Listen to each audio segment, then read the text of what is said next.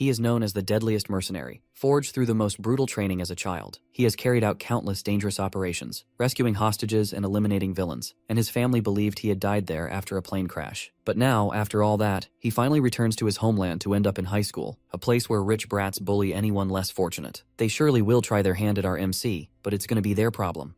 This story starts in a school, where the entire class is being introduced to this new handsome fella, who has just transferred into this school. The teacher mentions that he's been living overseas for a long time, and asks everyone to be friendly and help him settle in. All the girls in the class can't help but blush at how hot he is. Even the bullies in the room can't resist sneering, while the other students with average looks feel a pang of jealousy at the new guy's good looks. The teacher directs him to an empty seat at the back of the room, and he makes his way over, ready to get settled in his new spot. As the new guy walks to his seat, we spot a redhead guy named Jae-hyung, and we can tell that he is feeling absolutely annoyed. Let's face it, he's just jealous that this new guy is stealing the spotlight with his looks. The big guy seated behind Jae-hyung gives a subtle signal. Jae-hyung quickly catches on to what his friend is trying to say, and decides to take action. He extends his foot out, aiming to trip the new guy as he walks by. But Jae-hyung's plan doesn't go as smoothly as he'd hoped, because this new guy quickly halts, leaving Jae-hyung gritting his teeth in frustration. He had timed his foot extension perfectly, but it still didn't work at all. Meanwhile, the new guy, who goes by the name Jin by the way, just gives Jae-hyung a death glare for his pathetic attempt, though he does not say a word.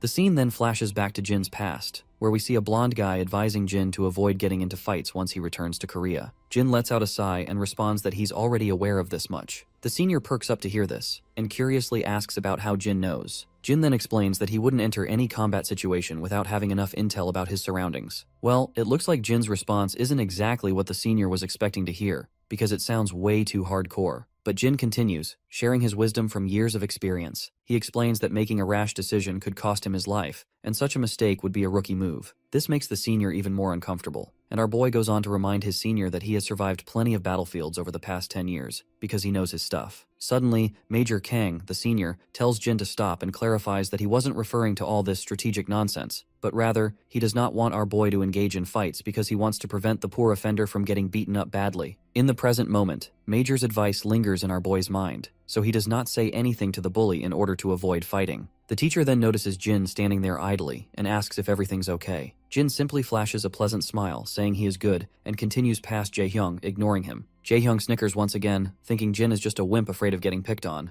Even the guy who tried to trip him earlier smiles, pleased with Jin's reaction. Once Jin reaches his seat, the teacher tells one of the students to help him get ready for the first class. With that, the teacher leaves after wishing Jin a good time studying. The student sitting next to Jin quickly introduces himself as Youngchan Park, and our boy returns the gesture, introducing himself as Ijin Yu. Youngchan then nervously glances over his shoulder to make sure no one's watching, and leans in to whisper to our boy that he saw what Jae-hyung was trying to do. He explains that Jae-hyung Lee is a troublemaker, but there's also another bully to watch out for, which is Hyuk-jin Ju, who's just as bad. Jin takes a closer look at both of the troublemakers, while Youngchan further reveals that the next class is math. Jin thanks his new friend for the heads up, and Youngchan is relieved to see that our boy isn't just another bully. He tells our boy to feel free to ask him anything, and he'll do his best to help out. The math teacher arrives and instructs everyone to open their textbooks. He starts solving math problems on the board. Some students are busy taking notes, while others look utterly bored. Jin takes in the scene, noticing that Youngchan is diligently paying attention, while some students are dozing off or messing around on their smartphones. He also glances out the window and sees a group of students playing in the playground. Jin's mind drifts back to his days as a mercenary. He remembers the heavy rain, feeling utterly exhausted and battered. The chaos of his past life, the constant roar of guns and explosions, seems to have left a permanent mark on his mind. Yet, in the present moment, as he closes his eyes, there's no unpleasant noise. Everything feels unexpectedly peaceful and serene. As dawn approaches, students start heading home. Among them is Dayan, who spots her brother standing nearby. She's momentarily startled and asks if he's been waiting for her. He replies that yes, he was hoping to walk her home. However, he adds that if she has other plans, she's welcome to go on her own. Dayan quickly glances around and insists she has no other plans, but we can tell that she is still really anxious about walking with our boy. Jin then states that if she doesn't have anything pressing, they'll walk home together. Eventually, the girl agrees. Later on the street, the siblings walk side by side, both clearly feeling awkward. Jin tries to break the ice, and asks if she's feeling awkward too. Dayan is startled to hear this, and quickly insists she's not awkward at all, but Jin reassures her that it's okay, as he's feeling pretty awkward himself. Thankfully, this remark finally makes our girl relaxed a bit. Jin then reveals that he was only 9 at the time of the accident, so he doesn't remember much about his remaining family, including his sister. He points out that it must be pretty strange for her too, since she was only 7 and probably doesn't remember much either. Dayan stays silent, because this is in fact true. Just then, she suddenly hears some familiar voices around the corner, and her feet suddenly come to a halt. When Daeon looks at the source of the voice, she spots one of the girls who bullied her in class. She is apparently the friend of that blonde girl who slapped Daeon in the school today. The bully girl immediately notices Daeon and calls her out. Daeon breaks into a sweat, feeling uncertain about how she is going to handle the situation. One of the guys sitting with the bully girl asks who Daeon is. The bully girl reveals that Daeon is the girl Huijin dislikes, and Huijin is the same blonde girl who slapped her earlier. The bully girl also spots her brother walking along with Daeon and starts teasing her, asking if she's out with her boyfriend. She adds some colorful remarks, saying she didn't know bitches could date as well. Our girl quickly gets timid and frantically tries to reassure her that Jin is just her brother. Well, this comes as a surprise to the bully girl, who didn't know Daeon had a brother. After hearing the rude comments, Jin asks Daeon if this girl is a friend of hers. Daeon timidly agrees and admits they know each other from their homeroom. But the cocky girl doesn't let up, calling Daeon a bitch again and asks since when they became friends. Daeon trembles as the bully continues her rant. Jin then gives the girl a cold stare, one that's enough to freeze the hell itself. The guy sitting next to the bully girl doesn't appreciate Jin's sharp glare. He gets annoyed and warns Jin to watch himself if he doesn't want to get his ass yanked. Jin continues to glare, which only annoys the fatty more. The bully girl starts egging him on and provokes him to pick a fight with Jin. Eventually, the fatty's patience wears thin and he strides over to our boy, and Jin quickly shoves Daeon back and gets face to face with this stupid head. The fatty demands to know if Jin is trying to act tough in front of his sister. Jin notices how defenseless the fatty is, standing so close that all his vital points are wide open for attack. What's even more amusing is that the fatty isn't carrying any weapons. All he has is this giant ass of his. Jin can't help but feel that this guy is being rash and leaving himself wide open. But then, Major Kang's words echo in his mind once again, which reminds him to not pick fights with anyone. Jin lets out a sigh, averts his gaze, and decides to walk away quietly. But Fatty isn't letting Jin off the hook so easily. He grabs Jin by the collar and raises his hand, ready to deliver a sharp slap to Jin's face. Before he can make contact, Daeon rushes to intervene. She quickly bows down her head and explains to the bully that Jin has been living overseas for most of his life and isn't used to the way things work in Korea. On the other hand, the bully girl snickers to see her begging, while Daeon continues to tremble with fear. The fatty, however, snaps at Daeon, saying he doesn't care if Jin was living overseas or not. Seeing his sister so terrified and shaking in fear boils Jin's blood. Fueled by anger, he grabs Fatty's wrist and yanks it. Fatty squirms in pain, even though Jin hasn't done anything particularly aggressive. Jin throws his bag down and takes off his school coat. Calmly, he tells his sister to wait for him and covers her face with the coat, assuring her it won't take more than a minute. Just then, the rowdy thug charges at him from behind. Jin effortlessly twirls around and delivers a solid slap to the thug's face. The single slap sends the thug staggering, blood spilling from his mouth as he stumbles backward and crashes to the ground like a sack of potatoes. The cocky girl and the other goon feel a chill run down their spines, and I can tell they are about to crap their pants if our boy continues like this. Meanwhile, Jin lets out a sigh of disappointment, knowing he's broken his promise to Major Kang. But I guess this is not his fault entirely, as this fatty bastard had this coming. The other goon is so terrified that he has started to reconsider making any move against our boy. The next scene takes us to the countryside, where military soldiers are training tirelessly. Among them is Major Kang, overseeing the rigorous exercises. A fellow soldier approaches from behind and reminds Kang that today is Jin's first day at school. Hearing this, Major Kang gets concerned that despite 6 months of lessons on leading a normal life, Jin might struggle to adapt to his normal school life after so many years as a mercenary. But still, Kang feels a sense of pride, and he's confident that the lessons he imparted to Jin will help him thrive in his new life. Well, it turns out Major Kang's teachings didn't quite do the trick, because Jin is making these bullies look like yesterday's trash. The other bullies watch in shock as the injured fatty lies unconscious, eyes rolled back. The bully girl and her sidekick are shaking with fear as Jin strides toward them. In a flash, Jin lunges and lands a devastating punch right in the gut of the other thug, sending him flying and crashing to the ground. The cocky girl's jaw drops in disbelief. When Jin turns his attention to her, his death glare makes her tremble with fear. Daeon pulls the coat off her face, her hands trembling as she takes in the sight of the two thugs down for the count. Even though it's only been a minute since she was covered, Jin notices his sister watching him and, after giving the cocky girl one last intimidating look, he walks away from her. He turns to Daeon and apologizes for covering her face so abruptly. The apology only makes Daeon feel more awkward, so Jin tries to lighten the mood by suggesting they grab some snacks from her favorite store. Daeon stammers that it's okay and they don't need to, so Jin decides they should just head home. As Daeon and Jin cozy up, the bully girl is left terrified to see this. She's completely blown away by how this guy who was so terrifying with just a glare is now acting like a sweet, caring brother. As the siblings walk off together, Daeon gives her one last friendly wave before they head out, leaving the bully girl standing there, face frozen in terror. As they walk home, Daeon asks Jin if he was the one who knocked out those two guys earlier. Jin confirms it, and this only makes her curious about her brother, since he doesn't seem like the type to pick fights. She then explains that in Korea, staring at people like he did can be considered rude and might lead to uncomfortable situations. Jin agrees, adding that meeting someone's gaze can be risky depending on who you're staring at, which is similar to where he's from. Confused, Daeon asks why he stared at those thugs earlier. Jin simply replies that he noticed she was scared and he wanted to protect his sister. Daeon is startled by these unexpected responses, and she simply bows her head down while blushing. An awkward silence falls between them as they continue walking. It looks like Daeon will need to get used to having a caring brother around to look out for her. When they get back to the apartment, we see Grandpa is a bundle of nerves. He frantically tells Jin to just chill and enjoy some fruit, but our boy insists on taking care of the dishes himself. Grandpa's not sure how to handle this, so he eventually lets Jin take over. As Jin washes up the dishes with a steady hand, Grandpa asks if the dinner was okay, admitting he's not exactly a master chef. Jin, keeping it casual, tells Grandpa not to sweat it. He says the food has been great and he's loved every meal. The old man looks visibly relieved to hear that Jin enjoyed the food. You can even see the glimmer of satisfaction on his face. Grandpa then turns to Daeon, asking if she liked the food as well. She nods and agrees. Next, Grandpa shifts gears and asks Jin about his first day of school, and he is curious to know if anything interesting happened. Jin hesitates for a moment,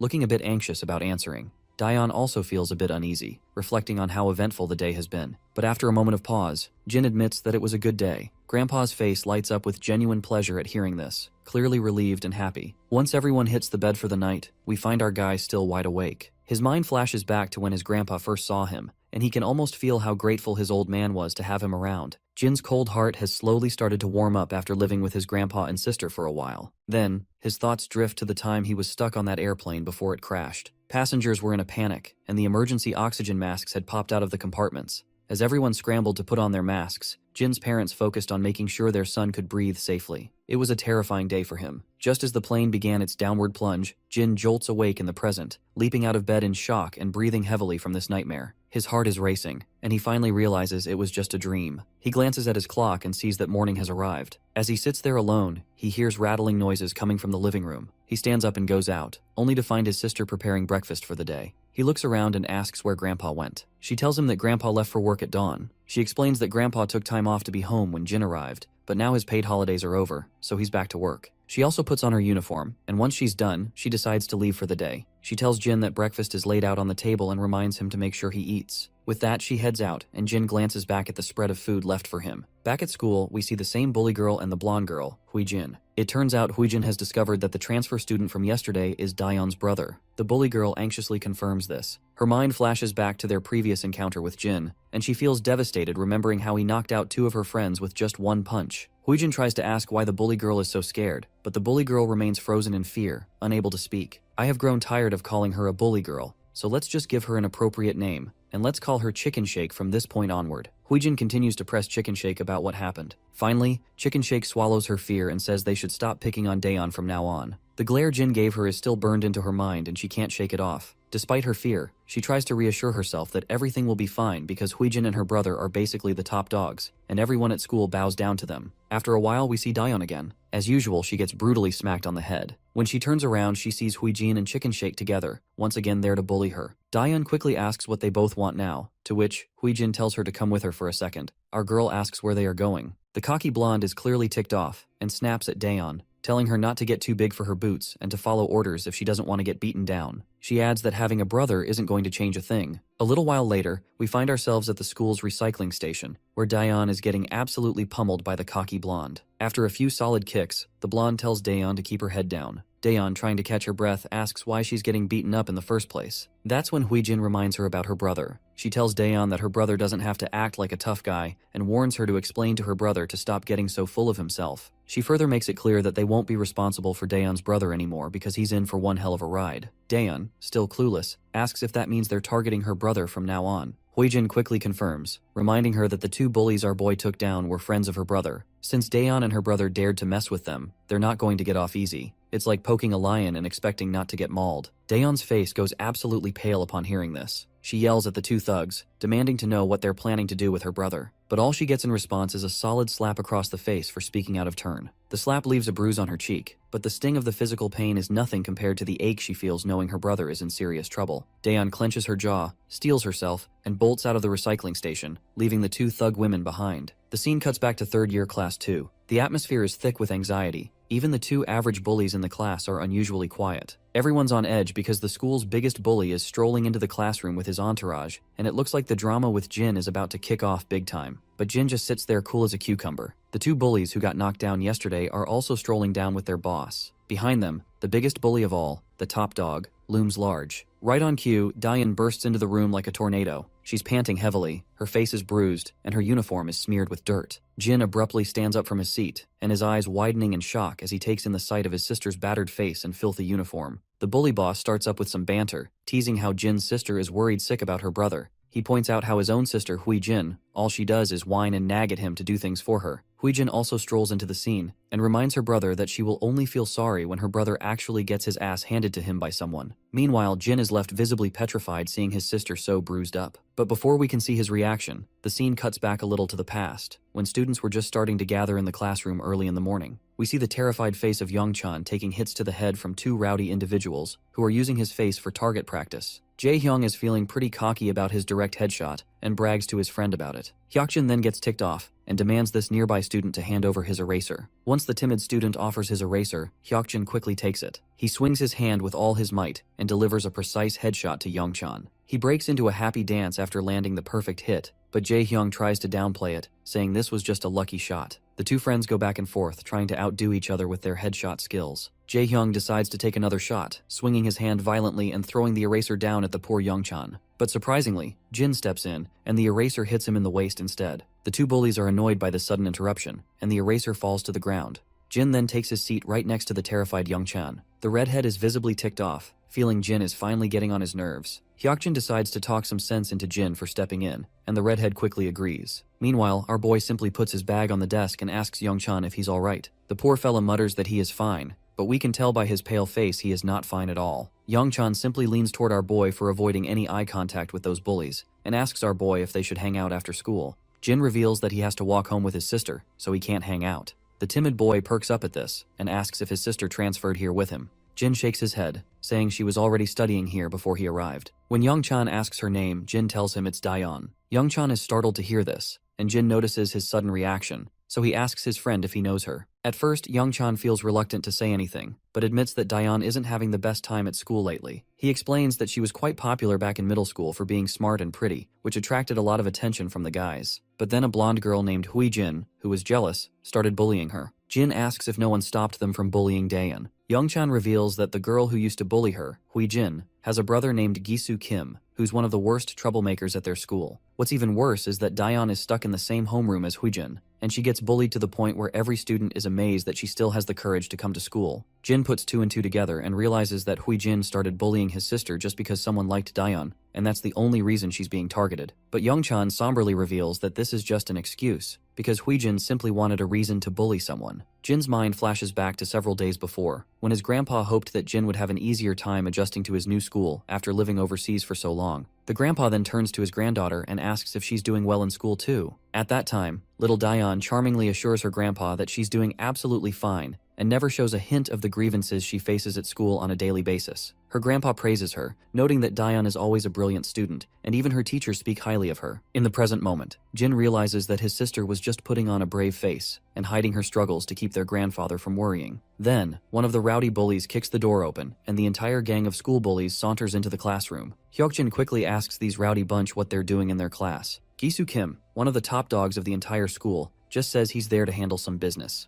Hyokjin's surprised to see Gisu and is not sure what to do. You see, Hyokjin is a small fry, while he can deal with the other bullies pretty fine, but he doesn't want to get tangled up with Gisu Kim. Meanwhile, Gisu's lackeys inform him about Jin. When Gisu sees Jin, he starts shouting at his lackeys, furious that they got their butts kicked by a scrawny little punk. He dismisses his lackeys and provocatively flicks his finger at Jin, telling him to come over. Jin stands up immediately, while the redhead and Hyokjin look totally confused about what Jin did to tick off Gisu, and they're pretty sure he is pretty much screwed now. Meanwhile, Jin stands his ground defiantly and asks if Gisu is actually the big shot here. Jisoo sneers, and he finds it fascinating that our boy took his sweet time to figure out who is in charge here. He turns to his lackey and tells him not to just stand there like an idiot and to make a move. But we can clearly tell that the lackey is absolutely scared, but he eventually steps forward towards Jin. But before the showdown starts, Daeon also bursts into the classroom, breathing heavily. In the current time, this is how Jin finds himself looking at his bruised-up sister. Tears well up in Daeon's eyes as she starts apologizing to Jin for putting him into trouble. Meanwhile, Huijin scoffs after seeing those tears and calls her the biggest drama queen ever. Jin, however, tells his sister she has nothing to apologize for. Before she can say another word, he loses it and slaps this lackey across the face with such force that he hits the ground, knocked out cold. The other bullies, who already know how hard Jin can hit, start to tremble. With one lackey down, Jin turns to his sister and says that these bullies are the ones who should be apologizing. The fatty charges at Jin with a clenched fist, but Jin effortlessly pushes his hand away. When he spots the exposed throat, Jin delivers a brutal, precise smack to it, like a ninja, leaving the bully spitting and coughing before collapsing to the floor. The other lackey, shaking with fear, tries to land a hit on Jin. Jin responds with a crushing blow to his ribs, and with lightning-fast reflexes, sends the lackey tumbling to the ground.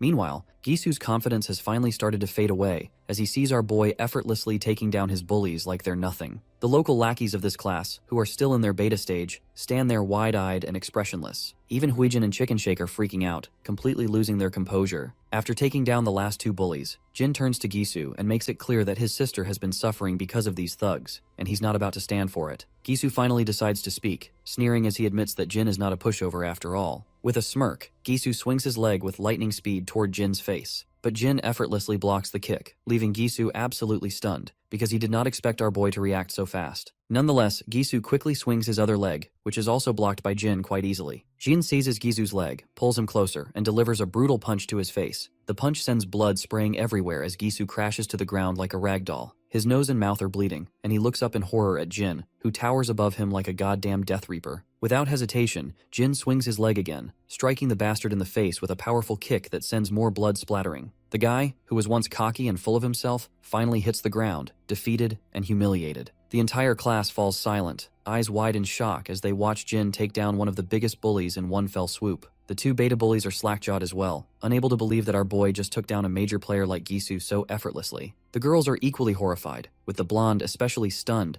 unable to fathom if Jin is really this formidable. Jin starts walking towards Huijin, who is feeling terrified because she does not want to get slapped and face the same brutal treatment. But before anything else can happen, Daeon rushes to stop her brother, pleading with him not to do anything anymore. Jin reminds her that Huijin and her crew have been bullying her for a long time, and he also knows that she was targeted by them yesterday as well. Daeon's face falls as she realizes her brother has uncovered the truth, and she bows her head in silence. She then suddenly realizes that Jin is fighting for her sake, so she quickly forces a smile, telling her brother that she's fine and he should stop. Her brother hesitates at first, but eventually agrees, deciding to walk her to class. As they leave, the students in the room erupt into murmurs, unable to believe that Gisu, the top dog, was taken down by a single boy. Even the beta bullies admit that Jin is hardcore, and they are feeling a wave of relief that they didn't try to take him on earlier. As the chatter continues, the blonde girl trembles in a mix of fear and humiliation, unable to process her defeat. Meanwhile, as Jin and Daeon walk together, she expresses her shock at how good her brother is at fighting, but then starts apologizing again. Confused, Jin asks what she's apologizing for. Daeon explains that it was her fault he got dragged into this mess. She feels responsible for the fights he had to endure, both yesterday and today. Jin gives Daeon a reassuring smile, telling her she doesn't need to apologize for anything, because this is what families are for, to protect each other. He then begins to explain that back where he used to live, everyone only looked out for themselves. They didn't care what happened to others as long as they weren't the ones suffering. But even those people would act differently when their own families were involved. That is when the scene cuts down into the memory lane, to a chaotic battlefield, with smoke and explosions tearing through the area. Gunfire and bombardments echo from both sides. In the middle of the madness, we see a younger Jin, caught in the mayhem. Among the carnage, he spots one of the opposing soldiers desperately trying to save his little daughter, shielding her from a man who is holding his gun right over their faces. Even in the middle of the violence, the sight of that soldier risking everything for his child left a deep impression on Jin. It made him question what family truly meant and why it was so important. In the current moment, Daeon points out that he barely remembers her, so why is he still going out of his way to help? The boy agrees, admitting it's true he doesn't remember her, but insists that doesn't change the fact that they're family. The girl just stands there in silence, but just as our boy's words sink inside her mind, she starts to feel a bit embarrassed. She quickly tells him she's fine and that he should head back to his class. She points out that they're already at her homeroom, so she waves a final goodbye and vanishes, leaving the boy with a faint smile on his face. Back in his room, Jin is still the hot topic of conversation, and he's feeling a bit awkward with all the attention he is getting. The beta bullies then flash him a thumbs up, cheerfully asking what kind of lessons he got overseas because he took those noobs down like they were yesterday's leftovers. They keep showering him with praise, but the boy just sinks into his seat, looking a bit overwhelmed. Even his friend Young Chun chimes in, saying he was actually pretty awesome, which brings a subtle smile to Jin's face. Meanwhile, we shift to the defeated goons, who are feeling pretty anxious after their embarrassing loss. Their boss, in particular, is still fuming, grumbling that there's something different about our boy, because he doesn't fight like your average third-rate thug. His sister tries to cheer him up, reminding him to stop sulking and pointing out that their loss was just a fluke,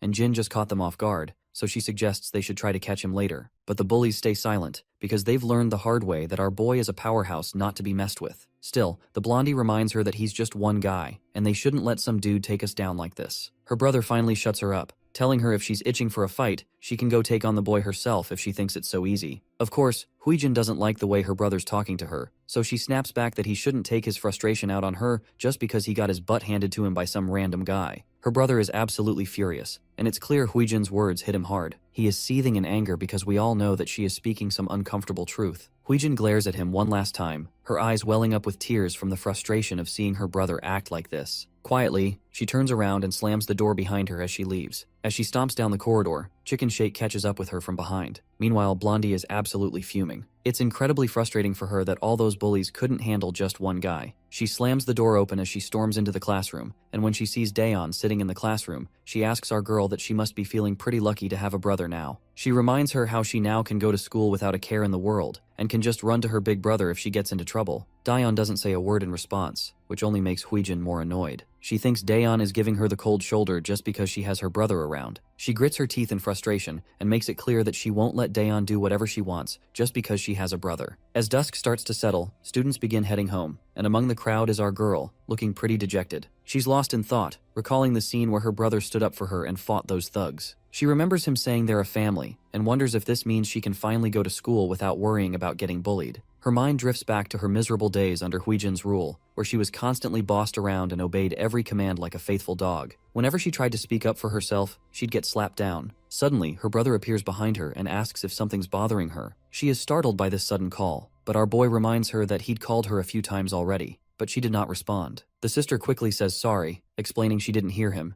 and then asks if he was waiting for her again. The boy nods, saying he was because he still doesn't know his way back home. So, they start walking together, talking about how they should grab some groceries on the way, since Grandpa always gets super hungry when he's home late. As they walk side by side, that rowdy bitch stands behind them. She's looking utterly mad, and just can't handle seeing the smile on our girl's face. This bitch is biding her time, waiting for the perfect moment to make Daeon forget how to smile. In the next scene, we see our duo is shopping around the store. The girl seems to be having a tough time choosing what to get, while people around the store are looking at our duo. Girls in the store can't seem to take their eyes off our boy, and Daeon can't help but notice how much attention he's drawing from the ladies. She knew he was popular at school, but it seems he stands out even outside of it. Out of curiosity, Daeon finally asks her brother if he's ever had a girlfriend back when he was overseas. The sudden question takes him by surprise, and he looks like he's never even heard of the term girlfriend before. Seeing his confusion, Daeon clarifies, saying she means a girl he might be dating. He simply replies that he hasn't had any, which prompts his sister to suggest that he should consider having a girlfriend, especially since he's always attracting girls like a magnet wherever he goes. The boy stays silent for a moment before saying that he's always been too busy to have time for a girlfriend. Daeon understands where he's coming from,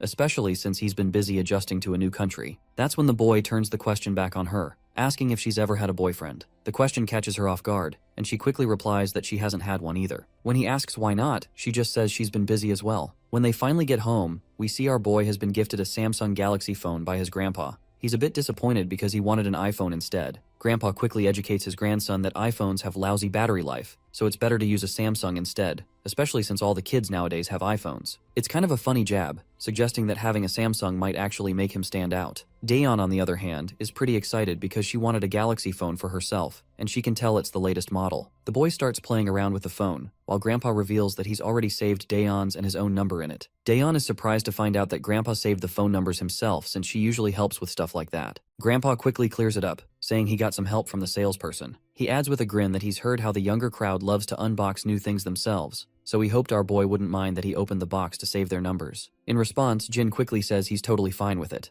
Grandpa then apologizes to Daeyeon, saying the store only had one of those phones, so he couldn't get one for her too. Daeyeon reassures him it's no big deal, and they end up having a great dinner, chatting and enjoying their family time. Later that night, the boy is still playing around with his new phone, and he is really digging into the Galaxy experience. He starts to think maybe Samsung phones aren't so bad after all, and could be even better than iPhones. The scene cuts to Major Kang, who's busy working at his computer when his phone rings. He picks it up and sees it's Jin, who lets his senior know that he's got a new phone and this is his new number from now on. The senior is a bit surprised by this news, and even the junior standing behind him asks if Major Kang didn't already give Jin a phone. Major Kang confirms that he did. That's when the senior gets tomato red with anger, pointing out that he had given Jin the most expensive iPhone they had, so he is kind of furious that Jin has changed his phone already. The next morning arrives, and Jin comes out of a cozy shower and notices his sister rushing out in her uniform. Before she leaves, Jin asks why she's heading out so early. She tells him she's actually running late and bolts out without wasting any time. She also reminds him that dinner is already set up, so all he has to do is put the dishes in the sink. As she's rushing down the street, she glances at her phone and is relieved to see that she'll make it on time. She had gotten delayed because she wanted to make a delicious soup for Grandpa,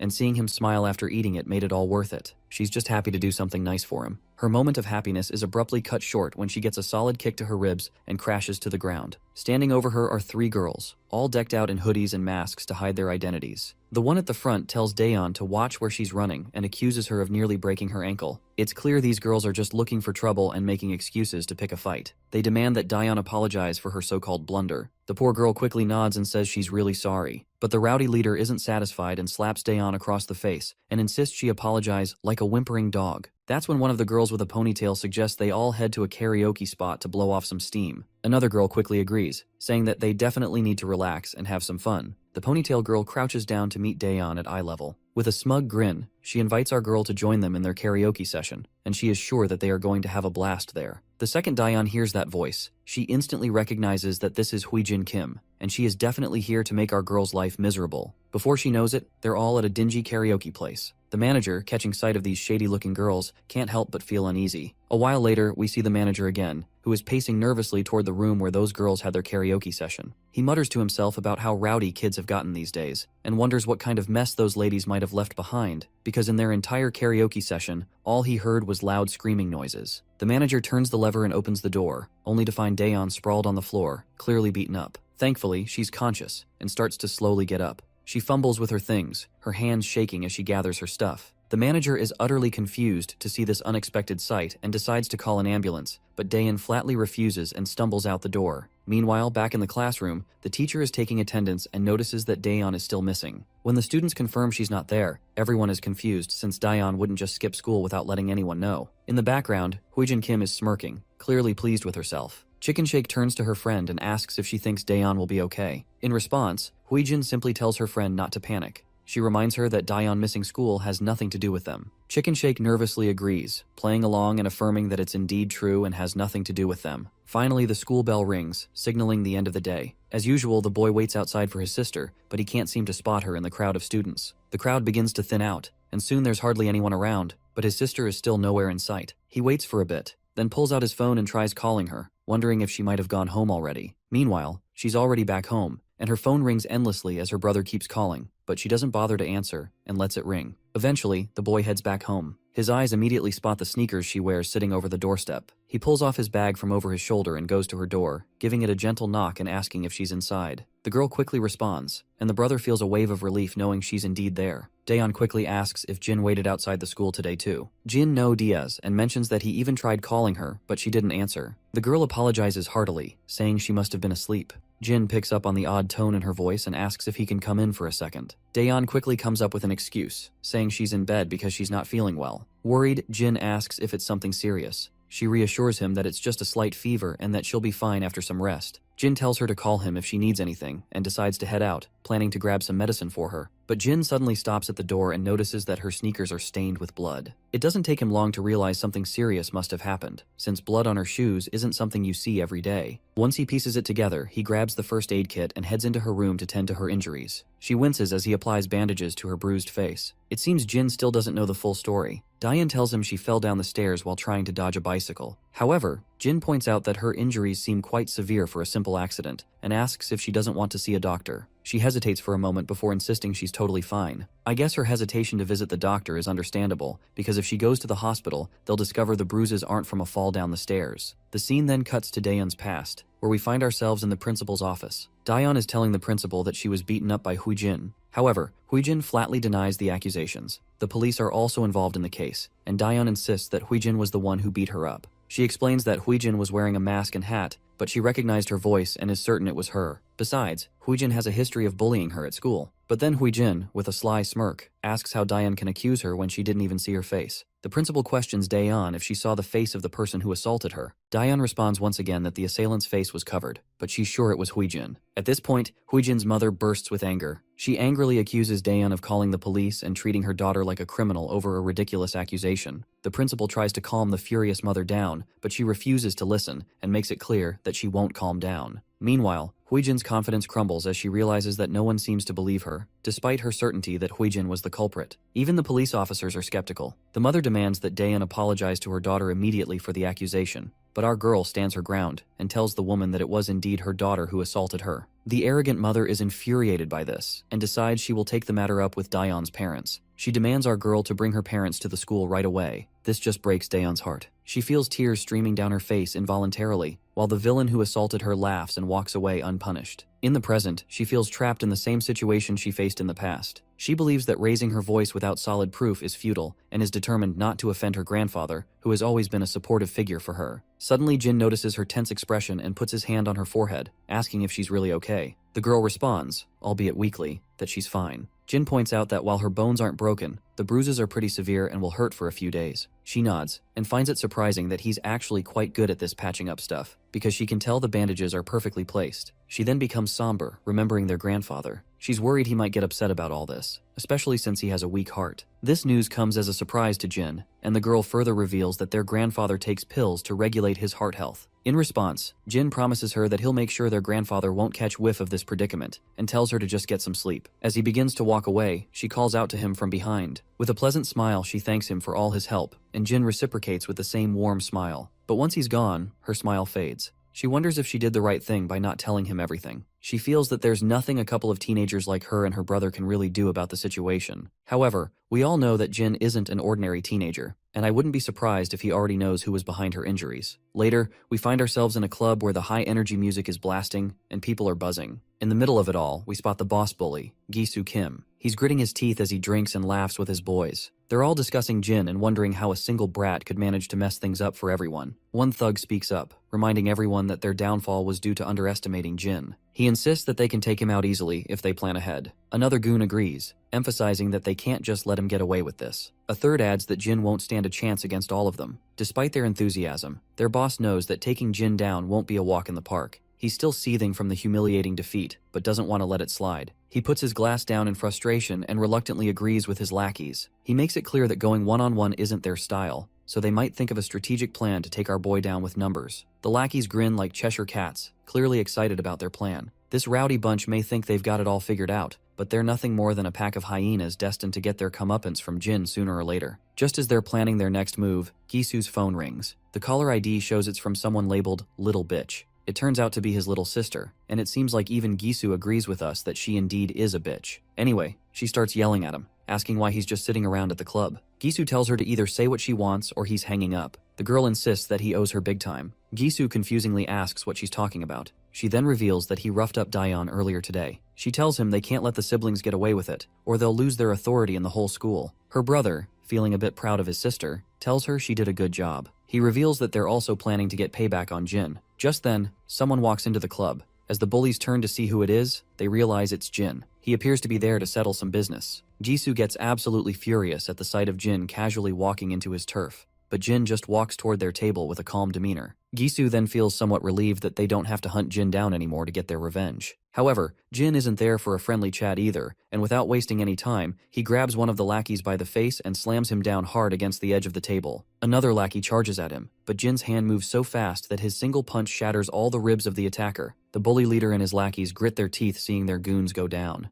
The rest of the crew charges at Jin, but my guy just stays cool as a cucumber. As they get close, he kicks one of them down effortlessly, like a true Sigma male. Next, he grabs this purple head and slams him down on the table with a brutal thud. While this purple head is cowering for his life, Jin doesn't stop there and slams this dude against the wall like a rag doll. Then he balls up his fist and delivers a devastating blow to the fatty's face. One of the thugs grabs a glass bottle and swings it at Jin, but my guy casually knocks the bottle from his hand and follows up with a brutal whack to his face, which leaves the thug bleeding his mouth out. Another bully charges from behind, but Jin ducks down, grabs his hand, twists it painfully, and then delivers a hard slap across his face. Jin throws the thug aside and then grabs another lackey by the face. He smashes the guy's ugly mug right into his knee, breaking the thug's nose with a sickening crunch. With all the thugs down for the count, Gisu is left speechless, unable to process what's happening. Meanwhile, his sister is still on the line, and she quickly asks what's going on, because she has been hearing the loud commotion and chaos. Jin turns to Gisu with a chill in his voice, making Gisu shiver. He asks if he needs to repeat himself, because as far as Jin remembers, he's already told Gisu to stay away from his sister. Gisu is absolutely boggled out of his mind to see how the tables have turned. It's kind of ironic that they tried to gang up on Jin, only to end up getting their own gang banged. Jin fought like a pro and wiped the floor with everyone in just a few seconds. Meanwhile, Jin continues to question Gisu, asking what his sister ever did to him.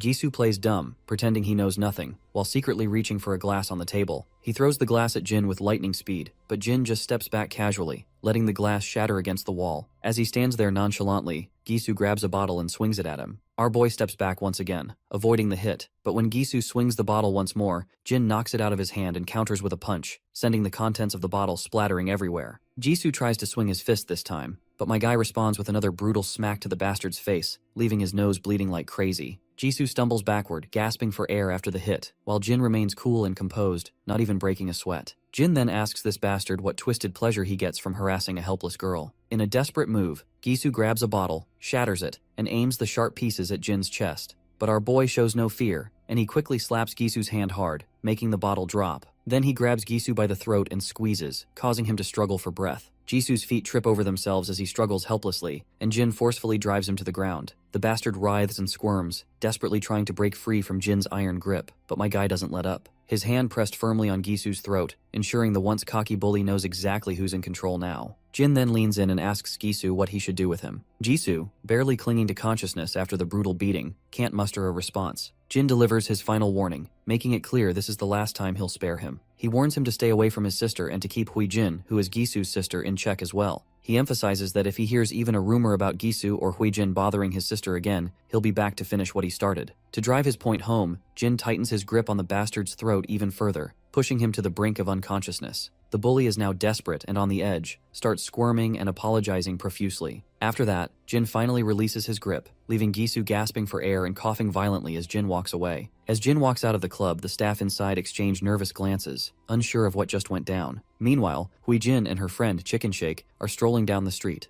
Huijin has got a bad vibe and starts worrying that her brother might be in trouble. When they reach the club, they hear footsteps coming up the stairs, and it's Jin, casually making his exit. Huijin is caught off guard and isn't sure what to do. She shouts for Jin to stop, thinking she can still play it cool because no one can pin the blame of what she did to Daeon. But Jin doesn't even slow down. Huijin, now really nervous, starts backing away, trips, and falls hard on her butt. While she's rubbing her sore shoulder, Jin's phone rings. He checks it and sees it's his grandpa calling. After a quick chat, he simply turns around and just heads home quietly, leaving them curious about what he is even thinking. When Huijin enters the clubroom, the scene is a mess. Her brother and his lackeys are all battered and bruised. She immediately starts shouting at him, demanding to know how he got whooped by Jin again. But her brother, too exhausted to argue, cuts her off and tells her to stay the hell away from Daeon from now on. Huijin, not grasping the seriousness of the situation, keeps pushing back, asking what the hell he's talking about. Her brother, visibly frustrated, finally loses it. He grits his teeth and yells at her to leave our boy's sister the fuck alone. But Huijin doesn't back down and keeps shouting, questioning why he's so afraid of that bastard. That's the breaking point, and her brother snaps with his eyes blazing with anger. He makes it crystal clear that if she doesn't steer clear of Daeon, he'll make sure to mess her up himself. Yikes, these siblings have a seriously twisted way of dealing with each other. It's wild how casually they talk about screwing each other over. Huijin is shaken by her brother's outburst, and she begins to tear up. We're back with our boy, who spots the grandfather once again. They sit down on a bench in the park. First off, Grandpa apologizes for pulling our boy away while he was having fun with his friends, but our boy says it's all good. The old man then gets a bit sad, mentioning that Daeon got injured, and our boy was the one who treated his injuries. Our boy confirms it, and the old man explains that her injuries are pretty serious, but she refuses to go to the hospital. He shares how tough it's been raising Dayan on his own. He never really knew how to raise a young girl and was always working hard to put food on the table, and he is just grateful she's come this far on her own. Grandpa reflects on all those years and says that looking back, Dayan has given him so much more than he's ever been able to give her. He lost everything in that accident, and Dayan was the only thing that kept him going after the plane crash took everything away from him. It breaks his heart to see her so hurt, and not even tell him the real reason behind it. He wonders if she thinks he's too old to understand. He mentions a saying about how kids become distant from their parents as they grow older, so it must be even harder for her to reach out to an old grandpa. But our boy quickly reassures the old man that he's just overthinking. He points out that it's clear how much Grandpa loves Dayan, and he's sure Dayan loves him just as much. He tells Grandpa to stop worrying so much and promises that he'll look out for her at school. Hearing this, the old man is finally a bit relieved and genuinely happy that Dayan has a brother-like figure in her life. The next scene shifts to Omnia Medical Examination Center. Inside, we see Gisu with his injuries finally patched up. He's getting an earful from his father, who's clearly disappointed in him. His dad doesn't hold back, making it clear that Gisu deserves every one of those injuries because, as he puts it, if you're going to play stupid games, you're going to win stupid prizes. The arrogant mother starts yelling at her husband, clearly outraged. She reminds him that their son is in the hospital, and this is all he has to say? She tells him to go find the brute who did this and yell at him instead. She also points out that the same brute busted Huijin's arm too. Honestly, it's a real mess. Huijin is a bitch to the point that she even pinned the blame of her own mishap on our boy. We all know that she tripped and banged up her shoulder, but instead of taking responsibility, she's blaming him for everything. The angry father finally calms down and lets out a deep sigh. The concerned mother tells her son to just focus on resting and recovering. As they start to leave, the mother grumbles about making the kid who hurt their son pay if she ever gets her hands on him. Once they're gone, Gisu finally asks his sister why she had to tell their parents everything. He explains that by doing so, she's just made things worse for him. He feels humiliated that people will think he ran to their parents like a whining brat after getting beaten up. His sister then asks how she was supposed to hide the fact that her brother was in the hospital and that her arm was broken. Gisu gets pretty ticked off and demands to know if Jin was the one who did this to her arm. She remembers how she tripped and fell, but she doesn't mention that to him. Instead, she just says that Jin was responsible. It's messed up how she's shifting the blame so shamelessly. She then quickly stands up and tells him to just stay here and get better. She says she'll make sure they realize once and for all who they're dealing with. Jisoo sits there, unsure if they should mess with our boy again. Meanwhile, we're back with their parents. The woman reveals that she's just spoken to Mr. Cha, but her husband asks why she's complicating things and tells her to let the school handle it. The woman responds that it's Saturday already, and she doesn't want to sit back and twiddle her thumbs waiting for them. She starts yelling, pointing out that the school won't deliver real justice for what was done to their kids, and they'll likely only settle for a suspension or expulsion at best. The husband continues to argue, saying she has no business going to Mr. Cha to handle this personally. The woman reveals that she already knows Mr. Cha and that he's been handling his dirty work for years. Meanwhile, Huijin is eavesdropping and feeling pretty smug about her mother contacting Mr. Cha. She knows that Mr. Cha is the scary gangster who works for her father, and she's sure this will put an end to those troublemakers once and for all. The scene shifts to a rundown place where a man is fidgeting with his lighter, clearly on edge. Two goons walk by, looking pretty disappointed. They grumble about being ordered by their boss to handle some teenage drama, and none of them are thrilled about it. Even the boss himself isn't thrilled about dealing with this kid's squabble. But hey, a job's a job, even if it means wading through a mess of teenage nonsense. The scene flashes back to a time where a luxury Mercedes is zooming down the road. Inside the car, Mr. Cha, the mafia boss, takes a call from the woman. She fills him in on how her daughter's hand got fractured, and her son got beaten up by some teenager. She's insisting that he needs to handle it. Cutting back to the present, Mr. Cha is puffing out smoke from his cigarette, clearly fuming. He's beyond frustrated that he has to deal with this kind of nonsense as well. The scene transitions back to the quarters, where our boy is sitting before his computer, still lost in thought about his encounter with the Gisu. He's wondering if these guys are really going to let it go. Suddenly, the doorbell rings. He hears his grandpa arguing with someone at the door. It turns out that the people at their doorstep want to see Jin. The intimidating man outside claims they just want to talk to Jin for a bit. Grandpa, concerned about the late hour, questions what could be so urgent. Our boy steps out of his room, telling his grandpa that he'll be back soon after he hears what they want. Despite Grandpa's reluctance and even his sister's protests, Jin flashes a pleasant smile. He reassures them that he knows these guys and that it's just a quick chat, nothing to worry about. With that, our boy leaves his concerned grandpa behind. The goons take him to an abandoned construction site, and he wonders who they might be taking him to meet. When they finally arrive, the lackeys report to their boss that they've brought the guy in question. The boss remains silent, puffing on his cigarette. The bald lackey reveals that the kid caught on quickly, didn't make a fuss, and just came along. The boss, a bit surprised and pleased, decides to make it quick. He snaps his fingers, and the lackeys immediately grab their iron bats. One lackey tells his friend to hold our boy's arm, as he'll be the one to dish out the beating. Meanwhile, the boss sighs and decides to text the mother, letting her know that he's taken care of the job. While the boss scrolls through his phone looking for that mother's number, the lackeys ask him why our boy had to mess with the kids of Kim family. As soon as our boy hears the mention of kids, he realizes this must be about Gisu Kim. The boss, feeling frustrated and annoyed, pauses his scrolling, deciding he shouldn't call her while our boy is present. However, he looks over at our boy and is intrigued by how unfazed and emotionless he appears. Just as the lackeys charge at him, Jin suddenly uses his ninja-like speed. He grabs the bald lackey's hand before he can swing at him and pushes the man toward him, delivering a brutal shoulder smash right to the lackey's face. The boss watches this with his wide-eyed eyes as he witnesses this flawless execution of the move. Meanwhile, the other lackey, bat in hand, swings at our boy. He ducks, letting the bat swoosh harmlessly over his head. But the lackey tries another swing, but our boy charges at the bat as if it's no big deal, leaving the mafia boss utterly bewildered. With lightning speed, our boy locks the baseball bat in his arm and delivers a brutal punch right under the lackey's chin. Not stopping there, he follows up with a devastating blow to the lackey's chest. Then, with a fierce grip, he grabs the lackey by the neck and throws him down onto the bricks below. The boss watches in shock, clearly impressed and flabbergasted by the sheer skill and audacity of our boy's moves. The bald lackey grabs our boy from behind, threatening him with death. But our boy quickly jabs his shoulder into the lackey's ribs, and then delivers a solid shoulder smash to his face, sending him crashing to the ground. Mr. Cha realizes that this kid is no average teenager, because his combat skills are exceptional. He finally decides to step in himself. As he strolls forward, he scratches his head, snickering and commenting that he never thought he'd be fighting teenagers at his age. Meanwhile, our boy can tell that even though this man is a mafia boss, he still is a weak sauce, because my guy can clearly spot all of the weak spots of this man. As the boss swings a powerful fist at him, Jin effortlessly sidesteps it. The boss then starts a barrage of punches, but our boy dodges each one with ease, making it look like a walk in the park. As they continue their back and forth, our boy quickly sidesteps, but another punch comes straight at him. He blocks the hit, though the heavy force makes him skid backward.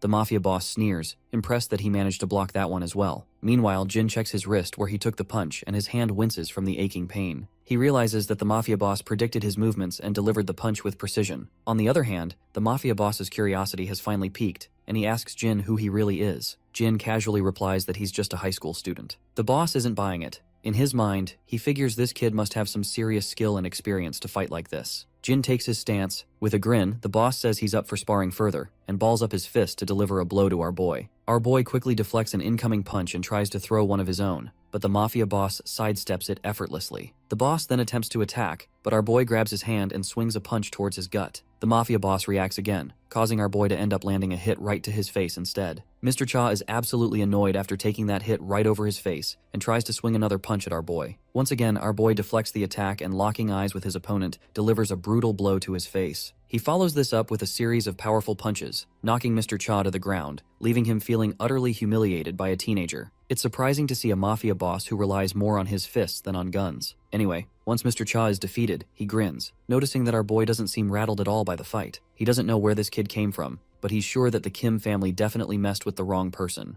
The scene transitions to this agency, known as National Assembly member In-bai Kim. Inside the building, 2 guards are stationed outside an office. Inside the office, we see Mrs. Kim and Mr. Kim. The woman asks her husband why Mr. Cha hasn't responded yet. She is growing impatient with every passing second, tells him to call Mr. Cha. Mr. Kim responds that she should just wait, as Mr. Cha will call back once he is done dealing with our boy. On the other hand, we also see their daughter, who lets out a sigh, and just then, the telephone begins to beep. The impatient lady quickly tells her husband to put the call on speaker so she can hear the news herself. Mr. Kim begins by apologizing to Mr. Cha, saying he's sorry for the ridiculous favor his wife asked him to fulfill. But the women, however, continue to argue loudly, insisting that their kids were attacked, so she doesn't understand how it can be called ridiculous. To everyone's surprise, Mr. Cha says that he's the one who should apologize. Mr. Kim asks for an explanation, and Mr. Cha reveals that it seems their children have meddled with the wrong person, because Cha himself also had been defeated by our boy. This news rattles Mr. Kim to the core. As far as he knows, Mr. Cha is the best enforcer in the business, and it's unfathomable that he lost to a high school kid. Just then, the office door starts rattling as someone tries to force it open.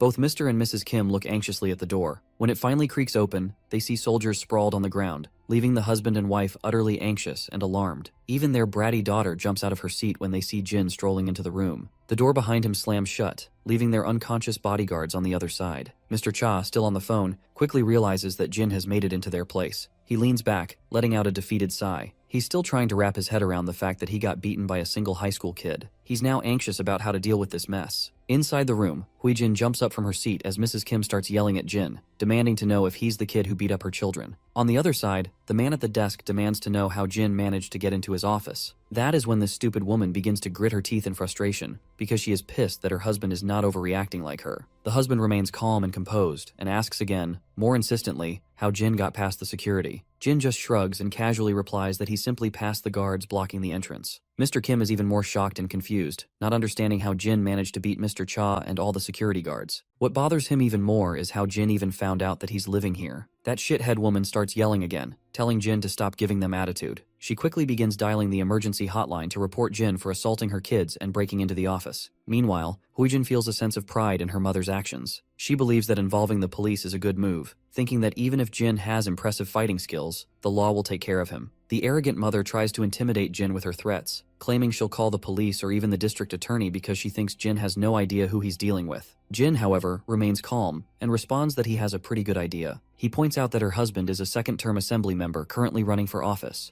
The woman scoffs, asking Jin if he knows so much about their status. Then why did he assault her kids? On the other hand, Huijin smugly sneers, feeling satisfied that they've cornered Jin, and faintly tells him that it's game over. The authorities pick up the call, and the lady starts yelling into the phone, demanding that the officers reach Kim's office right away. But before she can say anything more, she falls silent when she hears something unexpected. Apparently, Jin plays the full footage of the karaoke room where Huijin and her lackeys assaulted her sister. The undeniable evidence leaves Huijin speechless, her eyes widening in shock as if they might pop out of their sockets. Mr. Kim stays silent, feeling utterly devastated. The screams of Daeon begging for forgiveness echo through the room, as the trashy ladies continued to beat her to a pulp. Seeing the concrete evidence, Mrs. Kim's jaw drops, and she quickly hangs up the hotline, saying she'll call them back later. On the other hand, Huijin starts yelling at Jin, demanding to know how he got those files. Jin remains silent for a moment, and then the scene flashes back to the outside of the Kim's residence. Inside one of the rooms, Jin is seen sneaking around the house. He opens a laptop and copies all of the data onto a pen drive. In the present,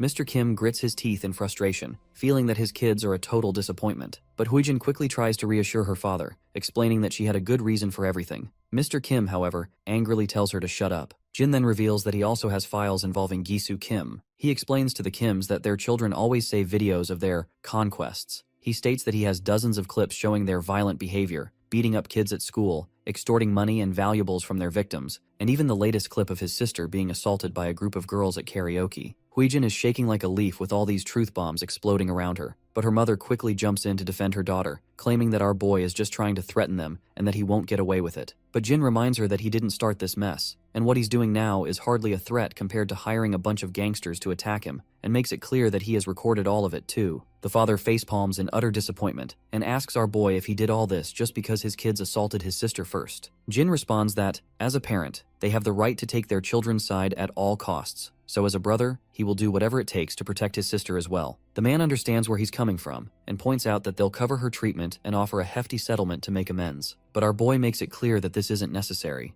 The father is puzzled and asks what he means by that. He then inquires if Jin would like his kids to apologize to his sister. Hearing her father, Huijin grits her teeth and thinks to herself that she'd rather bite her tongue and bleed to death than apologize. On the other hand, our boy makes it clear that an apology won't undo the time his sister spent in fear and pain. So he insists that if they really want to compensate him, he wants his sister to never have to see Jisoo or Huijin Kim again. This demand rattles Huijin's nerves, but her father quickly agrees, stating that he'll have his kids transfer schools or perhaps even send them abroad to study. Naturally, the mother and daughter let out a piercing scream in protest, but the father quickly shuts them down and turns his attention back to our boy, asking if this would be enough to satisfy him. Our boy states that he wants them gone from the school starting tomorrow. In response, the father says he'll inform the school, and once that's settled, Huijin begins to cry, and her tears flow out involuntarily. Just as our boy starts to leave, the father quickly stops him and reminds him that, since he agreed to the demands, he'd like our boy to delete all of the videos he found. Our boy shoots the old man a death glare, and the father can tell from the intensity of his eyes that this kind of deadly glare doesn't belong to a high schooler. Jin makes it clear that he's not a fool, and then begins to walk away, slamming the office door behind him with a resounding thud. Once outside, he finally heads home. His grandpa rushes to open the door and asks if he's okay, while Daeon is seen crying in the background. Jin is startled to see them so worried about him, but he smiles and reassures them that no one hurt him.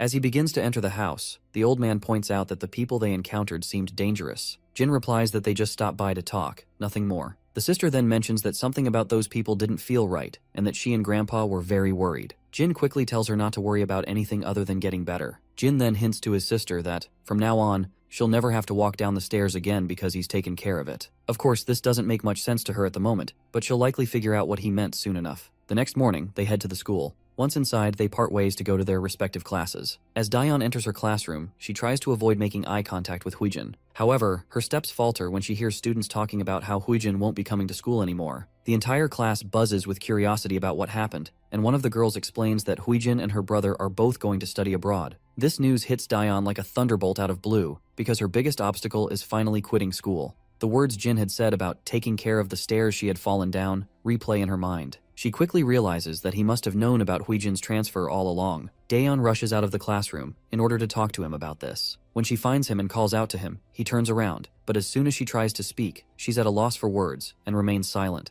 Jin simply smiles and says, "See you later," leaving Daeyeon to tear up. She manages to reciprocate with a soft, "See you later," before she breaks down, her emotions overwhelming her. A while later, we find ourselves in an apartment where a blonde girl is asking her friends if it's true that Huijin is moving overseas. One of the other girls confirms that it's true, saying she was shocked when she first heard but has no idea why they're leaving suddenly, as Huijin never mentioned anything about moving abroad. The blonde girl then turns to Chicken Shake, who is sitting silently and seems too preoccupied with herself to respond. One of the girls snaps her out of her reverie and asks if she has nothing to say about it. This rattles the timid girl to her core, and the blonde girl asks her directly if Huijin is really moving overseas, figuring that since they're in the same class, Chicken Shake might know more about it. Timidly and nervously, the girl confirms that it's true, and that their teacher announced it to the class earlier. The blonde girl then asks if she tried reaching Huijin directly. Chicken Shake admits she did, but Huijin didn't pick up the call. Hearing this, all the girls start to believe it might be true.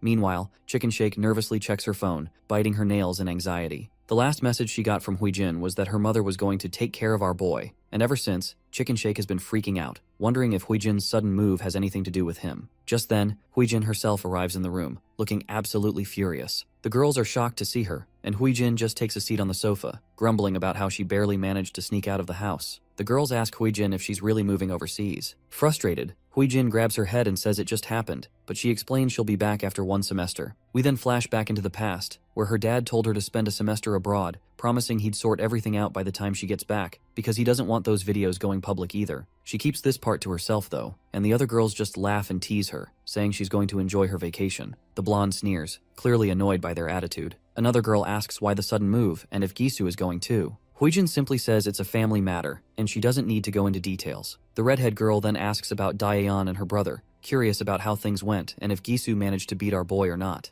Huijin tells them not to ask, insisting that Gisu probably has handled the situation already. However, we all know that she just doesn't want to admit that her brother and his lackeys got thoroughly defeated by our boy, as it would be too humiliating. She grows even more agitated thinking about how pleased Daeyeon will be to see her leaving the school. This irritation sparks an idea in her mind, and she decides to mess with Daeyeon one last time, asking her friends to help with her plan. Her friends question whether it's really necessary, and even Chicken Shake jumps in shock and expresses her reluctance. But Huijin insists they should consider how cocky Daeyeon will be without anyone to bully her. She plans to deal with Daeyeon before she leaves Korea, wanting to make sure she gets her revenge. Chicken Shake grows increasingly anxious and terrified as Huijin continues to reveal her twisted plan. Huijin gets cocky, boasting that Daeyeon's grandpa is a security guard somewhere, and she plans to have her mom get him fired. She believes this will teach Daeyeon a lesson not to mess with anyone from the Kim family. This is seriously messed up. Daeyeon is just an innocent girl, and Huijin's plotting is enough to make anyone sick. But before this trash woman can act on her disturbing thoughts, her face goes pale when she sees a figure standing before her, cloaked in a hoodie with a mask over their face. It doesn't take long for her to recognize that it must be Jin.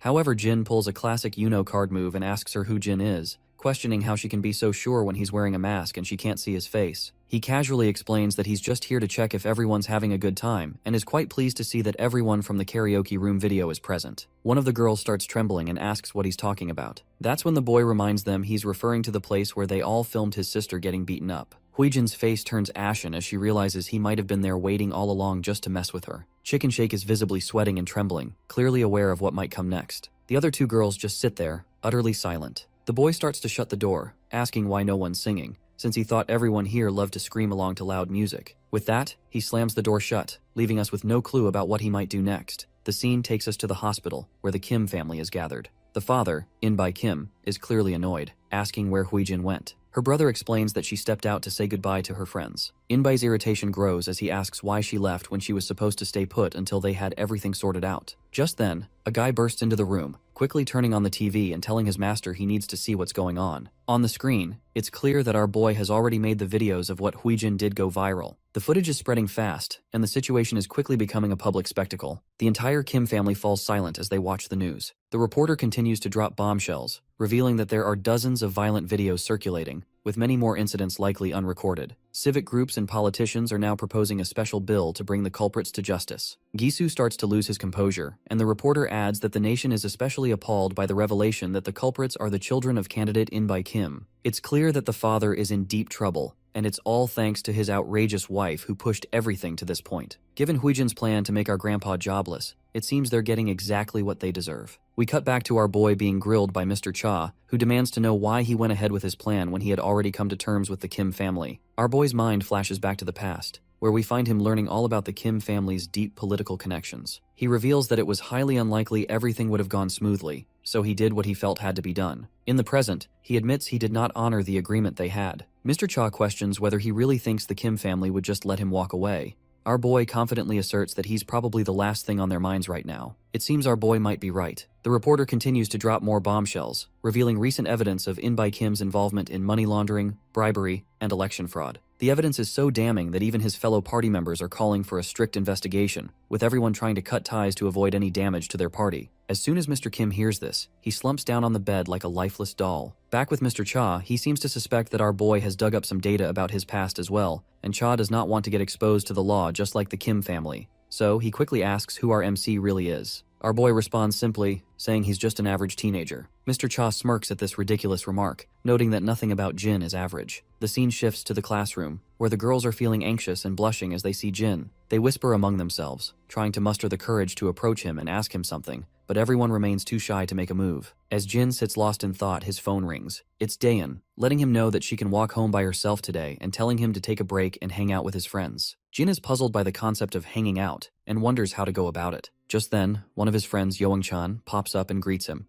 As Young-chan sits down, he asks if he is busy today. Our boy remains silent, which prompts Young-chan to remember that Jin always walks his little sister home, so he must be busy after school. But not surprisingly, Jin tells his friend that he's actually free today. Young-chan's face lights up with happiness, and they plan to hang out after school. However, Young-chan's enthusiasm quickly fades when he hears an unpleasant voice. As the scene zooms out, we see these two beta bullies of the class step forward. They both reveal that they've heard the news and know that Jin is the reason Gisu Kim is moving abroad. Young-chan is totally shocked by the news, and the other students lounging around are equally caught off guard. The bullies spill the beans that even though Gisu and his sister were all set to move abroad, they're stuck now because their whole family's in hot water after the info leak. Our boy jumps in to set things straight, telling the bullies they've got it all wrong. But Jae-hyung chimes in, saying there's no need for modesty because everyone knows our boy trashed Gisu and his crew at their hideout a couple of days ago. Hyukjin backs him up, explaining that Jin took them all out by himself, and now everyone's saying Gisu is too embarrassed to show his face at school. He's itching to hear just how badly our boy must have beaten Gisu to make him leave the country altogether. Young-chan is finally convinced that Jin is actually a skilled fighter, and that his performance that day wasn't just luck. Hyukjin leans in and says, now that they won't have to deal with that jerk anymore, he's itching to throw a party, so he invites our boy to celebrate after school today. Jae-hyung agrees, adding that they've been in the class for days without really spending time together, and he suggests they show our boy around the area, but our guy flatly turns them down, saying he already has plans for today. Naturally, the bullies are puzzled and ask what he's up to. With a pleasant smile, Jin replies that he's planning to hang out with Young-chan. That's when Jae-hyung starts creeping in with his disgusting grin, leaning toward Young-chan and saying he'll join their hangout. Hyukjin also leans closer to the terrified guy and expresses his desire to join in as well. After forcefully making Young-chan agree, they start to walk away, saying they'll meet up later. Our boy quickly asks his friend if he really wants to let these goons join in, and the poor guy stutters a positive response with a pale face. The teacher finally arrives in the classroom, and she's brought along 2 transfer students. One of them is a plain-looking guy, but the real standout is a stunning beauty with striking black hair. Young-chan's eyes immediately light up at the sight of her, and our boy quickly asks if he knows who they are. Young-chan explains that everyone knows this girl. She's Yeona Sin, and her grandpa owns SW Corporation, the biggest company in Korea. The guy next to her is Seokju Ko, and there are rumors that he's been with her since they were kids and is seen as her associate and bodyguard. The teacher notes that since everyone's familiar with these two, she won't waste time on introductions. She reveals that both of them have been studying in the US for the past 2 years and will be joining the class starting today. The beta lackeys don't seem too thrilled about these 2 newcomers in the classroom. With just Jin before, their chances to rule the classroom were slim to none. But now, with these 2 around, they're not so sure they can even think about bullying anyone. Meanwhile, Youngchan was curious about the 2 extra desks in the class, but it's clear now who they're for. He can't help but think Yona looks even more stunning than he remembered. Even the students in the class can't keep their eyes off her. As Seokju behind the lady walks forward, he could not help but notice our boy, and their eyes lock for a moment. Yona too can't resist but glances at him while she is walking past him. Once both of the newcomers take their seats, Seokju tells Yona that our boy wasn't in the evaluation report he received a week ago, and he wants to double check. Yona is intrigued and glances at our boy once more, and we can tell she is clearly curious about him. Our boy notices Yona glancing at him, and when he looks back, he finds her smiling. However, he just turns his gaze away again, which seems to irritate her since she didn't get a reciprocating smile. Meanwhile, Youngchan continues their conversation and asks if he has any particular place he wants to go. Jin says he's okay with anywhere, so Youngchan suggests hitting the game room. Well, it seems like the word gaming room triggers some memories for our boy, while his friends explain that it's nearby and just upgraded their PCs. That's when we flash back to the past, where we hear the authoritative tone of a senior telling a group of soldiers that they will begin today's portion of their practical life training program. He explains that there's one thing every Korean teenager must know, and that's the gaming room. This is the first time our boy has heard about the gaming room. The senior further explains that gaming rooms offer personal computers for a fee, and both students and adults can use them. Curious, our boy asks what people do there. The senior explains that while some users browse the internet or watch X-rated videos, most people are there to play games. For the average high school student, over 90% are playing some kind of computer game. The senior then introduces some of the most common games. First up is Legends of League, followed by Battle Royale. Back in the present, our boy reflects on how he can finally make use of the Major's intel. Meanwhile, Youngchan adds that they'll also grab some ramen at the game room and maybe check out Koinka afterward. Well, it seems like Koinka is yet another term our boy picked up during his military days while learning about practical life. The senior explains to him that high schoolers frequently visit coin karaoke, also known as Koinka. These establishments basically allow for sing-alongs with just a few coins. Major Kang tells our boy that he should prepare a few songs to sing in case he ends up going to one, and promises to send him a list of popular songs for kids his age to learn. As our guy starts brainstorming ideas and trying to remember some songs, his friend sits nervously nearby, wondering why Jin suddenly looks so serious. Once the bell rings, the students head out for the day, and that's when we see this hottie once again. And as usual, she is with her lackey. Apparently, they're discussing our boy, and discover that he transferred just a few days ago, is 18 years old, and happens to be Daeon Yu's older brother. Yona is surprised to learn that Daeon has a brother because she thought her only family was her grandpa. Seokju Ko agrees and explains that Daeon has been living with her paternal grandfather since her parents and brother died in a plane crash. Yona then asks how she still has a brother. Seokju Ko replies that it's hard to believe, but apparently, her deceased brother has suddenly come back to life just before they transferred to school. He suggests they should dig a little deeper into our boy's past. Meanwhile, it's gotten pretty late already, and we find our boy strolling alone. His phone keeps ringing with notifications from his friends, showing they had a blast at the gaming center. We flash back to the gaming club, where we see Hyokjin, our boy, Jaehyung, and Youngchan all hanging out. Everyone is amazed by how Youngchan carried them through the game.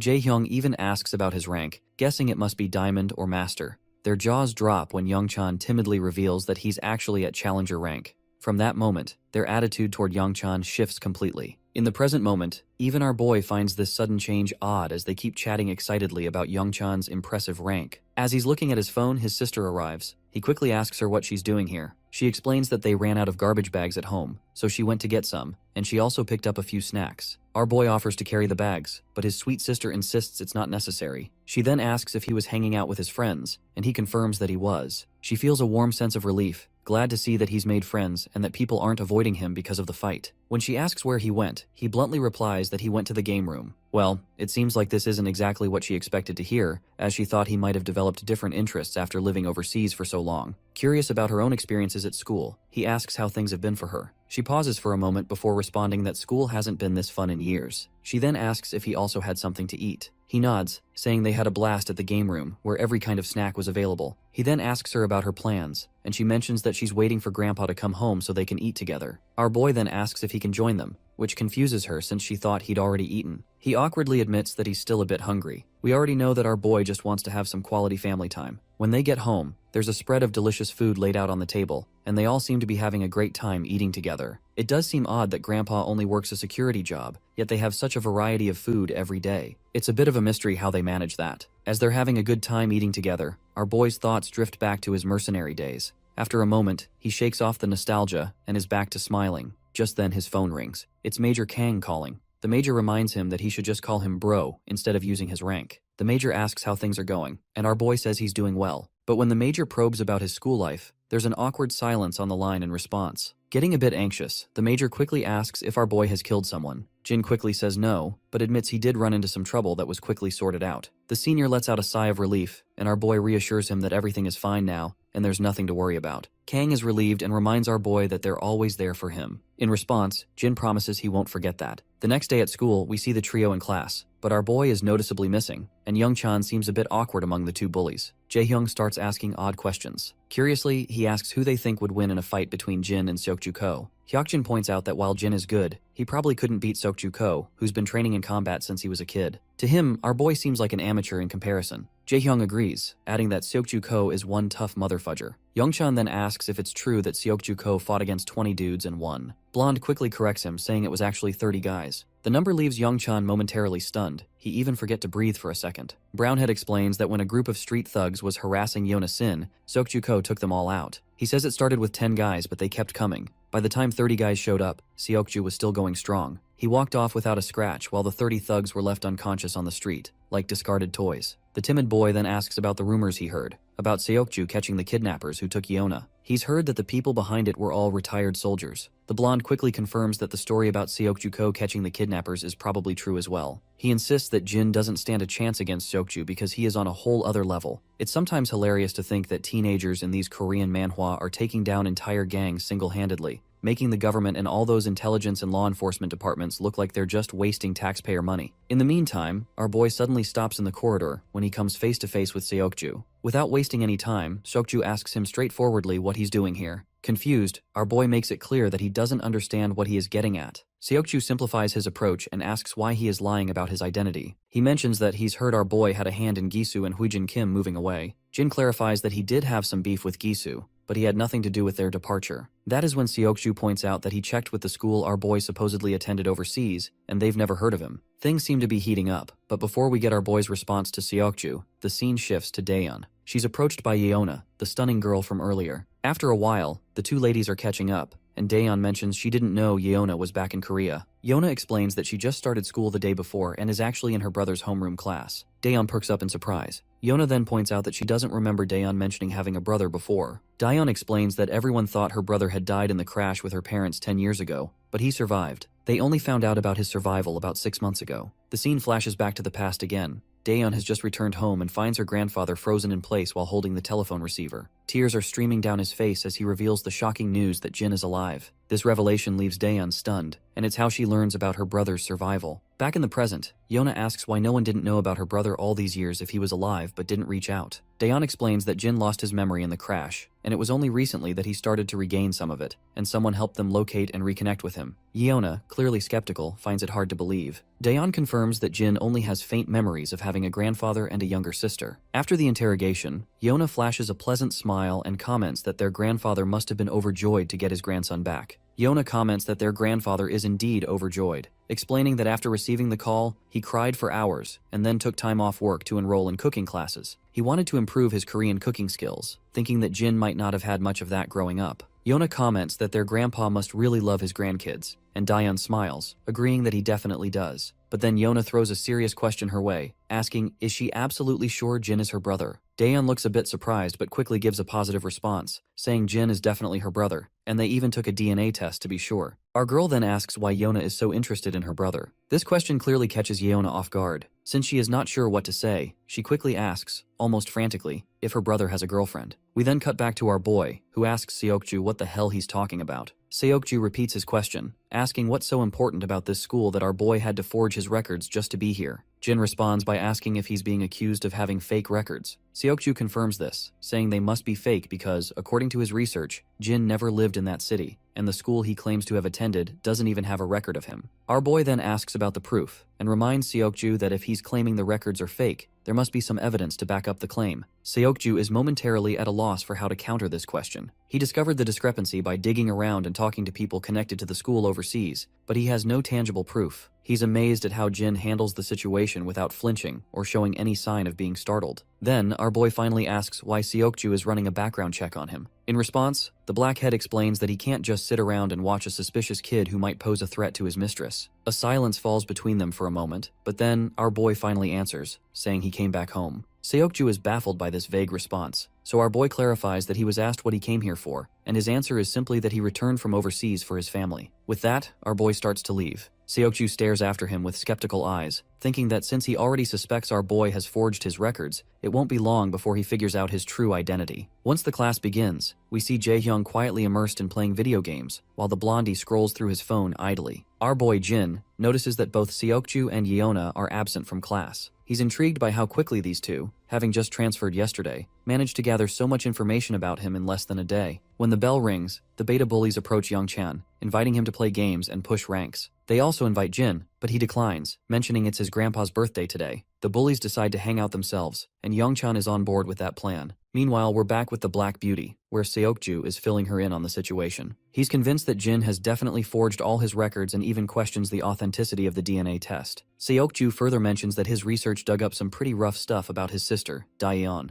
Apparently, she's been getting seriously bullied by Gisu Kim and his sister for the past 2 years. When Yeona asks just how bad it was, Seokju says it's enough to make anyone wonder how she endured the bullying all these years. He explains that the videos of her assault weren't exactly publicized, but he is pretty sure that the assault she faced was just as serious. Yeona's pretty blown away and can't help but think about how messed up kids these days can be. Seokju adds that Jin's already knocked out Gisu Kim and his crew twice, and saved her sister from the bullying. Yeona chuckles to herself, thinking it's kinda sweet that her long-lost brother comes back from the dead and takes out her bullies, while Yeona's own siblings only ever seem to want to get rid of her. Yeona's curiosity gets the best of her as she starts piecing things together. She points out that if Jin had really come to school with the intent to target her, it doesn't make sense that he'd be so upfront about it. A smart person would have stayed under the radar. Seokju agrees, noting that someone with a real plan would have kept a low profile. Yeona's mind starts racing once again, and she asks if Jin might have some kind of ulterior motive related to Daeyeon's family. She brings up the insurance money from the plane crash. Seokju then reveals that the grandpa received it but hasn't used it, making it grow over the years. Furthermore, grandpa returned the share of money which he got for Jin's death, since he was alive. But there's still a substantial amount left, so there is still a possibility that he might be after the money. Yeona connects the dots and highlights that if Jin might actually be after the money, then it could mean Daeyeon is in danger from her own brother. The scene shifts back to the grocery store where our duo can be seen shopping, and as usual, Jin is drawing a lot of attention from the girls around. While they browse for items, Daeyeon takes a deep breath and admits she hesitates to ask, but her curiosity is overwhelming, so she desperately wants to know what his life was like after the crash. Our boy remains quiet for a moment, and the girl starts apologizing frantically, saying he doesn't have to answer if it's uncomfortable, but he just smiles and reassures her that it's okay. He begins his story, explaining that he was deeply traumatized and could barely think straight. He did whatever he could to survive in a place where he didn't even speak the language, staying constantly busy just to get by. The girl falls silent, absorbing this heavy revelation. Then she starts to chuckle and asks if he was too busy to have a girlfriend during that time. He nods, agreeing with a laugh. She then reveals that she was surprised to learn he's in the same homeroom as Yeona,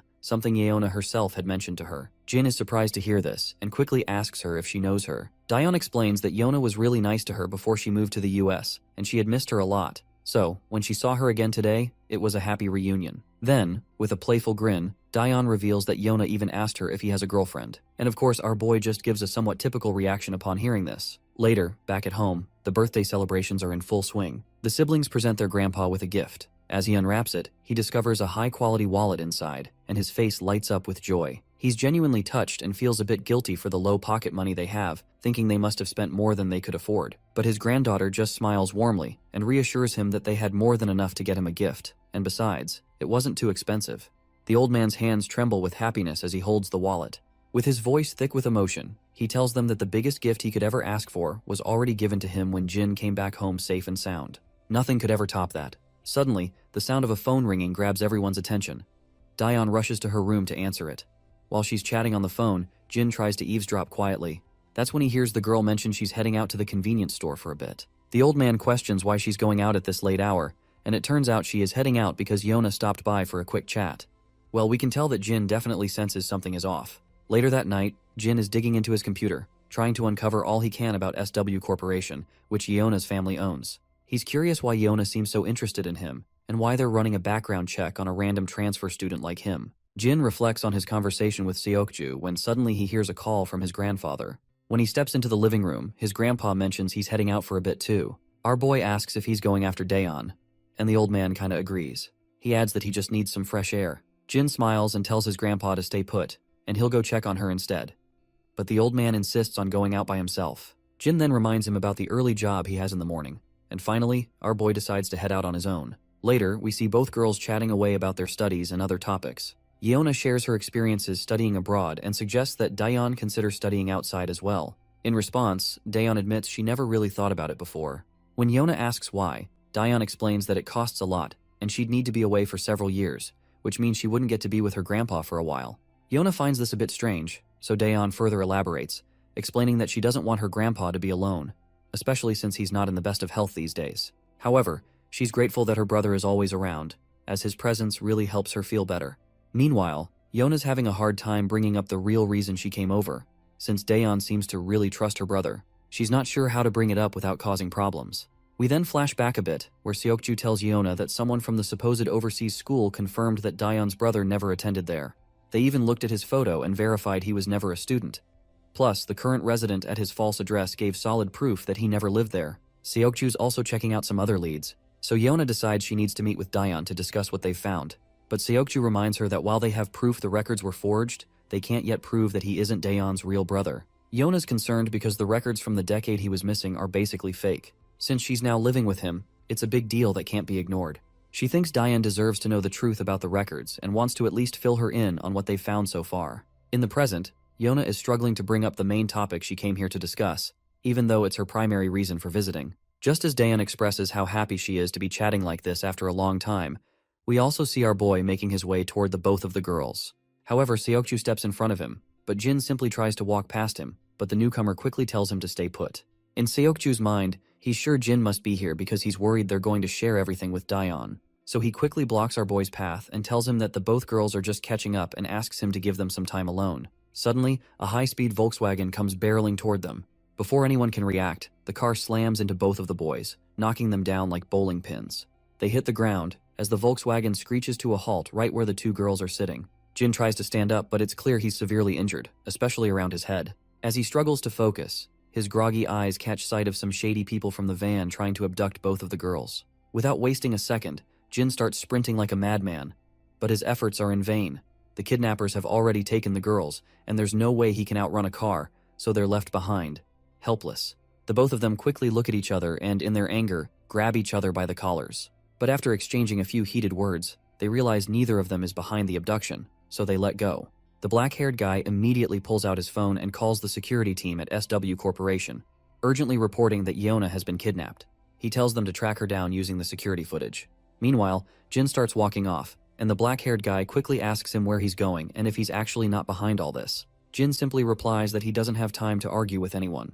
Seokju points out that SW Corporation security is already on it and will find the girls soon. Until then, Jin will need to stick with him so they can confirm his identity.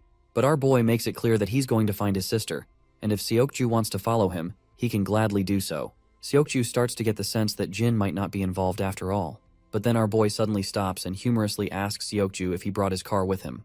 The scene shifts to the bustling heart of the city's entertainment district. Inside one of the pubs, Mr. Cha is sitting back, puffing on a cigarette and enjoying his laid-back time. Just then, his lackey informs him that someone is here to see him. When Mr. Cha turns around, he sees Jin standing there. The scene then shifts to Saw Corporation, where we see a regal-looking lady sitting in her chair. I can tell she's definitely Yeona's sister because she looks just as gorgeous, with her flowing black hair. Suddenly, an assistant bursts into the room. The woman looks a bit annoyed at this sudden intrusion, and wants to know why he didn't bother to ask for permission before barging in. The assistant quickly reports that Yeona has been kidnapped. The news surprises the lady, but surprisingly, she doesn't seem too troubled by it. In fact, she starts to smile faintly and seems to think that the rumors must be true after all. Not entirely sure what she's referring to, but let's roll with it. She then asks if their grandfather is still planning to go after the company. The assistant states that he is not sure, so she leans back, hoping that if he continues to pursue them without backing down, Yuna will eventually die. It's definitely something she's looking forward to. The scene transitions back to the pub, where we pick up the story with our main character meeting with Cha, and Seokju is also tagging along with him. Seokju already seems to know about Cha as he recognizes him from their database, and is curious about how our boy knows this gangster. Cha starts by asking what our boy wants. In response, Jin simply says he needs some intel. Cha lights up another cigarette and scoffs, asking why he would bother to help him. Our boy cuts to the chase, revealing that the granddaughter of Saw Corporation has been kidnapped. Well, that is something Cha definitely was not expecting to hear. However, he quickly brushes it off, saying it's not their problem and that they don't deal with such issues because it would be incredibly risky to mess with Saw Corporation. Our boy asks if Cha has any leads to offer, but the mafia boss makes it clear that there's no reason for him to share anything, especially since he's already in a difficult situation thanks to our boy. That's when our boy reveals that his younger sister was also taken along with Saw's granddaughter. Cha finally realizes he's in a tough spot now, as messing with our boy's sister is like messing with John Wick's dog. Both are equally dangerous. So he then starts explaining, and mentions that some people speaking broken Korean were asking around for untraceable warehouses, as well as for burners, cars, and a few extra hands. The offer was tempting, but he turned them down because dealing with this kind of trouble isn't something you can easily wash off. He adds that he's heard another crew took the job, and all he knows is they're working out of Incheon. That's all the info he's got. It wouldn't be surprising if Seokju had already figured out who's behind this mess. Meanwhile, our boy starts to walk away after giving a final thanks. But then, the mafia boss tosses his phone to our boy and tells him to save his number. Jin cluelessly looks at him, puzzled about why he'd need his number. The mafia boss gets a bit agitated and clarifies that he'll need it to contact him once he digs into the warehouse for more info. With that, our boy starts entering his digits. He also asks if the bike outside the door belongs to him. Cha knows exactly what our boy is planning to do with it, so he feels hesitant to respond. But eventually, my guy takes the heavy bike, and before leaving, he tells Seokju figure his own way out to get there, because he's taking the bike. Seokju questions whether he is going to trust this shady half-baked info and going to chase those kidnappers based on that. Our boy explains that he doesn't have time to waste, because Yeona will probably be safe until the kidnappers get what they want, but there's no telling what they might do with Daeon. Seokju gets the logic behind Jin's reasoning and stays quiet, and he can tell that he is a quick and sharp thinker. Seokju then tells him that he's already passed the info to his security team and will follow him in his car. Jin just gives a cold response, saying Seokju can do whatever he wants. With that, he puts on his helmet, revs up the gas pedal, and speeds off through the streets. The scene then switches back to the girls, where we see Daeon waking up with a headache and, as she becomes aware of her surroundings, Yeona quickly apologizes, saying it's probably her fault that Daeon got dragged into this. Daeon's mind starts to recall the recent event, and she is shocked to remember that they have been kidnapped, and Yeona sadly confirms it, adding that she didn't expect this to happen so soon after returning to Korea. Just then, the kidnappers arrive, and Yeona coldly asks them why they had been abducted. One of the kidnappers snaps at her to shut up and stay quiet, and it'll be over soon enough. Of course, it does not take her long to realize that these filthy people must be planning to use her as leverage against her grandfather. One of the lackeys then asks the boss what they should do with Daeon, who was kidnapped simply because she was with Yeona. Unsurprisingly, the boss decides she is useless to them and orders his lackeys to get rid of her. But Yeona immediately speaks up, insisting she won't let them harm Daeon. The boss asks what she can possibly do, and Yeona threatens that she'll bite her tongue and bleed to death, making it impossible for them to use her as a bargaining chip. The mafia boss finds it hilarious that she's willing to risk her life for someone she barely knows. He further taunts her, urging her to go ahead and try biting her tongue. Well, the mafia boss should have been more careful with his words because Yeona doesn't hesitate and bites her tongue, leaving blood pouring from her mouth. The boss yells in surprise, while the other lackey watches in silence, clearly startled to see her steal like guts. The boss quickly stands up and tells her that her guts have bought her some time. The lackeys ask what the next order is. The boss tells them to get rid of Daeon later and instructs them to stuff her mouth shut so she can't make any noise. The scene then flashes back to our boy and Seokju. It looks like they've arrived at the location Mr. Cha mentioned. Seokju points out that the location seems legit because SW security tracked the minivan footage to this area. As our boy starts to move forward, Seokju tells him to stop and wait for backup, since he sent their coordinates to SW security and they should arrive soon. But our boy reminds him that Daeon doesn't have much time left, so he gotta make it quick. There's no room for argument, so they proceed forward and spot a bunch of goons patrolling the area. Suddenly, our boy leaps over one of the goons, grabs him by the throat, and starts choking him out. The lackey eventually loses consciousness, and our boy quietly drags him into the shadows, adding him to a pile of other goons he's already taken down. Seokju is also helping out, and he's blown away by Jin's ability to take down opponents silently.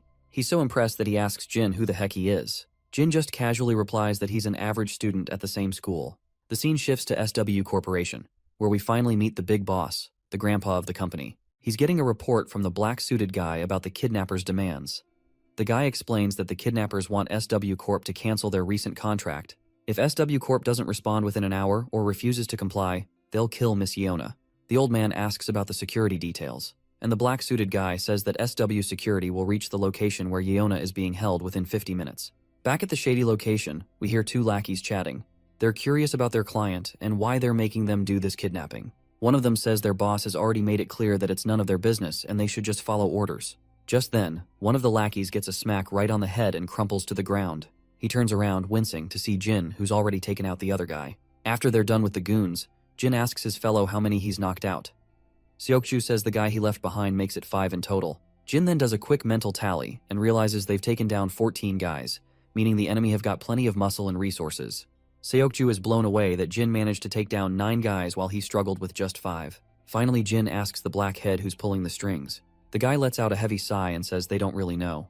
Apparently, these kinds of incidents pop up now and then. This kind of thing also happened when they were in America. He never thought it would happen again so soon after coming back to Korea, and feels like he should have been more on the ball. Jin points out that the real mastermind must be with Yona right now, so he decides to push deeper into the location. Before he moves on, Jin asks Seokju if he'll be okay. Seokju looks puzzled and asks, "Okay? About what?" Jin explains that he was pretty banged up when that van ran over him. The blackhead just shrugs it off, saying our boy should focus on his own injured leg instead. Suddenly, someone starts shouting, asking where all the lookouts went. Another one jokes that maybe everyone went to take a dump. But then another questions why they'd all need to take a dump together. As they walk forward, they finally spot their guys lying unconscious. Before the confused goons can figure out what's happening, Jin delivers a brutal knee smash to one's face. Jin then turns to the thin-mustached goon, grabs his hand, and delivers a savage kick to his leg, followed by a brutal smack to his head. With that, both goons are out cold. Jin decides to split up, but before they part ways, Seokju calls out to him. When our boy turns around, Seokju says that once they're out of this mess, he owes Jin an official apology. Back with the boss, he's hearing the commotion outside and tells his lackeys to check it out. We see our ladies with their faces covered in clothes to keep them from screaming. As Jin walks down, he runs into the lackeys. The guy in the mask points out that he has seen Seokju in pictures, so he can confirm that this brat definitely is not him. He then questions our boy how he came inside. Jin stays silent in response, and he quickly figures out these are the guys behind the kidnapping. Meanwhile, the masked guy orders his lackeys to just get rid of this brat. Just before we see Jin take out the goons, the scene cuts to Seokju, who's hiding in the storeroom, looking around cautiously. There, he finds both ladies tied up, and thankfully, no one else is around, so he figures they must all be out looking for Jin. He sneaks over to the girls, quickly pulls the mask off Yona's face, and she asks if the security team has arrived. Seokju tells her they're on their way. Yona is shocked to hear this and asks how he found them out here. That's when the mafia boss chimes in, and he is thoroughly pleased to hear that the security team won't be arriving anytime soon. The boss then says he must be Seokju from SW Corporation, and he's heard a lot about him. He adds that this brat has been quite the pain, always lurking around Yona and ruining their plans. The mafia boss makes it clear he has no clue how Seokju found their hideout, but he's certain it wasn't smart to come here alone without backup. One of the lackeys suddenly lunges at Seokju, but my guy sidesteps the attack and throws a punch of his own. However, this lackey isn't a pushover. He dodges the punch and quickly retaliates. Seokju realizes this guy is tougher than the goons they took down outside, and he's having a hard time keeping up. But then, Seokju lands a brutal whack and follows up with a devastating punch to the lackey's gut, leaving him doubled over in pain. To finish things off, Seokju delivers a powerful leg swing, and the lackey finally looks like he's down for the count. Just when we think it's over, the thug tries to swing back in retaliation, but Seokju meets him with a devastating knee smash to the back, and the guy quickly starts to crumble. The scar-faced boss notes that he knew Seokju had been trained from a young age, but he didn't realize he was this impressive. Even the two girls are shocked by what they're witnessing. But the mafia boss isn't here for a duel of pride. With those words, the lackey pulls out a blade and starts slashing at Seokju, landing several brutal cuts across his body. The boss grins under his mask, saying he didn't expect this brat to fight empty-handed, which makes dealing with him a lot easier. The lackey charges at Seokju again with the dagger and begins swinging left and right like a madman. Seokju does his best to dodge, but he's still taking deep, painful cuts that leave him struggling to move. The boss pulls out his own dagger and starts juggling it in the air, clearly enjoying himself as he eyes the girls. As soon as Seokju sees this, he immediately knows Daeon is in serious trouble. The poor girl is already terrified, just imagining what's about to happen. Before Seokju can react, the bastard throws his dagger straight at her, aiming to end her life. But at the last second, Yona leaps in front of Daeon, and just as the dagger is about to hit, Seokju jumps in front of both girls, taking the blade straight into his back. The mafia boss scoffs at Seokju, mocking him as a pitiful bastard who's only good for the empty praises people give him. He then orders his lackeys to leave Yona alone and kill the other two. The lackeys quickly agree, and begin to walk forward to carry out the order. Suddenly, everyone hears the door creak open, and all eyes turn to see Jin making a badass entrance after taking down the goons and leaving them sprawled on the ground. Back at the club, Gangster Cha is there with his lackeys. They fill him in with the latest info, reporting that the Goshung cartel is behind the abduction. Cha is stunned by the ridiculous mistake the Goshung cartel made by getting involved with both Jin and SW Corporation. It was bound to backfire, considering how the cartel never digs into their clients before taking a job. One of the lackeys then asks Cha why he helped Jin. He further points out that Jin is the one who put them in a tight spot, and he's the one who exposed all the dirt on the Kim family they'd been keeping under wraps for years. Cha lets out a big sigh, saying he had no choice. He points out that he's just an old man who couldn't possibly take on a kid like Jin, and they can't just take revenge on him, especially since it was the Kim family who messed with him first. The lackeys then remarks that they don't have to help Jin either. Cha falls silent for a moment, then chuckles to himself, and further states that he had no choice but to help him since his sister was kidnapped. Back at the hideout, Jin makes his grand entrance. The lackey leader asks who this guy is, while Yona is stunned to see him. Diane is also shocked to see her brother, and when she mentions this out loud, the mafia boss overhears and realizes Jin is her brother. The boss bursts into laughter, nearly losing his breath. He finds it hilarious that he kidnapped a girl, and now her adorable brother is here trying to save her. He finds the whole situation quite amusing. Meanwhile, Jin turns to his sister and asks if she's okay. Daeon starts to cry, her tears streaming down as she begs her brother to just get out of here. Meanwhile, Yona is heartbroken seeing these two siblings dragged into this mess because of her. She shouts at the lackey leader and offers to cooperate and tells them to let everyone else go in exchange for her cooperation. The mafia boss snaps back, asking why he should do her any favors. Yona falls silent, realizing she doesn't have much leverage. Seokju, battered and bruised on the ground, watches Jin with a mix of admiration and amazement. Despite the tense situation they are in, Jin doesn't seem to flinch. Finally, the lackey leader orders his goons to take Jin down. He says they've already given him enough time and it's time to finish this. The lackey steps forward, dagger in hand, ready to take down Jin. But before he can make a move, Jin quickly deflects the attack, grabs the lackey's wrist, and drives the dagger into the lackey's own chest. The mafia boss is utterly stunned by this turn of events, and Seokju watches in shock as well. Daeon is also blown away by the sight of her brother's skill, and her brother quickly tells her to close her eyes. The girls quickly comply, shutting their eyes tightly. Jin then slashes the lackey, leaving deep, bloody gashes across his body. Blood splatters everywhere as the lackey collapses to the ground, covered in his own blood. Yona is still trying to process what just happened, because it's all too overwhelming for her. Meanwhile, Seokju is left in absolute awe, realizing Jin isn't just swinging his knife around aimlessly. Instead, he has expertly severed the lackey's muscles and ligaments to neutralize him. The mafia boss is also quite amazed to see this, and comments that he doesn't seem like a brother at all, but more like a bodyguard. Jin keeps advancing toward him, and the boss retracts his previous statement quickly. He admits that Jin must be more than just a bodyguard because no ordinary kid could wield a knife like that and maintain such a cold gaze. He then brushes it off, saying it doesn't really matter because he's still planning to kill Jin anyway. He swings his dagger at him, but my guy quickly ducks down with a godspeed, and the boss keeps on swinging his dagger left and right. As the mafia boss lunges at Jin with his dagger, Jin easily blocks the attack with one hand and swings his own dagger at the boss. The boss, quick on his feet, steps back just in time to avoid the brutal hit. The two engage in a deadly dance of blades, each strike more vicious than the last. But this time, Jin's blade finds its mark, slicing through the boss's hand, leaving it temporarily useless. The mafia boss, now in pain and disbelief, demands to know who Jin really is. But my guy remains silent, his expression unreadable as he prepares for the next round. Without hesitation, the mafia boss charges at Jin again. This time, Jin effortlessly grabs his wrist, and with a quick motion, slashes through the boss's other hand. After delivering a few brutal cuts, Jin follows up with a crushing punch to the lackey's face, leaving him staggering backward with a bloodied nose.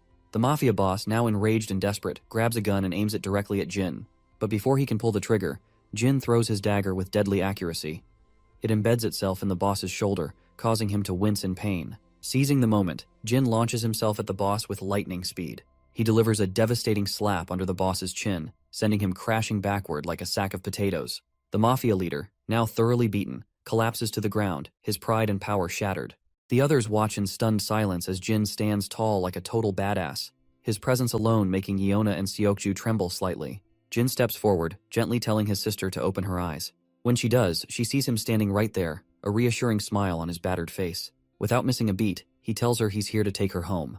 Yona is momentarily shocked by his injured appearance and places her hand over his wounds, asking if he's okay. Jin, with a warm smile, reassures her that he's fine, despite the injuries. His calm behavior and comforting words make her emotions overflow, and she starts to cry uncontrollably. Jin does his best to comfort her, his own heart aching to see her so upset. Yona is deeply moved by the compassion Jin shows for his sister, observing them with admiration. The next day, we are at SW Seoul Medical Center. Jin sits quietly in the corridor, his handsome face drawing the attention of passing nurses. His phone buzzes with a message from Jae-hyung, who's curious why Jin isn't at school. Jin replies that he's got an errand, and as he checks his messages, he sees his friends excitedly discussing their hangout and teasing him for missing out. Jin smiles as he reads his friends' messages, feeling a warm connection despite missing out. He leans back in his seat, letting his gaze drift around the corridor. His eyes fall on the room across from him, marked with a sign that reads, Psychiatry Department. The scene transitions to later that night. After Jin's intense battle with those Goonies, the police and authorities arrive at the scene. They round up all the criminals present, and doctors begin tending to Jin's sister. Yona approaches Jin and tells him that he should take his sister to the hospital, and promises to take care of the bill. Jin looks puzzled and asks why, given that his sister seems to be unharmed. Yona explains that even though Daeyeon doesn't appear injured at the moment, she may have sustained unseen injuries. The trauma of the situation is significant, and she emphasizes that it's crucial to ensure Daeyeon gets thorough medical attention. She also mentions that she recently discovered Gisu and Huijin Kim had been harassing Daeyeon, and while she's relieved they've been penalized, the resolution for the victims is still incomplete. She further explains that speaking with a counselor could be beneficial for Daeyeon after the traumatic experience. This is why we are waiting outside a psychiatrist's office rather than an emergency ward. As Daeyeon exits the room, she approaches Jin and asks if he's been waiting long. Jin reassures her that he just came here a few minutes ago. He then inquires about what the doctor said. In response, she explains that there's nothing serious to worry about. She will need to attend sessions once a week for a while, but overall, she's fine. Jin also shares that his own injuries are minor, just a few light bruises. The girl also let out a sigh of relief. She is relieved that he's okay. Jin's mind drifts back to how she was so emotional after being bullied, a tough reminder of everything she went through. She calls out to him, and he flashes her a smile, asking what's up. She just smiles back and says she forgot for a moment what she was going to ask. But inside her head, we can tell she's hesitant to bring up her question. The scene shifts back to earlier when the doctor was checking on her well-being. In the background, she overhears soldiers talking, completely amazed that a kid took down most of the kidnappers on his own. It just doesn't make sense to them. At that moment, Daeyeon is just as stunned by what the soldiers are saying. She's curious about how Jin can fight so well and what his life was like before coming back to Korea, but she can't make herself ask her any of these questions. As they walk down the corridor, they run into Yeona. The moment Daeyeon spots her, she lights up with happiness. Upon seeing each other, Yeona quickly asks her about how the therapy went. Daeyeon says it went well and mentions she heard Yeona covered the bill for her treatment, so she tells her she really didn't have to do that.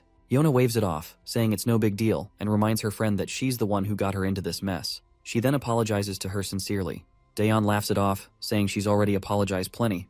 Besides, Yeona herself was a victim too. That's when Jin notices a massive bodyguard standing behind Yeona with a seriously intimidating look on his face. Despite the intense stare he is giving our boy, Jin remains totally unfazed. Yeona then turns to Jin and asks if he's had his checkup. Our boy quickly says yes, and Daeyeon chimes in, saying she had to drag him there. He only agreed to go after she threatened not to go to the hospital herself if he didn't. Daeyeon then asks about Seokju, and Yeona confirms he's in the same hospital. Daeyeon appears really eager to see him, and decides they should stop by before leaving. Even though she is excited about the visit, we can tell Jin's feelings are less clear. Still, they end up visiting Seokju, and Daeyeon makes sure to thank him for saving her from the blade. Seokju is a bit startled by her sudden gratitude and stutters, saying it's no big deal.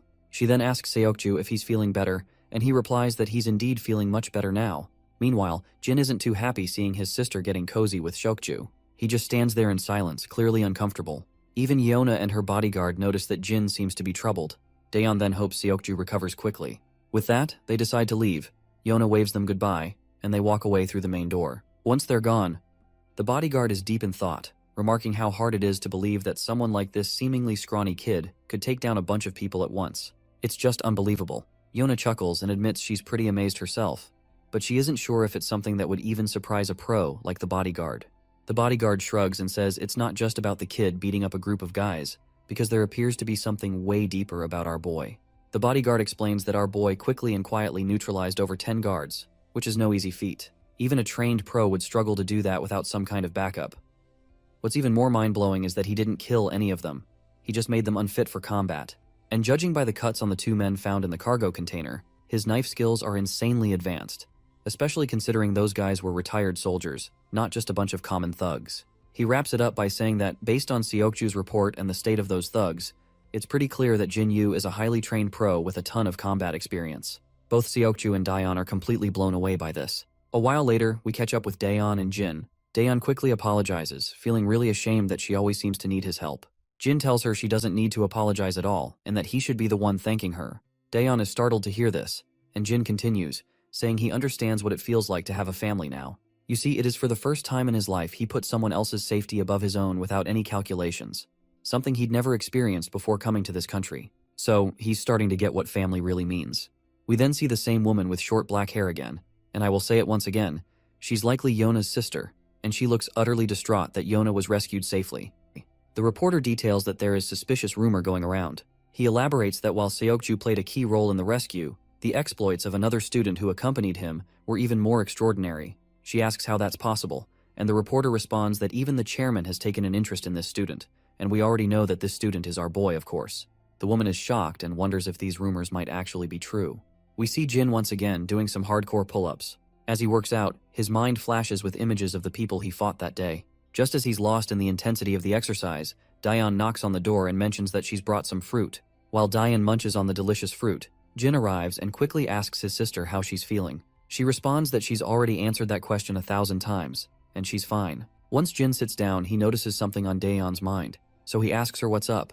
That is when she assures him that she does not hate him just because she saw him fighting and beating those guys brutally. She claims that it doesn't change how she views him. After all, he did all this just to save her, and she won't ask him about his past either.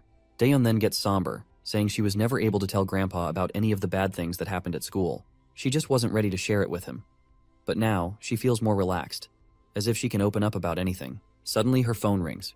It's Yona on the call, so she grabs the phone and heads to her room while still on the call. A while later, we see Yona sitting in front of Jin, who quickly tells him to take a seat as well. Jin sits down and asks why she wanted to see him.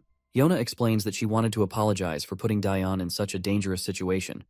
Even though she's already apologized before, she wanted to say it to him personally. She explains that Seokju will also come to apologize in person once he's better. She also wants to thank Jin for saving her as well. Jin makes it clear that he only went to rescue Daeon, not Yona. She shrugs, saying that it doesn't change the fact that she was saved thanks to his intervention. Once she's finished, Jin asks if there's anything else she wanted to say. Yona admits that she also wanted to let him know that they will stop investigating his background, so she is hoping that he is not too mad that they tried to dig into his past. She then lets out a sigh and explains that she couldn't ignore the fact that all of his documents were forged. After a recent kidnapping attempt in America, it raised some red flags for her. She's been in many tough situations since she was little because of who she is. She says that although they never figured out the truth behind his fake records, she won't be investigating it further. Jin starts to leave, saying if there's nothing else, he'll be on his way. Yona looks startled and asks if he could spare a couple of hours because her grandpa wants to meet him and thank him in person. While Jin is heading back, he replies that there's no need for that since he wasn't there to rescue her in the first place. Yona falls silent, and Jin heads home, walking down the dimly lit, gloomy alleys late at night. As he walks, we see a familiar person over that street. As the scene zooms in, we see that this is one of Mr. Cha's lackey, who has been brutally shot in the gut, and it does not take long for our boy to recognize who this man is. The man is barely holding on to his life, but makes sure to start berating Jin, blaming him for putting his gang in danger. He explains that they were already struggling after Jin exposed the Kim family. Then, their boss also helped our boy by tipping off the location of the Goseong cartel, which stirred up trouble between the Goseong cartel and their gang. Mr. Cha's turf is now under attack. His friends and lackeys have already been killed, and the Goseong cartel leader made sure to personally visit Dushik Cha. When Goseong finally faces off with Cha, he throws a verbal jab, asking why he doesn't just give up before making a fool of himself in front of his men. Cha responds with a jab of his own, pointing out that he's already sent most of the crew on a weekend off. Yet Goseong brought his entire platoon of lackeys. Then another guy in a coat chimes in and tells Cha that he really shouldn't have stirred up trouble by messing with the Kim family. And when it was not enough, he tipped off Goseong and his men recently. Our gangster throws another brutal jab, and this time, Goseong himself loses his cool, and he is going absolutely bonkers to what just Cha said. He furiously orders all his lackeys to charge at Cha, and the gang rushes at Cha like a pack of wild dogs, ready for a fight. But our beloved gangster isn't just any weakling. He deftly ducks, letting a punch zoom past over his face, and retaliates with a devastating blow that leaves his attacker reeling. Another lackey tries to swing at him, but ends up taking a brutal hit right under the chin, crashing to the ground in a pool of blood. Goseong grits his teeth in frustration while Cha continues to drop lackeys as if they're mere flies. Suddenly, Cha takes a brutal jab with a stick from behind. He groans in pain but quickly recovers, throwing a punch in return that sends his assailant crashing down for the count. Even though Cha manages to take out a bunch of guys, the sheer number of lackeys is overwhelming. It's clear that despite his skill, he won't be able to take them all down like this. Our beloved gangster takes his stance, knowing he's up against copious amounts of people, and is furious that Goseong brought so many guys when he knew Cha does not have most of the men in the club. He can't help but smirk when he thinks about our boy, and wonders if he has saved his little sister by now. With the speak of the devil, Jin arrives outside the club. The lackeys standing guard tell him to get lost, but Jin isn't about to take orders. He delivers a brutal kick to one of them, sending him crashing to the ground and leaving the other two speechless at Jin's audacity. He then dismounts from his bike, and the 2 remaining lackeys try to take a swing at him. But Jin effortlessly grabs one's hand and delivers a devastating smash to his face, leaving blood splattering everywhere. The remaining lackey tenses up at the sight and ends up taking a heavy kick to his gut. With both goons taken care of, he moves further into the club, only to find a brutal scene of dead bodies. As he advances, a group of arrogant thugs orders him to leave. But our boy remains unfazed and keeps walking toward them. One of the thugs steps up, yammering some nonsense, but my guy quickly silences him with a single blow, sending him crashing to the ground and leaving the others utterly terrified. Despite their fear, the thugs recklessly charge at him, and our boy begins to deliver blows, taking them down one after another. The scene switches back to Gangster Cha, who is now exhausted after knocking out a bunch of thugs. Goshong is absolutely livid, unable to believe that Cha is holding his own for so long by himself. On the other hand, Goseong's assistant feels a sense of relief that they only attacked Cha while he was alone. Otherwise, it would have been a massacre. More lackeys charge at our gangster, but he quickly takes out the one in front of him. Before he can fully move around, he receives a devastating punch to the face. Cha responds in kind, delivering a powerful punch back with equal force. At this point, Cha is barely hanging on. Even Goshong reluctantly admits that he is a tough nut to crack and deserves praise for his efforts. However, he makes it clear that Cha looks like he's at the end of his rope and should just give up now. They'll make it worth his while. Cha spits out a mouthful of blood and asks why he should do that. Wiping the blood off his face, he decides he's going to finish what he started, no matter what. We can tell that the big cheese is not impressed by Cha's gutsy display, and the swarm of lackeys surrounding the place are visibly shaking to hear his bold statement. Suddenly, there's a commotion at the entrance, with the lackeys screaming their heads off. Goshong, bewildered, asks what the hell is going on and why his men are screeching like dogs. They turn around, initially seeing nothing, but then they hear footsteps. Out steps Jin, and the entire crowd of lackeys is stunned to see a kid in their midst. Cha is equally shocked to see him, and quickly asks what the hell he is doing there. To which Jin casually responds that he's just there to return the motorcycle he borrowed. Well, Cha was literally not expecting to hear this kind of crap while they are surrounded by death itself. Meanwhile, Goshong's assistant sneers once he realizes that Cha knows this kid, so he promptly orders his lackeys to take Jin down as well. The lackey proudly complies, and begins to walk toward our boy as if he is about to scold the toddler. Cha then tells them that it would be better if they just leave him alone. But the assistant insists they can't just let Jin go since he's seen everything. Cha snaps back once again, saying they should pray to God that Jin feels generous enough to let them go, not the other way around. The assistant has no clue what this stupid head is yammering about, but he soon gets a wake-up call when Jin takes down one of his guys with a single punch. Our boy then follows up with a kick that cracks another lackey's leg and a headbutt to another, sending him sprawling. One of the thugs tries to swing a bat at Jin from behind, but Jin quickly grabs his hand and delivers a brutal smash to his face, leaving him bloodied. The bat clatters to the ground. Goshong is completely blown away by Jin's display, and Cha just smirks, saying it's their fault for not listening earlier. He adds that even though Cha himself is tough, he wouldn't stand a chance against this kid. The big cheese simply commands his lackeys to take Jin down, and they quickly charge at him. But as usual, Jin effortlessly takes them down, making them look like amateurs in the process. Growing impatient, the big cheese shouts at his lackeys to stop letting a little punk beat them. But just as he's about to make another command, he suddenly falls silent when he sees Cha charging at him. At this point, Goshong is pretty sure things are about to get even messier for him. Shortly after, the big cheese and his lackeys are all on the ground, looking like they've kissed the dirt, while Cha slumps back, utterly exhausted. Jin strides over to him, and when Cha looks up, he sees the wreckage of the fight. People scattered around like discarded wrappers, with Jin standing triumphantly. Jin starts heading out, casually saying that Cha has now paid his dues. Cha is shocked and still trying to wrap his head around how this kid is so fixated on the same bullcrap after all this. He then asks if Jin saved his sister. Jin calmly replies that he did, and it's all thanks to Cha. The next scene shifts to a hospital room where one of Cha's lackeys suddenly jolts awake. As he looks around, he spots Cha on the other side of the room, all patched up, but clearly still in rough shape. The lackey is stunned to see his boss there, and Cha quickly tells him to stop calling him boss while they're in the hospital. Confused, the junior asks how his boss ended up here. Cha casually mentions he got roughed up and just took a cab to get treated. The lackey then inquires about Goseong and the rest of the lackeys. Cha, with a nonchalant shrug, says he took care of them all. The junior simply can't believe it and calls this BS, prompting the senior to get a bit annoyed and asks why his junior thinks he'd lie. The lackey suggests it's probably because he is too embarrassed to admit he got beaten by Goseong. Cha then asks if he happened to have met Jin yesterday. The junior perks up and confirms that he did indeed meet him. He further explains that he got ambushed by the enemy team while he was heading out of the club, and after getting brutally wounded, he found our boy and yelled at him. He charged at Jin out of anger, but after receiving the first hit, he fainted and doesn't remember anything else. The boss explains that Jin probably knocked him out to get him to the hospital. Cha then continues, saying that inside the club, He was overwhelmed by the sheer number of enemies. That's when Jin showed up, took them all out in seconds, and then told him he'd paid his dues before simply walking out. The lackey finds this absolutely admirable and thinks it's really badass, to say the least. The senior agrees, acknowledging that Jin is indeed quite impressive. The lackey then asks his boss if he has any clue who this kid really is. The senior points out that Jin claims to be just an average teenager, so he figures they'll have to take his word for it.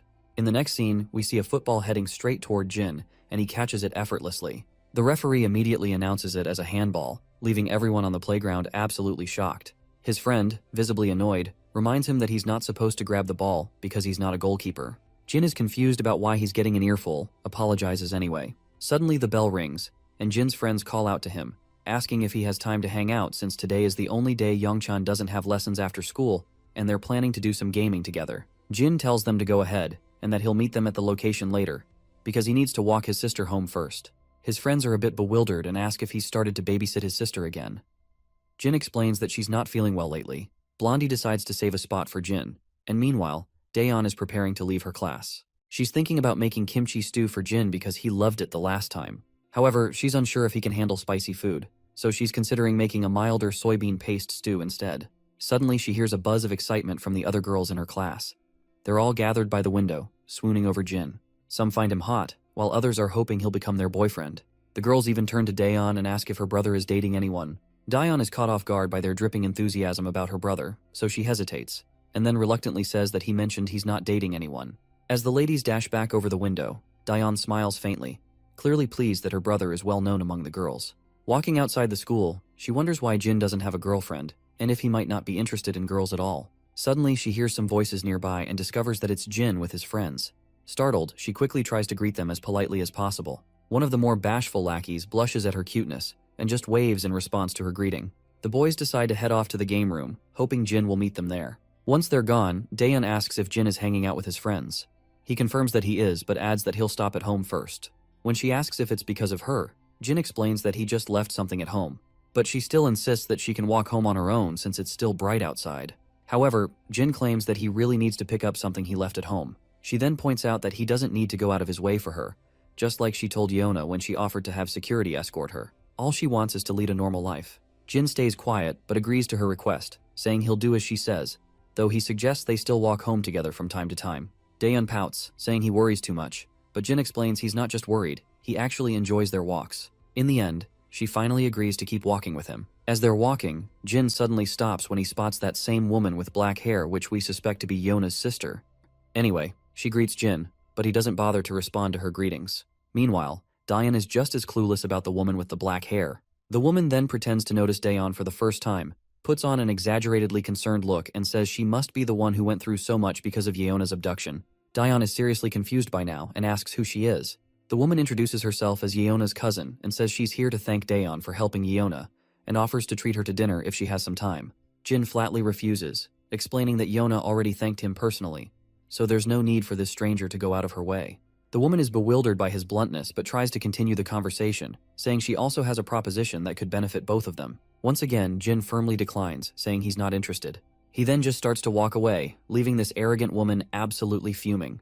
But before he's completely out of sight, Daeon makes sure to bow her head and give her one last polite nod. Meanwhile, the lady is seething with rage, and her guard asks if he should bring him back forcefully, but the lady says no. It seems her ego's been bruised more than we thought, and she's practically boiling over with anger. Next up, we're in the gaming room where everyone's glued to their TV screens. While they're all deeply immersed in their game, Youngchan decides it's time to take a dump. As he's heading down the hall, he accidentally bumps into a cocky punk. This guy immediately starts threatening Youngchan, barking at him to watch where he's going. Youngchan, poor guy, is practically shaking and stumbles out an apology. But Mr. Cocky isn't done. He's about to slap Youngchan across the face. Just in the nick of time, Jae-hyung bursts onto the scene and saves his friend from getting slapped. Jae-hyung strides over cockily, telling the cocky punk to get over it, because there's no need to make a scene over a little shoulder bump. He quickly spits out the lollipop he was sucking and locks eyes with the punk, and tells him to not take them for a bunch of goddamn scaredy cats. The punk's nerves are clearly rattled by Jae-hyung's deadly glare, and my guy continues to stare him down and demands this crazy punk why the hell he is staring. Once the punk is thoroughly intimidated, he finally walks off with whatever pride he has left. Jae-hyung lets out a puff of air through his nostrils, looking pretty pleased with himself. On the other hand, Youngchan still appears to be in shock, watching his friend and reflecting on the turn of events. It's a bit of a shock to him, considering Jaehyung used to be the one bullying him, and now he's the one coming to his rescue. Orange Head tells them they'd better hurry, or Hyukjin will start giving them grief for being late. So, they head toward the toilet, while Youngchan still can't believe his eyes that this dude saved him. When they finally return, Hyukjin asks why taking a dump took so long. Orange Head explains there was some idiot trying to mess with Youngchan. Hyukjin's interest peaks and he quickly asks who it was. Orange Head says the guy was wearing a Gosok Tech uniform. Blondie then turns to Youngchan, checking if he's okay. The timid fella simply replies that he's fine, because nothing had happened since Jaehyung interrupted just in time. Orange Head decides it's time to just dive into the game. But then, a bunch of rowdy people burst into the gaming room. It's the same guy Jaehyung bumped into earlier, and he's brought his lackeys to get revenge for the humiliation. Hyukjin is completely absorbed in his game, and doesn't notice the people standing over his left shoulder. When he finally looks up, he sees a bunch of goons towering over him, and the leader of the gang quickly tells him to step outside. Both Hyukjin and Jaehyung realize that shit is about to get real, and Youngchan is shaking, terrified just thinking about what's coming next. Once they head outside, Youngchan is trembling with fear, feeling utterly terrified because they've gotten into this mess because of him. The cocky guy from before starts bragging about how Orange Head was all talk and no action, claiming it'll be easy to take down him and his other friend. But our Orange Head doesn't back down. He mocks the cocky guy, pointing out how he was scared and walked off quietly earlier, only to come back with his lackeys. The cocky guy doesn't appreciate the jab and gets furious. He tries to land a punch on Orange Head, but Jaehyung quickly ducks and delivers a brutal punch to the cocky guy's face, showing him who's boss. The cocky leader staggers backward, and Youngchan, on the other hand, is practically panicking, convinced it's all his fault they're caught up in this mess. That's when Jaehyung speaks up, telling his terrified friend that he doesn't need to feel guilty about anything, because these bastards are the ones who should be sorry. Those words absolutely melt Youngchan's heart, because seeing his friend looking so badass while saying that is almost overwhelming. But then, Hyukjin chimes in, pointing out that it's the exact same line Jin used a while back, and even the way Jaehyung said it had the same energy. He jokes that he basically copied Jin, and now he feels like he needs to bleach his eyes after seeing his copycat friend in action. Orange Head starts blushing, feeling totally embarrassed, and admits that Jin looked so cool when he said those words that they stuck in his head, and he couldn't help but repeat them.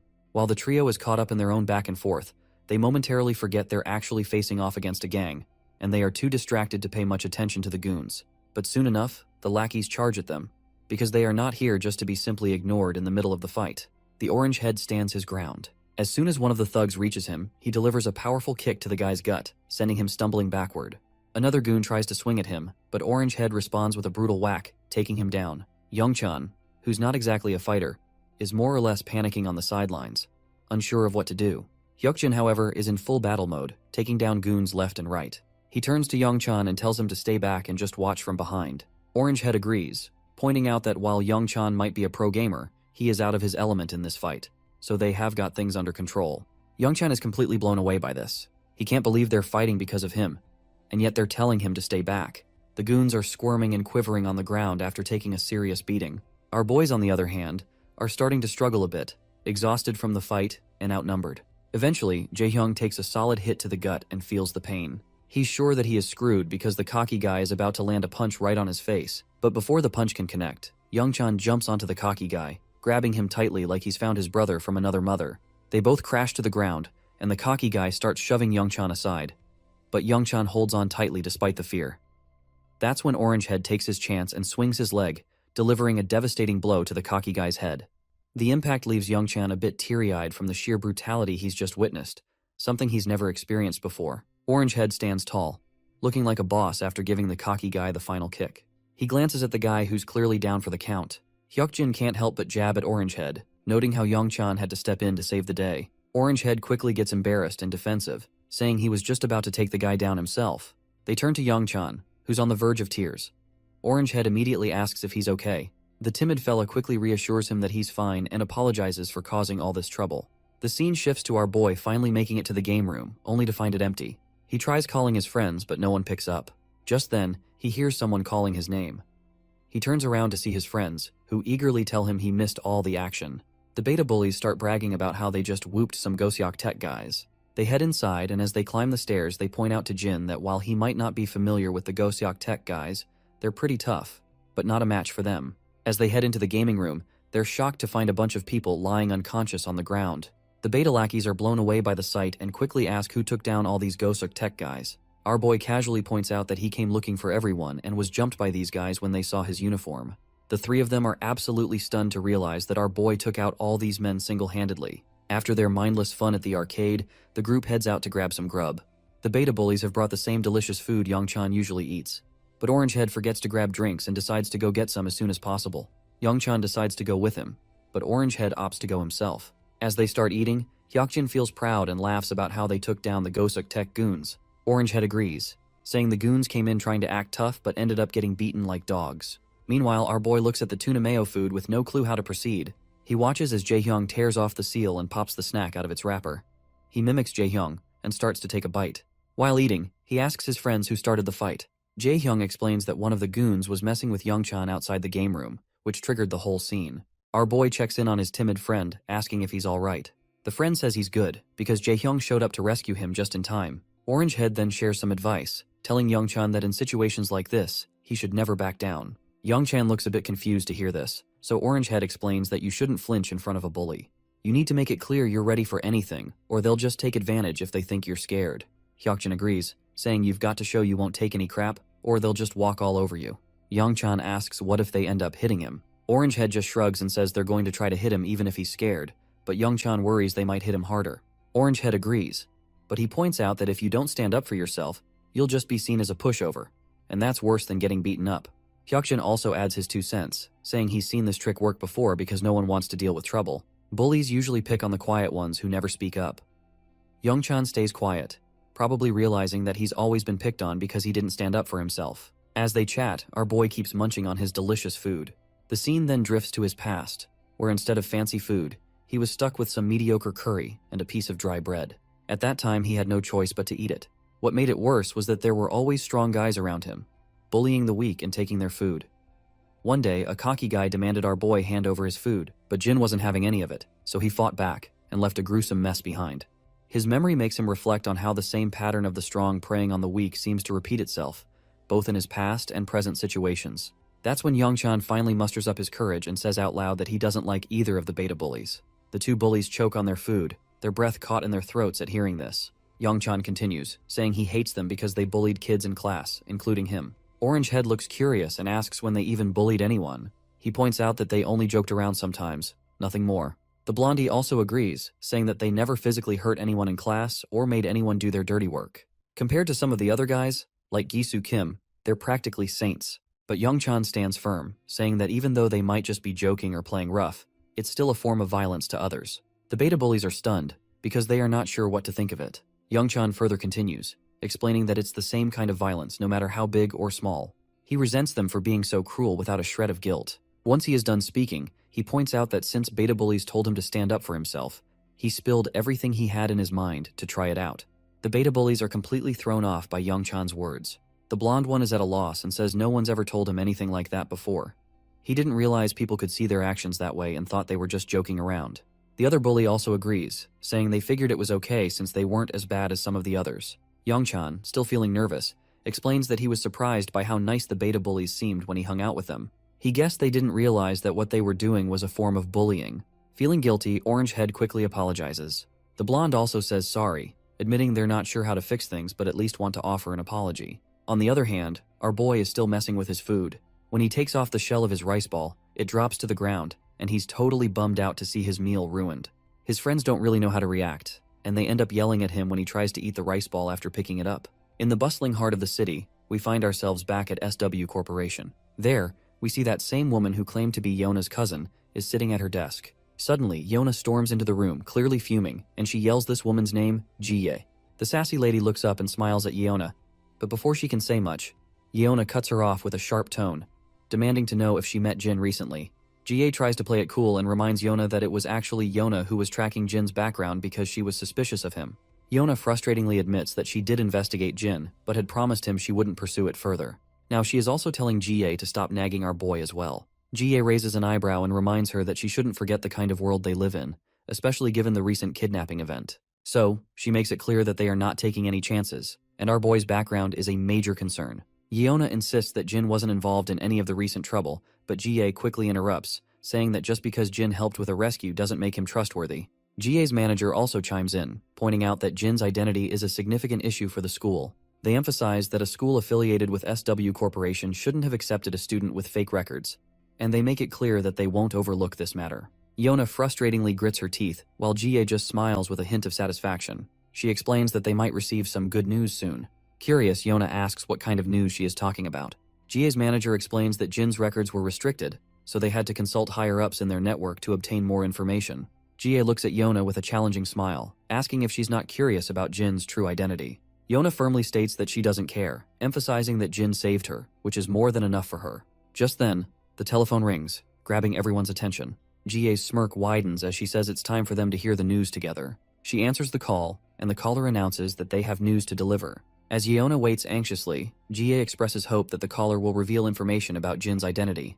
The caller responds that the higher-ups have decided that SW Corporation should refrain from any further inquiries into Jin's background.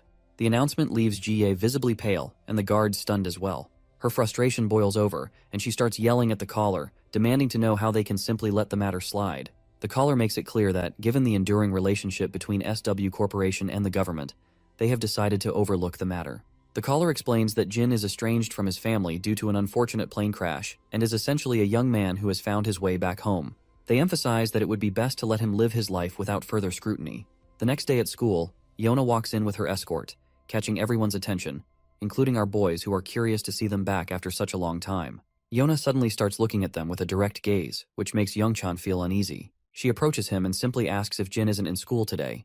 Youngchan, looking around for Jin, explains that he was just here, but Jaehyung explains that he just got called to the office a few minutes ago. As Yona and her escort, Seokju, settle into their seats, her escort reveals that the chairman is at the school right now. Yona is surprised to hear that her grandfather is at the school, and wonders why he didn't inform her of his visit, and if Jin might have gone to meet him in the office. In the office, we finally meet the old man we've been hearing so much about. He's thrilled to finally meet our boy in person, especially since our boy had previously turned down a meeting, so he came by himself to thank him for saving Yona. Our boy responds that there's no need for thanks.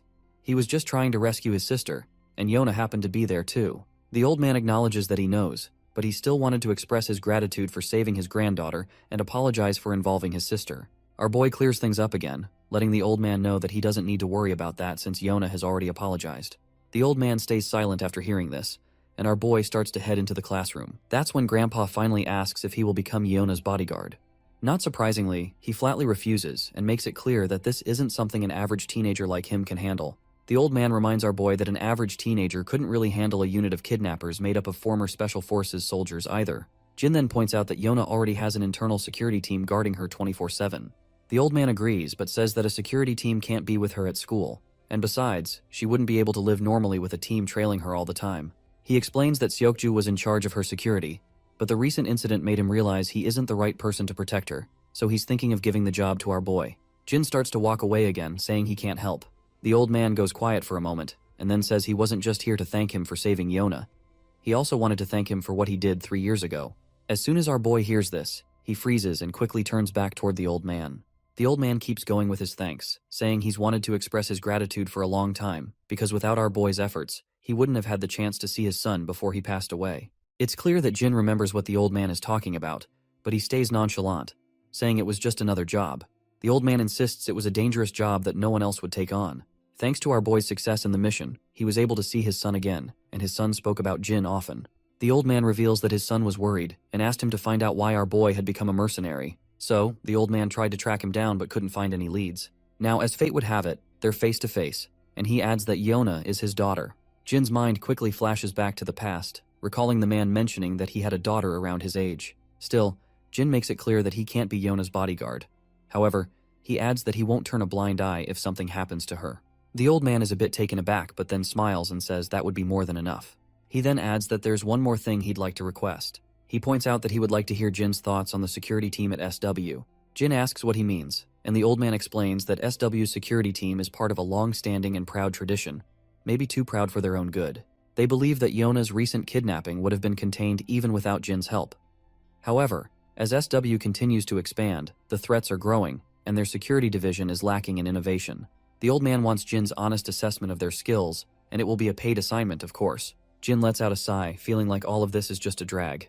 He then finally heads back into his classroom. As soon as he enters, Yona greets him, but he clearly ignores her and walks to his seat as the teacher starts the class for the day. Jin sits quietly in his chair, thinking about the old man's words. He realizes that Yona's father must have died since the old man mentioned he'd seen his son before he passed away. The scene then cuts back to the past. We see Jin as a mercenary, with all the site workers gathered around eating. Jin is munching on some kind of food bar when a voice calls out to him, asking how a kid like him ended up working as a mercenary. It's clear this man is Yona's father, and after he sees our boy's face, he comments that he didn't realize Jin was so young. Jin quickly covers his face and starts to walk away, but the man offers him his platter full of delicious and appetizing food. He tells Jin to throw away his trash and eat this instead, saying that what he eats really matters at his age. Meanwhile, the other mercenaries chat about how their new client seems really wealthy and explain how they're building roads, a school, and a clinic in the town they're all stationed in. As they chat, Jin listens quietly. While he's on guard duty, the man walks up to him again, offering him a chocolate bar. Jin just looks away. Later that night, the man offers him food once more, but Jin turns away again. On a particularly rainy day, the man brings an umbrella and coat, but Jin refuses them as well. One day, as Jin is packing up his stuff to leave, the same man approaches him again. He says he'll miss having Jin around and invites him to stop by if he can, since they'll be there for at least another month.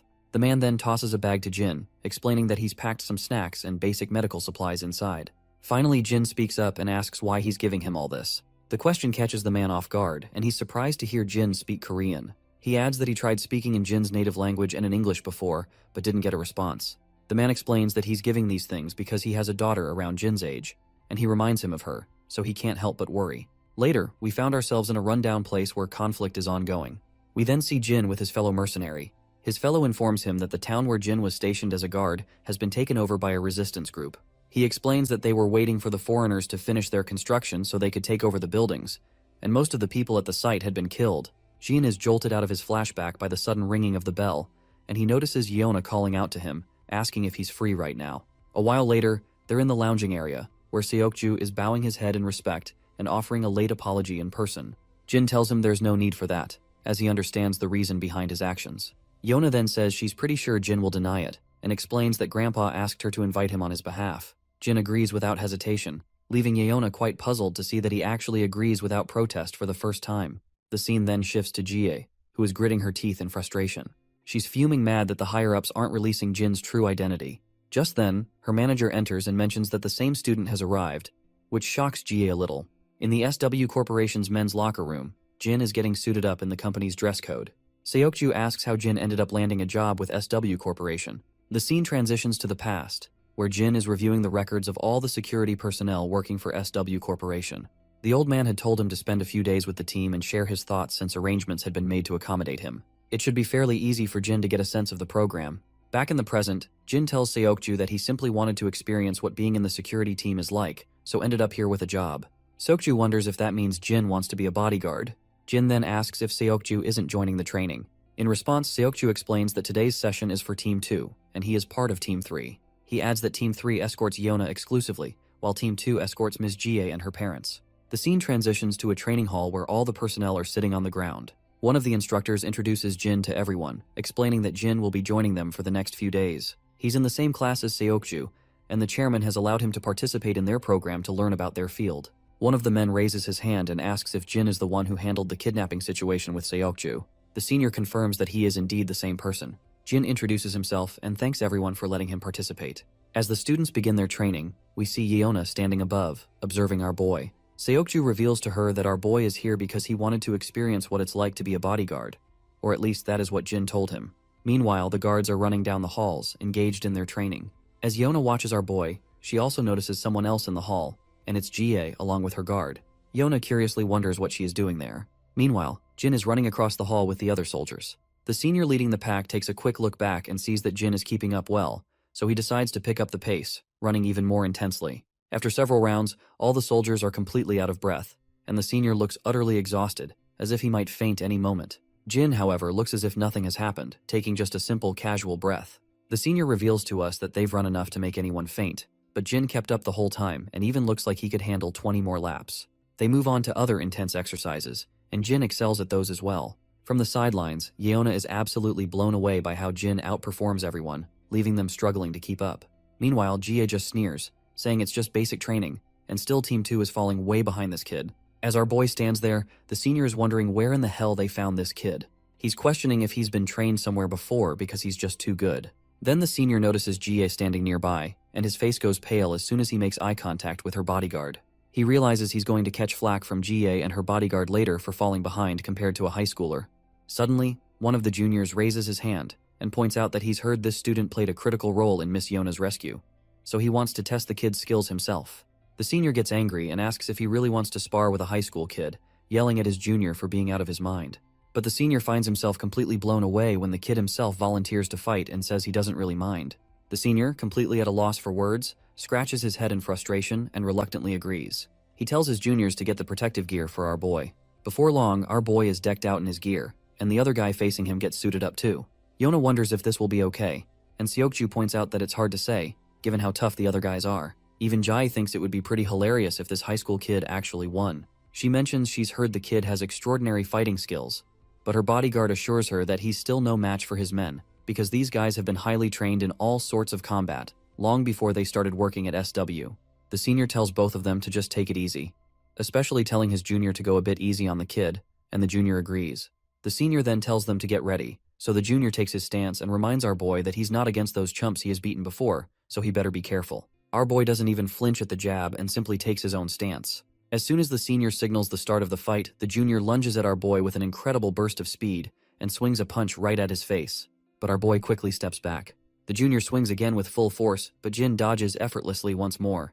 Yona, growing anxious, points out that the soldier wasn't supposed to go that hard during a sparring match. But the soldier, however, keeps coming at Jin, swinging his fists left and right. Jin continues to dodge every attack effortlessly. Then, Jin quickly kicks the junior's leg, causing him to stagger. Seizing the moment, our boy balls up his fist and throws a brutal punch. But the soldier quickly raises his hands to block, avoiding a direct hit. The fatty mocks our boy for his futile attack and gets ready to hit him with a punch of his own. But Jin quickly deflects the incoming fist and counters with a brutal blow right to the bastard's face. That display of power leaves Yona breathless, and even her guard finds it pretty impressive that Jin struck precisely where the fatty's face was exposed. As the fatty writhes in pain, Jin grabs him by the head and delivers a vicious knee smash to his face, leaving him bloody and beginning to collapse to the ground. Jie is absolutely blown away by what just happened, while Jin stands there as the clear winner, with his opponent slumped unconscious on the ground. He removes the protective gear from his head, and both the senior and the other soldiers are stunned by the turn of events. Seokju notes that they were clearly instructed to take it easy, but this was just too intense. Jie speaks up again, questioning if this kid is really the 19-year-old they claimed he was. Meanwhile, her bodyguard is fuming at the top of his head, as Team 2 is part of his crew, and he is not at all happy to see one of his soldiers going down like flies after being beaten by a teenager. The other soldiers drag their incapacitated buddy off the ground, while Jin remains the center of attention. By now, the senior has no doubt about Jin's role in saving Yeona from the kidnappers. Meanwhile, Jie's bodyguard is giving his soldiers death glares. They're all panicking, especially the senior, who's sweating bullets because he's sure he's in big trouble. Then, another soldier, Beomseok Choi, raises his hand and volunteers to spar with Jin too. The senior reminds him that they've already lost to a kid once, and doesn't want to look foolish by losing again. But Beomseok, brimming with confidence, says he's really itching to fight Jin after seeing his impressive skills. The senior points out that they can't all just rush at Jin, but Jin says he's totally fine and not exhausted at all. He even adds that he hasn't moved around enough to be tired. This freaks everyone out a bit because after taking down one of their top soldiers, he's practically saying he hasn't even broken a sweat. Seokju lets out a sigh, clearly not surprised by our boy's antics. Beomseok finally steps into the ring, face to face with Jin. While stretching his muscles, he casually asks our boy where he learned to fight like that. Jin then asks if Beomseok isn't going to wear his headgear, to which the soldier confidently replies that he doesn't need it. He tells Jin to go ahead and use one if he wants to.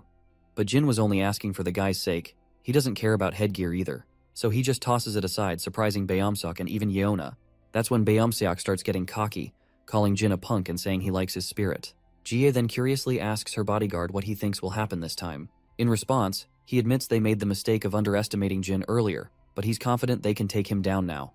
He takes major pride in his men, who train tirelessly every single day. Not to mention, our boy is about to face the ace of the team this time. Jie cracks a smile, eagerly anticipating how Beomseok will handle Jin. Meanwhile, Yona's bodyguard is starting to think Jin might actually lose this round. In a weapon-free fight like this, it all boils down to physical strength, and Beomseok Choi is a jacked-up dude. There's no telling what kind of rigorous training Jin has had, but nothing can make up for the raw strength Beomseok is rocking. As the fight begins, Beomseok, full of bravado, takes his stance and swings at Jin, but our boy casually sidesteps the punch with ease. Jin tries to land a punch on Beomseok, but this dude isn't here to mess around. He dodges Jin's attack quickly and counters with a punch of his own. Jin also tilts to the side to save him and throws another punch, but Beomsok grabs Jin's fist and smirks. He acknowledges that Jin's punch is stronger than he expected based on his appearance. But Jin isn't interested in mid-fight chit-chat. He throws another punch, but Beomsok blocks it effortlessly. He gives Jin props for his great timing, but smirks and scoffs that no one can break his guard with pesky blows like that. But that's where he's dead wrong. Jin quickly swings his leg and lands a solid kick to Beomsok's thigh. The cocky guy is now totally stunned, and the senior's jaw practically hits the floor to see our boy making a hardcore comeback. Then Jin follows up with another brutal kick to Beomsok's leg. By now, Beomsok is absolutely fuming and throws a punch in a fit of frustration. But Jin calmly takes his stance and lands a nasty whack to Beomsok's chin, followed by a few more blows that leave the cocky guy clenching his teeth in frustration. Beomsok tries to swing at Jin again, but our boy deflects it with some slick ninja-like moves. Then, he delivers a solid slap to Beomsok's throat, making him cough up and spit. With a heavy thud, the once muscular guy drops to his knees. The first shocked face we see is Yeona's, quickly followed by Jie and her bodyguard. Meanwhile, Jin just stands there while the muscular guy coughs violently on the ground. Yeona's bodyguard is blown away by how strategically Jin broke Beomsok's upper guard. By striking his knee and then immediately going for the neck, he effectively narrowed the gap in their physical strength. Further attacks on vital points would have completely neutralized Beomsok's advantages. Jin then asks if anyone else is itching for a throwdown, but it's clear no one's eager to step forward. That's when the senior chimes in, telling Jin he shouldn't go for the neck or knees when sparring. Jin, looking genuinely puzzled, asks if there are rules to sparring and apologizes if he broke any since he wasn't aware. The senior quickly clarifies that there aren't really any specific rules, but it's just something he felt like mentioning. Well, deep down, the senior feels like he is just trying to save his sorry face after getting his butt handed over by a high schooler.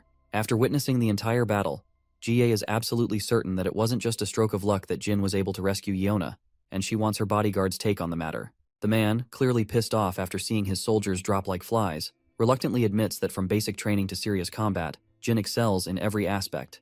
Jie smiles thoroughly at this, and then quickly tells everyone to move on to the next course. Everyone is startled, especially Yeona, who has no clue what Jie even means by that. Jie then walks over to Jin and reminds him that since he's here to experience real security duties, it's finally time to see what it's like to be a real bodyguard. Jin listens intently as she explains that since he's paired with Team 2, he'll be escorting her, and she's looking forward to his service. Yeona, however, can tell from a mile away that this woman is cooking up something shady. The next scene takes us into one of the offices inside SW Corp, where we meet the grandpa, who's with a suited guy.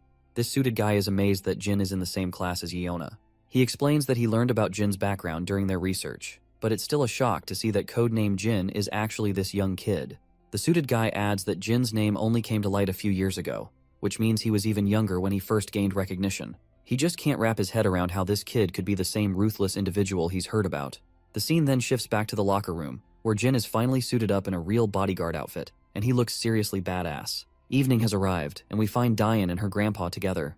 The old man asks her if Jin is still out with friends. In response, she explains that Jin had to take care of something and said he'd be a little late. The grandpa is concerned, saying Jin shouldn't stay out too late. He's sure Jin will be fine, but if he runs into any trouble with hooligans late at night, it could be a problem. The next scene shows the two defeated soldiers who were getting pretty cocky before fighting Jin. They're now getting an earful from their superior, and everyone is feeling ashamed after getting their butts kicked by Jin. The senior is so livid his veins are practically bulging, and he makes it crystal clear that they're about to face training like they've never seen before. The soldiers' faces fall when they hear this, and the senior lets out a sigh of relief that they didn't get chewed out by their boss today. Meanwhile, Yeona is absolutely blown away when she sees Jin stepping out in his bodyguard uniform, looking like he's about to hit the town for a date. Even Jie is really pleased to see him, and those defeated soldiers can't help but feel a bit jealous of our boy. As we head outside the building, Jin and two other guards are escorting Jie. There are several other guards as well, making sure she gets into her luxurious Bentley without any issues. Once she's inside, the guards follow, while Jin stands outside until the senior bodyguard tells him to just get in the car. With that command, Jin takes a seat in the back alongside Yeona. Once inside, he notices how two guards are always at Jie's side. Out of the blue, Jie asks our boy if he's ever thought about singing or acting as a career. She explains that one of the SW subsidiaries she runs is an entertainment agency, which is where they're headed right now. Jin, however, simply states that he's not interested. She then asks him why he's interested in becoming a bodyguard. As soon as our guy hears this, he realizes these folks probably don't know the real reason behind his involvement, so he just goes with the flow and says he wanted to experience life as a bodyguard. She then gives him props, saying he's pretty good at this job. Judging by how well he did in training today and how easily he beat the guards in Team 2, she's impressed. But when his bodyguard hears about his Team 2's defeat, He's absolutely livid, turning red with anger. He's embarrassed to get reminded that his team got trounced by a high schooler. On the other hand, Jin points out that he only won because Team 2 let their guard down. They had to hold back because he's just an inexperienced kid, so he had a greater advantage from the start. If they had taken him seriously as a real opponent, he's pretty sure he would have lost both duels. The woman acknowledges the situation, but deep down, she thought Jin would be more boastful about beating working guards. Turns out he's not like that at all. Meanwhile, the bodyguard is blown away by how our boy has thought through everything so well. A while later, they finally reach their destination. In that other SW Corporation building, we see she's sitting in her office, while our boy and the senior bodyguard are standing outside. The senior is amazed that after standing there for an hour, our boy hasn't even flinched. So out of curiosity, he asks where he received such intense training. Our boy simply looks at him and stays silent. The senior asks again where he picked up those moves from the sparring session, because this isn't something you can just pull off by luck. In response, Jin just says he learned on the streets where he grew up. This vague answer really ruffles the senior bodyguard's feathers, who wasn't expecting such a brush-off. Well, his answer wasn't too far from the truth. The scene then transitions to his past, showing how he really did learn these skills on the streets. We see him running alongside his buddy, while a hail of bullets rains down from behind. He's climbing ropes to reach the treetops in harsh weather and facing off against highly trained soldiers and killers. But he never flinches. Once they head out again, their car zooms down the highway. Jie asks if he's feeling alright since it's been a long day. He says he's fine, and she finds it odd because it's his first day on the job for this line of work. But he confirms once again that this is indeed his first time. Meanwhile, the senior bodyguard reflects on how this is typical of our boy. He hasn't asked a single question since they started the route, and hasn't shown any signs of being affected, even when they deliberately skipped dinner to test him. It's as if he's fully aware that these things can happen in security work. He never budged from his position until he was instructed to do so. Suddenly, Jin notices something serious up ahead. There's a truck coming, and the driver inside looks either drunk or sleepy. It's hard to tell. What is clear is that the truck veers out of its lane and heads straight for the car Jin and Jie are in. The truck skids across the road and crashes into their car. Once the car comes to a stop, the bodyguards from the other car rushes over. The airbags have deployed, and the senior bodyguard quickly checks the back seat, asking if Jie is alright, and what he sees there blows his mind. Jin has managed to hold Jie close, saving her just in time to avoid the worst of the crash. The bodyguard is amazed that Jin could react so quickly and protect her in that split second before impact. But then Jie yanks herself away from Jin and creates some distance. The other bodyguard rushes to her, asking if she's okay. The other guards quickly gather around to discuss what just happened. One of them reports that the truck driver was definitely drunk. The junior guard adds that the driver appears unconscious, and they're currently pulling him out of the vehicle. The senior guard tells everyone to call an ambulance, secure the driver, and make sure to get to the bottom of this incident. Meanwhile, inside the car, Jie looks at Jin, who's sitting quietly. She's startled and asks if he's okay. Jin simply nods in affirmation. But Jie points out that he might have been hurt and suggests he should come with them to the hospital to get checked out. Instead of responding to this, Jin reminds her that she should always wear her seatbelt, even when sitting in the back seat. Seems like this is not what she was expecting to hear at such a critical moment, so she has no clue how to respond to this brutal truth bomb. Back at home, Daeon is busy preparing some delicious food, and Jin also walks into the living room and asks if she's making lunch. She responds that she's cooking for Grandpa and will save some for him to have later too. Jin reminds her that Grandpa is already at work. Daeon explains she plans to take it to his workplace, just like she used to visit him there often, but hasn't ever since our boy came back home. Jin decides to tag along with her and seals the deal with a warm smile. Later, in the bustling city, we find Grandpa happily chatting with his fellow officer. The officer is teasing him, asking if he won the lottery or something, since he looks so cheerful since returning from vacation. Grandpa looks puzzled and asks what he means. The officer points out that he just looks unusually happy lately. Grandpa is confused by the teasing, and his friend further reveals that apartment 703 just gave them some snacks to share. He's told to drop by to grab him after his shift. Grandpa replies that he'll come by after he finishes sorting out the recycling. As the old man starts shoving down the trash into the bins, he reflects that he might have let himself get too excited about Jin's return, to the point where others have started to notice his happiness. Suddenly, Grandpa hears some commotion. He sees a thug slam on the brakes in the middle of the road and get out of his car. Another person behind him tells him to move his car instead of blocking the road. But this cocky guy just gets out of his sports car, holding 2 disposable glasses. With a smug attitude, he uses every name in the book to tell the other guy to shut up, saying he'll be back in a minute after tossing these glasses. The man in the car is visibly scared by the thug's attitude. The thug strides over to Grandpa and drops the 2 disposable glasses into the dustbin, but he's so careless that they just fall to the ground instead of making it into the bin, leaving Grandpa with extra work. The old promptly picks up the scattered trash. Meanwhile, the thug's girlfriend, who's still in the car, tells her boyfriend to throw this bag of trash as well.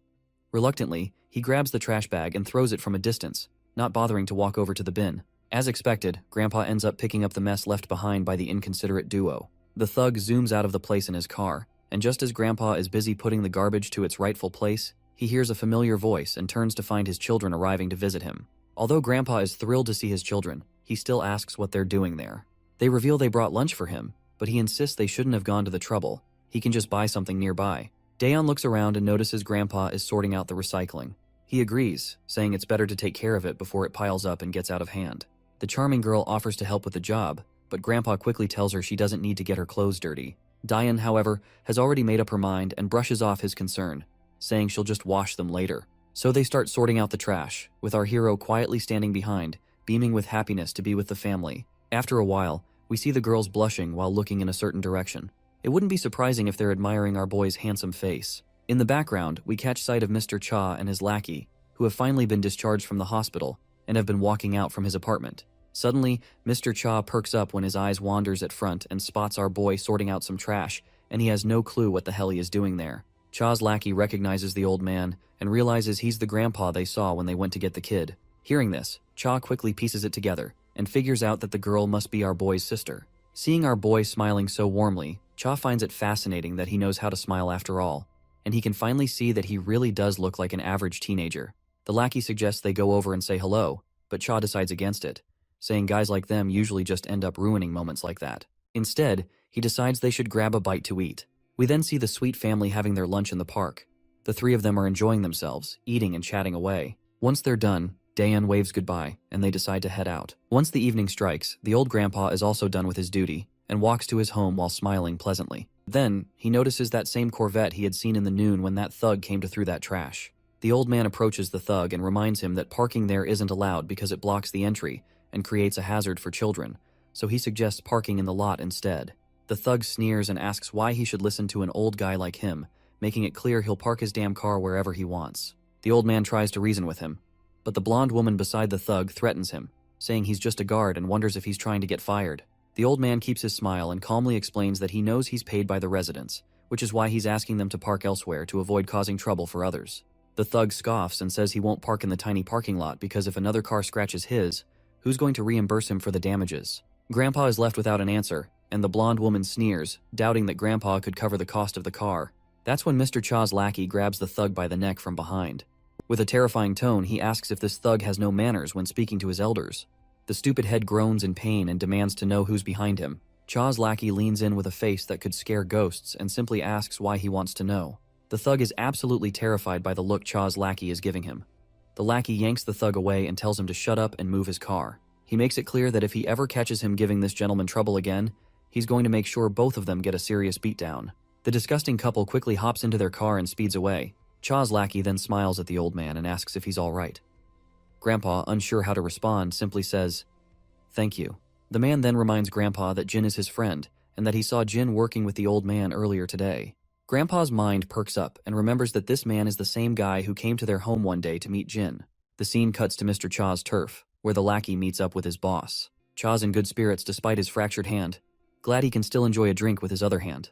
The lackey mentions that if he hadn't stepped in, Grandpa would have had even more trouble from that little punk. Cha chuckles and gives his friend a nod for his solid work, noting how disrespectful punks can be these days. Suddenly Jin barges in abruptly and he looks quite terrifying at first glance. Cha immediately starts sweating to see our guy this serious, because Jin is the last person he would want to mess with. He asks Jin why he's giving them this insane look. By the way, we've been referring to this man as Cha's lackey for a while now. Since we don't know his name yet, let's give him one and call him Muscle Man. Jin pulls out his phone and shows a selfie of Muscle Man with Grandpa.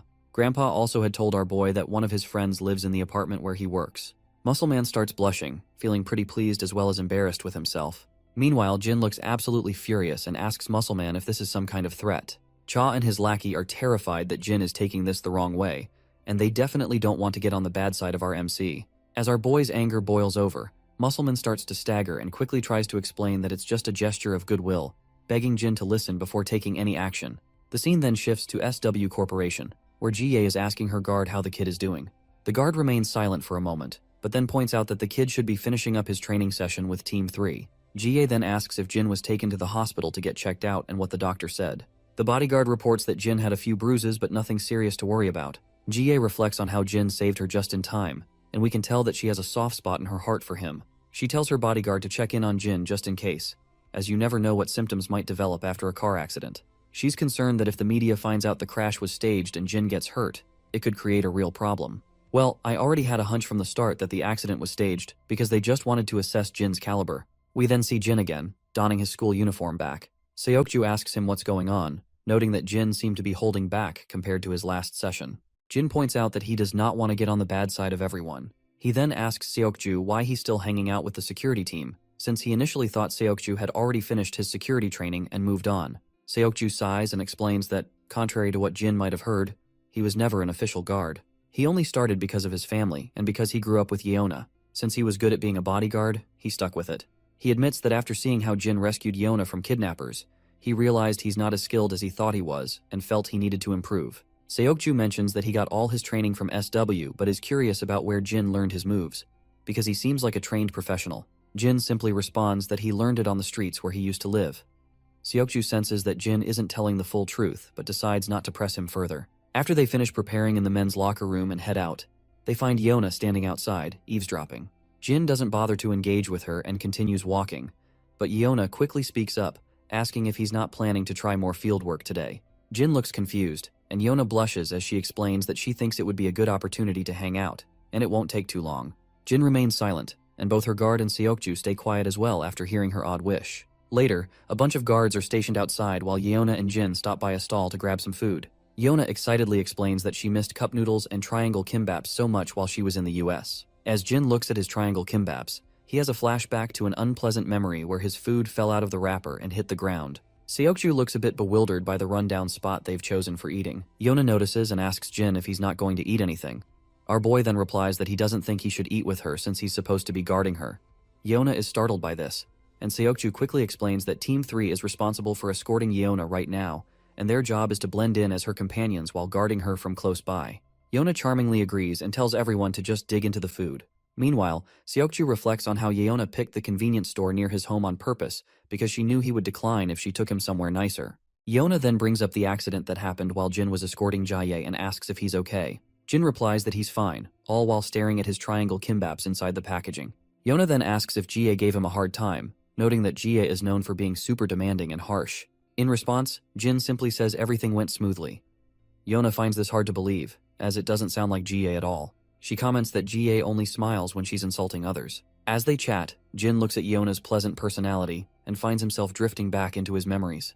He remembers her father, utterly exhausted and injured, with Jin himself panting heavily, gun in hand, scanning for enemies. Her father tells him to leave him behind, saying that at least one of them should survive. He adds that he doesn't have much time left, and even if he's saved today, he won't live much longer. He reassures Jin not to feel bad about abandoning an injured man because he's just glad that Jin stayed to help when everyone else refused. The father's only regret is not being able to see his daughter's face one last time before he dies. Jin tells him to stop being sad about it and insists that since he is still alive, he should just stand up and go see his daughter.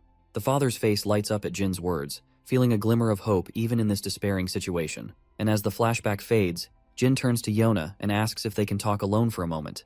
The girl is startled to hear this and repeats his question, asking if he means just the two of them. Jin responds positively, so Seokju decides to step away, saying he'll give them some space.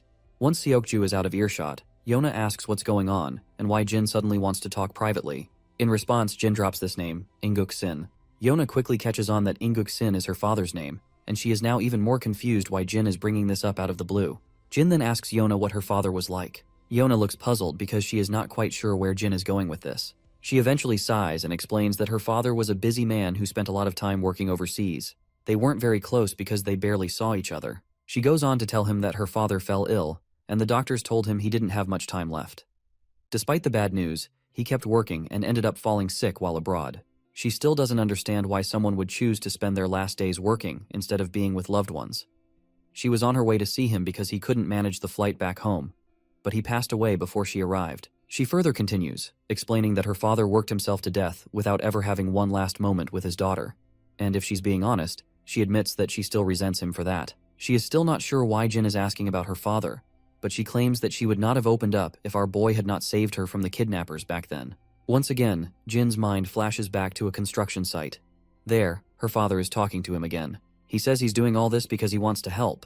and as a parent himself, he felt compelled to do something for these children because it was the only way he could face his daughter. He admits he hadn't been a good father, and if he had known sooner, he would have spent more time with her. To him, family is more important than anything else in the world. Back in the present, Jin reveals to Yona that she was the reason her father worked until the very end. This news shocks the girl, and she asks him what on earth he's talking about. Jin then explains that he's here to deliver the final request of his client. He reveals that her father wanted to tell her that he wanted to see her one last time before he died, and that he's sorry he couldn't make it happen. These are the words her father wanted Jin to deliver to her. We flash back once again into the past, where her father tells Jin that this is an official job, and he must carry it out no matter what. He further says that whether he lives or dies, Jin will be the one to deliver this message to her. Yona is stunned to hear that Jin met her father before he passed away. After dropping this bombshell, Jin simply grabs his bag and begins to walk away, leaving Yona wide-eyed. Tears start to well up in her eyes as she wonders if her father really did say those words. It seems like Jin is also going through his own development arc and has finally begun to understand something he didn't realize back then. He's starting to see the meaning behind the request he assigned to fulfill. You see, whenever Yona's father tried to offer anything to Jin, it wasn't about making himself feel better, but rather, it was simply because he wanted to protect Jin. The father simply made that request to get Jin away from the battlefield, because he was trying to do what he could to help him. The next scene takes us to Jin's apartment.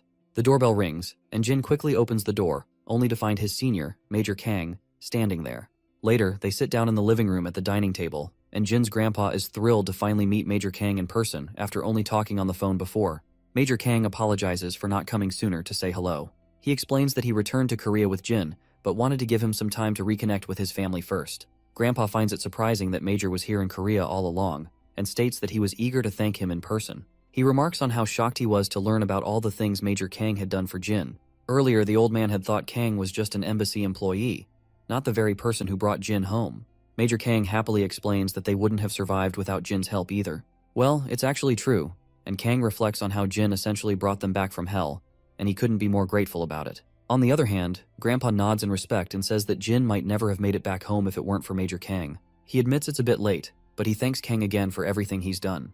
Major Kang starts to sweat and looks a bit anxious, quickly waving off the thanks and saying there's no need for it. Nevertheless, Grandpa is curious and asks how a military officer ended up meeting Jin. Major Kang feels confused initially, as he is not sure what to say, but soon collects himself and explains that Jin was their guide when they were deployed overseas. He got them out of a tough spot, and Kang says they definitely wouldn't have made it out alive without Jin's help.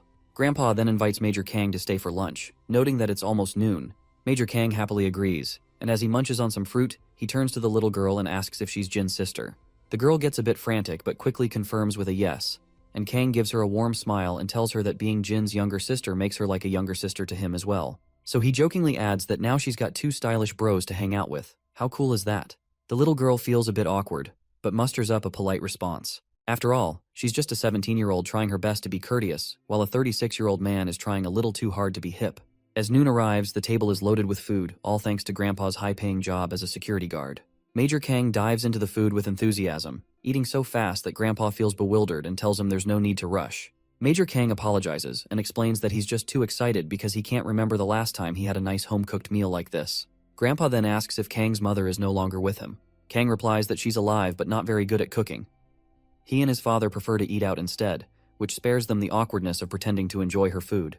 Kang gets a bit emotional and adds that the mess hall was the best part of being in the military, and he knows that sounds a bit tragic.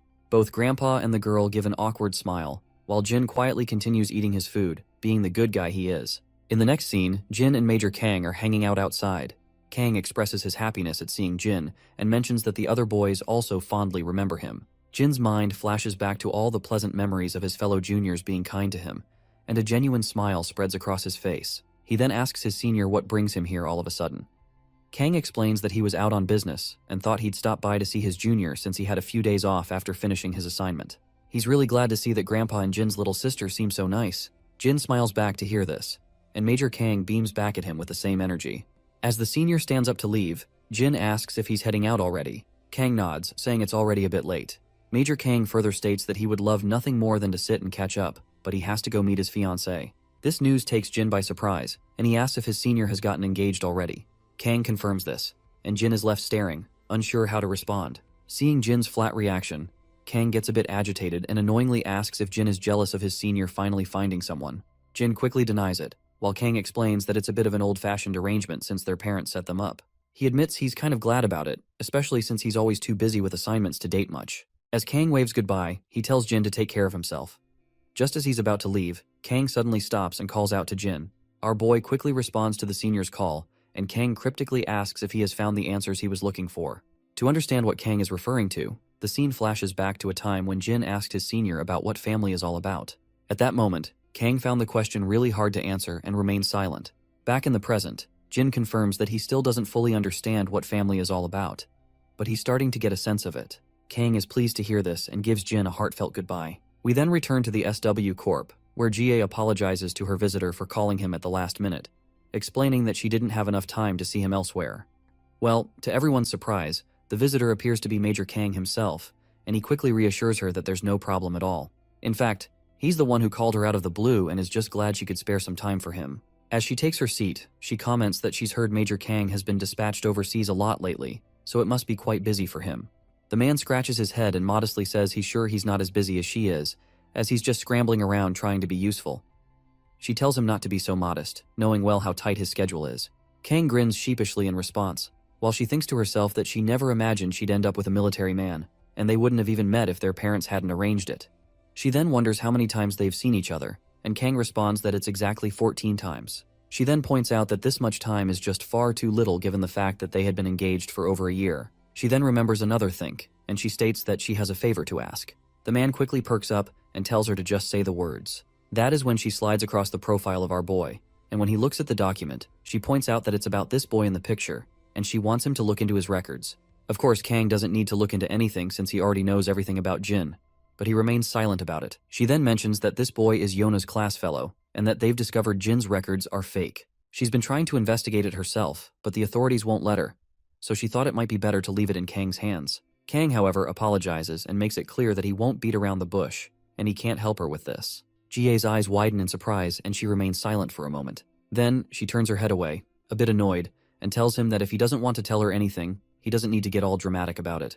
The poor guy trembles with anxiety and nervousness, as he surely doesn't want to upset her. A few days later, Jin receives a phone call informing him that Major Kang and his men, who were on a mission, have now gone missing. The scene flashes to Major Kang and his soldiers, carefully treading their way with guns pointed. But then, we also see the enemy soldiers in the woods somewhere. One of the enemy soldiers reports that Kang and his team have been driven into the target zone. The boss flashes a big grin to hear this pleasant news, and he is looking forward to hunting them down. Back with Jin, he asks the caller if Major Kang is in danger. The caller confirms that Kang is indeed in danger. And by the way, the one who called our boy is Yeona's grandfather and SW Corporation's director. According to their sources, Major Kang and his men were ambushed by armed forces during their mission. They're being chased by the enemy and are forced to engage in combat. Meanwhile, the military is preparing to extricate Major Kang and his troops. The director further explains that he's sharing this information because he knows Jin has a close relationship with Major Kang. Jin quickly catches on and realizes that if the director felt the need to inform him, it likely means the chances of Kang's survival aren't very promising. The old man sadly agrees, saying he called Jin to prepare him for the worst. Jin remains silent, and the caller advises him not to jump to any rash conclusions and to leave the matter in the hands of the military.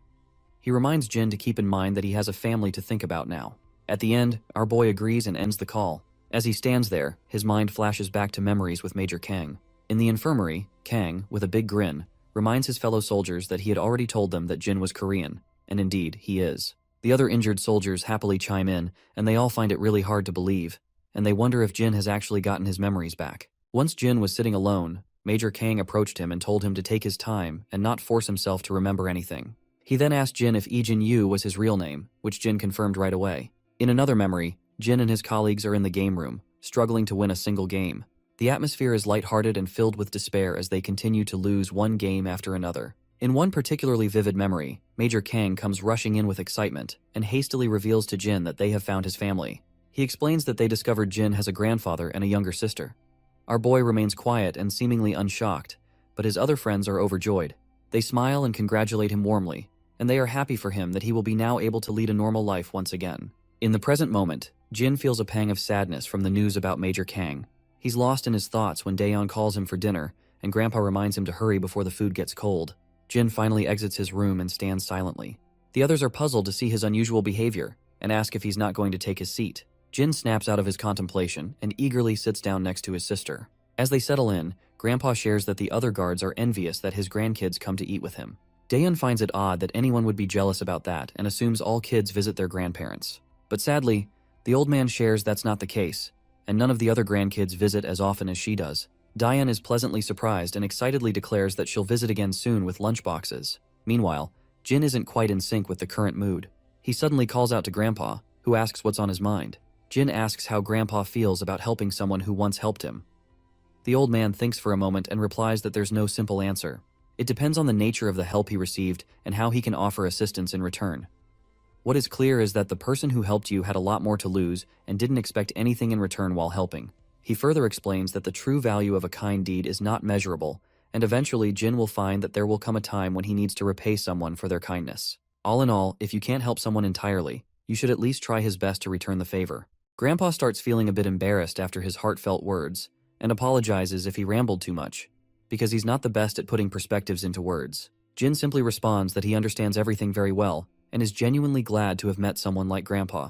The old man looks unsure from where all this flattery is coming from, but he thanks his grandson, and states that hearing Jin's words means a lot to him. Suddenly Daeun notices her brother looking at her, and Jin also tells her that he's also glad to have a sister like her.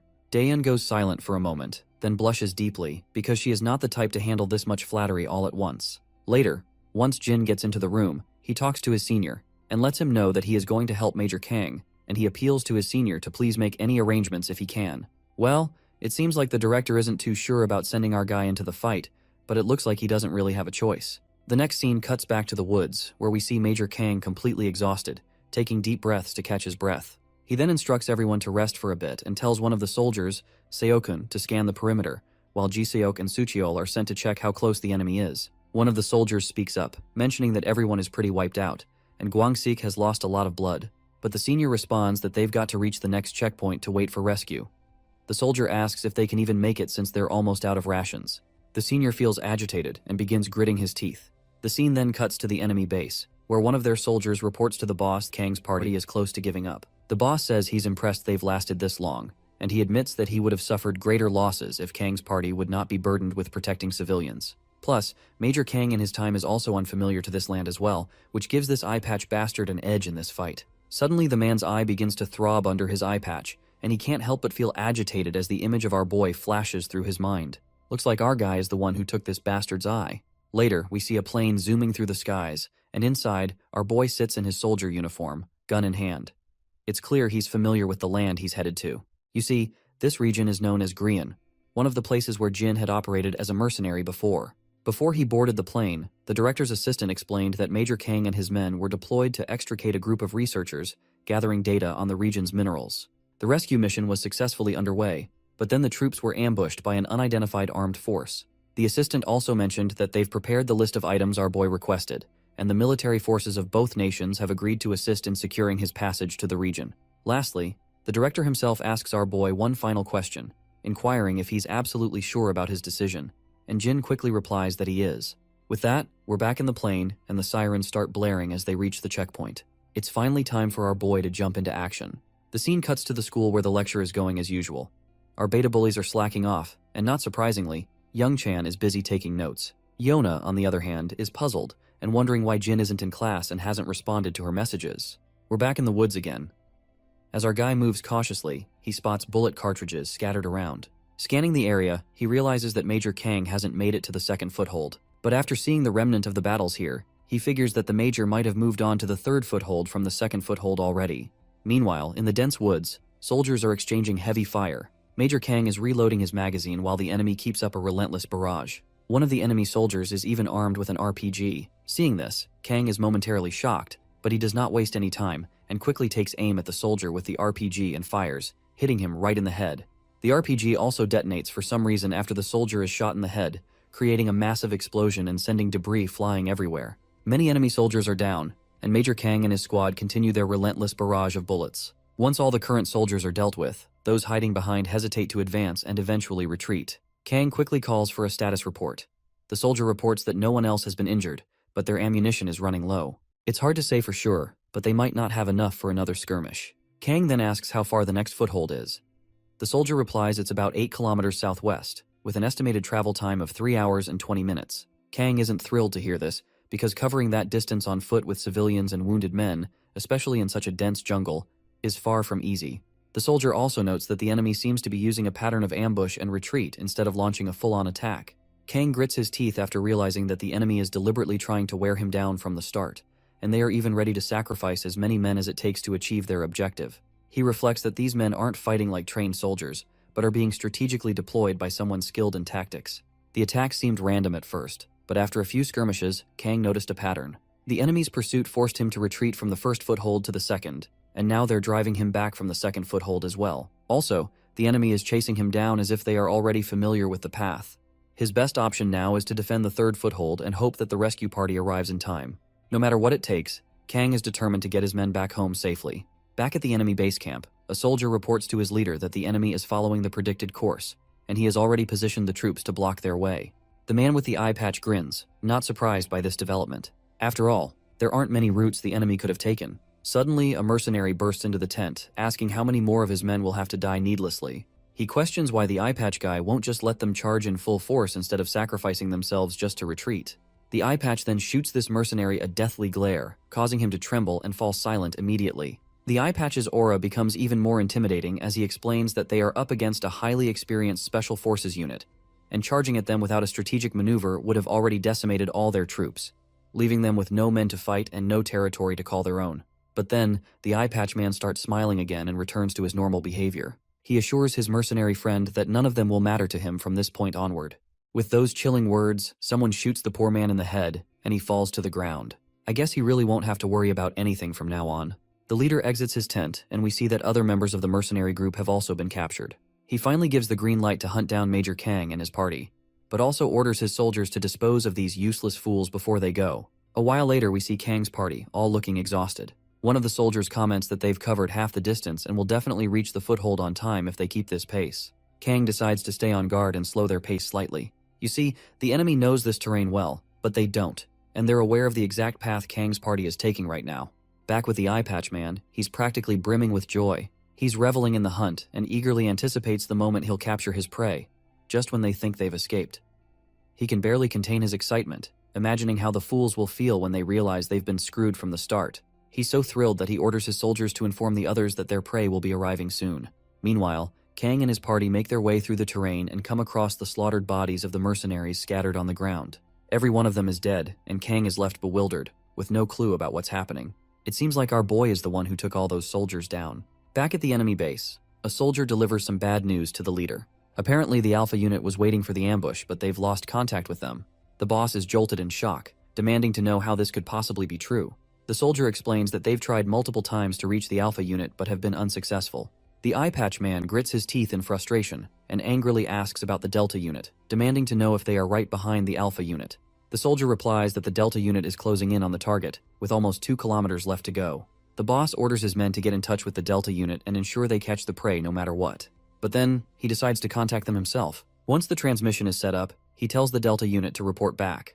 The man from the Delta unit reports back promptly, saying they're under heavy fire. The big boss is absolutely stunned to hear this, and demands to know what the hell he's talking about. In response, the man explains that they were ambushed while en route to the target. The big boss then asks who they're fighting, and the reporter responds that they have no clue about their enemy, but before he can say anything more, there's a loud bang, and the transmission abruptly ends. The big cheese is left gritting his teeth in utter frustration, absolutely annoyed by the fact that they're the ones being hunted. Meanwhile, we see our boy, and it's clear he is the one causing havoc among the enemy ranks.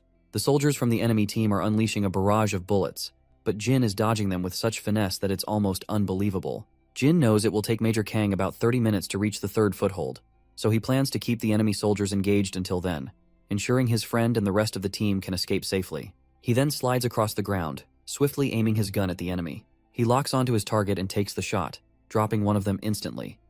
Without missing a beat, he aims at the second soldier and takes him down as well. The soldiers quickly realize where the sniper fire is coming from, but before they can react, Jin unleashes a barrage of bullets, blowing them away. More soldiers appear, and they immediately start bombarding Jin with a new wave of bullets. He ducks down to shield himself, with the bullets flying everywhere except hitting him. Jin begins running, confident that the enemy won't be able to track his route in this terrain. He plans to take advantage of this and strike from another direction. Meanwhile, Kang and his soldiers hear the heavy firing from a distance. The soldier reports that the gunfire is coming from the route they just passed. Kang is baffled because the mercenaries were already dead before he arrived, and now there's intense fire coming from the direction they came from. He shares his confusion with his friend, saying he can't make sense of it yet, but they'll wait at their current position until the rescue party arrives. As they wait, the senior begins to hear loud bangs once again, and enemy soldiers are dropping dead left and right, all thanks to our boy. The enemy retaliates with gunfire, but my guy quickly ducks behind some rocks. He reveals to us that the enemy has figured out he's the only one attacking them, and he's been outnumbered from the start. However, they're starting to panic because their numbers have dwindled to half. He spots 3 more soldiers who don't seem to know his exact location. With quick precision, he takes aim and shoots them down immediately. He then glances at his watch and sees that there are still 14 minutes left until the rescue team arrives. As the sun begins to rise, our soldiers keep a close watch on the enemy. One of them announces that the rescue unit will be landing soon.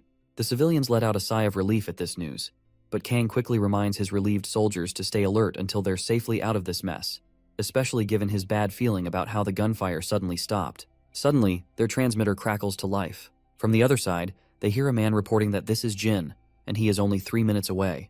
The soldier notes that the name sounds familiar, and it doesn't take Major Kang long to connect the dots and realize who was behind all that gunfire which abruptly stopped. When he looks ahead, he sees our boy walking toward them with his hands raised in the air. Major Kang peers through his sniper rifle scope and confirms that it's indeed Jin.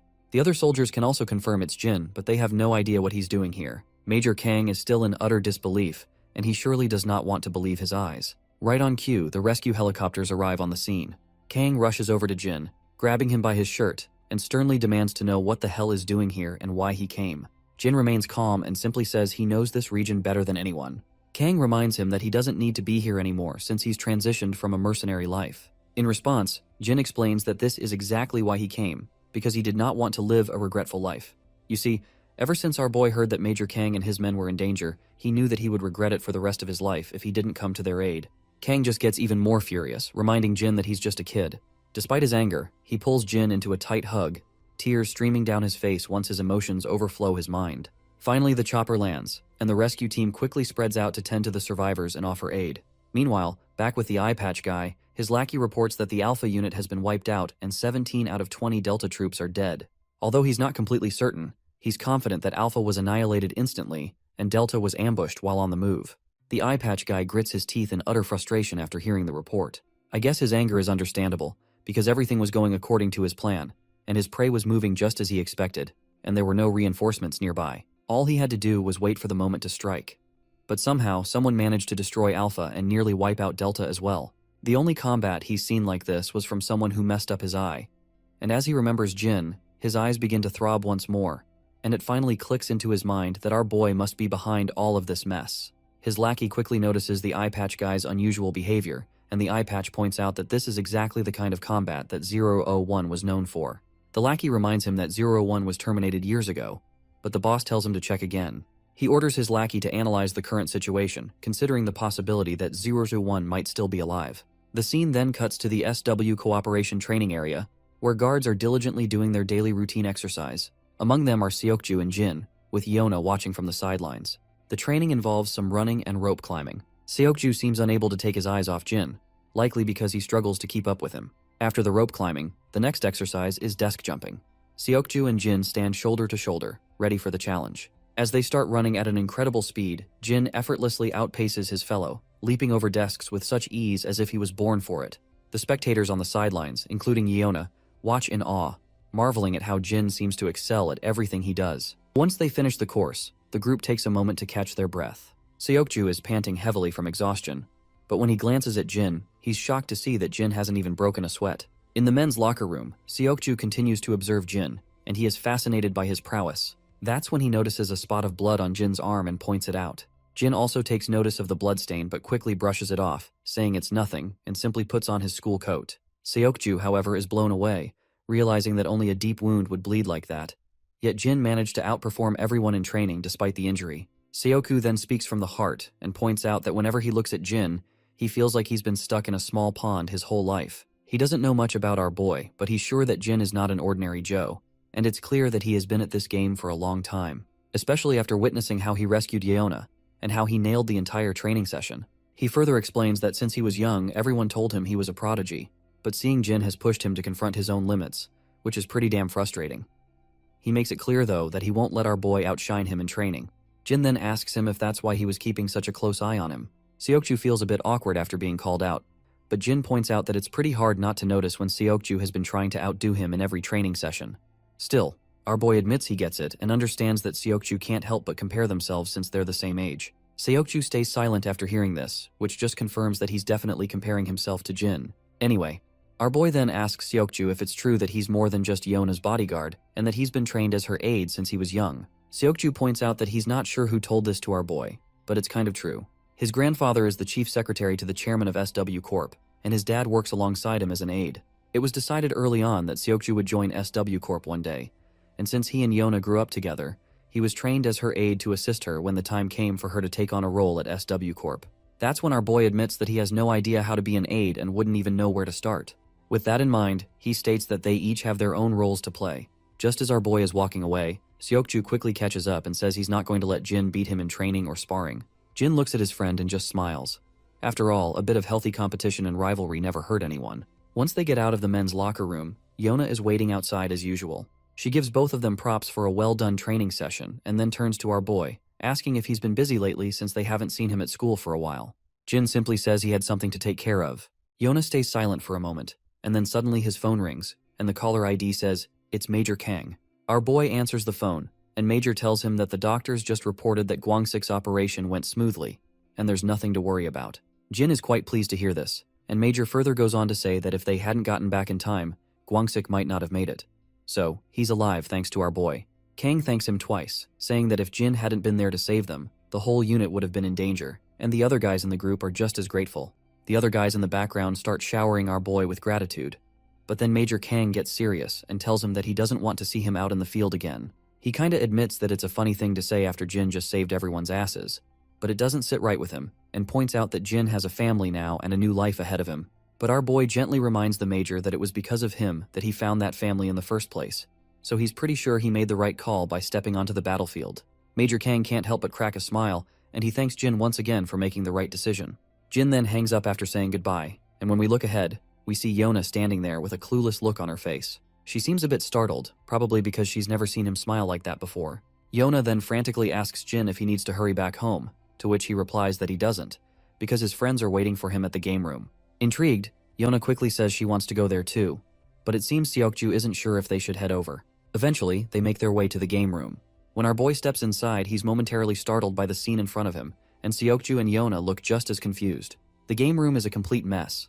Peripherals are scattered on the ground, and one of the staff members is busy trying to clean up the aftermath of what looks like a fight. Seokju asks the manager what happened, and the annoyed manager explains that a group of kids in uniforms, like theirs, were gaming quietly until a bunch of kids from another school came in and started a full-blown brawl. It ended up in a huge mess, and now they're trying to clean up the chaos. Well, it looks like our two beta bullies and Youngchan might have gotten themselves into some serious trouble, and Jin seems to have a pretty good idea of what just went down. We finally catch up with Youngchan, who's running at full throttle. Even though he's out of breath, he dashes down the streets and quickly slips into one of the dark alleys. While hiding in the corner, he's absolutely terrified as the thugs who were chasing him continue their search. To understand how Youngchan ended up in this mess, let's rewind a bit. We see the entire gang of thugs surrounding the beta bullies. The bullies are trying their best to fight back, but they're hopelessly outnumbered. The orange head tells Youngchan to just run, and the blonde one even tells him he shouldn't tell Jin about this. So it looks like this pussy has abandoned his friends in the middle of the fight and is now trembling at the thought of how those beta bullies are going to handle an entire gang of kids from Gosok Tech. His phone rings abruptly, which scares the hell out of him, and it's our boy Jin calling.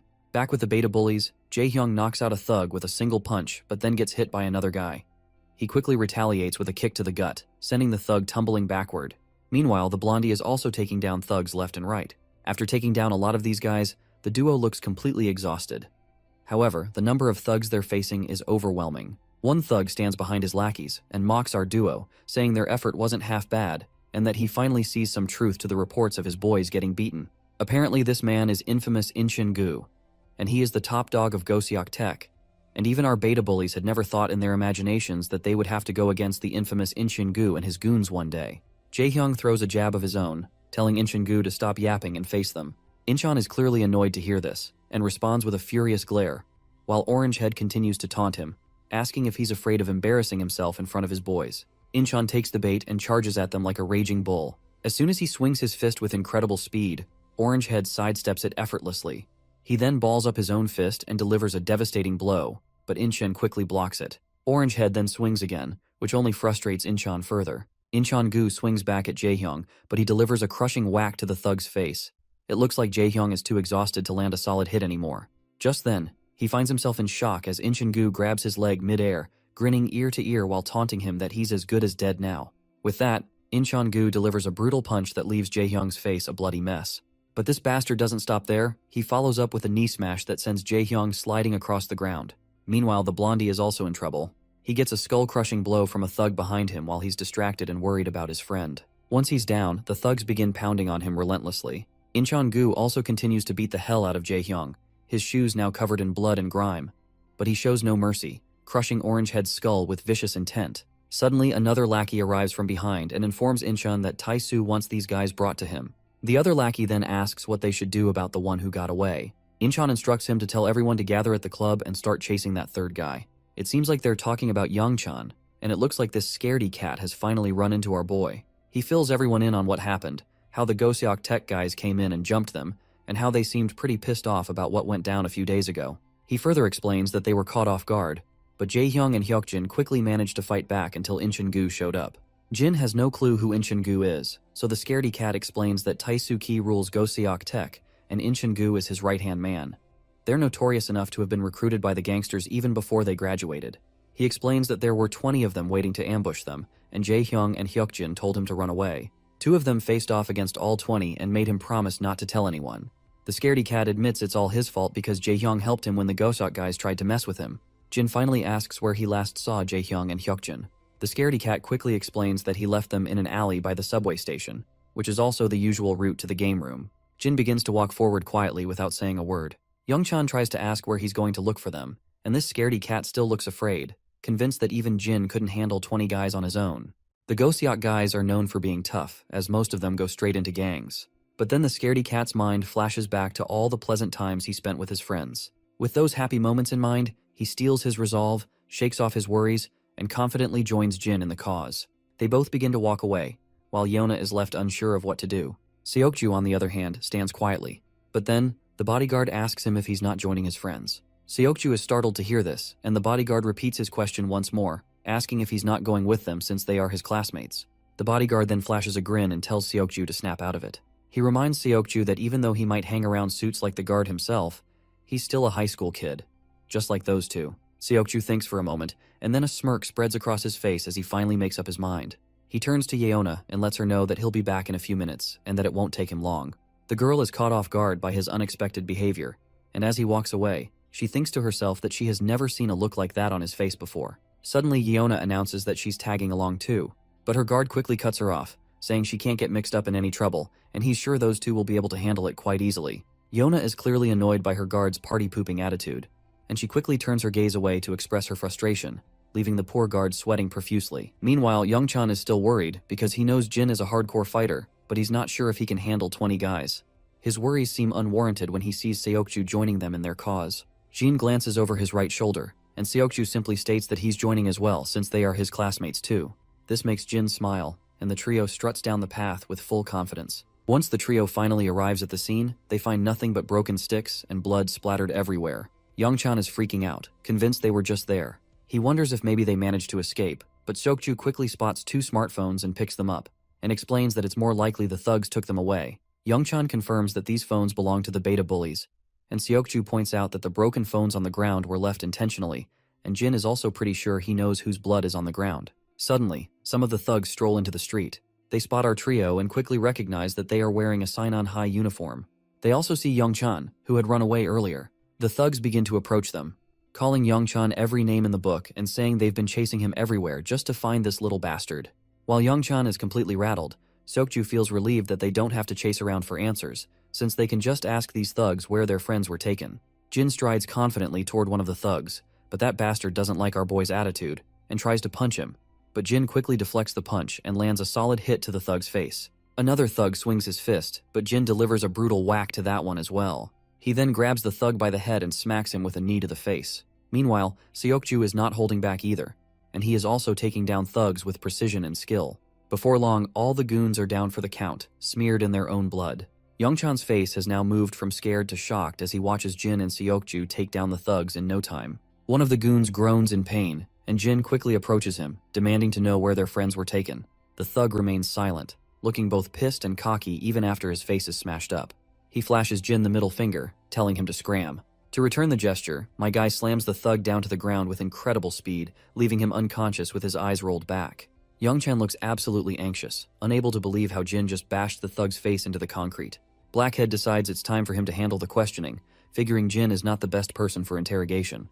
We finally arrive at the club where all the goons have been gathered, and it's packed with these guys. In the center of the chaos, we see the beta bullies being tossed around like trash. Youngchan tries to look up once he hears smashing sounds, and he is absolutely blown out of his mind when he sees this dude with tattoos swinging the bat like a madman, leaving the blood splattering everywhere.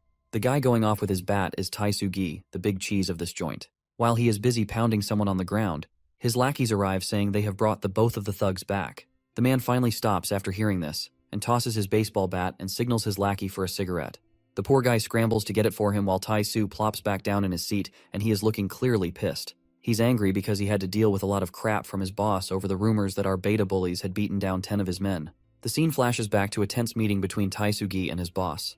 Taisu is being grilled about the rumors that 10 of their guys got taken down by just 2 high schoolers. The boss is practically fuming and points out that most of their crew is made up of Goseok Tech grads, tough recruits who aren't supposed to be getting beaten by some random high schoolers. He's straight up threatening Taisu, saying if this is how he handles things, his position might be on the chopping block. In the present, Taisu is still fuming about the mess he's had to deal with because of these 2 beta bullies. He glares at them, asking if they're the ones who gave his guys such a hard time. The lackey nods, but then Taisu asks where the third one is. Inchan anxiously adds that one of them managed to escape, but he's sure they'll catch him soon enough. The boss is floored by this, clearly not expecting to hear that they haven't got all their targets yet.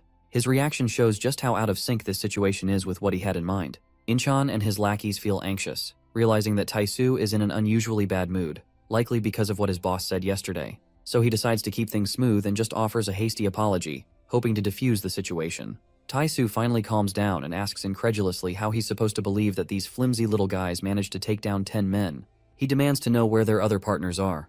Jae Hong just tells him to screw off, and gets a solid kick in the face for using foul language. Meanwhile, Taisu is blowing off steam by puffing out smoke, and his lackey keeps beating both of our guys. Taisu then puts out his cigarette and makes an arrangement, stating that the first one to spill all the information gets to walk free, but the other will have to stick around as their pawn for a while. He also gives them a chance to run, but makes it clear that his men will drag them out of their school, and he's willing to make their lives miserable. That is when our blonde bully snickers, and both of the beta bullies can't help but laugh so hard that it looks like they are about to lose their lungs. Well, that does it. Taisu is about to blow his lid, and his lackeys know things are about to get real. As expected, the cocky leader quickly starts charging at our boys with a bat in hand, swinging it down so hard that blood splatters everywhere on impact. Even the lackeys are getting concerned to see things spiral out of control. On the other hand, the bastard keeps beating the hell out of our beta bullies until he suddenly stops after sensing commotion nearby. When we look outside, the thugs who were loitering around the club are now sprawled on the ground. Inside, everyone falls silent as they hear the door creak open. All eyes turn toward the entrance, and in strolls our trio, confidently, without a care in the world. The boss is fuming at the sight of these high schoolers barging in and demands to know how these morons managed to take down the fools guarding the place outside. On the other hand, Youngchan is absolutely scared out of his mind when he sees both of his friends lying on the ground, covered in their own blood. Inchan quickly points out that this is the same guy who got away earlier. The other lackeys in the club start snickering, mocking Seokju and Jin, saying they're really scared if these two are supposed to be the backup Youngchan ran to get. Meanwhile, Youngchan is about to crap his pants, second-guessing whether infiltrating this place was a good idea after all. The boss drops his bat with a thud and says he's been in this business way too long, but he never thought he'd see the day when a bunch of scrawny-ass punks would come marching into his club looking for trouble. He then turns to his underling and asks what he plans to do with these fools. In response, Inchan quickly rallies his thugs, ordering them to bring our crew down to their knees. The lackeys charge at our boys, bats in hand, ready to finish this once and for all. At the same time, Inchan feels a bit relieved, thinking at least they'll be able to wrap this mess up today. He doesn't even want to imagine what would have happened if this dragged on for another day. But little does he know, he and his lackeys are in for one heck of a ride. As expected, Seokju and my guy have already started dropping these bastards left and right. Inchan and his crew go pale, and even the other fools standing around are trembling in fear. Our boys quickly shrug off their bags, and Inchan is absolutely boggled to see they've already taken down 4 of his guys.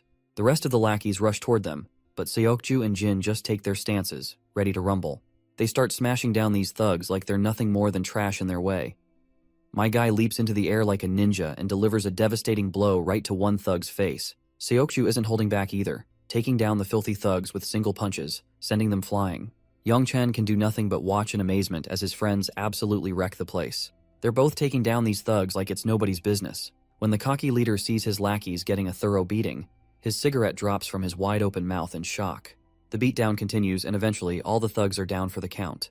The big boss is in complete disbelief, wondering if this is even possible. He looks at our guys, and it's clear they've barely broken a sweat. Yet, they've just taken down 30 of his goons single-handedly. Our boy then starts to walk, and Incheon standing besides begins trembling. As Jin quietly walks past him, it seems like he's going to let this one dude slide, or at least that's what I thought, until Seokju steps in and delivers a brutal punch, knocking Incheon down for good. The boss, now in a panic, grabs his bat and takes a firm stance, but Jin just keeps walking toward him. Once they're finally face to face, the boss quickly swings his bat, but Jin responds with a smack of his own. Jin then slaps the boss across the throat, grabs his head, and in his usual style, smashes the bastard's face into his knee, causing blood to gush from his nose. But this cocky guy isn't ready to go down just yet. He knows if his boss finds out about this, he's getting kicked out of the clan for good. So he decides to play dirty and pulls out a dagger, swinging it at Jin. But Jin just grabs his hand and snaps it, leaving the guy whimpering in pain. To seal the deal, Jin slams the guy into the ground, finally putting the cocky boss down for the count, this time for good. Suddenly the beta bullies start to wake up. Yongchan quickly runs over, asking his friends if they are okay, but Blondie just points if they actually look good, given how their faces were smashed with that baseball bat. Orangehead looks up and notices our boy. Once he catches Jin's attention, Jae-hong flashes a thumbs up and says that in the game of life, he's truly at the challenger rank, even though he's still just a bronze rank in the game. It's a good jab, though Seokju has no clue what the heck he's talking about in this situation.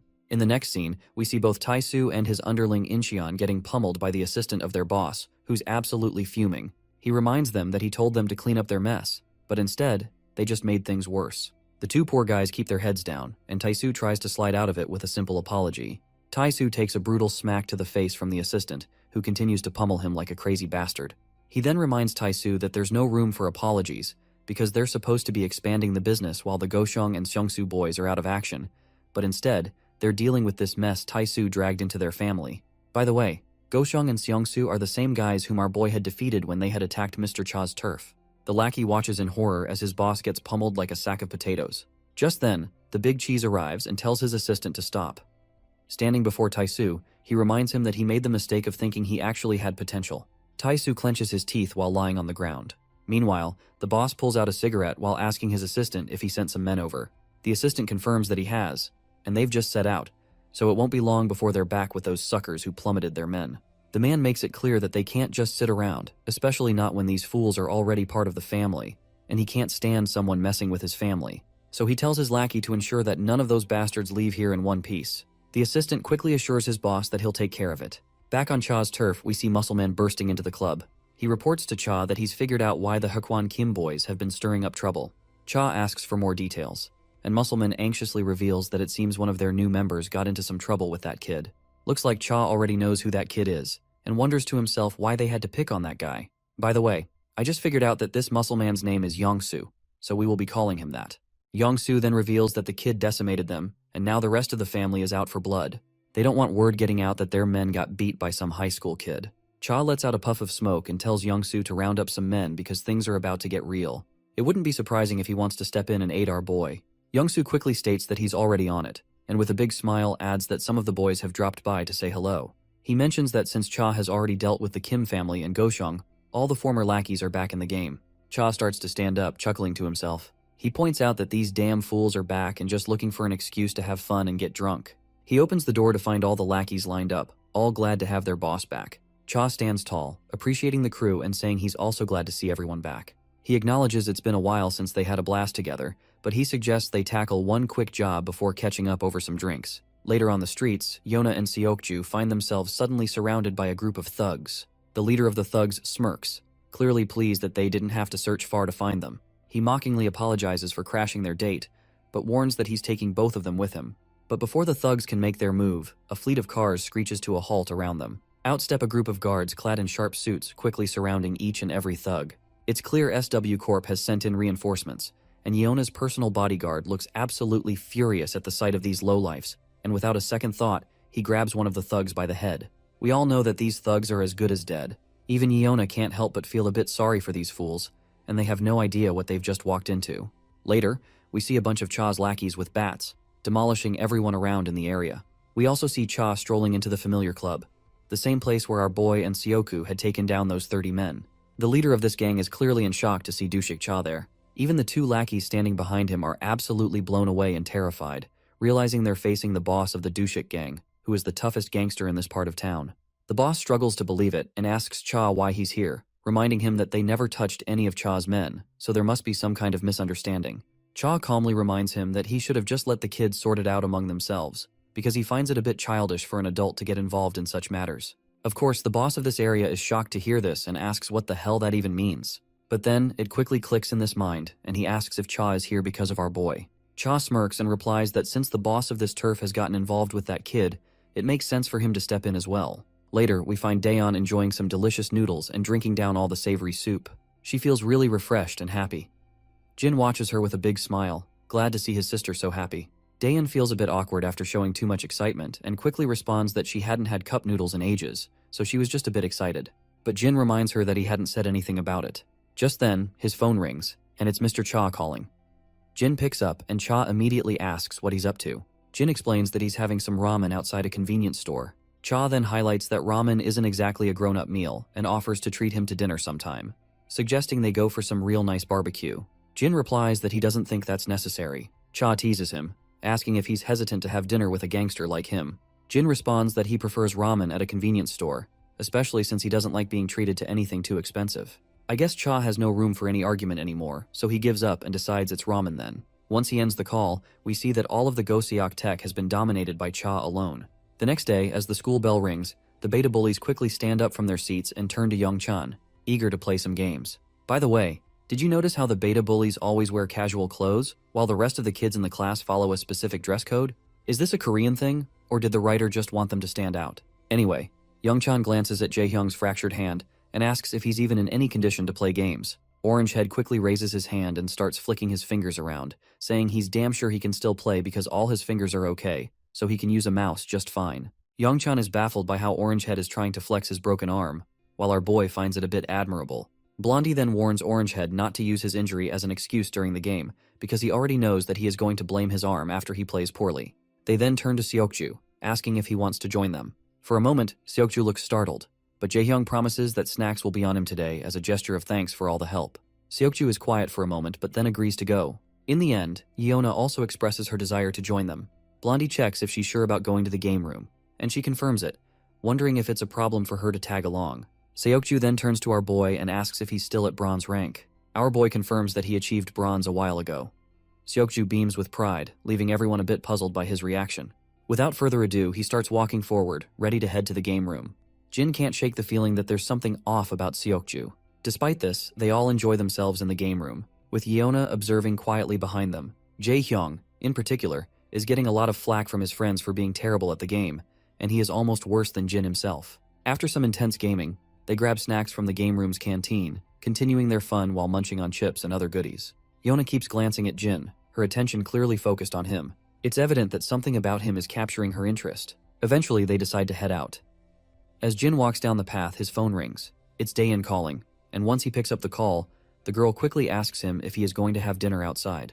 Jin tells her he's almost home, and just as he says this, he spots Grandpa and Daeon standing there in the distance. Jin asks where they're headed, and Daeon and the old man reveal they're off to pick up some groceries for dinner. Jin decides to join them, but the old man is concerned that he might be tired. Jin responds that he's fine, since he was just hanging out with friends. At the grocery store, they diligently pick out everything they need. Once they're done shopping, Jin volunteers to carry all the bags. As they walk out, Jin's attention is caught by a shady figure standing nearby.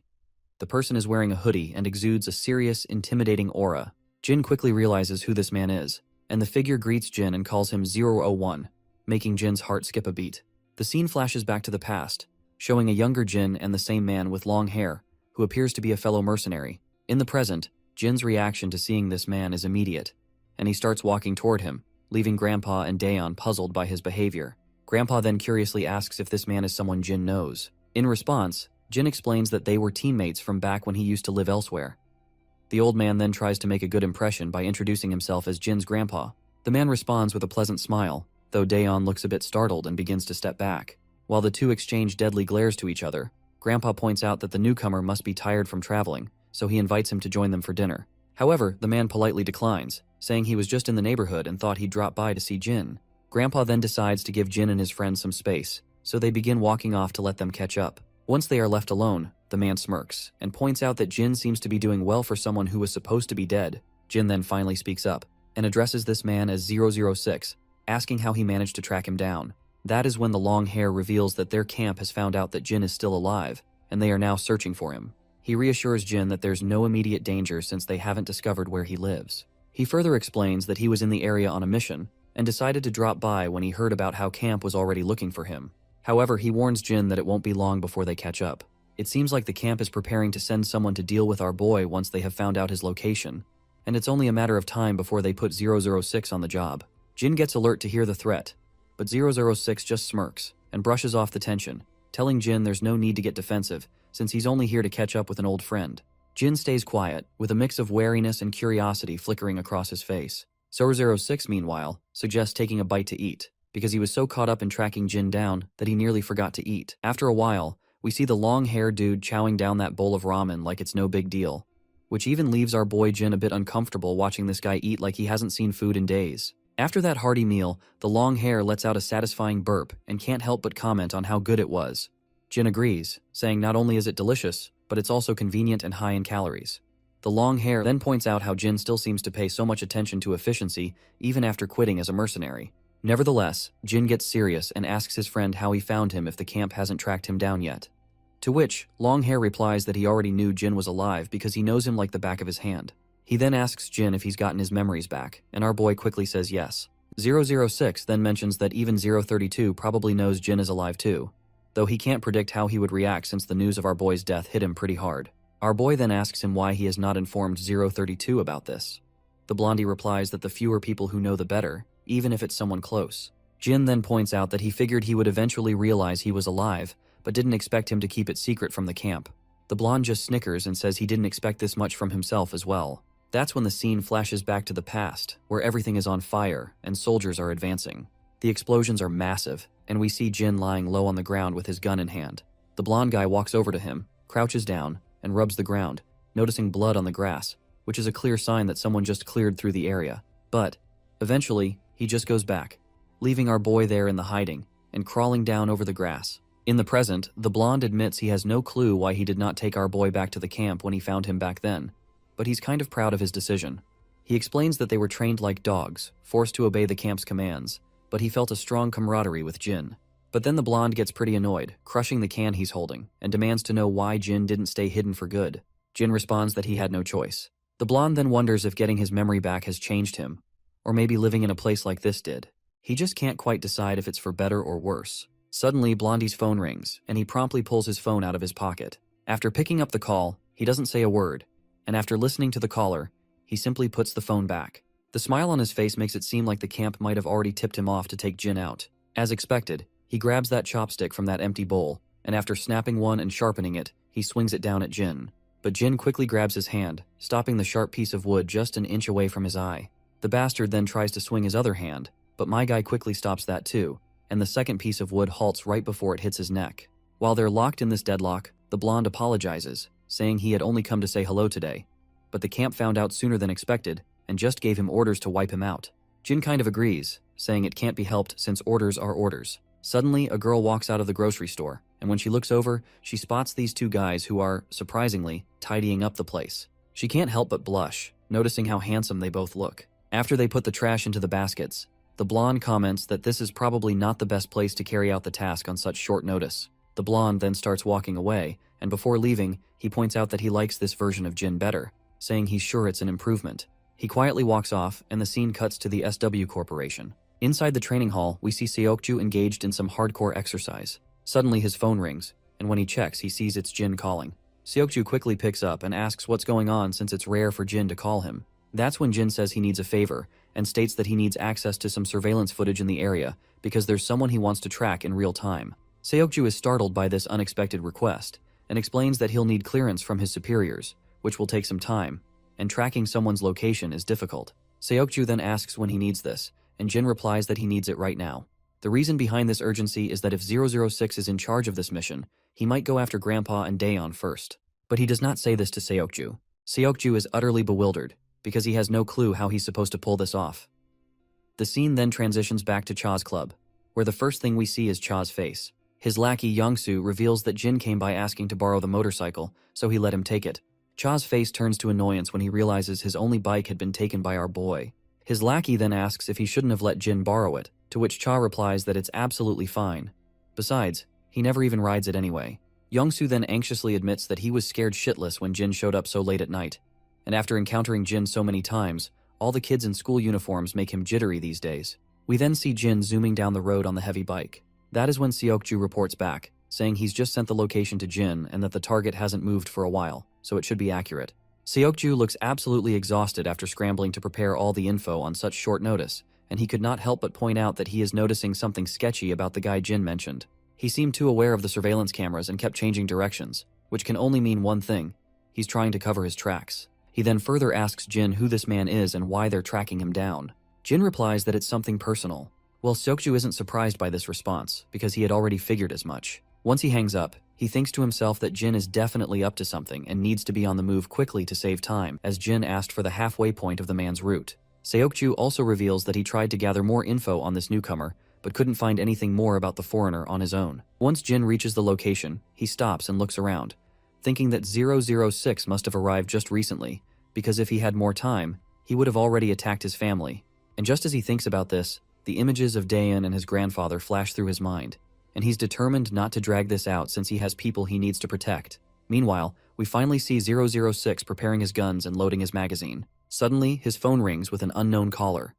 He picks up, and the caller reveals that they've just found out 001 is alive and in Korea. Before the caller can say more, 006 quickly cuts him off, saying he has been with Jin since their early training years and knows everything about him. He further explains that he just finished a job in the region and came to check if the news about Jin's survival was true.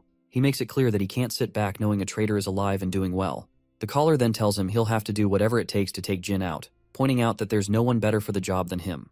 It turns out the caller is the same eye patch guy we've seen before. He warned 006 to be extremely careful, as Jin was called 001 for a reason. Blondie then mentions that a long time has passed since their early days, and the eye patch guy agrees, saying Jin is bound to be rusty after hiding in the shadows for so long.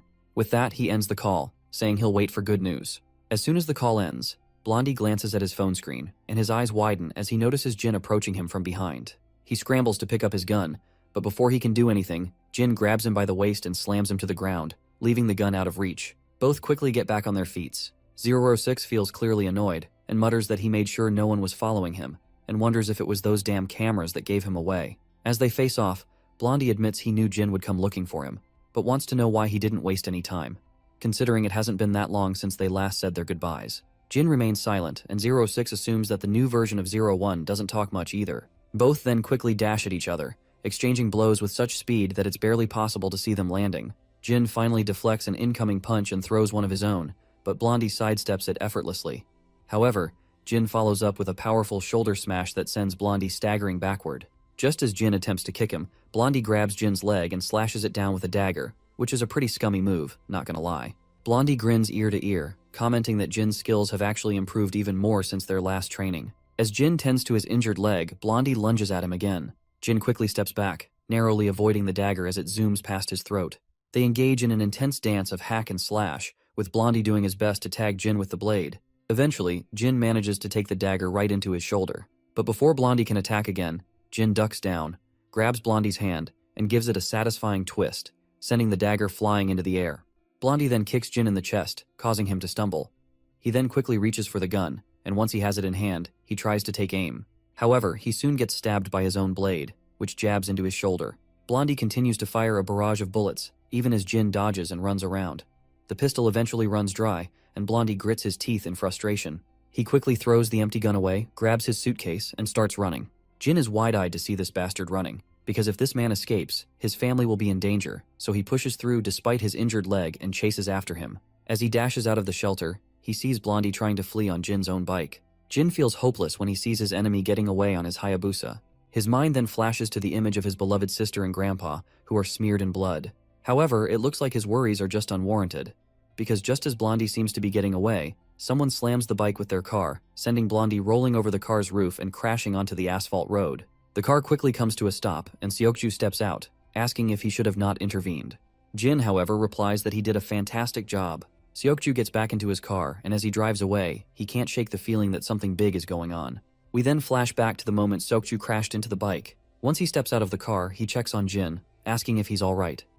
Jin assures him he's fine, despite the injuries to his shoulder and neck. Seokju, however, is concerned, noting that Jin definitely doesn't look okay. Seokju then looks at Blondie, who's sprawled out on the ground, bloodied and seemingly down for the count. Poor Seokju begins to worry that he might have hit him too hard. Jin then tells his friend to just go away. Seokju is initially bewildered by this request, but the serious look in Jin's eyes convinces him to comply. As he drives away, he can't shake the feeling that the man Jin is chasing seems like a typical tourist in SW Corp's database, but he doubts that's the whole story. He then suddenly remembers the wrecked car and starts to worry about how he's going to explain the damage. We return to the shelter, where 006 is tied to a chair, bloodied and looking disheveled. Jin stands over him, calm and collected, and tells him that he can look up now, because he knows he is awake. 006 starts to laugh, saying he never expected our boy to be working with a partner and should have known when he tracked him down so quickly. He admits he made a mistake in assuming he would never work with someone else. Our boy stays silent, and 006 then asks what he wants to know. Jin responds by asking who else received the order to execute him. In response, 006 says he can't be sure, but he probably is the only one because he was the closest to the region, and the timing was right. 006 further explains that the camp can't accept the reality of Jin being alive. They don't want anyone to know his death was faked, so they'll try to eliminate him as quietly as possible. He adds that they will never give up because Jin has caused a lot of damage to the camp, especially to the Mad Dog, who is going to make his best efforts to kill our boy. Blondie then ends the conversation, saying that's all he has to say, and is only giving Jin this information because they were once comrades. He then finally tells Jin to just kill him now. Jin grabs the dagger and begins walking forward. It seems Blondie isn't really afraid of dying, because he'd rather be killed by our boy than by some random enemy. He begins to close his eyes, bracing himself for death. But to his surprise, Jin starts untying him. Blondie asks what the hell Jin is doing, and our boy simply responds that he's freeing his legs. Blondie then rephrases his question, asking why he isn't killing him. Jin then responds by asking why he should. He then goes on to remind Blondie of the reason he should stay alive, which is the same reason he can't escape the camp. Jin explains that he understands what that means because he has lived with a family and knows how it feels, so he suggests Blondie do the same. He also points out that since Blondie has failed his mission, he's as good as dead now, so he better lay low somewhere the camp can't find him. As 006 begins to walk off, he reveals to Jin that his family will be in constant danger, and the camp will ensure any attempts to terminate him. Jin responds that he's already aware of this. He adds that things would have ended differently today if he had targeted his family first, but he plans to guard this life as best as he can. Blondie smiles and says he'll try to throw the camp off his tail as much as he can before disappearing. He then asks one final question, which is the real name of our boy. Jin remains silent for a moment before finally revealing his name. Blondie smirks and also gives out his own name, which is Liam. He then jokes how it took them 10 years to learn each other's names. With this heartfelt exchange, 006 begins walking away, and the next scene takes us to our boy's apartment. Once he arrives home, he quietly opens the door and slips inside, trying not to make a sound. But before he can reach his room, he hears the creak of another door opening. His heart skips a beat as he realizes he's been caught sneaking in. It's his grandpa, standing there with a surprised look on his face, seeing Jin return at such a late hour. Jin gives a warm smile, while carefully hiding the wound on his shoulder, and asks why Grandpa is still awake. The old man explains that he had trouble falling asleep, which is probably because of the coffee he had earlier. With a pleasant smile, he tells Jin to go and rest, pointing out that Jin must be tired as well. With that, Grandpa retrieves back into his room. As Jin is about to head to his own room, he hears his sister calling him. Once he looks at her, she quietly reassures him, saying not to worry too much about Grandpa. He was just waiting up because he's still concerned about whether Jin is having a hard time settling back into life in Korea. She then reminds him that she had left dinner on the table for him, knowing how much he enjoys home-cooked meals. After that little chat, she heads back to her room quietly. Jin moves over to the delicious spread laid out on the table and smiles broadly at the sight. The scene then shifts to Seokju, and when his phone rings, he picks it up and sees a message from Jin. The message is a thank you note for slamming 006 with his car and for providing the pinpoint location. Seeing this, Seokju can't help but feel a bit embarrassed by the compliment from his friend. The next day at school, Yona and Seokju are walking side by side as usual when Seokju spots Jin standing outside the classroom. They call out to him, and he promptly looks up. Both of them ask why he's standing there, to which Jin replies that he needs to talk to Seokju about something. Yona is startled by this and starts wondering what it could be about. Once they get inside the lounge room, Seokju inquires about the incident from the previous night. Jin, seemingly prepared to explain, states that he thought it was time to tell what happened. Seokju braces himself, and Jin finally reveals that the man he hit with the car last night was someone he used to work with and who had come to see him. A silence follows, with Seokju expecting more details. When he asks if that's all, Jin simply says that's pretty much it because it's better if he doesn't know anymore. Seokju feels a bit bummed out, not expecting Jin to keep things so low-key. Jin, however, is convinced Seokju must have looked into the guy he tracked down last night. He tells his friend that it's best not to dig any deeper into the man's past, and that he's sharing this because of his help. Seokju feels proud after being acknowledged by our boy, and tells him that he doesn't want to dig any further either, especially since this guy is tied to Jin's past. After their little chat, the both boys head back to class. Yona then curiously asks Seokju what they talked about. When Seokju doesn't answer right away, she tries to guilt trip him, asking if he can't even share that much. Seokju caught off guard and quickly improvises and says he was just asking Jin how to level up in a game. Yona lights up, thinking this means Jin is really into video games. But then she remembers Youngchan is way more into gaming, and Hyokjin and Jaehyung are also much better players. She wonders why Jin would ask Seokju for advice when those guys are pros, or maybe Jin just wanted to chat with someone on his own level. Well, this little banter really hits the poor guy right in the gut, while our boy seems to be busy minding his own business. Once school ends, we see Yona outside. She's making notes about their groceries and wondering if she should buy some fruit since it's been a while since Grandpa had any. Suddenly, someone calls her name. When she looks up, she notices a boy standing in front of her who doesn't look like anyone from their school. Once he has her attention, he asks if she goes to Sinan High School. Yona quickly confirms that she does, and the boy then says he was kind of wondering if he could get her number. Not surprisingly, this startles Yona, who has no clue how to react. She starts to panic, while the boy reassures her not to be scared or feel pressured, saying he just wanted to get to know her. Eventually, Yona turns him down as politely as she can, and it seems like the boy takes it in stride, though he does look a bit disappointed. A big guy from behind comes up and mocks the boy for getting rejected so quickly. That's when the boy shows his true colors, getting all cocky and sternly reminding her that all he asked for was her phone number. Before he can harass Yona any further, he gets a brutal slap across the face. The one who delivered that stinging slap is none other than Jaehyung, who is accompanied by two other friends. The boy turns around, demanding to know who slapped him, but he just gets another slap from Jaehyung for acting so tough. After feeling the sting of the slaps, this lowlife realizes that dealing with these guys is a terrible idea. Meanwhile, Hyokjin is giving the other goon chills with just his glares, and the two bullies decide to leave, trying to salvage whatever dignity they have left. Orangehead lets out a sigh of disappointment seeing these bullies, then happily turns to Daeon, asking if she's alright. The girl says yes and starts bowing her head frantically, but Jaehyung feels embarrassed, and quickly tells her that there's no need to say thank you. At the other block of this street, we see people freaking out as they spot a group of thugs strolling down the streets. And surprise, surprise, it's Tae-soo-gi, along with his underling Incheon and the rest of his lackeys. They're casually strolling down the area, and wouldn't you know it, the same guy who tried to harass Daeon is with them, clearly bringing in Tae-soo as backup to get revenge on our beta bullies. By the way, this harasser's name is Taeshong, and he apparently is the brother of Tae-soo-gi. Meanwhile, Tae-soo is feeling absolutely annoyed, grumbling about how every wannabe tough guy in town seems to think they can mess with them these days. That is when his lackey reminds him that word of their defeat by the bunch of high schoolers is getting around, and they might need to do some damage control. So, they decide to start spreading their terror by taking out the thugs who dared to mess with Taesong. A creepy smile spreads across Tae-soo's face as he agrees with his lackey, saying they're going to show these guys what Goseok Tech is really made of. Suddenly, his little brother points his finger at Daeon and states, "That is the girl who got me smacked by a bunch of guys." Well, it looks like these punks are in for one hell of a ride again because our boy is strolling down the street with his sister.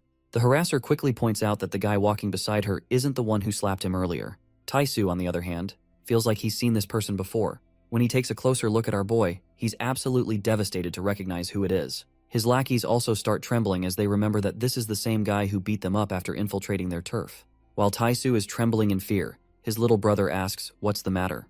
Tae-soo asks if the girl next to that guy over there is the one he was trying to hit on. His little brother nods, only to receive a devastating slap across the face.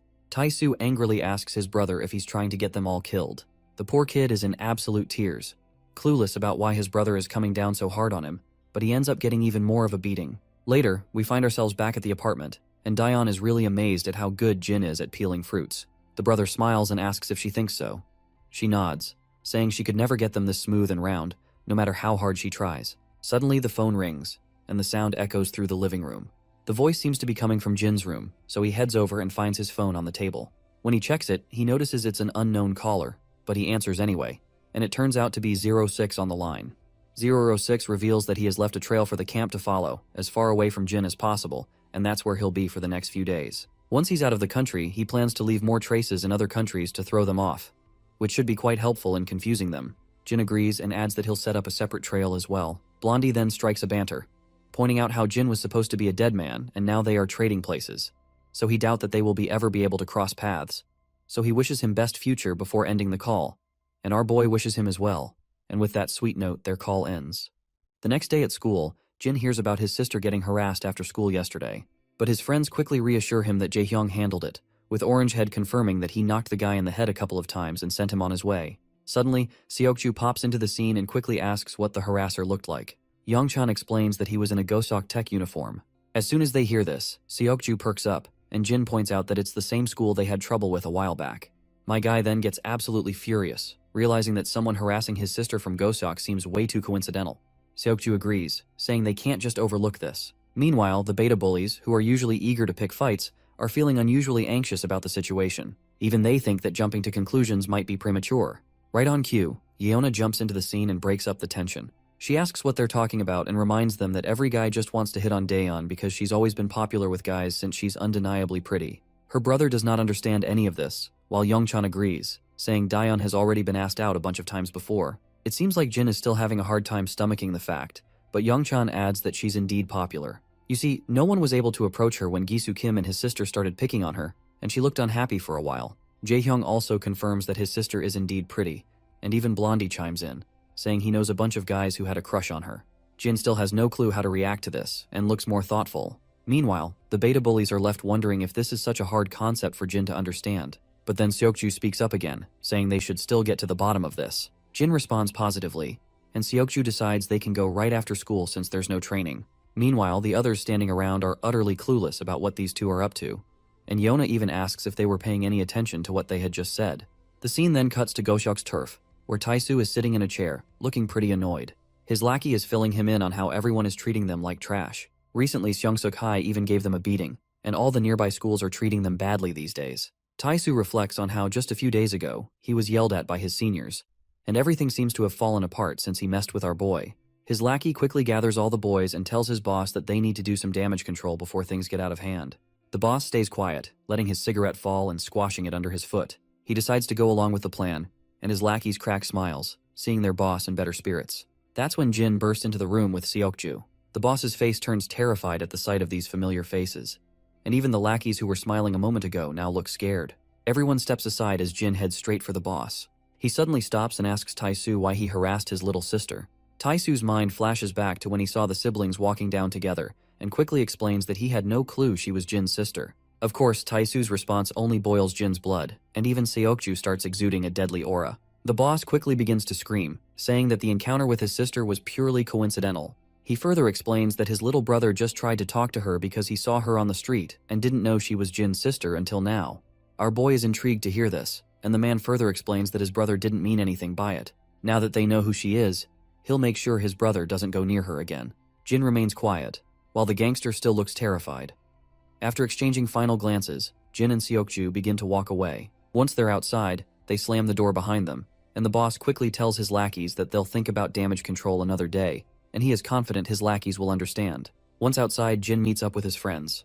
They ask what was said, and he reveals that it was indeed a coincidence, and that the guy who talked to Daeon is Taisu's younger brother. Jaehyun is rattled out of his mind to hear this, and his soul nearly leaves his body when he hears this. Meanwhile, Yona reminds them that she had already told them there was nothing to worry about. But Jin states that he still plans to keep a close eye on them for the time being. After all, they can't just take their word for it. A while later, Jin is sitting with Mr. Cha, who looks at his ramen and the other strange stuff and remarks that it's been a long time since he had food like this outside a convenience store. He suggests they should have just bought some good barbecue instead. Jin, however, denies the suggestion, which annoys Mr. Cha. The gangster then brings up that he heard our boy had borrowed his motorcycle again. Jin admits he did and promises to return it later that night. However, Mr. Cha tells him to keep it, saying he'll just leave it sitting there anyway. Jin insists on returning it, and Mr. Cha sighs, telling him to do whatever he wants. Once Cha gets a lot of noodles onto his chopsticks, he begins to slurp down the deliciousness with gusto. On the other hand, Jin is politely enjoying his triangle food, while Mr. Cha can't help but notice how Jin looks like an average teenager. But on the other hand, this same kid totally destroyed the Kim family single-handedly, and also dealt with the SW Corporation like a pro. Suddenly, Mr. Cha calls out to Jin, asking what exactly he does every day. Jin simply replies that he goes to school, just like any normal kid. Of course, Mr. Cha had expected this kind of response, but it's not what he wanted to hear. The scene then transitions to SW Corp, where the chairman is standing and peeking through the window. It's always funny to see that classic manhwa scene where the rich boss stares out of the glass window from their office. Meanwhile, the director's assistant reveals that many have voiced concerns about SW Corp being a bit too aggressive in its expansion. The director just shrugs and says that things get a bit chaotic when people start looking out for their own interests. They're taking all the necessary precautions with their expansion, but they can't avoid making a few enemies along the way. The assistant also agrees, and points out that their aggressive tactics are causing SW Corp some trouble with some pretty shady organizations, and the SW Corp advisors have also noticed some suspicious activity from other companies lately. In the next scene, Jin's sitting with the director, who offers Jin to have tea. But our boy politely declines, saying he's good. The director then asks how working with the security team has been for him. Jin says it's been fine. The director moves on to ask how he's liking the school, and Jin responds that it's nice. Finally, the director asks if there's anything they can do to help him with anything, and Jin says no in response. Our boy then asks if that's all the director wanted to talk about, and, if so, he's heading out because training is about to start.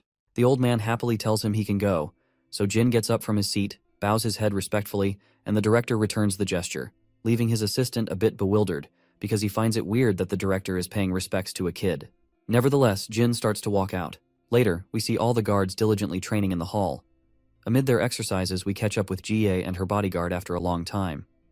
Her guard notes that Jin doesn't stand out like he used to. Jie gets curious and asks more about Jin.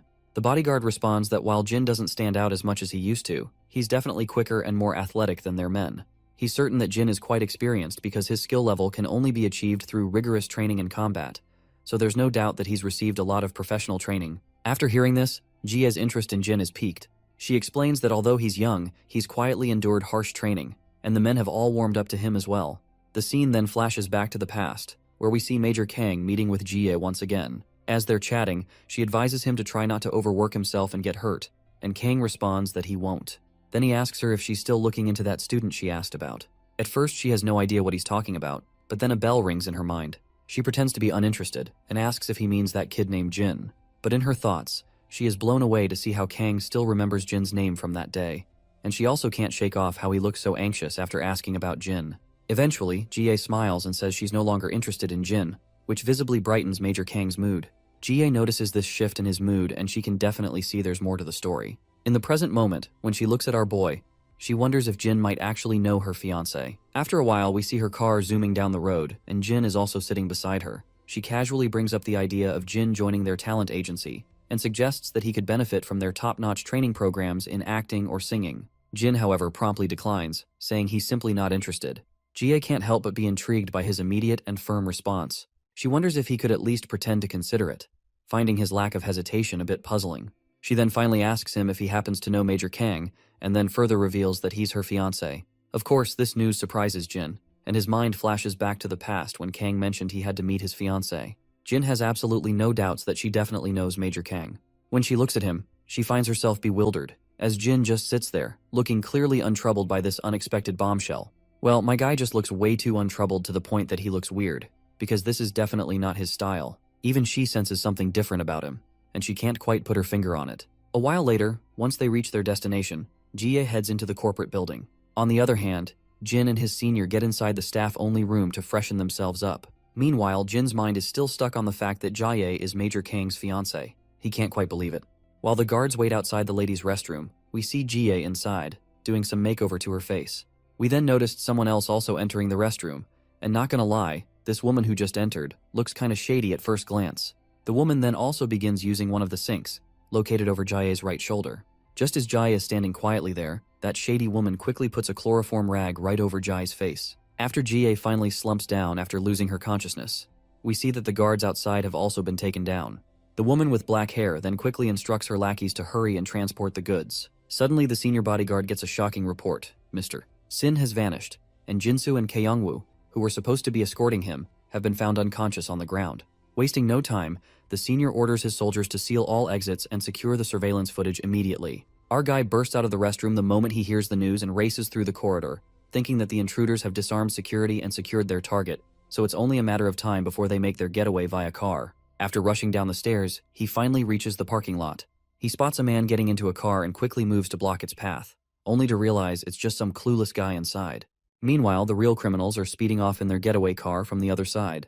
Jin takes off after them, sprinting at full speed. Without hesitation, he jumps in front of their car, but those bastards don't even slow down, and they try to run him over instead. As those bastards make their getaway, our boy quickly radios in that he's spotted the suspect's vehicle, which is a black minivan. Jin does not waste any time and leaps over those parked cars and tries to grab the minivan. Meanwhile, the other guards swarm the exit and they're ready with puncturing tools to stop the van. But it's too late, because the driver floors the gas pedal, running over the guards and everything in front of the car, and they zoom out without a hitch, while our boy is still hanging onto that van. The minivan swerves wildly, and Jin is struggling to hold on as the vehicle juggles around. Just as he's fighting to keep his grip, his mind flashes back to a conversation with Major Kang.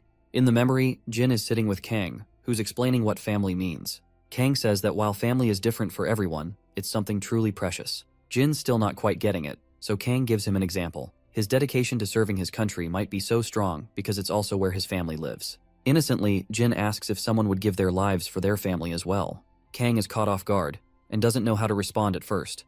Then he smiles and says that if it came to that, he'd gladly do it. Back in the present, as Jin clings to the minivan, he grits his teeth and tightens his grip. He slams the minivan so hard that the glass begins to shatter. The driver, distracted by the commotion, doesn't notice an oncoming car in the intersection. The two vehicles collide, and Jin is violently flung off, crashing down about 10 meters away. Right at that moment, the minivan guy takes its chance, slams the gas pedal, and speeds away. Jin then also starts running after the car. Inside, a woman with black hair glances back at him, giving him a mischievous twinkle with her eye. As Jin runs after the van, he starts to fall further behind until the vehicle disappears from view. Once he is exhausted, he comes to a halt. But just then, the senior guard arrives, and he quickly asks which way the van went. Jin doesn't answer. Instead, he hops into the car, which annoys the senior, who sternly tells him to get out. But Jin tells him to just hit the gas pedal and gives him the precise direction of where the van went. Reluctantly, the senior guard hits the gas. He then also reports to his subordinates that the kidnappers took a side road to the right and instructs them to coordinate with the police and dispatch their units. He then also reminds Jin that he should just drop off on the way home since he's just a kid and not part of the security team. He adds that his involvement in this mess wasn't his responsibility. But Jin counters, saying he's currently in practical training and chose to be here tonight, so he's the only one responsible for his presence. He also reports that he saw one male and one female in the vehicle, both of whom were Asian, but he didn't notice any other accomplices with them. As the senior guard looks at Jin, ready to berate him further, he notices Jin's injured face and hands. Concerned, he quickly asks if Jin is all right. Jin replies that he is fine. The senior is struggling to come to terms with the fact that Jin was reported to be hanging onto the vehicle and was the first to track down the kidnappers. He also managed to hang on as long as he could, identified their route, and even saved Miss Yona once. The senior realizes that Jin has proven himself in this situation, and he can't think of anyone more reliable right now. Meanwhile, Yona receives news that Madame Jie has been kidnapped. Her guard explains that they've left the security to a minimum and sent out all units to find her. Team 2 and NGU are currently in pursuit of the kidnappers.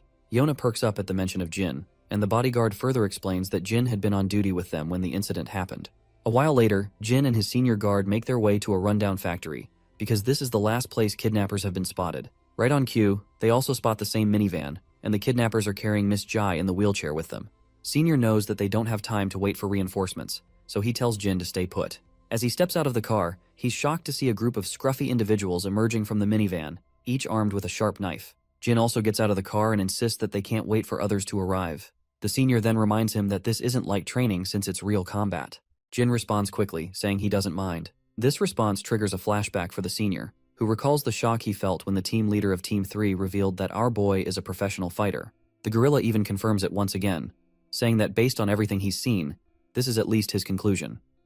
Back in the present, as our boy strides forward confidently, the bodyguard finally decides to head down further. He tells Jin that he'll take care of things inside the shelter, so he better not let those filthy swine beat him. Just then, one of the goons tries to stab the senior, but our guy quickly sneaks up on the bastard from behind and delivers a devastating blow to his face, causing the dagger to drop from his hand.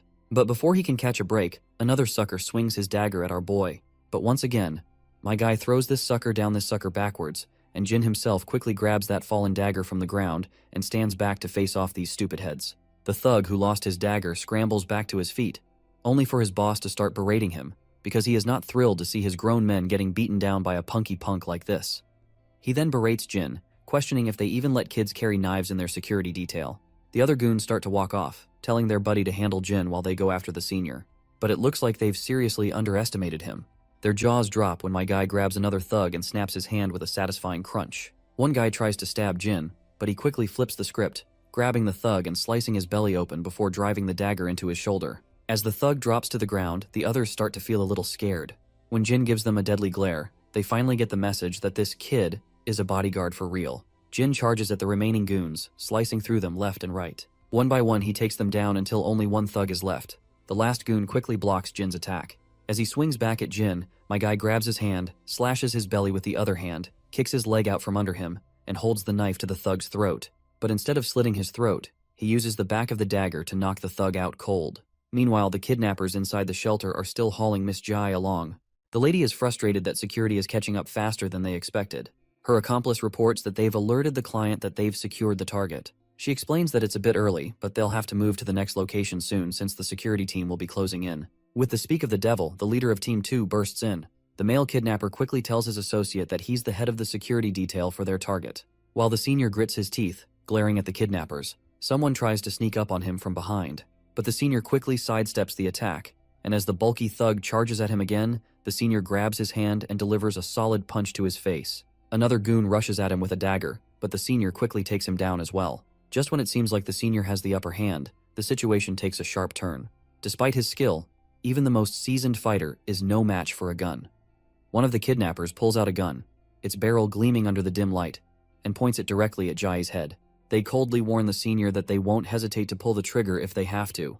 The threat hangs in the air like a deadly promise, and the senior could do nothing other than express his frustration with his twisted face. The man makes it crystal clear that she'll die the moment he moves, so the senior doesn't budge an inch. Then, these scummy kidnappers drill a hole into the senior's shoulder with a single bullet, making his face go as pale as a ghost from the pain. Meanwhile, the jerk who just pulls the trigger is oddly fascinated that the senior barely flinches. The woman beside him tells him to just finish the job, insisting they don't have time to waste. So, the man decides to pull the trigger again, while the senior takes one last look at Jie, preparing for his final moments. Just as the monster is about to pull the trigger, the senior asks Jie for forgiveness. But before he can die in this dramatic scene, two daggers come flying out of nowhere, piercing the man right in the hand. On the other hand, the woman in black is dodging left and right, while Jin rushes toward Jie, grabs her wheelchair, and starts dashing down with full throttle. The goon is completely bewildered by this, and the other senior's face also goes pale. Meanwhile, the goon starts shooting bullets again as Jin tries to get as far away as possible. At that moment, the senior takes the trigger-happy soldier down with him, and they both crash to the ground. Jin glances at his senior, who quickly tells him not to look back and just run.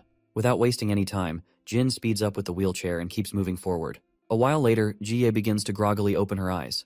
But before she can react, someone covers her mouth from behind. Thankfully, it's just Jin. He tells her to stay quiet, and once she nods in agreement, he moves his hand away. The woman then asks where she is here since she was just in the bathroom. Jin points out that she'll feel dizzy for a while because of the sedative. That's when her mind flashes back, and she remembers she'd been kidnapped. Jin confirms it, saying that he and the team leader arrived first and that security is on its way with the police. Jin looks around to make sure no one is nearby, and he is kinda relieved that she's awake, which will make it easier to move her. But he knows they won't have long before someone finds them in this dead-end corner, and the worst part is that the enemy is armed. Meanwhile, Jie wonders if her kidnapping has something to do with the new acquisitions in the SW Corporation expansion, though she had nothing to do with those deals. She looks at Jin and yells that he's hurt, but Jin brushes it off, saying he's totally fine, but Jai isn't buying this crap because she can see that his shoulder is banged up, his fingers are injured, and, to top it off, he's not even her bodyguard. She's confused about why he'd go out of his way to help her, and is surprised at how dependable he's turned out to be. Just then, they hear that familiar voice of that woman, which is the same one who is behind this kidnapping. She's walking toward them, gun in hand, and tells Jin to come out right now. She threatens that if this drags on too long, they won't hesitate to kill the hostage. She further insists they better wrap this up peacefully and save the hostage before things get worse. Jie feels terrified to hear this threat, and quickly stands up from the wheelchair, thinking she can't let this boy get dragged into this any further. Despite his skills, he's just a teenager, and she feels she needs to step up and protect him. Before she can do anything reckless, Jin signals her to stop and cryptically gestures something with his fingers, which just goes way over my head. But it seems like Jie can understand what he is trying to say, so she stands there in silence, and Jin eventually steps out from his hiding spot and raises his hand quietly. The kidnapper woman is sure Jie must be behind that container. She reflects on how she couldn't believe it when she saw our boy hanging from the van even though he is just a kid. She then mocks him, saying he's probably seen too many action movies because in reality, even a hero can get killed. I guess she's right, because no matter how brave you are, you're no match for a gun barrel pointed straight at you. But Jin remains calm even with the gun trained on him. GA eventually comes out, yelling for her to wait. As soon as the kidnapper woman looks in GA's direction, Jin takes his chance. He throws the blade over at her hand, injuring it badly. Before she can catch her breath, another dagger zips past her, and right at that time, Jin jumps over her, and they both fall off to the ground, and her gun also slips from her hands. She quickly grabs one of the daggers tucked near her thigh and tries to swing it at Jin, but he backs away just in time, and they both put some distance between each other. The woman then launches herself at Jin, and their deadly dance of hack and slash begins. After a fierce exchange, she takes a brutal hit to her gut and goes tumbling backward, her gun falling to the ground. She quickly spots her gun, grabs it, and aims it at Jin with a smirk, thinking she finally has the upper hand. But Jin moves fast and grabs the gun, twists it out of her grip, and now the gun is pointed right back at her. The woman is sweating and utterly confused about how this just happened.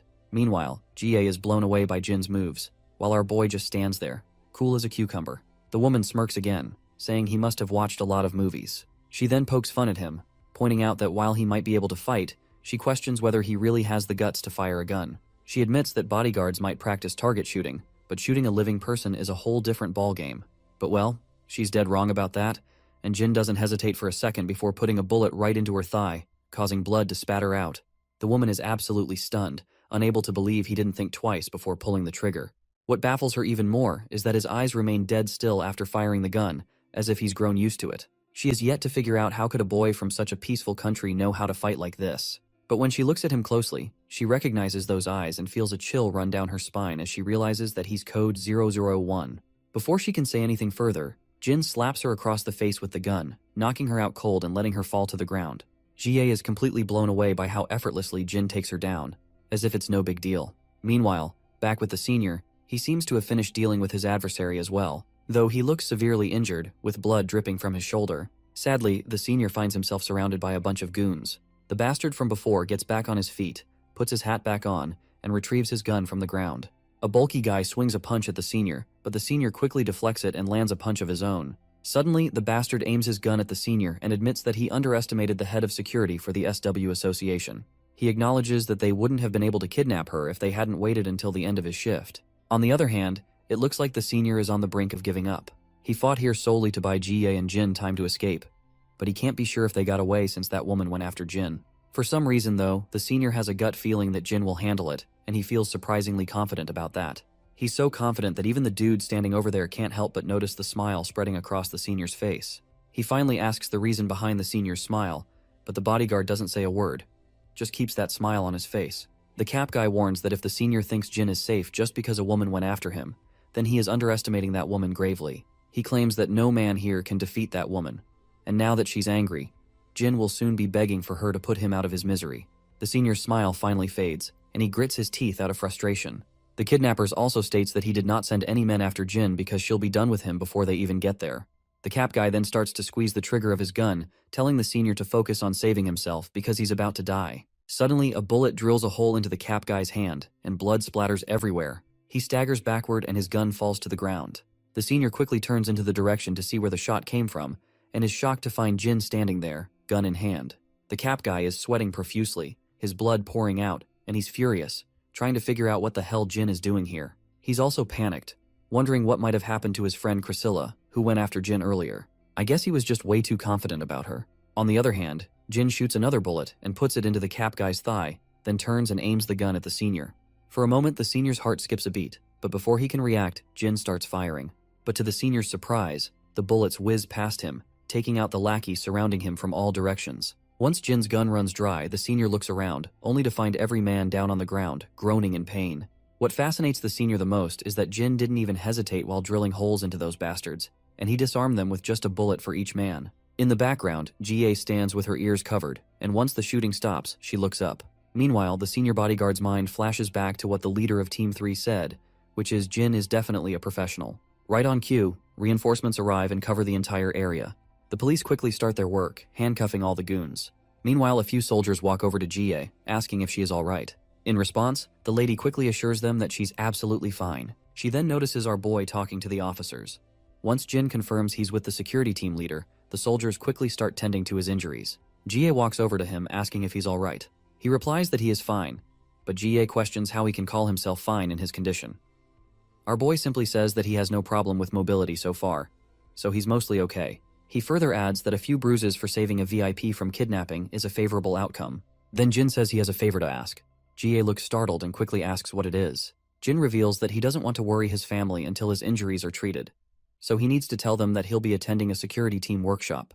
Jie is a bit confused, wondering if this is all he wanted to talk about. She then simply walks away, telling him to go get those wounds treated. But before leaving, she doesn't forget to thank Jin for his help. Shortly after, the senior also arrives and places a hand on Jin's shoulder. He flashes a warm smile and tells Jin that they'll see each other next time. With that, Jie and her bodyguard walk off. The scene then cuts to an unknown location, where a mysterious man sits behind a desk in a dimly lit office. An unknown lackey stands behind him, delivering the sad news that their attempt to kidnap Jie has failed. The boss smiles to hear this, and explains that success in kidnapping her was never the real objective, because it was merely a way to deliver a message to SW Corporation. He elaborates that they will start to watch their steps more carefully once they realize the trouble their expansion can cause, and that's all he's after. The scene then cuts to a chamber where that same woman from the kidnapping is sitting. She appears annoyed while saying she never expected a beast like Jin to be on their payroll, and she's talking about the mercenary who's really a force to be reckoned with. The man just stays quiet, so the woman goes on, saying if she'd known he was working with SW Corporation, she would have handled things a lot differently. In fact, she probably wouldn't have taken the gig at all. The man acts all clueless, but the woman tells him not to play dumb. She points out that Jin, the mercenary, always keeps his face covered, but she recognized his eyes because she'd crossed paths with him before. She mentions that about 6 months ago, Jin vanished off the radar, and there were all sorts of rumors about him retiring or even being dead. She never thought he'd end up working for SW Corp. The man's response remains the same, and he further states that he can't make sense of any of it. You see, he's heard a thing or two about that mercenary and thinks it's pretty hilarious to imagine one of their guards being a top-notch mercenary. The woman eventually just stops arguing because, let's be real, talking to this guy is like trying to reason with a brick wall. A bit later, we're at the SW Corporation's medical center, and the first person we see is Lady G chilling in one of the wards. I used to think she was a total villain, but it turns out she's not that bad, but just super curious about our guy. We also spot her guard hanging around. When Jie asks what he's doing here since he took a bullet, he casually says he can handle simple stuff just fine. Jie's not having any of that and tells him to head home and rest up, because one less guy on duty isn't going to make a huge difference anyway. The guard states that he just can't rest, feeling responsible since the whole mess happened while he was off shift. He further explains that the mercenaries were working from abroad, and they still haven't figured out who they were working for. Even the mercenaries themselves don't know their client, since multiple middlemen were involved. Jie's mode turns sad as she reflects on how first Yeona was targeted, and now she's been kidnapped as well. She asks him if it's all just a coincidence. The guard shakes his head, saying it's definitely not a coincidence. Well, this just makes Jie even more down. Jie then thinks about how our guy handled the whole situation like a total badass, and he was looking even more impressive than during training. She reminds her guard that he's really not just an average teenager after all. The man agrees, acknowledging that he's definitely not an average guy. In her mind, she thinks to herself that Grandpa must know Jin's real identity since he put the kid on their security team. She then recalls that Jin had multiple fractured ribs and detached fingernails from fighting off the kidnappers, not to mention a deep cut on his shoulder from a missed bullet. The guard then points out that Jin had been clinging to their vehicle during the attack and must have gotten those injuries when he fell off. Jie's face goes pale as she realizes that Jin managed to fight off all those thugs even with all those injuries, and even took on 5 men with knives while she was unconscious. Well, that just adds another layer to the situation, and her face looks even more shocked than before. The guard agrees that it doesn't make much sense, but it's surprisingly true that Jin was able to pull all that off. Jie quickly stands up from her bed, rushing toward the door and heading straight to the ward where Jin is admitted. As soon as she bursts into the room, she finds him getting suited up again in SW uniform. When Jin looks around, he spots Jie and her guard. The lady doesn't waste any time and immediately asks him what the heck he's doing getting dressed. Jin explains that he's going home since he hasn't been there for 2 days. Jie reminds him that he has serious injuries and can't leave until they're done treating him. Jin explains that he'd rather rest and heal at home. Jie starts shouting, telling him not to be ridiculous, and asking who gave him permission to do something so rash. In response, our boy simply says it was the doctor who told him. Despite all of Jie's protests, Jin simply packs his bag, and the lady further asks him how he plans to explain this to his family. Jin in response points out that the bruises on his face can easily be explained by saying he got hurt during training. Jie is annoyed to see how this guy has an answer for everything. She then tells her guard that she needs a moment alone with Jin. Once the guard steps out, she tells Jin that she wants him to come work for her after he graduates. Our boy looks at her, and Jie states that there's nothing in it for him if he stays with Yeona because, as she puts it, she's just a child. She goes on to explain that Yeona only has her inheritance from her parents, but she doesn't have the means to secure her own future. Jie, on the other hand, claims she can guarantee our boy a safe and secure future. After a moment of silence, Jin says he has one question. Hearing this, Jie assumes he's probably curious about the salary, so she quickly tells him not to worry, as she'll make sure he's paid more than he can imagine, with plenty of extra benefits on the side. But Jin flatly refuses to have such thoughts, and instead asks what she meant by him staying with Yeona. The woman remains quiet for a moment, then abruptly asks if he's dating Yeona, to which Jin flatly says he's not. But Jie thinks to herself that Yeona always waits for him during training, which probably means she has a serious crush on him. Anyway, she tells him to come and work for her when he graduates, promising to make his family happy and get him a good job right away. Jin seems to find the offer tempting, but he doesn't say much in response, and just tells her that he'll think about it. Later, back at the apartment, we see Yeona and Grandpa, and they both get utterly shocked when Jin explains that he got hurt during training. Grandpa asks if it's something serious, to which Jin reassures him that it's not, stating that it's just blisters on his fingers, and the doctor said it wasn't anything to worry about. The old man then asks his grandson if the security team he's working with is really what he wants to pursue in the future. Jin doesn't give a definitive answer, only saying that it's what he's interested in for now. Grandpa reminds him that even if it's what he feels like doing right now, he can always change his course if he finds something else he's passionate about down the line. Since Jin is still young, Grandpa adds that he'll support him no matter what he chooses to do. Jin smiles in response and agrees with his grandpa. Grandpa then feels a bit awkward and asks if he suddenly jumped into a heavy topic. He mentions that high school seniors are often worried about their future careers and wonders if he might have busted his chops. Yeona snickers at this and reassures Grandpa that he didn't say anything wrong. Jin, meanwhile, has no idea what busting chops even means. The scene then transitions to a familiar camp where we see that same eye patch guy. His lackey reports that 032 went off course without notifying anyone, and suspects it might be because he heard the news about 001 being targeted for elimination. The eye patch guy just scoffs, calling 032 a fool. He says that no one should let their emotions dictate their actions when one of their brothers gets killed, which is precisely why he believes that having a family is absolutely useless. Meanwhile, we catch a glimpse of a mysterious man who might very well be 032. It wouldn't be surprising if he came to Korea to meet our boy. The scene then cuts back to Jin, who is stretching his fingers to make sure they're working properly. His mind flashes back to a memory of the kidnapper woman who seemed to recognize him as someone familiar. He has no clue who she was, but if she knows him by his mercenary name, maybe she isn't related to the camp. Suddenly his phone rings, and when he looks at the screen, he sees that it's Yeona calling. A while later, Jin finds himself outside a convenience store. Not surprisingly, Yeona is there too, and they have heaps of triangle kimbap spread out on their table. The girl then quickly points out that she didn't have dinner and was craving triangle kimbap, but Seokju still thinks to himself that this much food seems like a lot. Nonetheless, she also invites him to dig into the meal, since she is sure that he also did not have dinner either. She quickly opens one of the kimbaps, while mentioning that she heard he got hurt pretty badly, and asks if he's okay now. He replies that he is. She then explains that she went to see him at the hospital, but they said he couldn't have visitors and wouldn't let her in, and Jie also told her not to visit him right now. She admits she was really worried since he was absent from school yesterday. Jin explains that Grandpa told him to take the day off. Yeona finds it touching how he really listens to his grandpa, but then she gets a bit dejected while mentioning how he had to rescue Jie single-handedly from the life-threatening danger. In response, Jin says that's not entirely true, and clarifies that the leader of Security Team 2 was the one who did everything.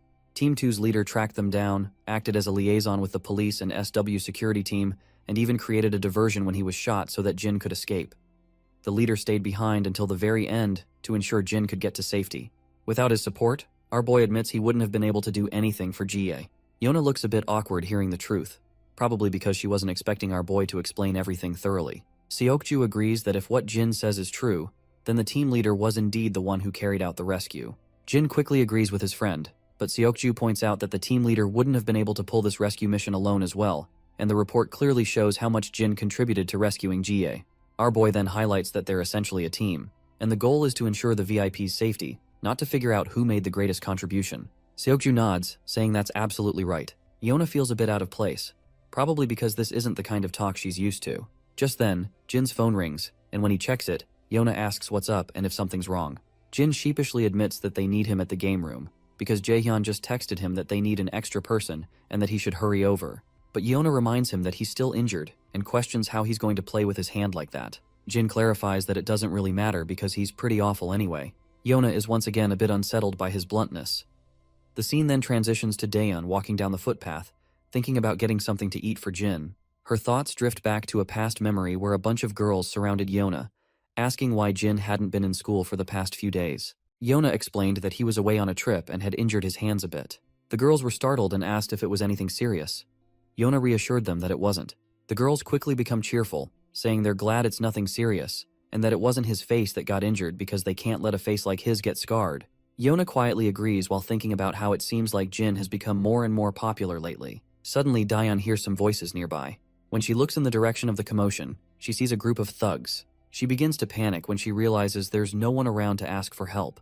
But when she takes a closer look, she recognizes one of the thugs as the same guy who tried to ask her for her number earlier. Her mind flashes back to that encounter, and she remembers that he didn't seem like a mean person, so he might listen to her. So, she musters up the courage, approaches the group, and nervously stutters out an excuse to grab their attention. At first, the harasser responds sharply and cockily, asking who the hell it is. However, his face goes pale with anxiety when he realizes it's the same girl he tried to harass. He then frantically starts explaining to her that this isn't what it looks like, and claims that this dude had a run-in with them first while they were just passing by, and this dude just started demanding for some food. Daeon apologizes on this dude's behalf and asks if they can let him go. The harasser clearly isn't thrilled about doing what she's demanding, but eventually they start to walk away. She then turns to the hoodie guy, asking if he's alright. The hoodie guy is startled at first, but then quickly asks if she could buy him some food. Shortly after, they're sitting outside, and it's clear the man has devoured a lot of triangle kimbap like a hungry hound, and he still can be seen chomping down over the last remaining he has left. After that, he gulps down a bottle of water, and once his belly is full, he feels as if he is swimming over the clouds. Daeon watches him with curiosity, while the guy quickly apologizes, explaining that he didn't mean to bother her, but he was just so hungry that he couldn't resist asking for some food. Daeon reassures him it's no big deal, and the guy explains that he lost his wallet as soon as he got into the country, so he hasn't eaten for a few days. She then reminds him that he should have asked the embassy for help, and the boy feels kind of an idiot for simply not doing that. The girl then checks her phone and realizes it's gotten late, and Jin must be waiting for her to get home. So she quickly offers this boy some money, saying it's just a little something in case he gets hungry again. With that, she starts running off in a hurry, leaving the guy curious about her. We can clearly see this dude is 032 we've been hearing about, and by the way, he looks quite feminine, so don't be surprised if he turns out to be a girl later in the story. The scene then shifts back to the past, where we see Jin bursting into one of the rooms with his gun in hand. Inside, he finds this lady protecting a girl. Jin doesn't open fire immediately, but his transmission tells him to eliminate the target and return to base immediately. The girl in the ponytail's arms trembles in fear, and that is when Jin hears someone calling, and he finds himself jolting awake from this unpleasant dream. He quickly sits down over his bed, and he can literally feel his pulse pound. He then starts hearing the clattering of dishes from the living room. He heads outside and finds Yeona and Grandpa there. The old man looks at him and asks why he's up when he should still be resting. Jin replies that it's time for him to get back to school. Grandpa insists that resting and getting better is more important right now than worrying about his studies. Yeona then also gestures to him quietly from behind to just do as the grandpa is saying. And without a doubt, Jin agrees with his old man with a pleasant smile. Before heading out, the old man mentions that he'll be home late tonight because his colleague, Mr. Lee, isn't feeling well, so he's covering his shift. Jin then asks Daeon why she's leaving so early. She replies that she got up early and plans to study a bit before school starts. As usual, she reminds him that breakfast is on the table, so he better eat up.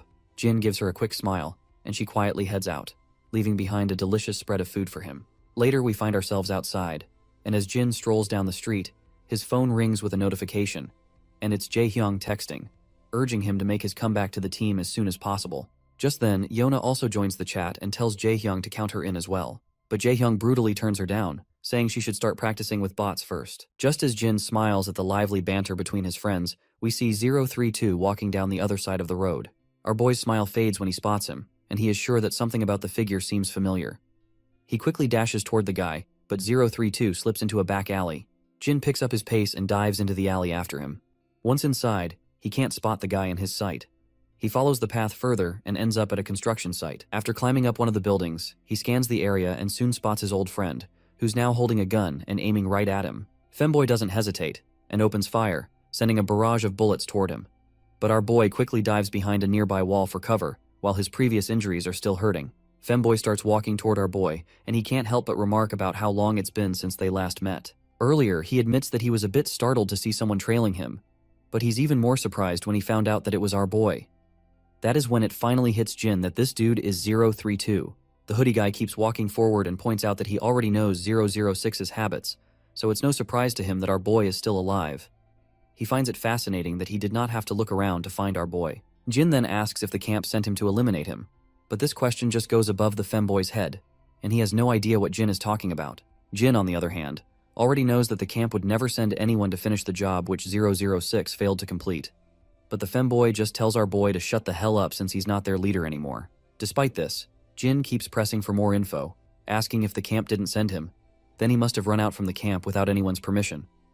Femboy simply responds that none of this should matter to a traitor like him. He claims that he doesn't want to hold any resentment towards our boy, but his circumstances are forcing him to do so. But he does mention that 006 was his only family, the only person who looked out for him in that hellish camp.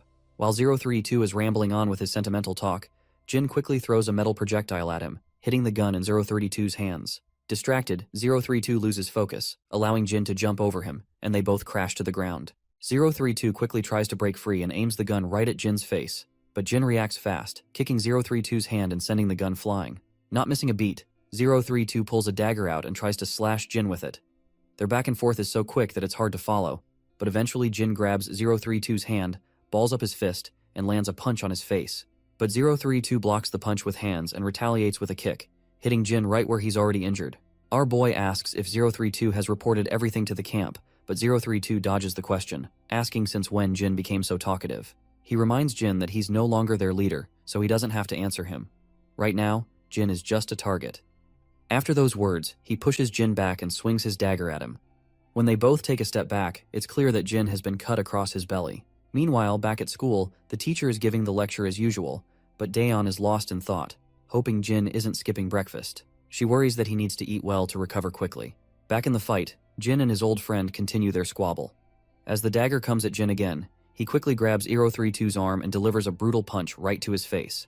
The hoodie guy slides backward after swinging his blade, and he is absolutely huffing and puffing. Jin's side hurts from the cut as he asks 032 one more time if he's reporting everything to the camp. Once again, the femboy dodges the direct questions and wonders why Jin is suddenly talking so much. He then makes it clear that he won't tell anything to a traitor who killed his friend 006. Afterwards, he swings his blade again, but Jin quickly jumps over him, landing a brutal punch to his face. Jin follows up with a series of powerful swings, eventually landing a devastating blow to 032's belly, sending him staggering backward. On the other hand, 032 notices the gun over his left shoulder. Before he can grab it, Jin dashes down, but 032 manages to pick up the gun and aims it straight at Jin. Jin reacts quickly, grabbing the gun by the barrel and redirecting the bullets to ricochet harmlessly into the ceiling. Once the firing stops, Jin pins the femboy to a pillar, and the guy starts groaning in pain. Jin then asks him if he's here out of loyalty to the camp or to avenge 006. The femboy doesn't respond and instead slams his knee into Jin's belly, then points his gun at him again. He begins firing another barrage of bullets, but Jin quickly ducks behind the pillar, trying to shield himself from the onslaught. The femboy grits his teeth and keeps shooting, determined to take our boy down. Jin looks back and sees 032 moving away. As soon as he tries to follow this bastard, he is left struggling behind due to his wounds, with one last cut bleeding intensely. In desperation, he calls his friend Seokju, and when the blackhead answers, his face goes pale upon hearing Jin's request for surveillance data of the area. Seokju quickly starts moving, and Yona notices him heading out of the classroom. Once outside, he asks Jin why he's getting involved in something so messy again. Nevertheless, he tells Jin he'll call him back in a few minutes and advises him to just send him the physical description and location he wants to track. Once the call ends, we find ourselves outside, where the femboy is strolling down his path, and he's absolutely annoyed, thinking that if our boy hadn't been busy asking all those questions, he could have killed him multiple times. He also notices that Jin has gotten way stronger ever since the camp days. He then recalls how our boy was asking him if he is here to take revenge for 006's death, or if he has been sent by the camp. He has no clue why he was asking him those questions, or why Jin just did not kill him right away. While 032 is walking, the same harasser and his goons spot him again. A creepy smile spreads across the harasser's face as he decides to pick on him once more. 032 spots the goons too, and he's definitely not thrilled to waste time with these idiots, and he simply ignores them and keeps walking forward. Suddenly, a few more thugs block 032's path, towering over him as if they're about to devour him alive. But in the blink of an eye, all of these thugs are piled up on the ground like discarded toys. As 032 walks on, he notices Daeon standing nearby. When their eyes meet, the girl quickly recognizes him as the same guy from before. The man starts rummaging through his pockets, pulls out a note, and hands it to her, thanking her for her earlier help. He says it's all he has right now but promises to pay back the rest soon. Daeon then tells him he doesn't have to do this and worries that he might not have anything left for himself. She bows her head and assures him it will be all right. Later they stop by a restaurant. Daeon comments that he shouldn't have returned the money until he had more saved up. The guy simply replies that not everyone should wait until they have extra to repay someone for their help. She then asks him how old he is, and he replies that he's 17. Yona finds it fascinating that they're the same age, and 032 is also surprised to hear this. With that in mind, Yona quickly decides to become buddies since they're the same age, and 032 agrees to the idea. It's hilarious to see that she's trying to make friends even though she doesn't even know his name yet. She then asks if he's from overseas, and he confirms that he is, saying he's traveling right now. When she asks if he's traveling with friends, he says he's on his own. Yona is intrigued by this, finding it fascinating that he's traveling alone. She asks how many countries he's been to, and he admits he's not exactly sure, but probably he's been to almost 20 countries. As they're chatting it out, Jin finally arrives as well, but slows down when he sees 032 sitting there, and his eyes nearly pop out of his sockets when he realizes that he is sitting with Daeon. But Jin doesn't rush in immediately. Instead, he stands silently behind the wall while his sister and the guy continue their chat. Daeon asks how long he's been in Korea. The guy is initially silent, but eventually says he'll stay until he's finished with what he's doing here. She smiles and remarks that he must be staying nearby since she ran into him again. The guy confirms it, and states that he had some business in this area, but he also guesses that she must live around here as well. He then feels a bit awkward about asking such an obvious question, but Daeon reassures him that she doesn't actually live there. It's just her school is just around the corner. Suddenly Jin dashes in, and before 032 can react, our boy grabs him and throws him down onto the ground, leaving him in pain.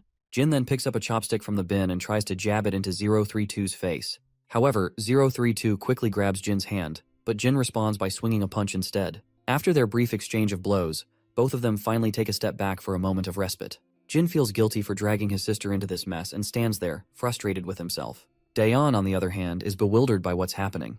032, clenching his jaw, tells Jin they should take this somewhere else because Daeon has nothing to do with this. Jin is surprised that 032 wasn't targeting his sister. When Daeon calls out Jin's name, 032 is also shocked to see that she knows him. She yells at her brother and demands to know what's going on and why he's here. But instead of responding to her, Jin tells her to get out of there immediately. The girl then asks him once again what he is doing here. But she suddenly feels a chill running down her spine by the serious look in his eyes, which is the same look she's seen before. She then points out that he's severely hurt. On the other hand, Femboy finally asks her if she knows Jin, and she responds that he's her brother, her older brother in fact. She also apologizes for Jin's behavior, explaining that he's not usually like this. The guy is initially shocked, but then smiles, seeing how big of a coincidence this is. Jin tells his sister to give them a moment, and Daeon quickly agrees. As 032 and Jin face each other, 032 comments on how he didn't think Jin was actually her brother, and questions why he's suddenly using this disguise. Jin makes it clear that he'll only answer if 032 answers him first. With that said, our boy asks him if the camp sent him here, or he just wants to take revenge out of loyalty just because our boy betrayed the camp. 032 is clearly frustrated by Jin's relentless questioning and eventually snaps at him, asking why he keeps asking the same useless questions and what good it does now.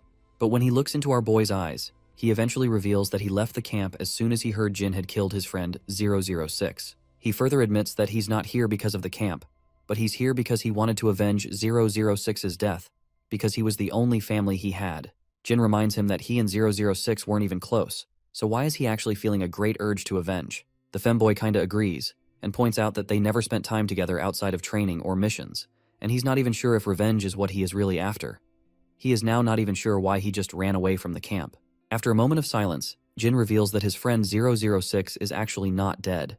Not surprisingly, this revelation nearly makes the femboy's eyes pop out of his sockets. Jin further drops truth bombs that 006 faked his death and disappeared to avoid being found by anyone, and he does not want to even let his friends find him out. The guy is officially shocked, and he asks once again if 006 is really alive, and Jin confirms it without a shred of doubt. The realization hits the femboy hard, and he starts feeling pangs of guilt when he understands why Jin had been asking him the same questions repeatedly. Jin explains that he needed to know his true intentions before revealing anything. If Femboy had been working with the camp, he would have immediately reported everything back to camp, so Jin just did not want to reveal anything without confirming if Femboy is working with the camp or not. After getting overwhelmed by the news, the hoodie guy slumps into a chair and starts to snicker. He then asks Jin why the hell he's here. Jin, unsure how to respond, simply says he just came back home. The guy is shocked and asks if he is saying that the girl is really his sister, because as far as he knows, our boy had lost all of his memories. Jin replies that his memories have come back recently, though they're still a bit hazy. 032 asks if he betrayed the camp just because he got his memories back. Jin shakes his head and says it was because he couldn't follow their orders anymore. Then Jin remembers Dayan and gives 032 a serious look, demanding to know how he met her. 032, clearly freaked out by Jin's intense stare, is pretty sure that if he doesn't spill the beans, Jin might actually kill him. He nervously admits that Dayan helped him out a while back. Jin expects more details, but 032 just turns away and says that's all there is to it. Jin finally chills out, and 032 is relieved to see him calm down, though he's still a bit rattled by how Jin looks even way more deadlier than he looked while fighting. Despite everything, Jin starts cleaning up the mess, and his friend also lends his hand in cleaning the area. While they're cleaning up the mess, Femboy asks if 006 is okay. This question triggers a flashback for Jin, and he remembers the brutal hit 006 took from the car and how he was tossed around afterward. Keeping that in mind, he doesn't go into details and just says his friend is kinda okay. Femboy shrugs and says it doesn't matter as long as his friend is still alive. After all, he did try to kill Jin, so it's expected that he might be hurt. Jin then turns to him, asking how he can trust someone like our boy, especially since he is a traitor to the camp. Femboy replies that it's because Jin has never lied to any of them. Even though he betrayed the camp, 032 believes Jin wouldn't betray his friends. He mentions that 006 had the same opinion about our boy as well. Upon hearing this, Jin then says that he understands everything. His friend gets curious to hear this vague line, so he asks what he means by that. Jin reminds him that on the day the entire camp was mobilized to track him down, 006 intentionally let him run away from the camp, otherwise he wouldn't have made it out alive. Femboy smirks at this and points out that they probably hated the camp even more than he did. Jin smirks in return, and then his friend asks if there's any way to reach 006. Jin says no, not until 006 makes contact first. Jin then reassures him that he will tell 006 to reach out to Femboy when he does get in touch. He then starts berating himself up for lashing out at Jin for no reason and almost getting himself killed in the process. He then also highlights how 006 had gone into hiding just to protect his friend. Jin then also reveals an interesting tidbit and explains that if the camp had known that 006 has a close relationship with the 032, then they would have used this to their advantage, so 006 did not tell anyone before vanishing. Femboy gets sad to think about how his friend is sacrificing himself to keep his friends safe. That is when the hoodie guy also reveals some interesting news, which is that the camp is making sure that no one finds out that our boy is still alive. Jin asks if they are actually covering this up, and his friend confirms it, saying it's true. He adds that only a few high-ranking officials know that Jin is still alive, which is why the camp can't conduct a full-scale search for him. Hoodie guy notes how strange it is that Jin, being the top soldier, is being kept hidden like this. Jin then asks him how he found out that 006 had been supposedly killed by Jin's hands if this information was kept secret. His friend in response explains it's because of Dog, the guy with the eye patch. After that, 032 decides to head out, saying he needs to make a few stops on his way back to the camp to scatter some trails and make sure they don't track Jin. But as he's about to leave, he notices Daeon peeking out from behind a pillar. Jin smiles when he sees his sister, which leaves the femboy completely stunned, because this is the first time he has ever seen Jin smile like that before. His friend then asks if Daeon is actually his sister, and Jin nods with confidence. But his pleasant expression fades as he gets angry when 032 asks if he can say a final goodbye to her.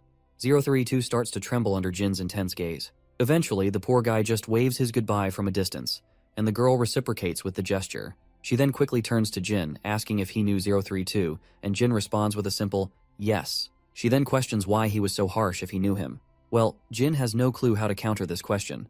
But then he remembers Yona mentioning that Daeon has always been popular with guys, and is pretty. Keeping this in mind, Jin makes an excuse, saying he thought some weirdo was trying to hit on her because she's pretty. Daeon is startled to hear his explanation, and a cold silence settles between them after Jin's awkward comment.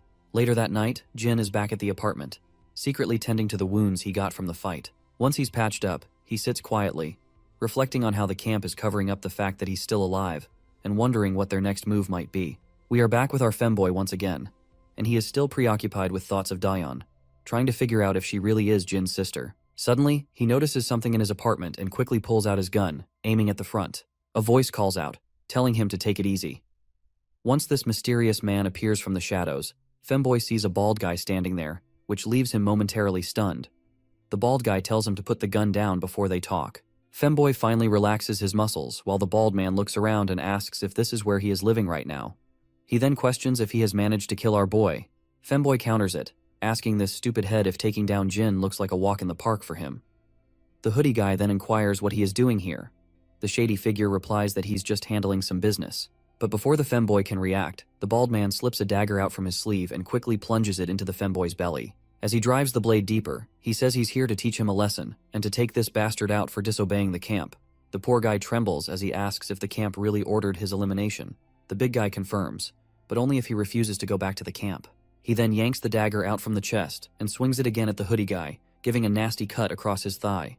The poor guy groans in pain, and he is further thrown away backwards, landing on the floor. The bulky bastard hovers over him, while complimenting him for his great agility.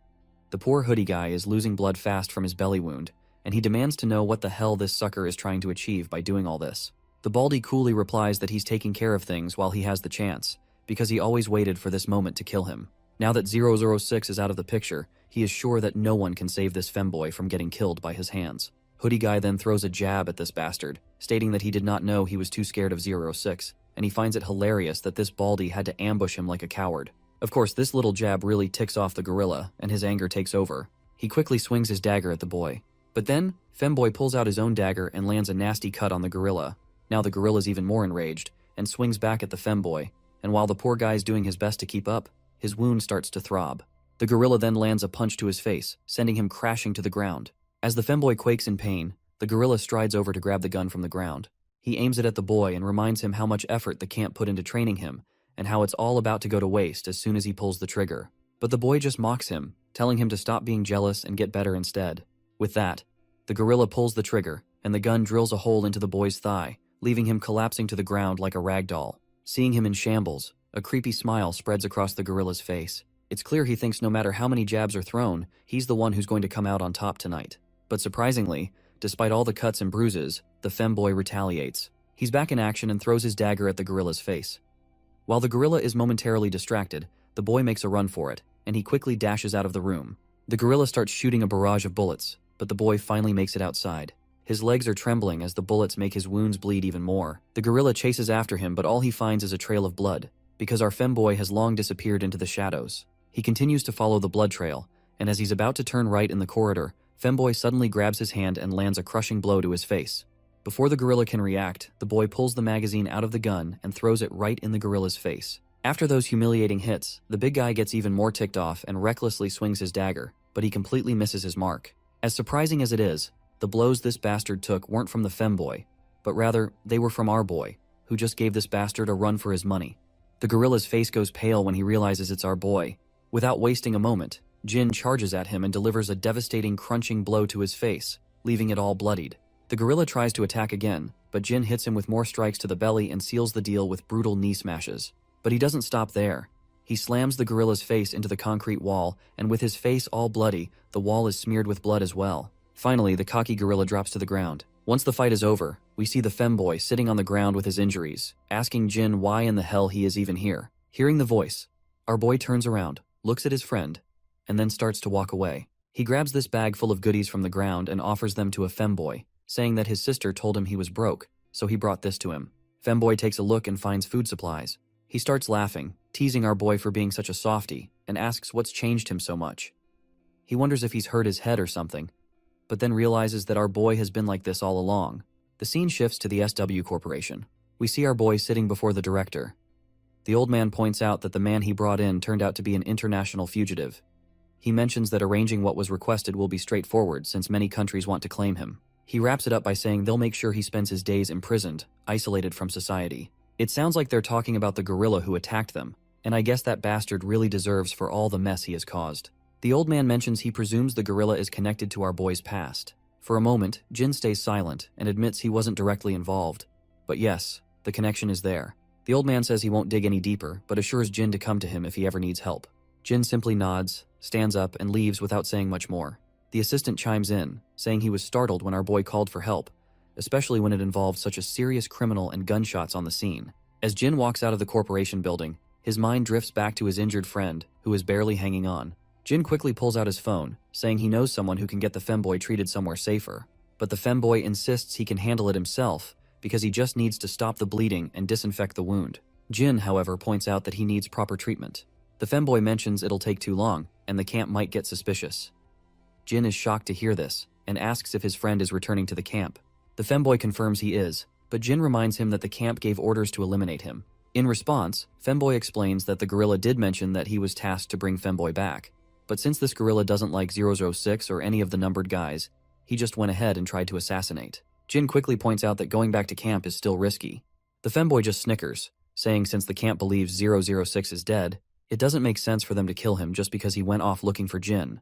Besides, the femboy says he sees no other way either, because they will come after him if he go into hidings, and that could risk exposing 006 as well. Femboy further adds that if his plan works, he'll make sure they can't track Jin down. It's the least he can do after Jin saved his life.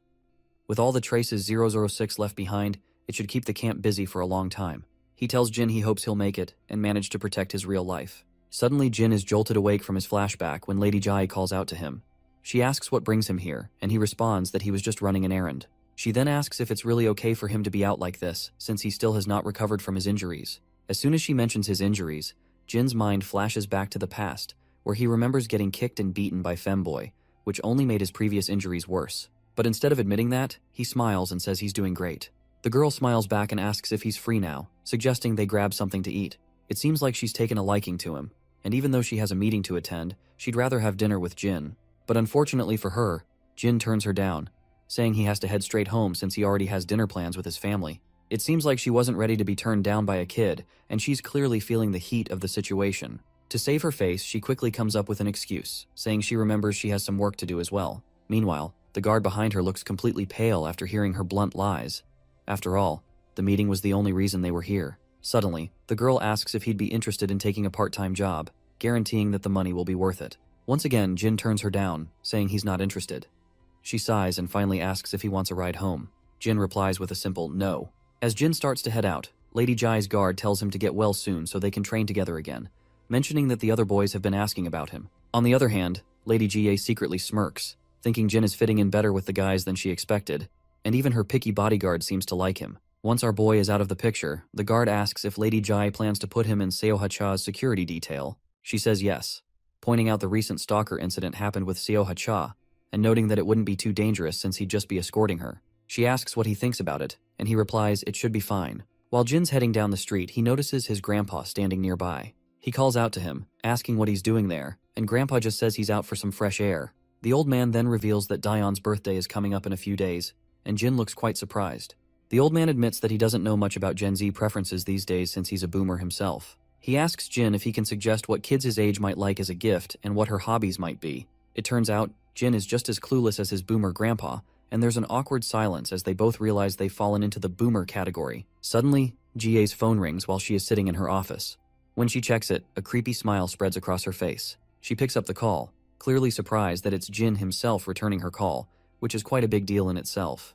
Our boy then asks her about the offer she had made earlier, and wonders if that is still valid.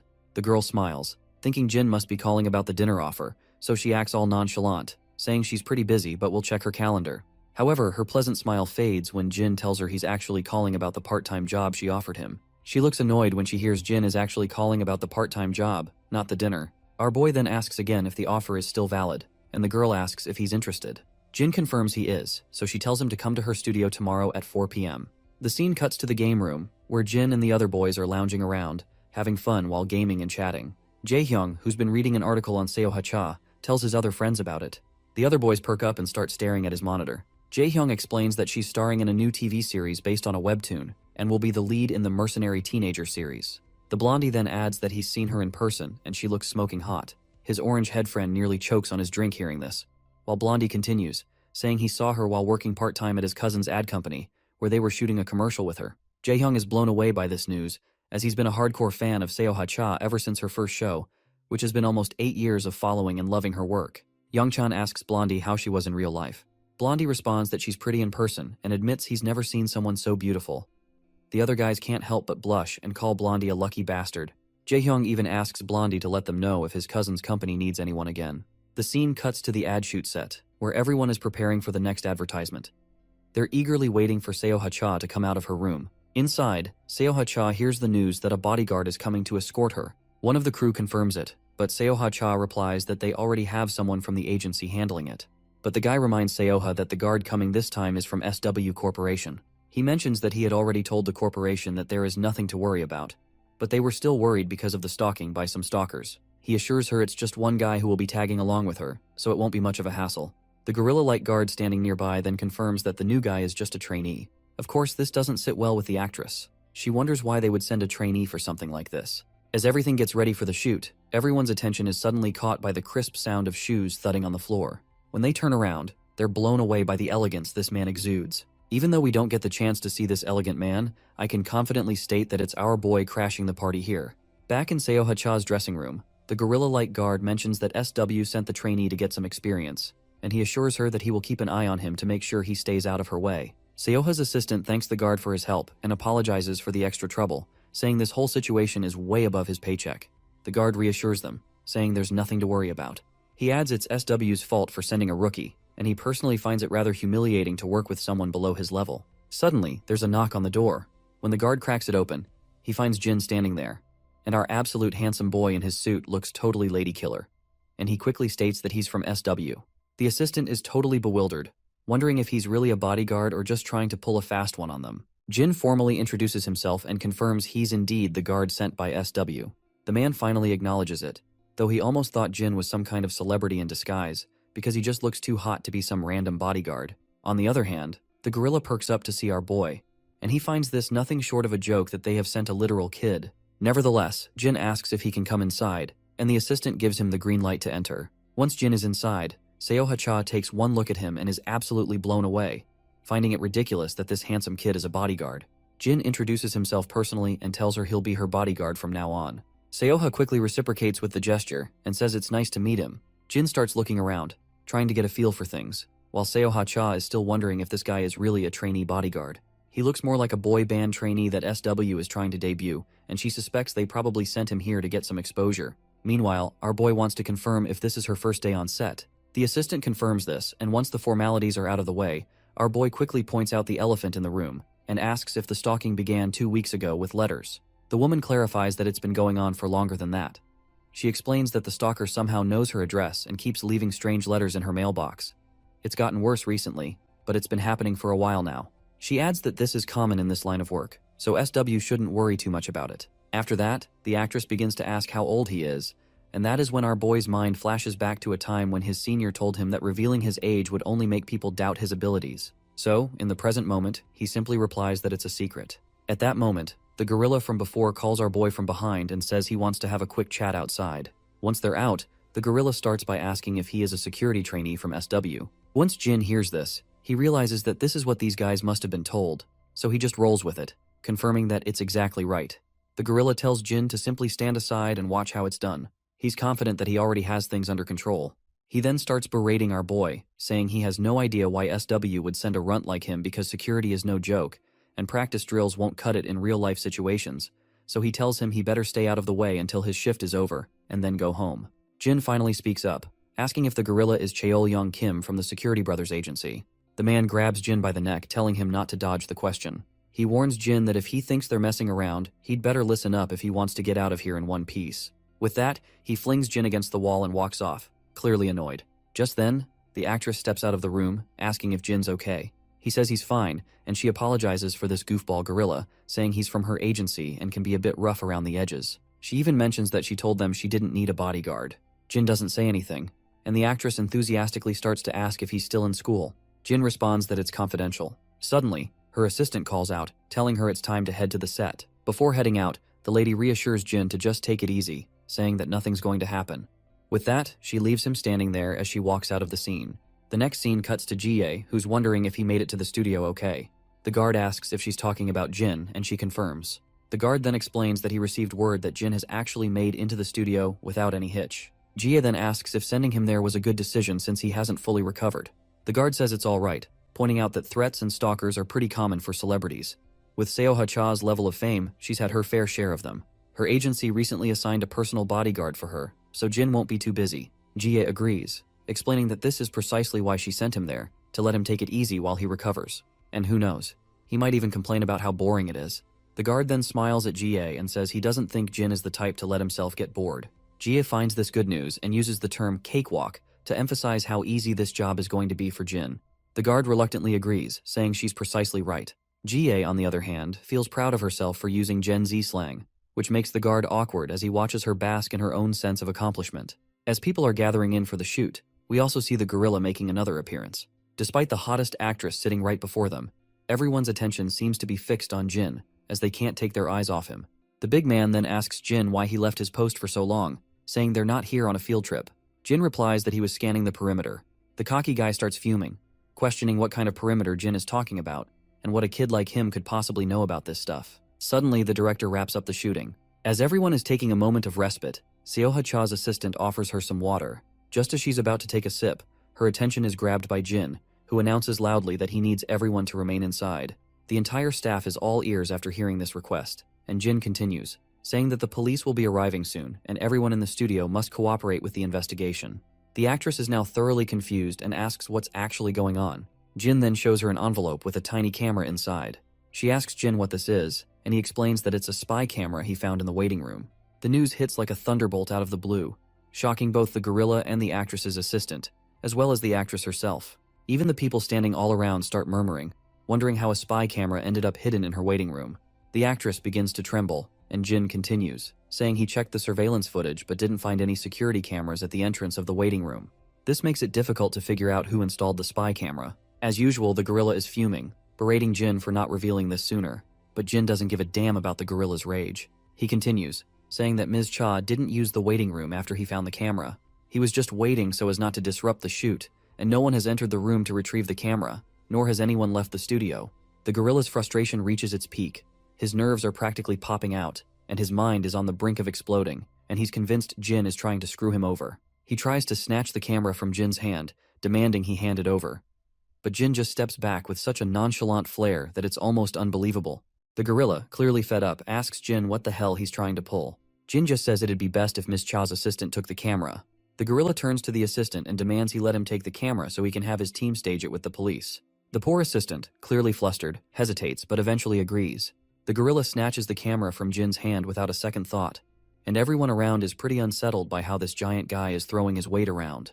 As they step outside, the gorilla starts laying into Jin, asking why he didn't come to him first with something like this. Jin shoots back, wondering why he should have, especially since the gorilla had already said he did a thorough investigation when Jin asked if he'd checked the waiting room. The gorilla's rage hits a new level as he demands to know if Jin was aware of the camera when they spoke earlier. Jin confirms he was.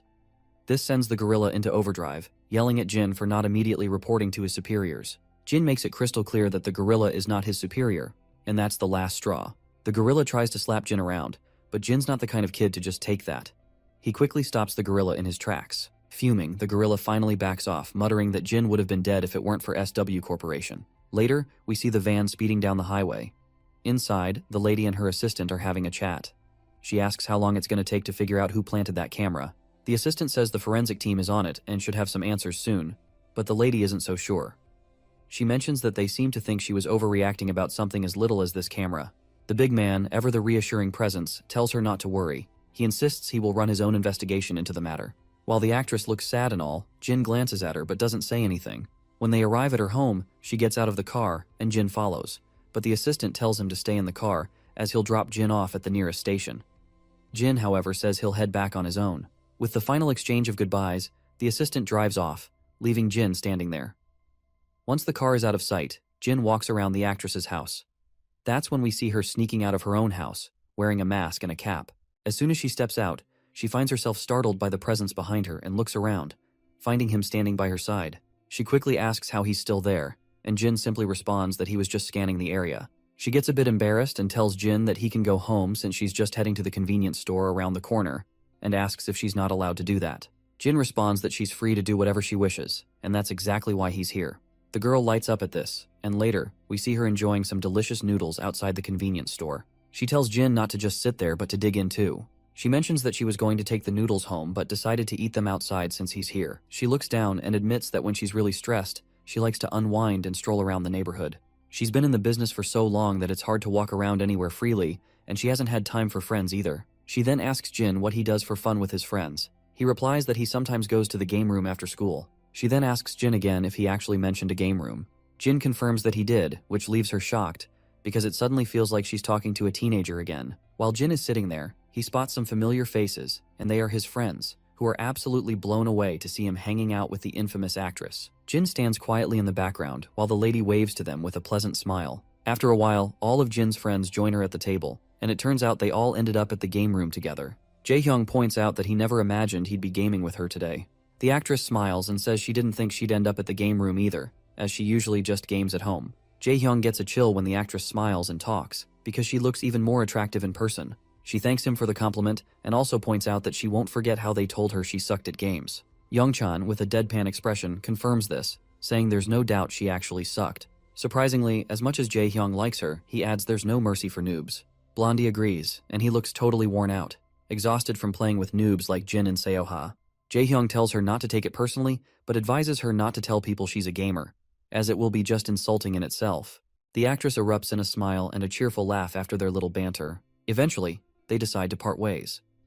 After a final wave, Jin and Seoha head off together, while the boys stand behind, still unable to take their eyes off her. Young-chan even remarks that he can't believe he grilled Seoha-cha about her gaming skills. Jae-hyung agrees, and he feels like it's all just one big dream. As they walk out, they carry the sweet autographs of Seoha-cha, signed over their uniforms. Later, we see a Mini Cooper zooming down the road. Inside, Seoha is still in disbelief that her bodyguard is actually a high school student. Jin feels a bit awkward, seeing her so chatty and enthusiastic, while Seoha continues to gush about how much fun she had with him, admitting she never thought she'd be hanging out at a game room like that. She usually just plays games alone at home. Jin suggests that if she finds gaming in public difficult, she could invite her friends over to play. Seoha explains that she's been a trainee since middle school, so she honestly doesn't have any friends.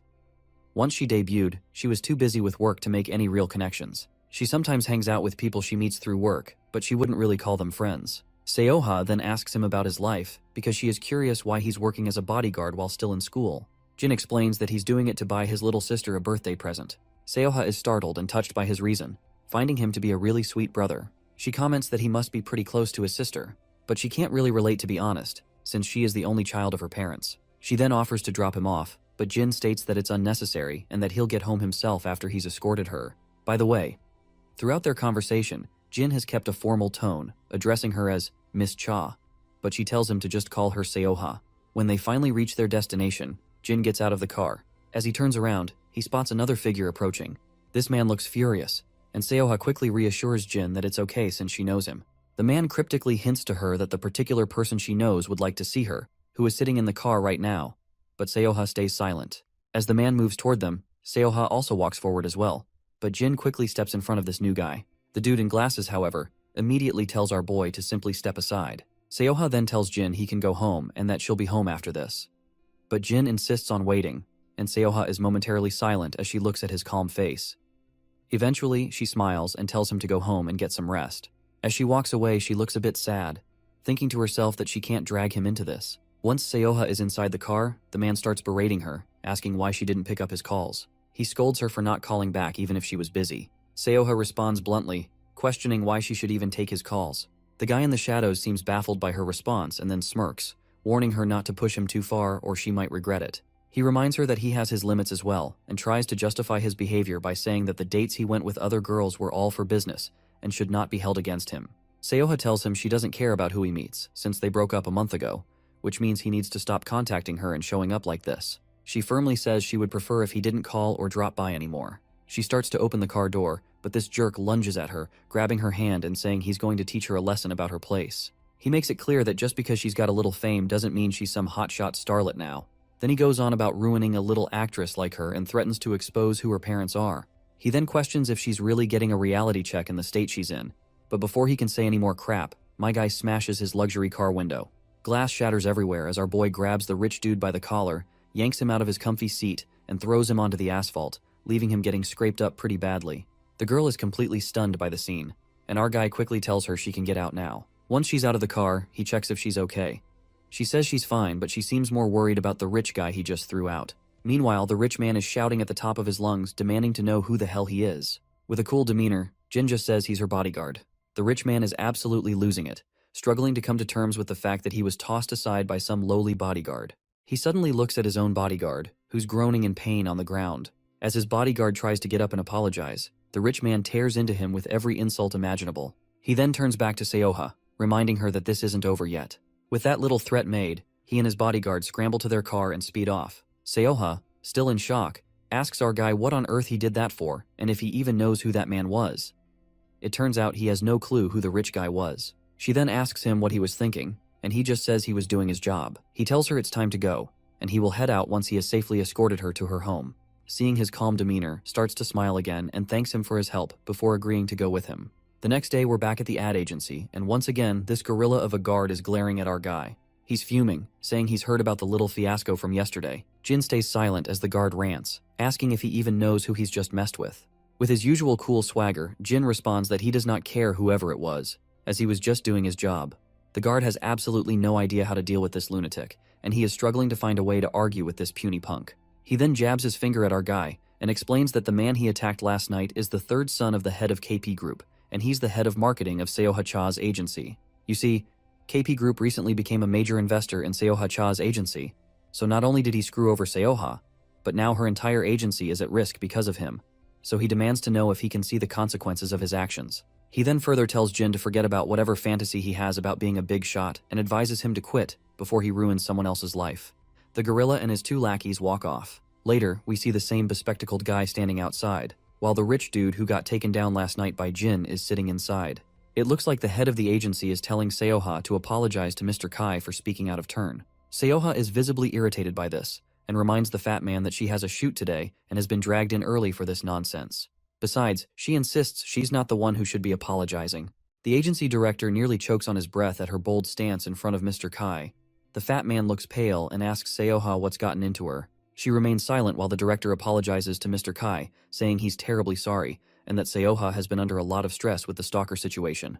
Mr. Kai then pretends to understand her predicament, saying she is going through a lot of stress, so he can forgive her. He then throws the contract papers onto the table, explaining that the contract was another reason he came here, since he heard she hasn't signed it yet. Seoha's frustration is off the charts, and the director reminds her that she had plenty of time to think it over, and he is sure that she will cooperate with the agency, since she has been with them since her trainee days. He also notes that he adjusted the conditions in her favor as well. Seoha quickly realizes that they're trying to corner her again and will team up to force her into signing.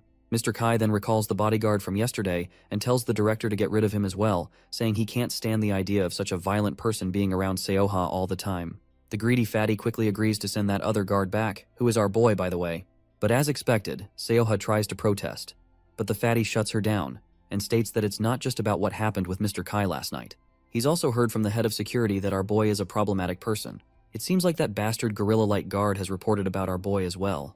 Anyway, Yoena quickly tries to defend Jin, stating that he did nothing wrong and what happened last night wasn't his fault. But suddenly her words catch in her throat as she realizes she's accidentally mentioned Jin's name. As soon as this rich bastard hears his name out of her mouth, he asks her if she's gotten that close to him, and if that's why she was being so rude last night. Seoha is clearly fed up with his constant suspicion and the way he's always digging into her personal life. She tries to explain that he's got it all wrong, saying Jin is just a bodyguard, and she's tired of this arrogant guy hounding her long after their breakup.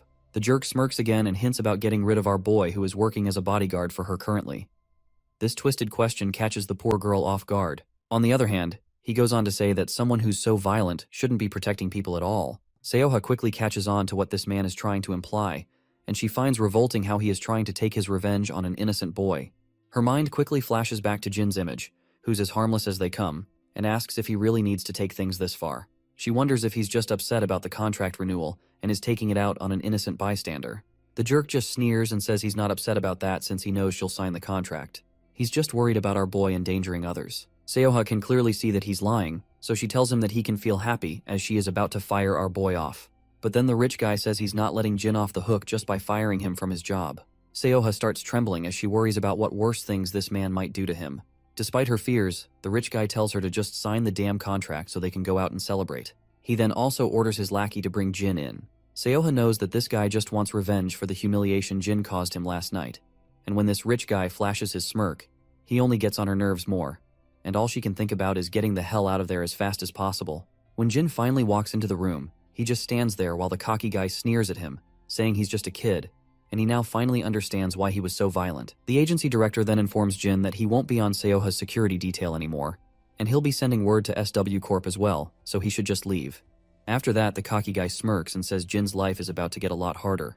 But Jin doesn't even bother with the threats and just stays silent. He looks at the lady and can tell she's not too thrilled to be here, so Jin calls out to her, reminding her they should get going before she's late for her next engagement. She quickly turns to look at him, and he asks if they should head out. That's when the rich man bursts into maniacal laughter and asks Jin if he really thinks he can take her with him. Jin just stands there silently, ignoring the mockery, while the rich bastard tells him to go ahead and try to take her with him. At that moment, the gorilla barges into the office with his lackeys. Once inside, he apologizes to his boss and says he'll handle Jin from now on. The woman looks completely shocked to see them, and the big guy just tells Jin not to make a scene and to step outside. But our boy just stands there, and Seoha quickly yells at him to go home, saying she doesn't need him as her bodyguard anymore and that he's fired. Well, even though he has already been fired from the job, my guy doesn't budge from his place, and just stands there firmly. That's when one of the guards lunges at him, calling him a little shithead. Jin quickly kicks the guard away like he's just a stray dog, which leaves Seoha absolutely shocked. The guard, on the other hand, goes down hard, bleeding everywhere. Everyone in the room is stunned by the scene, with the rich guy and the fatty's jaws dropping in shock. Meanwhile, the big guy looks even more frustrated. Jin then breaks the ice by pointing out that there's a misunderstanding because Miss Seoha-cha isn't his employer, and this unexpected news completely shocks Seoha. Everyone takes a moment to process the news, while the rich, cocky guy just grits his teeth, convinced that Jin has no idea what he's getting into. But our boy makes it clear that he's already assessed the situation. He reveals that this greedy rich bastard fabricated the stalker story to force Seoha into signing the contract. He even assigned a bodyguard to keep constant surveillance on her. Jin explains that Sterling Entertainment was nearly ruined due to bad management before KP Group's investment. Since Ms. Cha is the agency's biggest asset, both companies would face huge losses if she leaves. He also points out that she's received countless threats ever since she showed reluctance to renew her contract.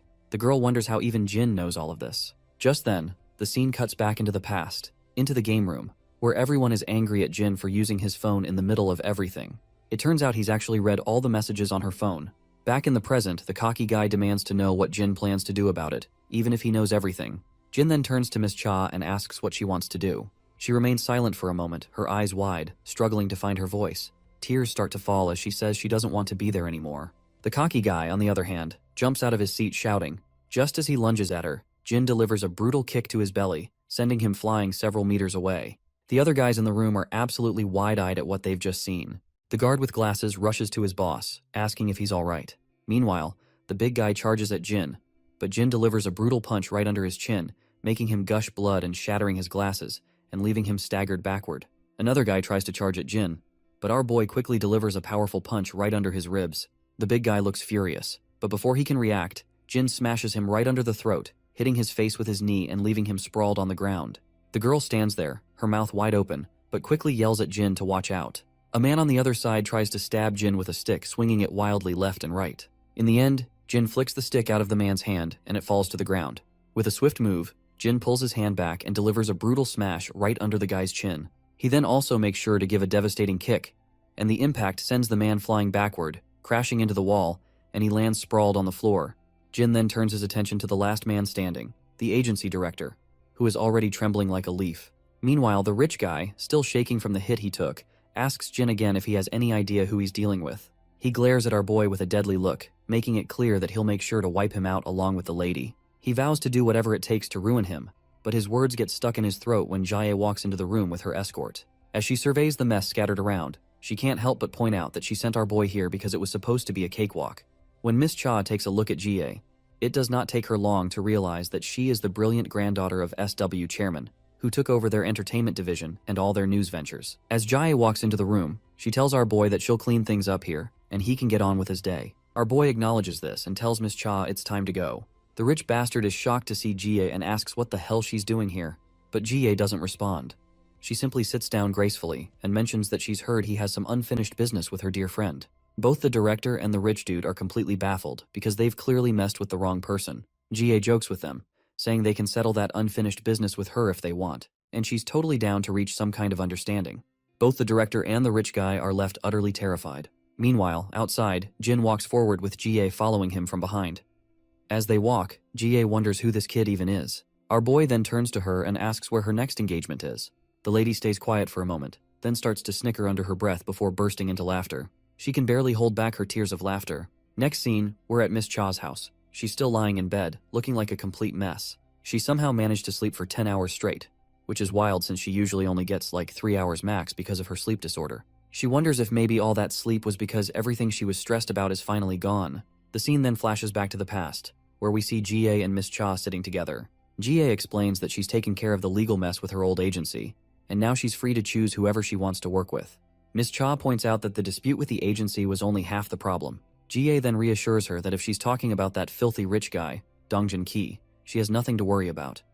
GA figured out that he'd been threatening her parents, so she took the necessary steps already. Plus, KP Group has already confirmed that Mr. Kai was acting alone and promised no harm would come to her family. Seoha finds it fascinating how GA just handled everything so smoothly, but she's curious and asks why GA is going out of her way to help her. GA admits that their affiliate has been interested in working with her for a while, but mainly, it's because Jin wanted to fulfill his duties as a bodyguard. In the present moment, that last line about our boy is still echoing in Seoha's mind. She quickly hops out of bed, and later, we see a van parked outside her house. When she steps outside, a bodyguard immediately greets her, introducing himself as Suhun Kang from SW Corp, saying he'll be on her security detail for the time being. She's both shocked and surprised to see a new man coming instead of Jin, so she asks this guy why our boy did not come. And sadly for her, the man explains that Jin has quit. Hearing this, she feels a wave of sadness, but she quickly puts on an awkward smile and greets her new bodyguard, and the guard could not help but to blush a bit. Later, we find ourselves back at the agency, where Seoha is recording a podcast with another lady. Although she's smiling and answering all the host's questions, inside, her mind is stuck on why Jin suddenly quit, and she's pretty sad that he didn't even tell her before leaving. The scene cuts back to our boy, who's now in GA's office. She tells him that Seoha-cha will be signing with SW's entertainment division and that her old agency and Donggun Ki have been dealt with. She explains that they've been playing fast and loose with the law for a while, and they've got plenty of dirt on them to keep them quiet. Our boy thanks her, but she reminds him that he's the one who asked her to handle it since protecting Seoha is SW Corp's duty. After that short visit, Jin heads out to leave, and as he walks down the empty corridors, his phone suddenly rings. He checks it and sees it's Daeon texting him. Apparently, she is asking if he was a bodyguard for Seoha because Jaehyung and Youngchan mentioned this morning that he even went to the game room with her. Jin responds positively in his text message and explains it was part of a field assignment for the security training program. Daeon quickly gets excited and points out that if she had known this sooner, she would have requested him to get an autograph or something from her. Looks like Jin has finally found out what gift he might get to his sister after all. Anyway, while he's chatting with her, his steps slow to a stop when he sees Seoha right in front of him. She quickly plays it off like it's such a huge coincidence that they ran into each other here. Her guard in the background thinks to himself that she literally came out just because she heard Jin was around. Anyway, she mentions that she's here for a meeting and then asks if they can chat for a minute once they're outside. When they step out, she begins the conversation by thanking him for everything. But he quickly replies that there's no need for thanks since he was just doing his job. She looks a bit down while asking why he suddenly quit. He explains that he strained himself and felt some pain around his wound, so he decided he wasn't fit to continue working in those conditions. She's surprised and asks if he got injured while working for her, but he quietly states that it's just an old injury from his past. When she inquires if it's serious, he says it's just a broken rib. Then she extends her hand and asks for his phone. Jin looks confused by her sudden request, but she insists until he hands it over. Once she has the phone, she starts saving her personal number, which is something only her parents have, so she tells him he better consider himself lucky. After saving her number, she hands the phone back and asks if there's anything he wants. At first, Jin doesn't get what she's saying, but she quickly clarifies that she'd be happy to fulfill any request as a gesture of goodwill since he helped her so much. Jin stays quiet for a moment and then asks if she's sure he can ask for anything. She confidently assures him that he can. The next scene then picks up at the school. Inside the classroom, everyone's jaws hit the floor at the unexpected sight before them. Meanwhile, Daeon is packing up her bag, planning to swing by the store later to grab some beef for dinner. Out of nowhere, a bouquet of flowers appears in front of her face. When she looks up, she sees Seoha standing there with a bunch of beautiful blooms, looking just as stunning as the flowers. Daeon is totally stunned, having no idea why Seoha is there. The woman lights up with a smile, excitedly says she must be Daeon, and wishes her a happy birthday while handing over the bouquet. After that, the lady decides to snap a selfie with our girl, and once again, the whole class is in shock when Seoha invites Daeon out for dinner later that day. The scene then cuts to our boys' class, where everyone is blown away to find out that Soeha is currently in the school. We then also see our three idiots making a beeline to catch up with her. Meanwhile, our boy starts packing up his bag, thinking about how he only asked for an autograph, but she's doing so much more. For those who want to see the magic, here's the cute selfie of the two of them in one frame. Later that night, our boy is running down the empty streets carrying a bag. Shortly after, he spots his grandpa standing there with what looks like a birthday cake. After that, we find Daeon blowing out the candles on her birthday cake with a single breath. Grandpa quickly cheers, shouting happy birthday to her. Grandpa then slides a Samsung Galaxy phone box toward Daeon. She's absolutely amazed by the new phone.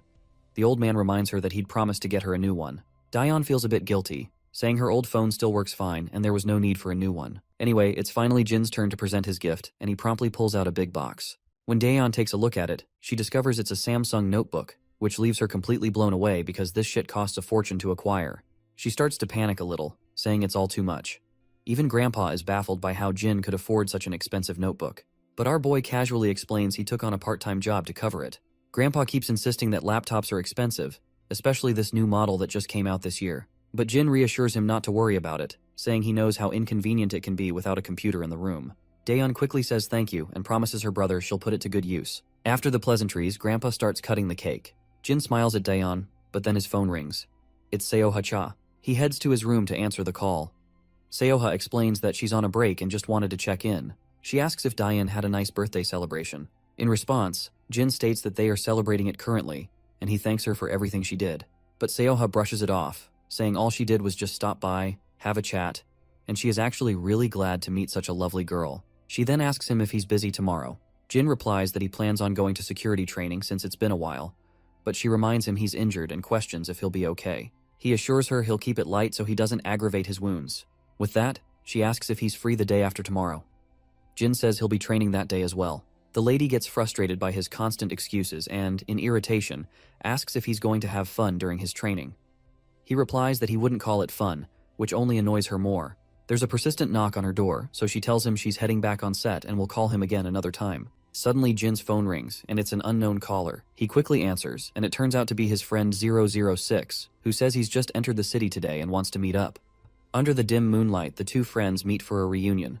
The blondie wastes no time and tells Jin that he wasn't planning to contact him, but there's something he needs to confirm. He says he heard that 032 came to eliminate our boy. Jin confirms it quickly, adding that Femboy has already returned to the camp once he learned Blondie is still alive.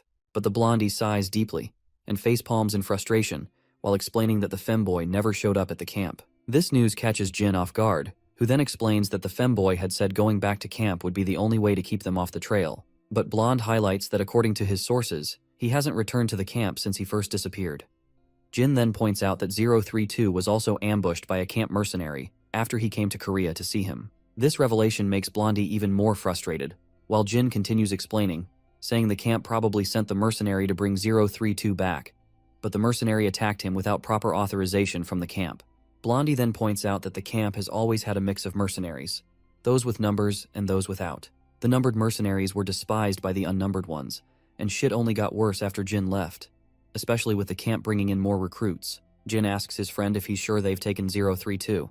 As much as he hates to admit it, Blondie says yes. Just then, the scene cuts to 032, who's tied to a chair and smeared with his own blood. A group of goons hovers over him, demanding he stop playing hard to get and start dishing out the details. They grill him about why he bolted without authorization, what Aiden's orders were, and where Aiden is now. By the way, this Aiden guy is probably the same gorilla who has been handed over to SW Corp already. Anyway, the femboy just smirks and throws back a sarcastic comment, asking if they're treating him like a cheating spouse or something. Of course, the cocky goon isn't happy with femboy's response. He quickly slaps him across the face, causing blood to drip down. The goon warns him to watch his tongue if he knows what's good for him, promising that if he answers the questions, he'll be allowed to live. But 032, despite taking copious amounts of beating, makes it clear he'll stay tight-lipped. He further throws a jab at them, asking if they really think he's afraid of dying. The scene then cuts to Grandpa and Daeyeon watching Seoha's latest show on TV. Meanwhile, Jin is alone in his room, probably thinking about his next move after his recent meeting with Blondie. The scene cuts back a little earlier to when he was talking with his friend. There, Blondie mentions he tried to track down 032, and he actually has a hunch about where he might be. Jin warns him that the camp will soon realize he's still alive, but Blondie states that he has no choice but to risk it, because 032 is the only family he has left. The next day at school, Seokju and Yona walk into the classroom after being away for a long time. Jae-hyung and the others are delighted to see their friends again after the extended break they took. But Yona quickly reminds them that it wasn't a vacation, it was a business trip. She then asks about Jin's whereabouts, so Youngchan reveals that Jin has been gone since yesterday due to something urgent. Hearing this, Seokju immediately senses that something isn't right. The scene shifts to the dead of night. Deep in the woods, Jin and 006 sprint through the darkness, fully equipped. They are heading toward the hideout where the mercenaries from the camp are supposedly keeping 032. As they run, 032 curiously questions Jin why he's tagging along. Jin simply replies that 032 is his teammate, and he's not about to leave his friends behind like that. 032 can tell Jin has changed a lot. He's become more considerate. Never in his life did he think Jin would say something like that. Let's move ahead to the hideout before our duo can. Inside, a group of mercenaries chat among themselves. The topic is Aiden. According to the camp, Aiden is still off the grid, and they know for a fact that he wouldn't go dark for this long unless something happened. The real problem is that they have no idea what orders he was given. To further rub salt on the wound, 032 refuses to talk about Aiden. They've started to hate these numbered mercenaries. To think the camp trained these kids so well that even after all the torture, 032 still won't crack. Fed up, they decide to finish him off. But before the bastard can pull the trigger, he gets drilled by a bullet. Looks like there's a new player crashing the party. A figure with a sharp physique steps into the scene. It looks like he is one of the numbered mercenaries, 004 if I have to be specific. The guy seems ruthless, and it doesn't take long for him to mow down every last fool who tries to take him on. Meanwhile, Jin and 006 finally reach the place, only to be met with a disturbing sight, bodies littering the ground outside. 032 recognizes some of the faces. They are mercenaries the camp recruited a few years back. Jin takes note of the clean and precise stab wounds. They're fresh, which means they had been killed just recently. He decides they need to split up and assess the situation carefully. Moving cautiously, they advance further, only to find more corpses along the way. Then, deep inside one of the rooms, Jin finally spots 032 tied to a chair. While 032 is unconscious, he is still breathing, which is good news. But something feels off about the dead bodies littering the ground. 2 enemies were shot from the front, while 2 had their throats slit. This fighting pattern seems oddly familiar, and it doesn't take long for Jin to realize that it's 004. 004 always found close combat thrilling, preferred melee weapons because it made things riskier. Before Jin can process further, gunfire erupts. 004 unleashes a barrage of bullets, forcing Jin to dive for cover behind a piece of furniture. The moment Jin spots an opening, he returns fire. But his bullets miss the mark, so 004 seizes his chance and throws a barrage of bullets of his own. This game of cat and mouse continues, with both of them trying to tag the other. Eventually, Jin manages to injure 004's fingers, forcing him to throw his gun. But that bastard just starts dashing at our boy without any weapon in hand, and my guy fires a barrage of bullets from the other side. Still, the bastard is fast and doesn't let those gunshots hit him. In retaliation, he throws his own dagger at Jin, which catches him off guard. Seizing the opportunity, that bastard quickly retaliates with his other dagger to jab our boy.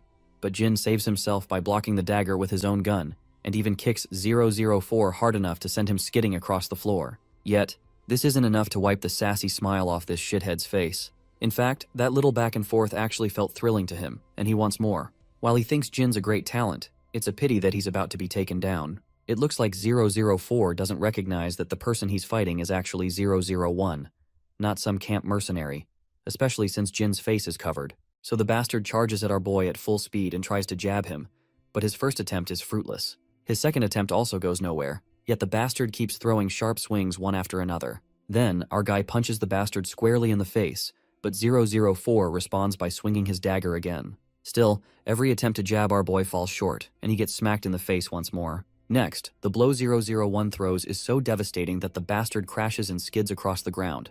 Luckily, he stops right near his rifle, quickly picks it back up, and throws a barrage of bullets. Jin is a quick guy too. He runs for his own gun, and after equipping himself, aims its barrel straight at 004. The two have each other locked in their sights. By now, even 004 can tell that the person he's fighting isn't weak sauce. There is no way he would not have recognized a mercenary this good, so he's curious about exactly who the man behind that mask is. But it soon dawns on 004 who his actual opponent is, and that thought just makes him even more riled up and ready to take Jin down. Though all that excitement goes over his head, causing him to take a direct bullet in his right arm. And the one who fired that shot is actually 006 over the window. Seeing that there are two people, 004 has no choice but to fall back. He breaks through the window and jumps out of the building in order to escape. Before Jin can catch up to him, the bastard is already speeding away in his Jeep Wrangler. The only thing they can do right now is figure out what the hell 004 was doing here. Given how he killed everyone here, it's clear that he wasn't with the mercenaries. But Jin is currently more worried about 032, because his condition doesn't look good at all. Without further ado, they put 032 in the car they came in. Though 006 isn't sure where to take him for treatment since taking him to a hospital is a no-go. That's when Jin suggests he knows a place where they can take him. But 006 reminds him that 032 is in very bad shape, so he won't be able to survive the boat journey without dying. They'll have to get him treated in this country before they can leave. Well, Jin is on board and ready to go wherever he wants. But 006 won't let Jin come with him. He's already grateful to Jin for coming here, but he doesn't want to risk dragging Jin into the mess, especially since Jin's life has finally started to get back on track. So 006 decides to part ways here. After a moment's pause, Jin finally shakes hands, and they go their separate ways. The scene then cuts to injured 004, who's done patching his wounds. His mind is fixated on the recent fight he had.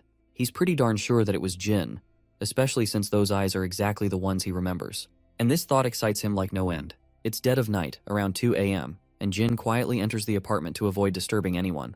But it looks like his sister is already awake, and she mentions that Grandpa had been up all night waiting for Jin. though he finally went to bed. She happily explains how Grandpa was worried sick about him, feeling very alone and hollow after not seeing him for so long. Anyhow, she's hoping that her brother took care of the matters he needed to.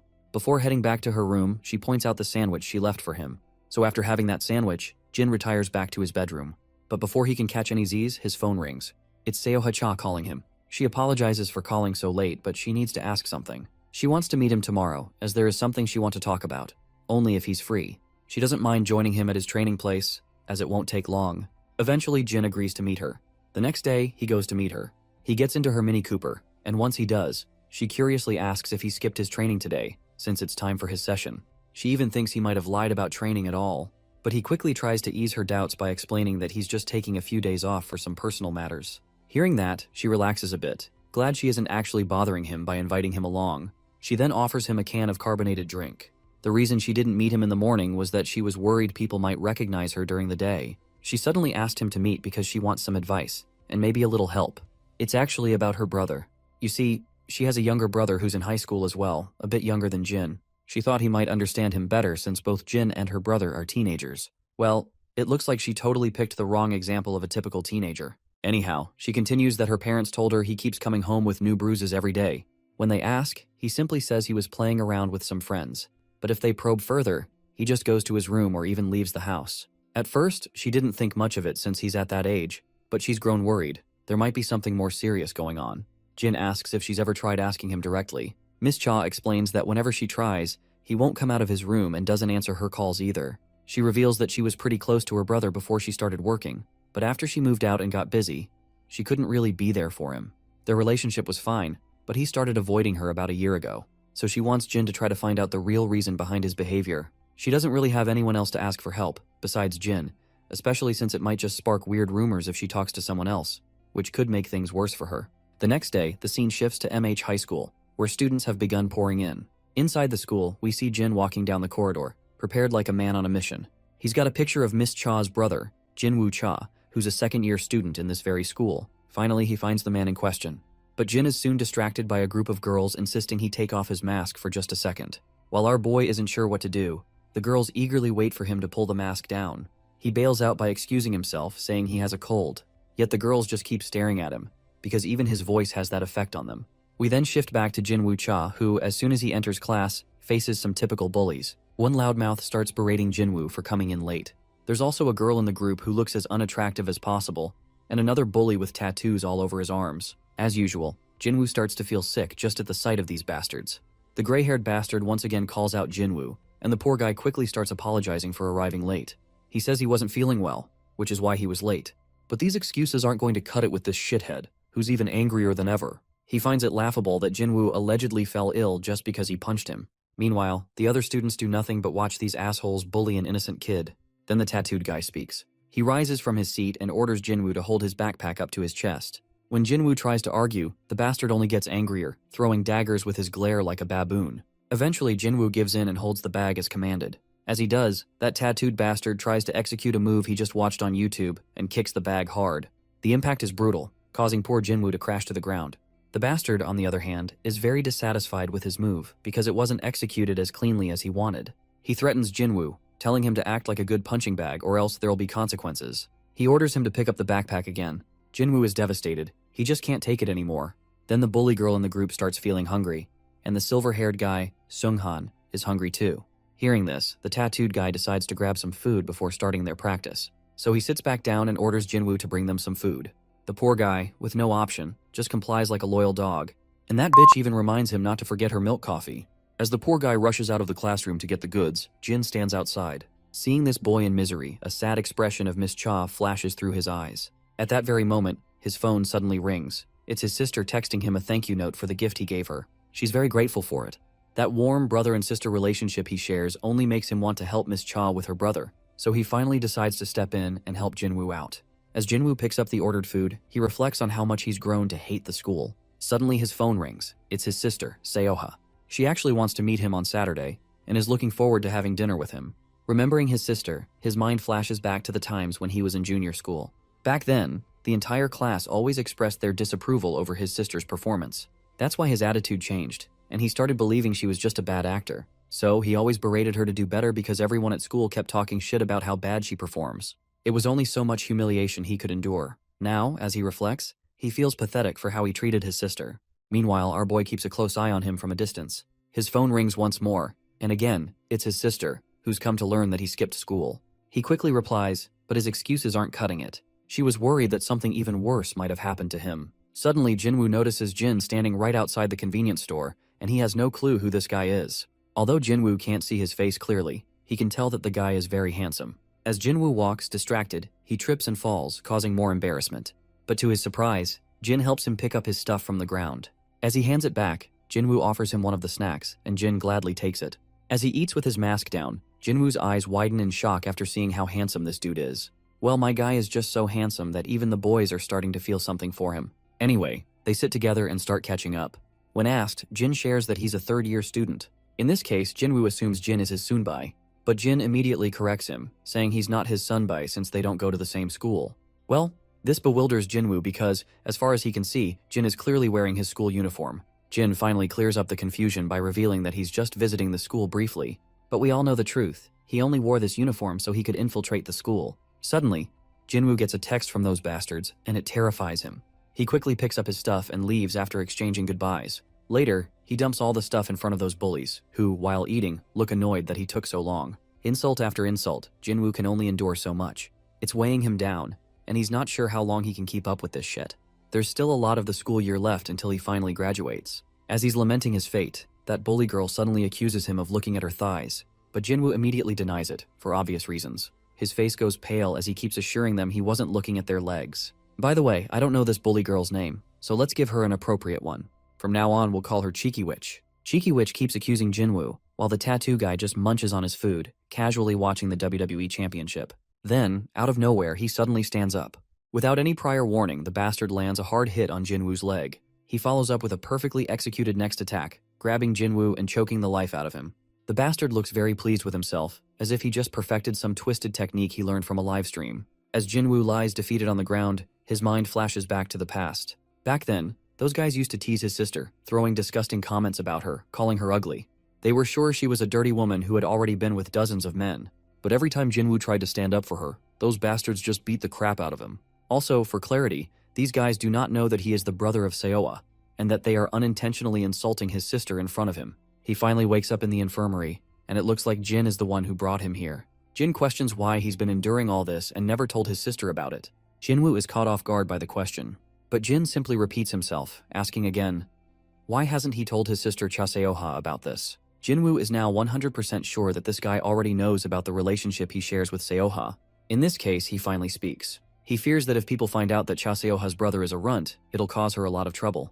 You see, celebrities have to take care of their image more than anything. Not just them, but their families too. If people find out that her brother is a pathetic bread shuttle, it'll be a perfect excuse for them to look down on her. It doesn't matter how he justifies it, people will always find a reason to judge celebrities. Jin then asks why he didn't tell a teacher, but Jinwoo feels that it's not that easy for him. If reporting them was an option, he wouldn't be struggling like this. Even if he somehow gathered the courage to report them, it would only make things worse. They'd bully him even more, and if it became a big issue, everyone would find out that Chaseoha's brother is pathetic.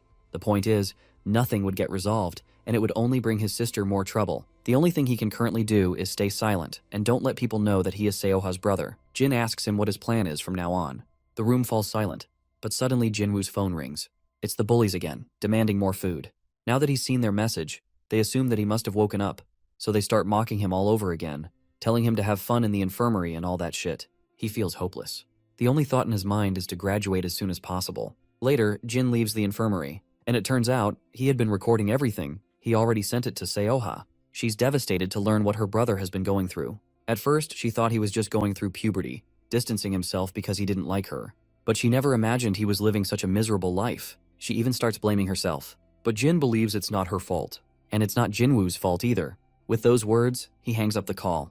His mind drifts back to the moments he shared with his sister. And this only fuels Jin to help Seoha mend her relationship with her brother. So, he puts his mask back on and gets ready to venture out once again. We transition into Jinwoo's class, where the entire student body is glaring at him. The bullies in particular surround him, smugly demanding to know why the hell he's here and what he wants. But my guy doesn't say anything. He lets his fists do the talking. One single hit is enough to leave his opponent dazed. Another dumbass charges at him recklessly. He gets smacked too and sent flying. Finally, Tattoo Guy takes his eyes off his phone and glares at our boy. The other bastards charge at him, but one by one they all get smacked and drop like flies. Cheeky Witch and her friends stand there in utter disbelief, witnessing something they never expected. Meanwhile, my guy stands tall, surrounded by the fallen. Tattoo Guy finally puts his phone away and gets up. He has no idea who this bastard is, but now he's itching to fight, especially since he wants to test out the new techniques he just learned from a live stream. The big guy takes his stance and initiates the fight with a punch, but my guy just ducks, dodging effortlessly. Frustrated and bewildered, Tattoo Guy clenches his fists and throws another punch. This time my guy blocks it. Then, he follows up with a brutal elbow smash of his own. Tattoo Guy's face is a bloody mess, but he refuses to back down. He charges again, only to get wrecked by a gut-wrenching punch straight to the stomach. To finish him off for good, my guy locks his arms around the bastard's body and throws him down with precise execution. The idiots standing around go pale, completely stunned. They have no clue what the hell just happened. Even the bastard on the ground is left gritting his teeth in rage. But soon enough, more guys crash into the classroom, looking pissed. They're especially annoyed that their guy, Youngsik, just got his ass whooped. The gang leader steps forward, questioning Youngsik about who this punk is. Of course, Youngsik has no clue. He just stammers that this bastard showed up out of nowhere and started wrecking shit. The gang leader then addresses our boy directly, wondering who the hell is this guy, and why is he here? But my guy doesn't respond. That silence pisses off the gang leader even more. He thinks that this piece of trash is ignoring him. Now he's itching to rip off that mask my guy is rocking. The dumbasses charge all at once. But my guy moves fast. One eats a brutal elbow to the face. Another gets his cheeks clapped, literally. Youngsik somehow manages to stand up again. He screams at his goons to gang up on our boy. Of course, they all rush in, thinking they're about to overwhelm him. But we all know who's really about to get wrecked here. Meanwhile, Jinwoo walks down the corridor, sulking. His mind keeps circling back to that guy, the one he met earlier. He's not sure why he showed up, only to disappear just as mysteriously. But right now, he's more concerned about his own life, and he's sure there's no hope for him. Suddenly, his attention is grabbed by a crowd of students gathering outside his classroom. He has no idea what's going on. Then, out of nowhere, a bastard gets thrown straight out of the classroom, shocking everyone. Jinwoo's curiosity spikes. He seriously wants to know what the hell is happening. When he steps inside, he sees absolute carnage. The guy he met earlier is in there, wreaking havoc on all those bullies. By now, even Youngsik is beyond curious, wondering who the hell is this guy. He's never seen anyone in this school with that kind of aura. The shithead starts cowering when my guy begins walking toward him. He demands Jin again to reveal his identity and why he is doing this. But Jin just finds the question ridiculous. Coming from a guy who bullies others for no reason, he has no right to ask why Jin is doing this. Jin stares into Youngsik's soul and makes it clear that if he ever hears about him bullying anyone again, he'll come back. And next time, it won't end like this. Youngsik starts to think that maybe this sucker is friends with someone they messed with. But he's too dumb to take the hint. Instead, he keeps running his mouth, throwing jabs at our boy. He keeps yapping until my guy has had enough. He grabs the bastard by the face and slams him into the ground. And he doesn't stop. Again and again, he smashes his face down. The students watching are horrified. Finally, my guy warns him to don't ever threaten anyone again. Then, without another word, he leaves. The whole room is left in stunned silence. Jinwoo also stands there in complete disbelief. Never in his wildest imagination did he think someone like that guy even existed. Youngsik acted tough, but even he was nothing against this guy. Suddenly, Youngsik notices Jinwoo standing nearby. And just like that, Jinwoo panics. Youngsik, on the other hand, glares at him and starts cursing. He seems totally pissed. And from the looks of it, he's more than ready to beat the crap out of him. But before poor Jinwoo faces anything, my guy storms back into the classroom, grabs the bastard by the head without warning, and throws him over the desks, leaving him utterly bruised and battered. To drive the point home even further, Jin grabs one of the bastard's fingers and snaps it without hesitation. The others just stand there, their faces pale, while my guy asks this shithead if the previous warning wasn't enough. He demands that this bastard answer. Does he still want to mess around? Youngsik finally manages to choke out a response in his struggling voice, promising that he won't mess with anyone again, and this time, he means it. But my guy isn't worried about that. If this bastard pulls anything funny again, he fully intends to come back and beat the crap out of him. With that, my guy heads out of the classroom again. As he leaves, he assures Jinwoo that this was just payback for the food. Later, Jinwoo calls Sewa and explains the entire situation. He also reassures her that there was a small problem, but it's been taken care of. Meanwhile, Cheeky Witch is hanging out with her friends, talking about how everyone who got injured was sent to the hospital, and Youngsik got it the worst out of all of them.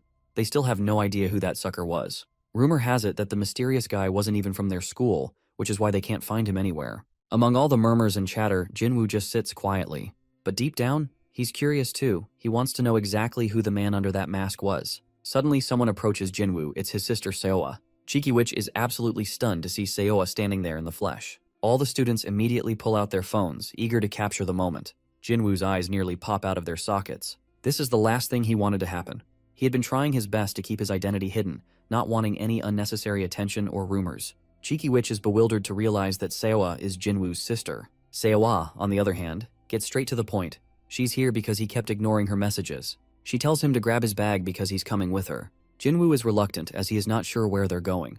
His reluctance annoys Seoa, so she repeats herself. Grab your bag. Without further argument, Jinwoo quickly picks up his bag. Seoa then turns her attention to Cheeky Witch and calls her out for bullying her brother. She lets everyone know that she's already aware of what they did to him. And for that, she fully intends to sue them all. She wants to expose all these bullies to the law and show everyone just how pathetic Cheeky Witch and her friends really are. With that, she walks out of the classroom, dragging her brother along with her. Jinwoo quickly catches up to his sister and nervously asks what she plans to do now. He's worried that people will spread nasty rumors online or send her hate just for being associated with someone as pathetic as him. His sister stops him right there and questions why he even thinks that way. Jinwoo mutters that he was involved in school violence, and if that gets out, nothing good will come her way. But Seoa doesn't give a damn. She doesn't believe any of this is his fault. It's the bullies who were in the wrong. She makes it clear that she doesn't care if rumors spread or if it causes her trouble. She just wants her brother to stop thinking he's pathetic. Jinwoo is overwhelmed by all of this, and before he knows it, tears start falling.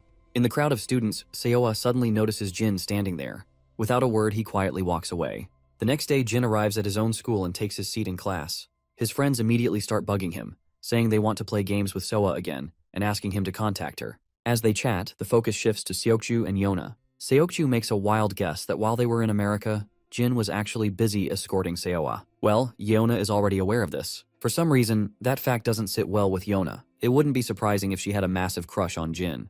The scene shifts back to the past, where Yeona meets her cousin, Jie. As usual, Jie is being cheeky, throwing playful remarks left and right. She claims she's heard something interesting. Apparently, Yona got herself a boyfriend while she was in America, and according to Jie, that so-called boyfriend is now coming to Korea. In the present, Yona is totally frustrated just thinking about everything that's happened. Her frustration is so obvious that even Seokju can't help but notice. Suddenly, she stands up abruptly, walks toward the group, and expresses her desire to have a little discussion with Jin. She asks them to give her some alone time with him. Of course, everyone is left clueless, and they all start to get the wrong idea, which only makes the atmosphere more awkward. Eventually, they leave. She asks Jin if he has some free time, but he flatly responds with a no. He doesn't catch the hint and says that he promised his sister Daeon that he'd go grocery shopping with her. Feeling a little embarrassed but still determined, Yona asks if she can tag along. She'll make sure to ask Daeon for permission first, and if she agrees, she'll go. Later, we see both Daeon and Yona grocery shopping, with Seokju tagging along. Seokju is quite intrigued to learn that Jin has been busy lately, despite being severely injured. Not only that, but he even escorted Cha Seoa. Seokju follows up with another question. Maybe Jin saw other celebrities. But Jin denies it, especially since he had only spent a little time with Seoa. As the guys continue chatting, the girls are engaged in their own conversation, but Yona still isn't able to get any alone time with Jin. Just then, Daeon invites her to dinner at their place that night. Yona is more than happy to accept, eager to spend time with them. Daeon adds that her brother is surprisingly good at cooking, so they can ask him to make dinner. A little while later, we cut to the apartments where the food is already ready. The spread looks lavish and appetizing, and even Yona and Seokju are mesmerized by the food in front of them. Daeon stretches a proud smile across her face as she revels in her brother's cooking skills. By now, Yona is genuinely curious. She wants to know who taught Jin to cook like this. Jin simply shrugs and says he just copied how they did it on YouTube. Though it's a bit awkward, everyone spends some quality time eating and chatting together. Once they finish eating, Yona can barely sit because of how much she's eaten. She notices Jin carrying the dishes and quickly volunteers to wash them. Daeon tries to stop her, but Yona has already made up her mind, for obvious reasons. She wants some alone time to talk with Jin, and this is her only chance. She struggles to tie her apron, and Jin unexpectedly helps her. This catches her off guard. She thanks him, her cheeks turning pink. Jin proceeds to help her wash the dishes. As they do, Seokju is finally happy for Yona. She's finally getting the time she wanted to spend with Jin. The scene then shifts to SW Corporation. Inside one of the meeting rooms, we see all of SW Corp's bodyguards. Their boss introduces the VIP guest who is supposed to visit today, Lewins Bailey. As the third in line of the Bailey Group, he's here to establish contact between SW and the Bailey Group. Yeona will be at the forefront, so the escort duties will be led by everyone present.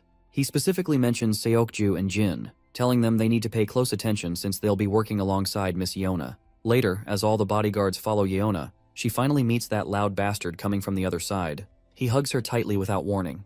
This leaves Yona embarrassed, and she quickly distances herself. She doesn't want him getting too close, especially because she doesn't want Jin to get the wrong idea. Luins asks why she's so embarrassed, but he quickly assumes it's because they're in a public place. He then questions why she should be mindful of what bodyguards and escorts think. After all, it's their job to pretend they don't see anything their masters do and keep quiet. Not wanting to deal with him any longer, Yona decides to cut the conversation short and tells him they should move on.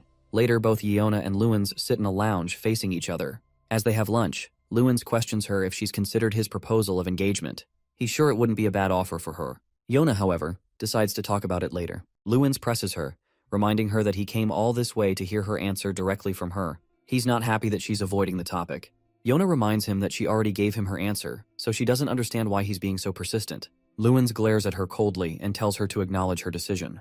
He then throws some jabs, reminding her that she has no real position or power within SW. She may have a good reputation within SW because of her father, but compared to her relatives, she hasn't done anything noteworthy. And so, SW doesn't like it when she tries to do anything on her own. His brutal words devastate Yona. He keeps pushing, forcing her to reconsider. She's barely holding it together. Even Seokju can sense her distress. While Seokju doesn't step in to help, Jin finally steps up. He raises his voice to tell them that it's time to move to the next location. At first, this catches everyone off guard, but Yona quickly understands what Jin is trying to do. She smiles warmly, ready to move ahead. Luins, however, glares menacingly, clearly annoyed that he interrupted their conversation. He confronts Yona, asking if this is how SW Corp produces their bodyguards. Yona quickly takes the blame, saying she gave Jin permission to interrupt.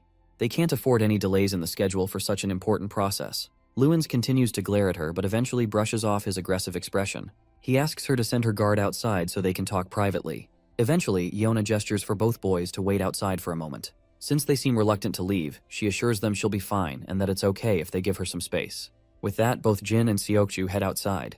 Luins tells his own guards to leave as well. The lounge is now empty, except for the two of them. Luins has clearly caught on that Yona rejected his proposal because of Jin. Yona reacts strongly to his accusation. Seeing how worked up she is only confirms Luins' suspicions. He lets her know he's not a fool who overlooks things like this. He assures her he doesn't mind if she's in a relationship with her guard. He's willing to grant her permission to do as she pleases, but all he wants is a formal engagement. That's it. He understands she's still a student, and in the corporate world, people often marry for political reasons. He doesn't want to take away her teenage life. She can date anyone she wants. With that, he decides to leave. He's tired from jet lag, so he reschedules their meeting for tomorrow. He tells her to think it over and give her reply before he leaves for America. As Luins leaves the room, he glares at Jin and pats him on the shoulder, smugly threatening him to mind his business. Later, we see Jie and Yona together. Jie seems to be grilling the poor girl for blowing it up with Luins. She reminds Yona that Luins is an important figure working alongside them on this project, so she's not sure how they're supposed to manage if Yona can't even handle things properly with someone that important. She also reminds Yona that she dislikes her. While they don't have a reason to get along, Jie makes it clear that her dislike is personal. The reason is that Jie worked hard to reach her position in SW Corp. She had to compete with her father, who wanted as much control over SW as possible. She also had to shake off attacks from her brother and other relatives. She has been struggling ever since she was Yona's age, but she finally climbed to where she wanted to be. Yona, on the other hand, had it easy. She simply inherited everything from her father without lifting a finger. Their grandfather took special care of her since she was alone early on, protecting her from other family members. Their grandfather personally watched over everything, making sure his granddaughters grew into strong, respected executives who could withstand attacks from competitors. Yona is expected to use what she inherited to gain tremendous influence and even establish her own business within SW. But if she fails, the employees under her will suffer, and Jie wants her to take responsibility. We then cut to Luins, who questions his guard about our boy. The guard explains that his name is Yu E-jin, 19 years old, in the same class as Yona, and currently training as an SW bodyguard. Of course, this doesn't sit well with Luins. For a moment, he even thinks his bodyguard's facts might be incorrect, but the guard confirms it without hesitation, stating that he couldn't conduct a more detailed investigation due to lack of time, but the information is valid. Luins is really on edge here. He can't stomach the fact that she kept him around at a meetup with him. The scene transitions to SW Corp, and in one of the VIP lounges, we see Yona and Luins, along with other big shots. Not just them, guards are also present in the meeting room, and our boy is standing among the crowd. The meeting finally concludes. Luins turns to Yona, telling her there's a place he wants to visit now that the official business is over. Curious, she asks him which place he is talking about. But before we hear his response, we cut to Jie, who is mumbling to herself. Apparently Luins has summoned her to meet him, because he wants to demonstrate just how incompetent SW Corp's bodyguards are, and he wants her to witness it. Once she arrives at the meeting place, she sees Yona and Lewins locked in a stare-down, like a rap battle is about to go down. It looks like there's some serious tension between them. Lewins called SW crop guards incompetent, and Yona wants him to take back what he said. But that bastard believes he wasn't wrong. As far as he knows, the 2 bodyguards Yona always has around her are students, and one of them is an understudy. But Yona insists that Jin is not an understudy. Lewins keeps throwing jabs at her about SW Corp's security team. Finally, one of Yona's senior guards speaks up on her behalf. He explains that SW's security team doesn't operate the way Lewins thinks. While he understands the reason for Lewins' misunderstanding, their team is made up of tested and competent people, including those 2 bodyguards. But Lewins remains sassy with his words. We can tell that this bastard is intentionally pushing SW Corp's buttons, because he wants to initiate a sparring session with SW Corp. So he throws down the gauntlet, challenging her to a sparring match, his bodyguards versus hers, to see just how competent SW Corp really is.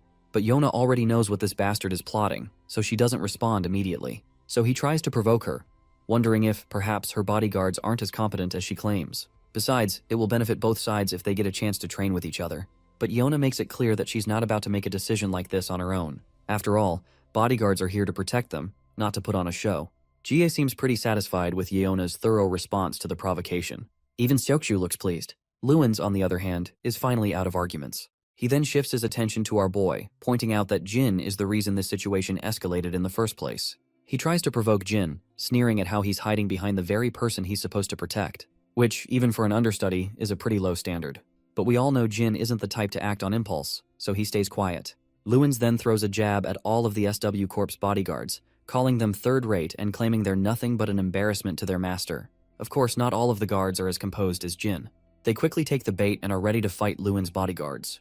But the senior bodyguard of Team 2 remains composed and responds wisely. He makes it clear that they are here to protect their client, not participate in sparring matches. If his team gets injured, they won't be able to carry out their duties. That's when Jie catches everyone's attention. Being the senior, she grants Team 2 permission to engage in the duel. Now they are free to make a choice whether they want to fight or not. Many of them are eager to prove themselves, but Lewins isn't happy about this. The only reason he wanted this sparring session was because of Jin. If Jin isn't participating, then it's pointless. To his surprise, Jin steps forward. Yona tries to stop him, but Jin reminds her that he's part of Team 2 as well. And just like that, Jin ends up facing a bodyguard representing Lewins. Lewins is thoroughly satisfied to see this. He's sure Jin will learn his place once he loses an arm or a leg. Meanwhile, Jie knows Jin is skilled, but she's still worried. He's young. But her bodyguard assures her there's nothing to worry about. Out of all the sparring matches they've had, not a single person has beaten Jin yet. As soon as the referee signals the start of the match, my guy moves with the speed of light and delivers a brutal knee smash, knocking his opponent out on the spot. Lewins, who was smug just moments ago, is now utterly baffled. Meanwhile, Seokju and the others are beyond pleased to see these scumbags getting their asses whooped. Even Jie cracks a smile, realizing she was worried for nothing. One of Team 2's members steps up, ready for the next fight. But Jin isn't done yet. He challenges Lewins to send the next person. This, of course, rattles the hell out of Lewins. In his eyes, the audacity of this lowly guard to provoke him is beyond infuriating. But eventually, he sends one of his best men. Lewins' guard assures him that they won't lose this time. The battle starts. The opponent lunges at Jin, only to get punched hard in the face. Jin follows up with an elbow smash. Despite the brutal hits, the guy lunges again, only to get slammed across the face once more. And that final knee smash is enough to knock him down cold. This is just another humiliating slap to Lewins' pride. Meanwhile, Jin asks for the next challenger. Lewins turns red like a tomato. This humiliation is getting too much to endure. Still in denial, he refuses to believe Jin is actually that strong. Instead, he convinces himself that his guards must have let their guard down. But his escort guard corrects him. While the first guard was caught off guard, the second was fully prepared. It's a hard pill to swallow, but even Lewins' senior guard admits that Jin is simply skilled. Still, Lewins refuses to entertain the idea that a random high schooler is capable of taking down 2 of his elite guards. But the senior guard just shrugs. No matter how much Lewins denies it, the truth doesn't change. The next opponent steps in, way more alert and prepared than the previous 2. Even Seokju can tell this guy has figured out how to handle Jin. As soon as the opponent throws his first punch, my guy dodges effortlessly, tilting to the left. The opponent keeps throwing punches, one after another, but every single one is dodged. Left, right, again and again. And the moment Jin sees an opening, he throws a punch of his own. The opponent tries to counter with his own punch, but my guy grabs him by the head and tosses him aside like he's nothing but a trash bag. Then, locking his arms around the guy's neck, Jin starts suffocating him. Eventually, the opponent completely loses his will to fight. Lewin's men can't help but be fascinated, no matter how many times they see it. Meanwhile, Jin is already demanding the next opponent. Lewins grits his teeth, After taking so many brutal hits to his pride, he's barely holding himself together. His senior guard even suggests surrendering, because at this point, he's figured it out that they won't be able to beat this monster with the people they have. But Lewins refuses to back down. Instead, he suggests that his senior guard fight next. Meanwhile, Jia's escort guard also thinks that Lewins is going to stop here. But Jie believes they'll be rushing into fight since their fragile egos have already been bruised. She can tell that this is the only thing going through Lewin's mind right now. However, her escort guard thinks it would be difficult to beat Jin, even with more people. And even if Lewins won, it wouldn't mean much. No one would praise them for finally beating someone who had already taken down 3 of their men. Besides, the whole reason they provoked SW Corp was to embarrass Jin. But since the opposite happened, they have no choice but to surrender. Eventually the enemy concedes, and the sparring session comes to an end. SW Corp's bodyguards burst into cheers and laughter, celebrating their victory. Everyone starts surrounding Jin in admiration. Even Jie can't help but chuckle at the sight. While he doesn't talk much and always wears a blank expression, he's surprisingly popular. Her escort agrees, feeling proud of how Jin lets his fists speak for him, something far more important than words. Jin then turns to Yona and asks how she's doing. This makes her smile, suddenly feeling much better. Jin is also glad to hear that. Once again, he's surrounded by the other guards who want to celebrate with him. Meanwhile, Lewins and his goons can't help but feel the sting of defeat. Later, Yona meets her grandfather, whose name escapes me, so we'll just call him the director of SW Corp. The director seems to have caught wind of the sparring session. His left-hand man reveals that, from what he's heard, Lewins' group was the one who provoked SW Corp. SW Corp didn't want to engage in the spar, but those guys insisted. So instead of Team 3, Team 2 decided to take them on. The director then asks about the results, and Yona gladly reveals that Jin beat them all by himself. That gets a smile out of the old man. Later, we see Lewins trying to recruit our boy into his group. He's ready to hire Jin officially, not just as a trainee or intern. He promises to treat him much better than SW Corp does. But my guy refuses without a shred of hesitation. Lewins assures him again that he'll be treated well. He doesn't know how much SW Corp is paying him, but he's willing to double it, triple it if necessary. But Jin refuses again. Lewins tries to guilt trip him, reminding him that opportunities like this don't come often. But since Jin is rejecting him so adamantly, Lewins decides not to press further. On a different note, he warns Jin to stay away from Yona. She's not someone a guy like him should be hanging around with. Jin, however, sees it differently. He's simply doing his job as a bodyguard. Lewins is willing to pay him if that's all it is, just so he can stay away from Yona. But Jin isn't in the mood to talk. If Lewins has nothing else to say, he's leaving. And so, my guy just walks away, leaving that shithead gritting his teeth, frustrated that Jin won't listen even to the end. Lewins then shifts the blame onto his incompetent bodyguards for leading him into this humiliation. But his senior guard reminds him that Jin was just too strong. Even he doesn't think he could beat him in hand-to-hand combat. The guard further argues that the bodyguards they brought here are ranked among the top in the Bailey group. Even if the first guy got caught off guard, that doesn't explain how the next ones went down so easily. Jin might be young, but he's strong. The escort guard further points out that hand-to-hand combat isn't everything for a bodyguard. If fighting was all that mattered, martial artists would make the best bodyguards. But a bodyguard's job goes beyond just fighting. Lewins acknowledges this. Anyway, he asks his guard if the business is proceeding as planned. The guard affirms with a positive response, saying nothing has changed and that their guests should arrive tomorrow as scheduled. Lewins is looking forward to it. He's certain Hyung's weakness will soon be in his hands. We don't know who Hyung is, but it looks like Lewins has beef with this person, and he wants to expose him badly. Later, we see Yona and Lewins together again. After some small talk about daily responsibilities, he finally gets to the real reason they're here. He wants to know if she's made up her mind. She was supposed to give him her answer today. But Yona reminds him that he originally wanted her response before he left for America. Since he's staying until tomorrow, she wants to postpone her answer until tomorrow. This crazy sucker has no issue with that. Internally, Yona just wants to get rid of him, and she's relieved that she only has to endure him until tomorrow. Lewins then brings up Jin, remarking that the guy has some serious riz and aura. He says he can understand why Yona would be interested in him. Of course, Yona's face instantly turns tomato red at the embarrassing remark. She's annoyed. She wasn't expecting him to say something so unprofessional. While Lewins acknowledges what she's saying, he clearly sees how flustered she is, which just proves his point. Yona keeps pretending like she has no feelings for Jin. But Lewins doesn't beat around the bush. He outright tells her that even after they marry, she'll be free to see Jin. Yona questions why he even wants to marry her in the first place. The answer should have been obvious from the start. This is just a deal. That being said, there won't be any restrictions if they want to see other people. With that, he leaves, reminding her that she has until tomorrow. Later, as Yona gets into her car, her mind is still stuck on what that shithead said about their marriage being just a deal. As she sits quietly, even Jin notices the distress on her face. She suddenly realizes that Jin is sitting right beside her. She takes a moment to express her gratitude for everything he's done for her up until now, but she's sure it'll all be over after today. Jin, however, reminds her that it's not over until tomorrow. Suddenly, he spots a guy with a spider tattoo on his face walking along the sidewalk. The sight absolutely shocks him, and he immediately goes on high alert. He turns his head, looking at the guy more closely. Then he asks Seokju to drop him off here, he's got business to take care of. Seokju agrees, since there's nothing urgent left on the schedule. With that, Jin leaves the car and begins dashing through the footpath, his mind racing as he thinks about that spider-tattooed guy. He wonders why the man is even here. The spider-tattooed guy is staring at the JS Hotel in front of him, the place where Lewins is staying. Meanwhile, Lewins' guest arrives. He's a nerdy-looking guy carrying some sort of top-secret data. Lewins is confident that as long as he gets this data, he can easily take down Hyung. The nerdy guy, however, feels anxious around these shady people. He quickly requests his money so he can leave, as he has already completed his job. Lewins is willing to pay him, but only after checking the data inside the flash drive. Suddenly, the front gate creaks open, and in bursts a masked man, none other than the spider-tattooed guy. Without hesitation, he opens fire. Lewins' guard reacts quickly, managing to get his boss out of the line of fire. Frustrated, Lewins clenches his teeth. He has no doubt in his mind that Hyung sent this hitman. Lewins' escort guard gets severely injured while protecting him.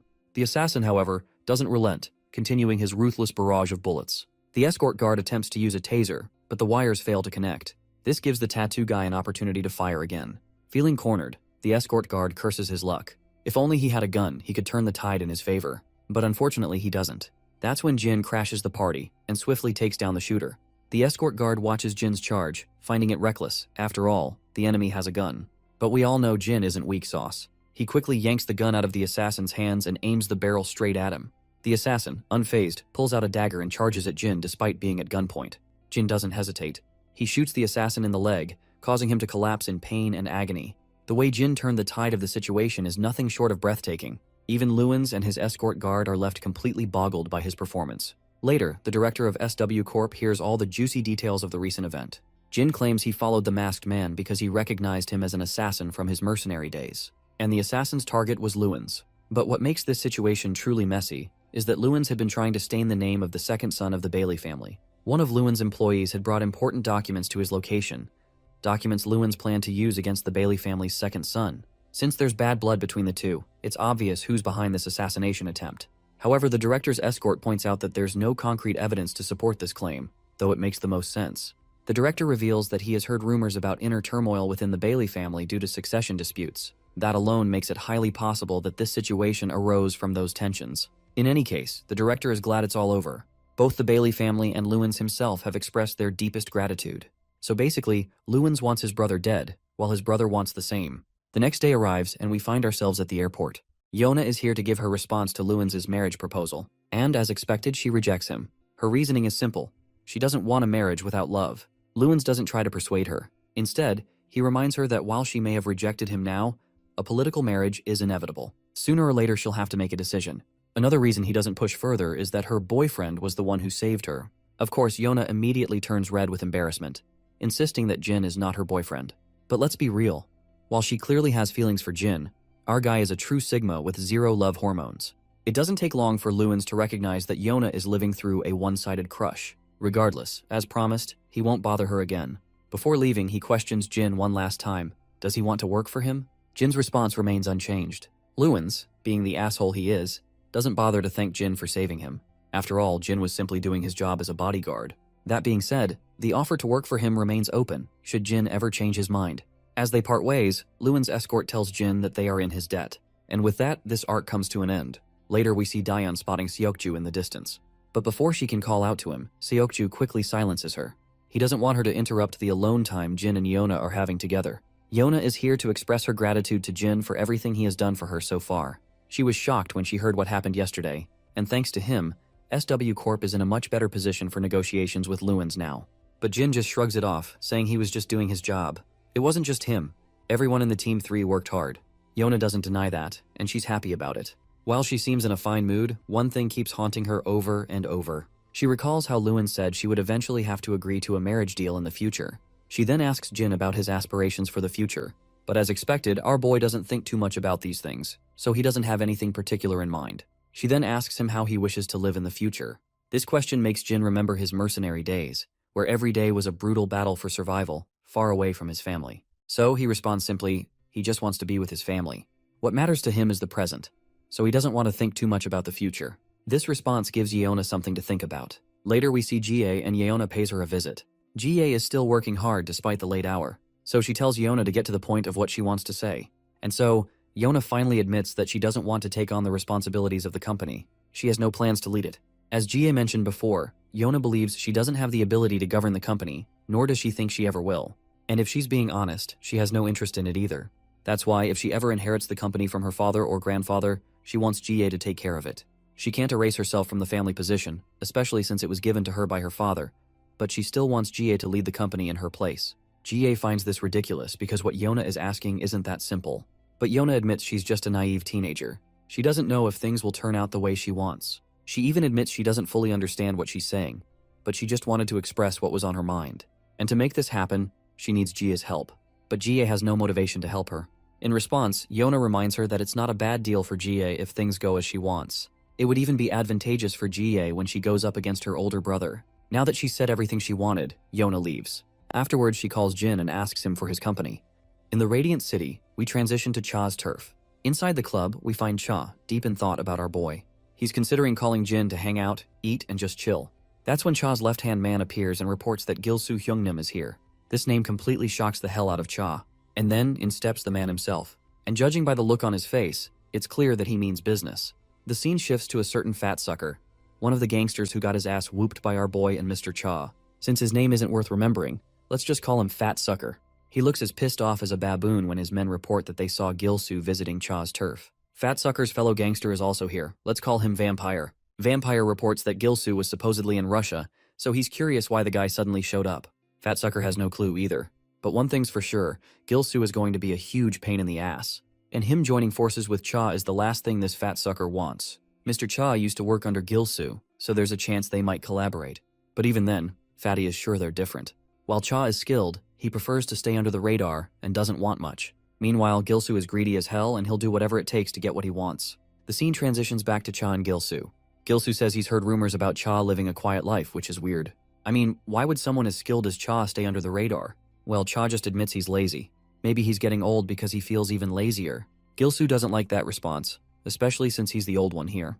Anyway, Gilsoo expresses his desire to join forces with Cha. He's sure that if they work together, they could take over the entire country. But Cha politely declines.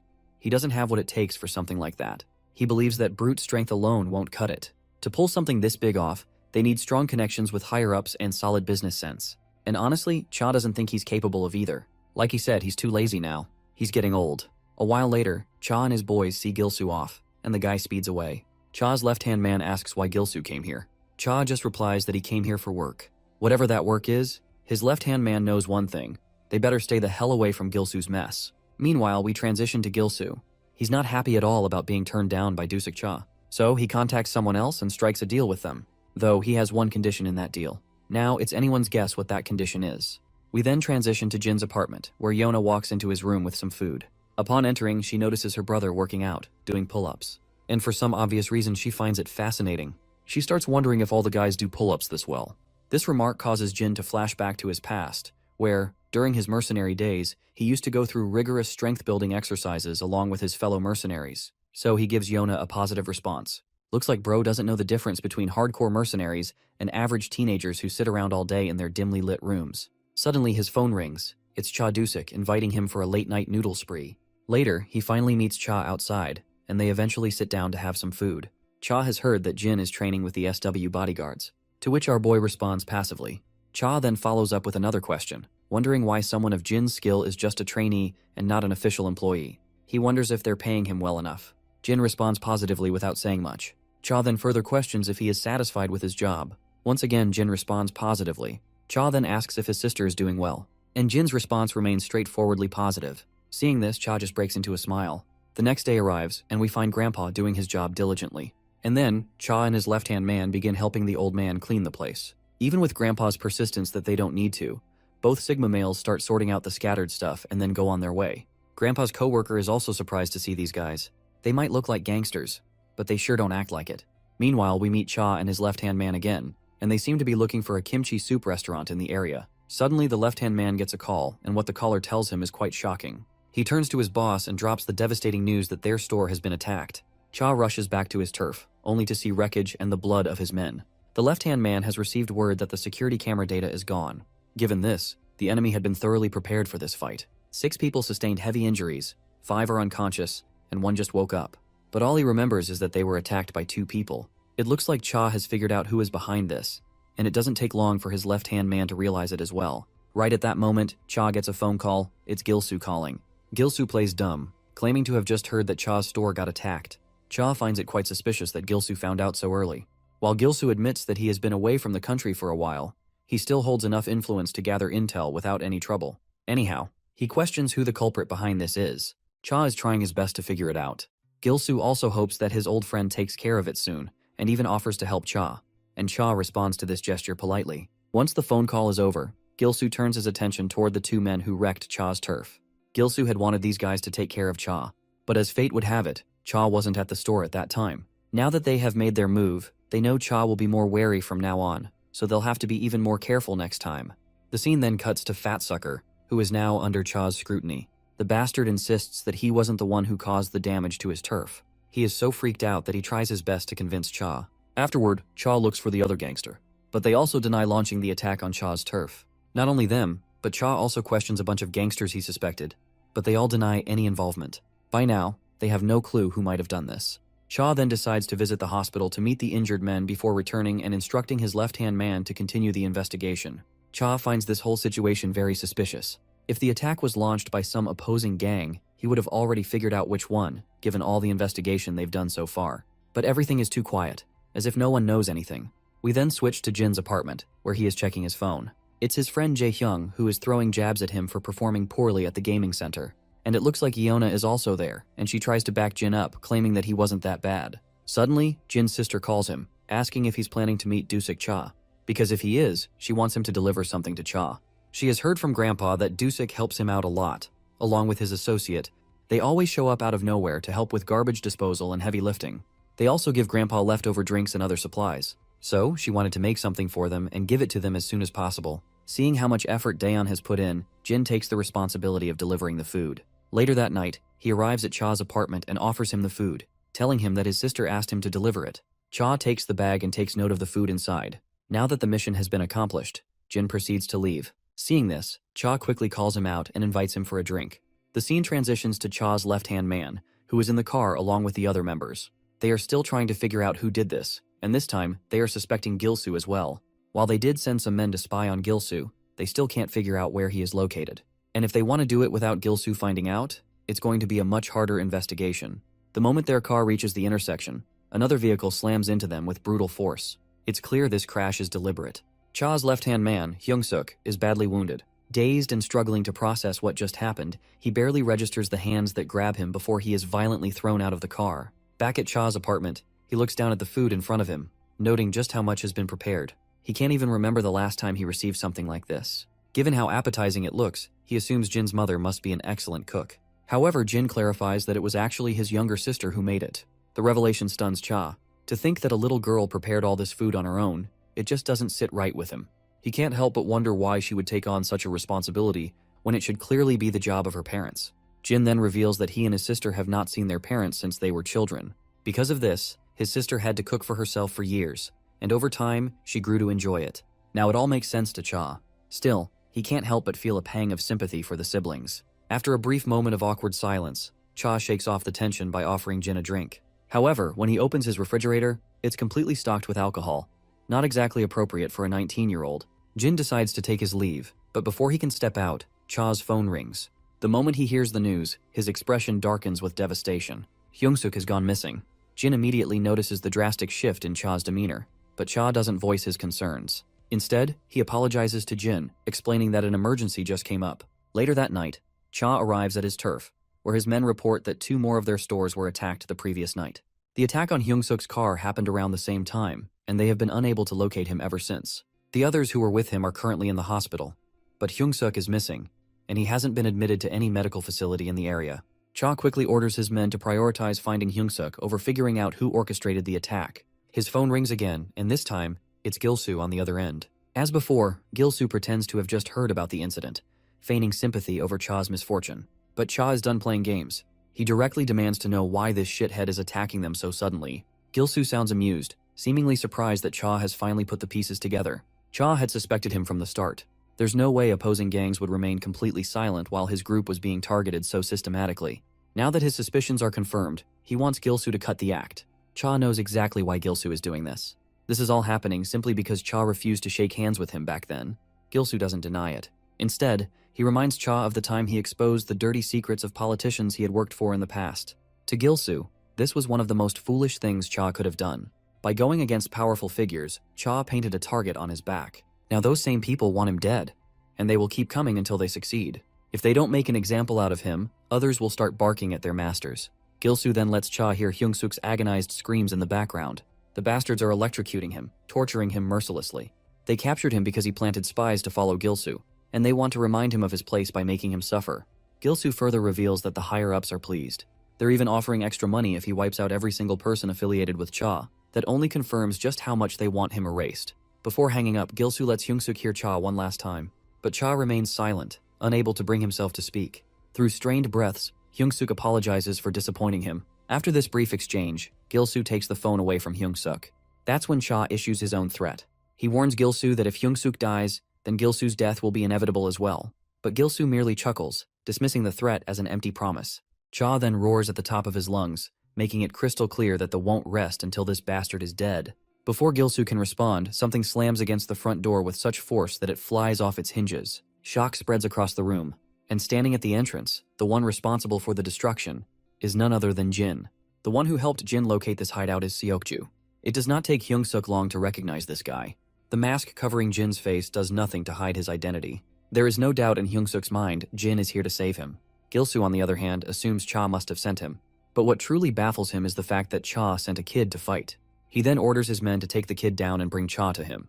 Then he steps aside to light a cigarette, while commenting on the absurdity of the situation. One of Gilsu's goons charges at Jin, but Jin retaliates with a devastating punch, sending the man flying. He swiftly takes down the next opponent as well. A third thug tries to stab him with a dagger, but Jin dodges and counters, dropping him instantly. One by one, he massacres these so-called gangsters, treating them like mere dummies left for him to practice on. In a matter of seconds, every single one of Gilsu's men is sprawled on the ground. Gilsu stands frozen, cigarette hanging loosely from his lips in utter disbelief. Meanwhile, Hyungsuk isn't surprised in the slightest. After all, this is Jin we're talking about. It looks like there is still one man remains standing, ready to engage Jin in combat. He throws the first punch, but Jin blocks it with precision and counters with a brutal kick to the man's leg, followed by another aimed at his face. However, the opponent manages to guard himself at the last moment and retaliates with an attack on Jin's legs. Jin swiftly delivers a solid strike to the bastard's head, forcing him to stagger back. The sneaky bastard also makes sure to draw his dagger and inflict an unexpected cut over Jin's thigh. Meanwhile, Gilsu is losing his composure. Seeing one of his best men, Anatol, struggling against Jin is infuriating. The fact that Anatol had to resort to drawing a knife says enough about Jin's overwhelming skill. Jin delivers a crushing kick to Anatol's stomach, then grabs his wrist, forcefully disarming him. With a final blow to the head, Anatol collapses, defeated. This is then another goon charges at Jin, but my guy retaliates ruthlessly. He slashes multiple times, leaving deep wounds across the bastard's arm. Gilsu is in utter bewilderment and demands to know who he is, as no one had ever heard of someone like him working under Cha. Ignoring them, Jin strides toward Hyungsuk, who looks up at him in confusion. When asked why he saved him, Jin responds that what happened here is connected to him as well. Even without that, there were plenty of reasons to step in. And we all know that one of them being how Cha and Hyungsuk have always treated the old man with kindness. Gilsu then makes a failed attempt to recruit Jin. He doesn't want talent like Jin's to be wasted in a country like this. If Jin joins him, he promises the freedom to go as wild as he wants. But Jin remains silent. Taking the silence as a rejection, Gilsu pulls out a gun, intending to kill Jin on the spot. He finds it ironic that being a good person means nothing when a single bullet can end a life. He reminisces about his time in Russia, where he had struggled a lot to adapt to firearms, and assumes Jin must be just as unfamiliar. But to his shock, Jin moves with inhuman agility, weaving past every bullet. Gilsu, overly reliant on his gun, lets his guard down. Seizing the opportunity, Jin throws a dagger straight into Gilsu's chest. Jin follows up and drives the blade even deeper. While our boy is not a fan of throwing jabs, he takes a moment to mock Gilsu's poor gunmanship. Anyone with true experience wouldn't attempt to shoot a moving target while holding the gun one-handed. This proves Gilsu has never used a gun in real combat. Gilsu is in utter disbelief. To think that a man of his stature is about to be taken down by a high schooler, he refuses to accept it. Summoning his remaining strength, he pushes Jin back and yanks the dagger from his chest. Now opting for hand-to-hand combat, he throws a punch, but Jin dodges effortlessly and counters with a devastating blow of his own.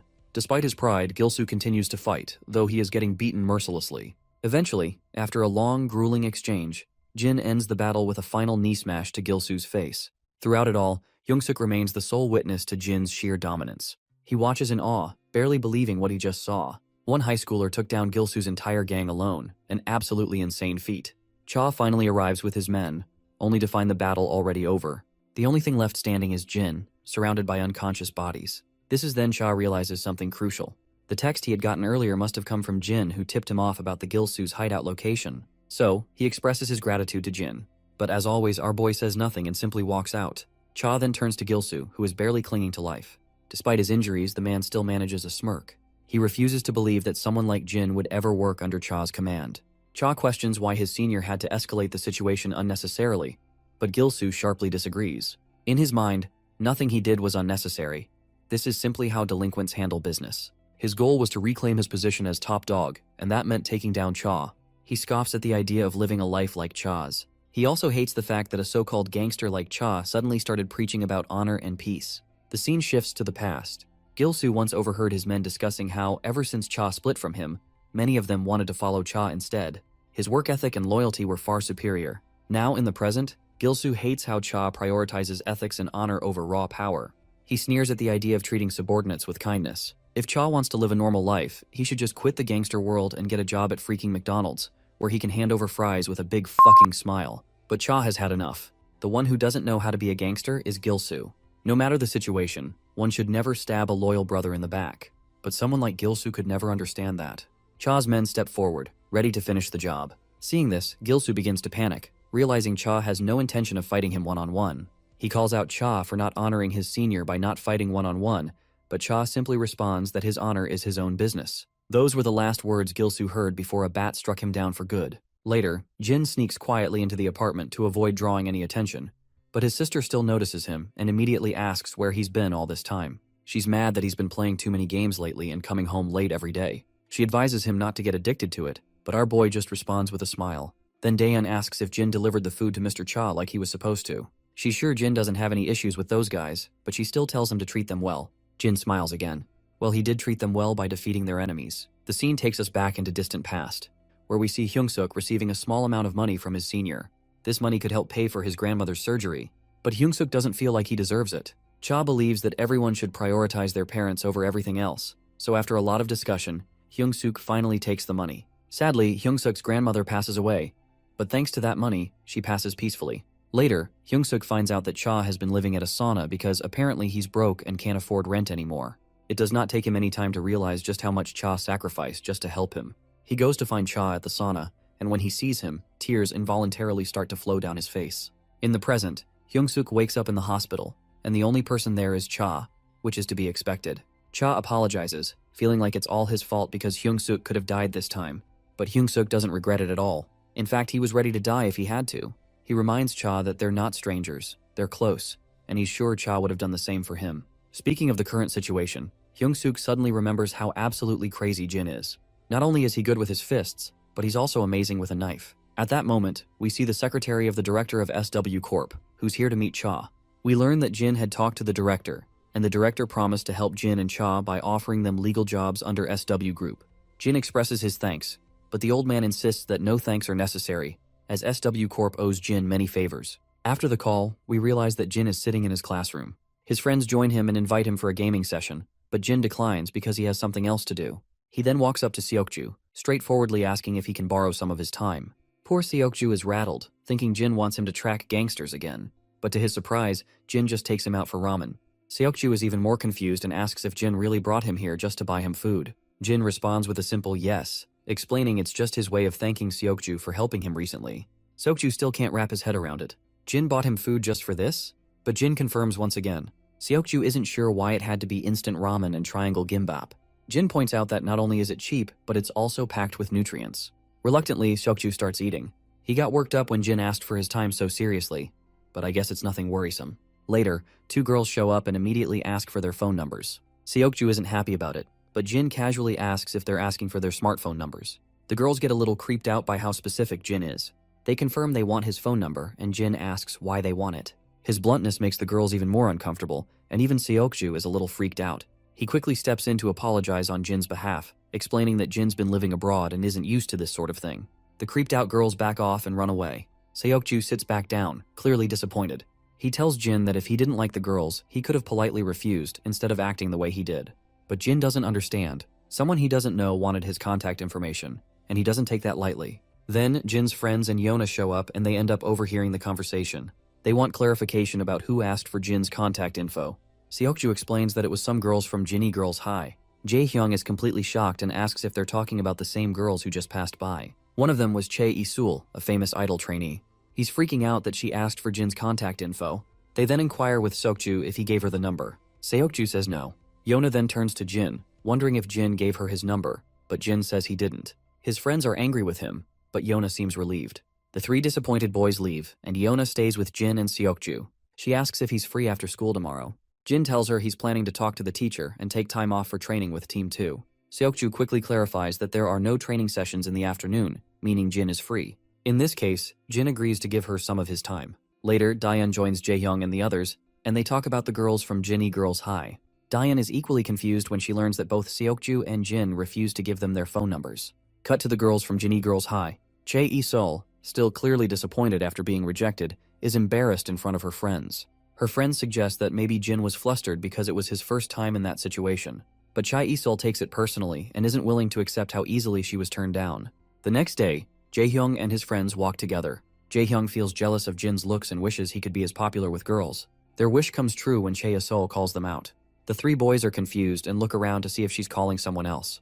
When they realize she's talking to them, they cautiously ask if she is indeed addressing them. Chae Isul admits she is. The boys can't believe it, but they gather themselves and politely ask why she's talking to them. She invites them to join her and her friends for coin karaoke. The boys are shocked and double-check if they heard right. Chae Isul smiles and confirms that she has 2 friends with her. The boys start losing it because this is their chance to hang out with girls. But we know the real reason she invited them. She's seen Seokju and Jin hanging out with them, and she's sure they'll follow if she invites these 3. To her surprise, the boys reject her invitation. They explain that there's a serious rank promotion match they don't want to miss. Chae Isul is devastated. She can't believe she was rejected over a game. The scene transitions to SW Corp, where the director thanks Jin for his help. Jin's actions allowed SW Corp to make favorable contracts with businesses that Lewins runs, which boosted their profits. The director wants to reward Jin for this, but Jin insists there's no need. He just did his job as SW's bodyguard. The director has heard this response before, but he insists that the company has made too much profit to not give proper compensation. Jin reminds him that he's only a trainee on the bodyguard team, and the team did most of the work. He just resolved the situation in the end. If anyone deserves a reward, it's the whole team. The director reveals he's already planned a special bonus for the team, but he still wants to give Jin something personal. Jin has saved Yona and Jie as well, and even though Jin downplays his actions, the director can't ignore it anymore. But Jin still denies the offer. The director understands but reminds Jin that this money could greatly benefit his family. It's not an illegal payout, just fair compensation. The director gives Jin time to think about it and make a final decision. Later, Jin leaves. The director recalls how Jin sent a large sum of money to a town, likely the one where he lived during his mercenary days. Jin kept it a secret, but he donated nearly a few billion won for the area's reconstruction. With that amount, he must have given most of what he earned as a mercenary. Though the secretary doesn't understand why Jin would use the money he risked his life for in that way, the director reminds him that Jin isn't the type to do anything for financial gain. As Jin walks down the corridor, he runs into Jae, who's also learned that he just met with the director. She has a strong guess as to why Jin was called, so she advises him to take the opportunity, since the company made serious profits all thanks to him. But Jin reveals that he refused. Of course, his blunt response leaves Jie in shock. She questions why he would refuse something like that. She tries to argue with him, but then remembers that it's pointless. She simply tells him not to miss out on the opportunity, and that she's even willing to talk to the director again. She's utterly disappointed. How could he let such an opportunity slip? While she considers him skillful and mature, it seems like he's still a kid after all. Later, we see Jin and Seokju in the training grounds, doing their usual drills. Just as they're wrapping up, their senior calls them over, saying they're heading out for dinner tonight. But no alcohol would be allowed since Seokju and Jin are still minors. Later, they all arrive at the restaurant, where Jin feels a little out of place. Jin becomes the highlight of the dinner, since it's all because of him that they've gotten huge bonuses. Everyone's throwing a party to celebrate. While they're having dinner, we see Jie outside the restaurant. She can't help but comment on how someone like Jin, who barely talks, is so popular with the guys. Later, Jin returns to his apartment, where his sister greets him and asks if he had dinner. Jin replies positively. revealing that he ate with his coworkers. He notices that their grandfather hasn't come back from work yet. Dayon explains that Grandpa had something important to do and would be late. The doorbell rings, and Dayon quickly runs to answer it, thinking it must be Grandpa. They're startled to find him bent over in pain. It looks like he hurt his back while helping a resident carry something and twisted it. The grandchildren support their elderly grandfather and get him to bed. They also make sure to place an electric heating pad over his back. Jin decides to stay with Grandpa while Dayon go take rest. Grandpa apologizes for causing them unnecessary worry. Seeing his grandfather in such pain, Jin remembers the director's words about how the money could greatly benefit his family. He starts to see how it could help them. He asks Grandpa if it's getting difficult to keep working. Grandpa doesn't beat around the bush and admits that it's hard. Jin then asks if Grandpa wants to quit the job. Grandpa says it's not bad enough for him to quit. After all, what job isn't difficult? He's just happy he can still work at his age. Grandpa is curious about why Jin is asking. He wonders if Jin is worried that if Grandpa quits, they'll have money problems. He assures Jin not to worry about money. Grandpa has worked hard and saved enough to send Jin and Dayon to college and to give Dayon money when she gets married. He also plans to take care of Jin until he moves out on his own. Besides, there's also the insurance money from his parents' death. Grandpa plans to use that after Jin and Dayon move out. Grandpa wants to raise them with the money he earned himself, so Jin doesn't need to worry about anything. A few days later, Jin meets with the director again. And once again, Jin refuses to take the money. Seeing how stubborn Jin is, the director lets out a tired sigh. He points out that his gratitude could mean great financial help for Jin's family, so there's no need to refuse it like that. The director knows how hard their grandfather is working to make ends meet, but Jin reveals that it's his grandfather's wish to take care of his grandchildren on his own. Jin wants to respect his grandfather's wishes. The director reluctantly admits that Jin has a great-grandfather. Hearing this, Jin smiles and agrees. It's the first time the director has seen Jin smile like this, and it leaves him a little bewildered. As Jin walks down the hallway, he comes across a couple who stare at him. The guy is curious about why Jin just came out of the president's room. His female companion assures him she'll find out. Later, Jie gets some shocking news. Her older brother Youngho is here. Her escort reveals that he suddenly changed his plans and came here out of the blue. He's currently talking with the president. Jie is visibly upset to hear this. She begins to remember the deal Yona had offered her, where Yona wanted her to take care of her part of the business, as it would be more advantageous for Jie when she faces her older brother. Meanwhile, Youngho is meeting with the director. The director is surprised to see him since he was supposed to leave for Japan. But Youngho reveals that everything was resolved well, so he didn't feel the need to go. He figured he'd stop by since he had some time and business here. He asks the director how the new businesses are going, mentioning he's heard there were quite a few disturbances. The director reminds him that every business has its ups and downs, especially new ones, so it's expected things won't always go smoothly. Youngho then mentions the crazy story about how Yeona and Jie had been kidnapped at one point. He questions if the bodyguards have started slacking off, and if things keep going this way, he's not sure how the business will survive.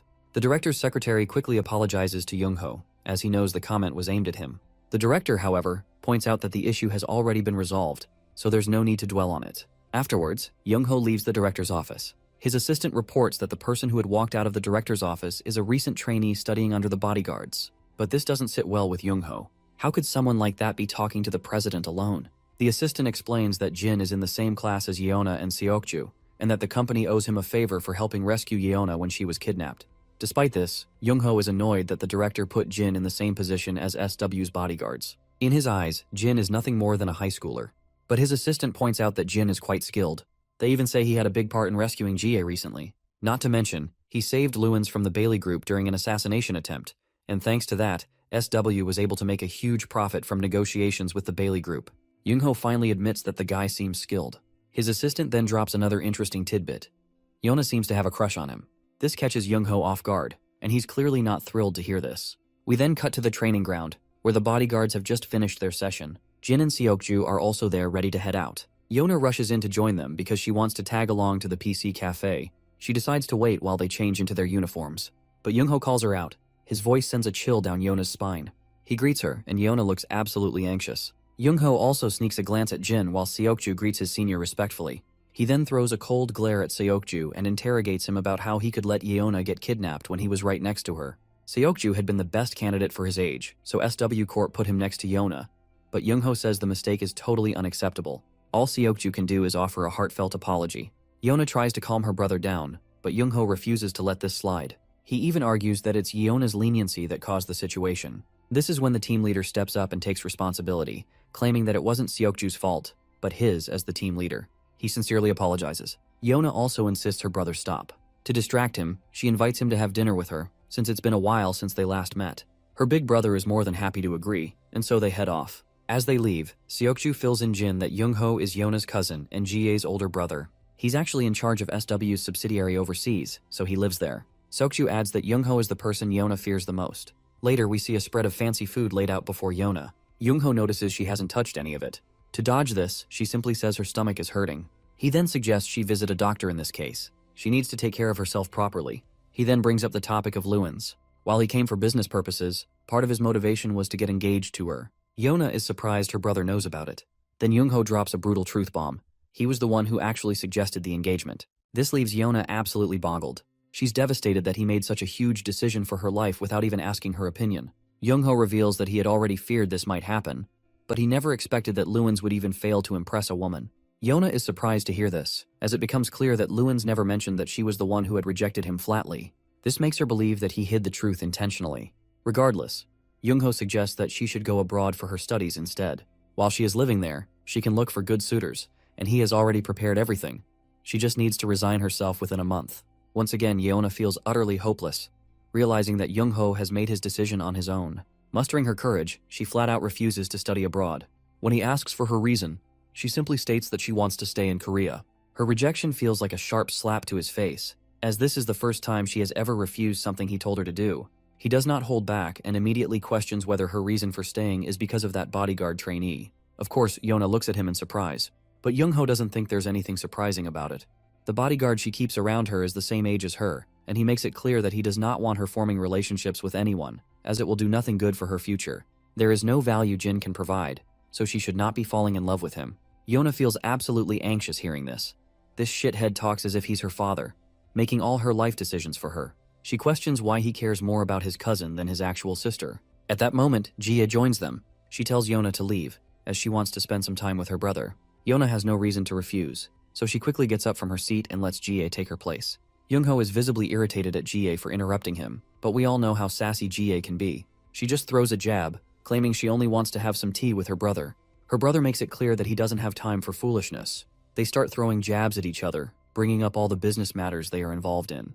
Meanwhile, Yona walks down the hallway, visibly upset. She suddenly notices Jin and Seokju outside and questions them about what they are doing here. Since they are in suits, it's clear that they are working. Later, as they escort her, Jin notices how sad and dejected she looks. We then transition to a bit earlier, where Seokju fills Jin in about the kind of relationship Yona and Young-ho share. In short, Young-ho manipulates Yona and controls her as he pleases, using her to come out on top in the competition between Jie and the others. In the present, Yona suddenly apologizes to Jin, believing that because of her, their plan to go to the PC cafe flopped.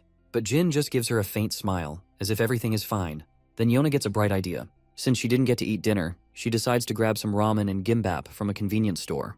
Seokju reminds her that she already ate with Young-ho. She happily makes the excuse that her stomach was hurting back then, so she couldn't take even a bite. After her persistence, they end up stopping at a convenience store. Yona looks absolutely delighted to be here, while Jin also looks forward to enjoying his food. As they eat and have fun together, we see Young-ho's assistant keeping an eye on them. She immediately calls Young-ho and reports Yona's whereabouts, emphasizing how she is once again spending time with her bodyguard. Young-ho orders her to keep an even closer watch on her surroundings. This bastard is a true manipulator. He is so sinister with his plans that he refuses to let Yona slip from his grasp, no matter how hard she tries. The next day, Yona is hit with shocking news when a new entourage of bodyguards suddenly appears and announces that they will be her new escort team. One of Yona's current guards questions how they can make such a claim without following proper procedure. The leader of this new group steps up. His name is Shin Young-ho, and he directly calls out the leader of Team 3, calling him shameless for obvious reasons. He states that since Team 3 allowed Yona to be kidnapped right under their noses, they have no right to continue escorting her. Hearing this, the leader of Team 3 falls silent, as it is indeed true. However, he quickly reminds Shin that they can't just barge in without following proper protocol, but Shin confidently claims that he has already spoken with the chief secretary, so there should be no issues. He tells the leader of Team 3 to stop acting so full of himself and to leave the escorting job to the professionals. The bodyguards in his entourage are certified professionals who escort high-ranking officials worldwide. However, the leader of Team 3 makes it clear that they too are professionals. Shin seizes this opportunity to throw yet another jab, bringing up the kidnapping incident again. This silences the Team 3 leader, as he cannot deny that blunder. At that moment, Yona steps in and tells them to stop the bickering. She assures Team 3 that she will be fine and grants them permission to leave. Eventually, the leader of Team 3 has no choice but to respect her decision. She is now under this new entourage's care, Back at school, in the classroom, both Yeona's and Seokju's seats are empty. This makes Youngchan wonder if Seokju isn't coming today. Jin, however, likely knows something about their absence. We then cut back to a little earlier to get some context. Jin receives a phone call from Seokju, who breaks the bad news. Team 3 can no longer escort Yeona. He promises to share the details later in person. Cutting back to the poor Team 3, they are still in shock. Escorting Yeona was their only job, and now they have been stripped of that responsibility. They begin questioning their leader, asking if he's just going to let this happen. The leader silences them. While this is unfair, they cannot do anything unless they receive orders from above. Not escorting Yeona is a decision they have to respect. Later, Jie also learns that Youngho has replaced Yeona's bodyguards, and she is far from thrilled. His plan is to send Yeona abroad for her studies, claiming it will benefit her greatly, or at least that's what he believes. But Jie is certain that he is doing this for his own benefit. Jie's escort also raises concerns, believing that this is bad news not just for Team 3 but for all SW bodyguards. Jie then asks what the chief bodyguard has to say about this, to which her escort reveals that he said absolutely nothing. Her escort finally understands why Youngho had brought so many spare bodyguards with him when he arrived. He must have been planning this from the beginning. Jie then asks whether these new bodyguards are impressive. After all, she is sure that her brother wouldn't just assign anyone to protect Yeona. Her escort reveals that they are from a private military company, PMC, called Iron. They are recognized worldwide for their skills and are a large organization. Youngho formed a contract with them early on and has been hiring bodyguards from them for a long time. Jie then asks how they compare to the guards at SW Corp. Her escort responds that, considering Iron is a PMC that operates in multiple fields, SW Corp's guards don't even begin to compare. While SW Corp's guards specialize in national security, these PMC operatives are recognized on an international level. Since they handle specialized operations, they possess extensive data, intelligence, and experience, making them much faster in handling worst-case scenarios. Jie realizes that if her escort is talking about them with such high regard, they must be quite impressive. Her escort figures that the only reason Youngho has this specialized team is because he operates overseas. But Jie believes that's not the only reason he hired these people. Since her brother doesn't trust anyone and only relies on relationships strictly outlined by contracts, exactly as they're written, he must have thought there was an enemy spy among SW's bodyguards. Jin also joins Jie, and she questions him about what he plans to do about the current situation. To which Jin simply states that he intends to follow the commands he's been instructed to follow. After this brief exchange, they part ways. While Jin heads to the PC room to play games with his friends, Yeona is holed up in her room, looking dejected. Youngho's secretary reports that Yeona has canceled all plans for the day and is just sitting in her room. Youngho doesn't give much attention to this and asks her about the important task he had assigned her. The lady claims she's completed everything. In that case, he gives her permission to leave. He then pulls out his phone and calls his business partner, informing him that Iron and SW will soon be working together. The man is glad to hear the news and says he's willing to provide any help necessary, especially since Youngho is his important client. It seems like Youngho is planning to expand his business to compete against Jie, and he's absolutely looking forward to crushing her. We cut to Jin, who's doing his usual pull-ups.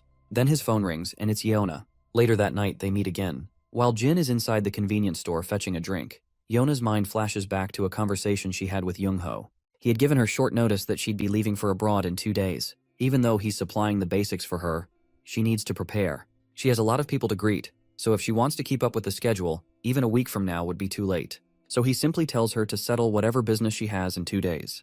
The poor girl can do nothing but sulk even deeper. Seeing her face, Youngho reminds her that she now has a responsibility to carry out. Responsibility to take action that benefits the company in exchange for a life others can't have. He does not want her to make the same mistake as before.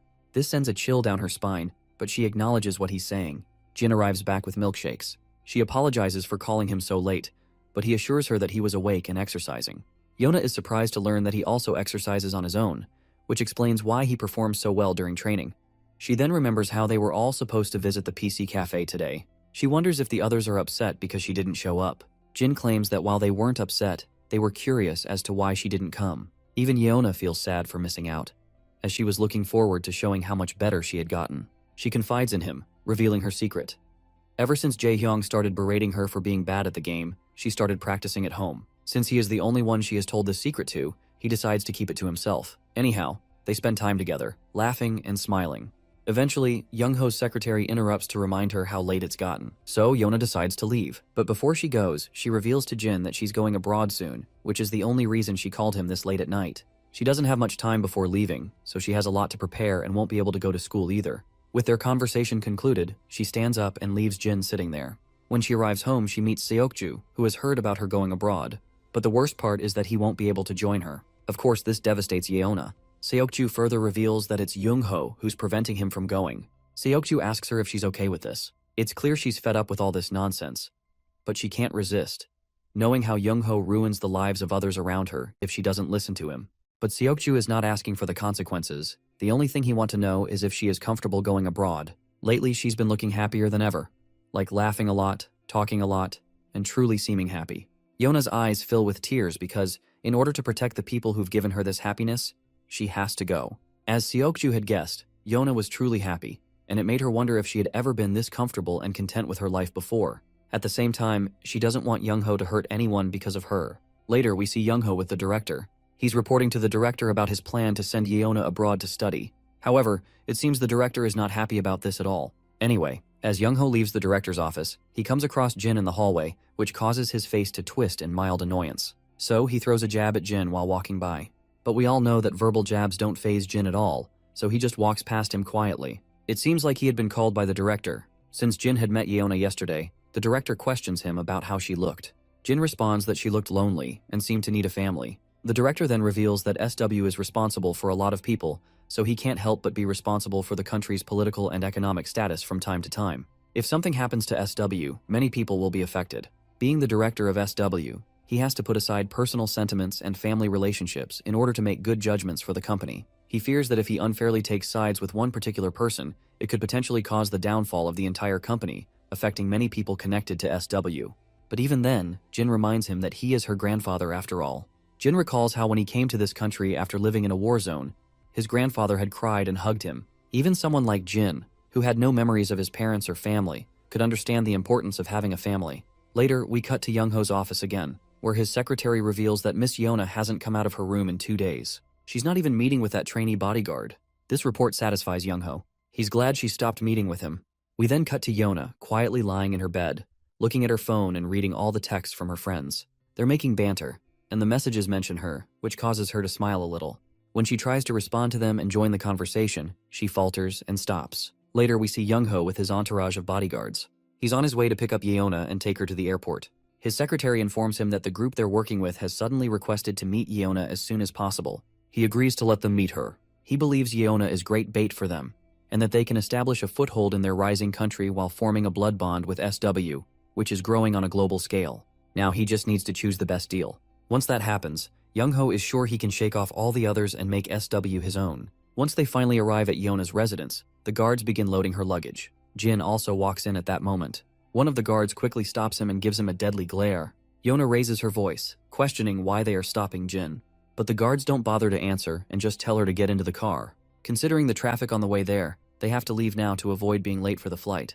The bastard Youngho is waiting inside the car for her to get in and gives her a menacing glare that scares the hell out of her. That's when Jin raises his voice, questioning her about what she wants. He just wants a simple answer. His response leaves her thinking, and she begins questioning herself about what she truly wants. This is when Youngho confronts him, asking why Jin is barging in like this and wasting their time when they're already on the clock.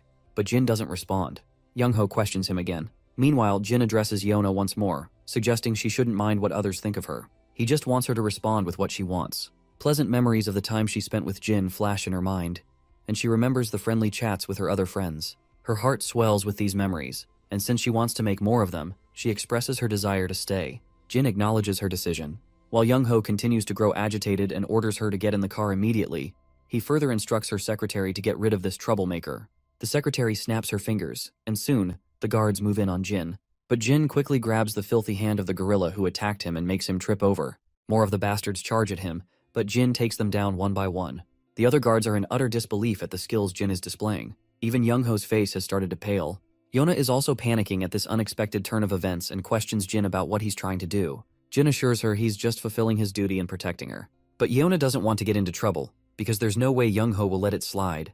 Deep down, she knows how much Jin cares about his family, and she understands that Youngho wouldn't hesitate to hurt Jin's family. Jin quickly reads her inner turmoil from the worry plastered across her face, so he reassures her that he has got it all covered.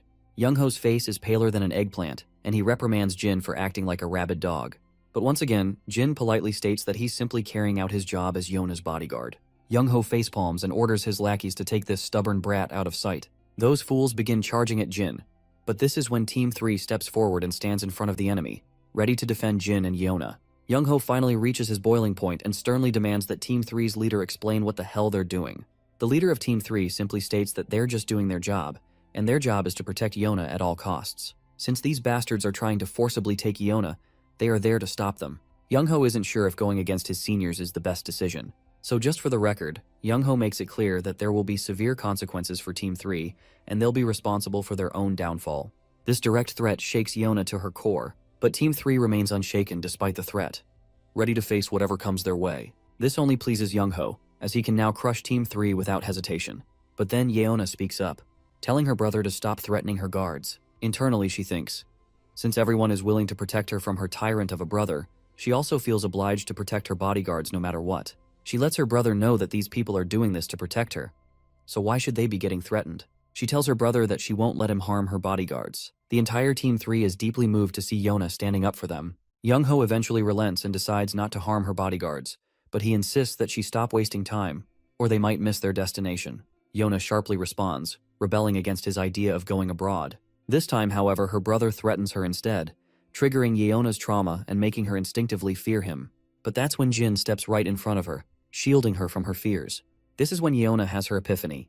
She is done hiding and fearing this man who isn't even her real brother. So, she stands her ground, determined to break through her trauma and reject this bastard once again. She also makes it clear that she doesn't want her brother deciding her life however he pleases anymore. This enrages Young-ho, who arrogantly asks if she can take responsibility for her foolishness.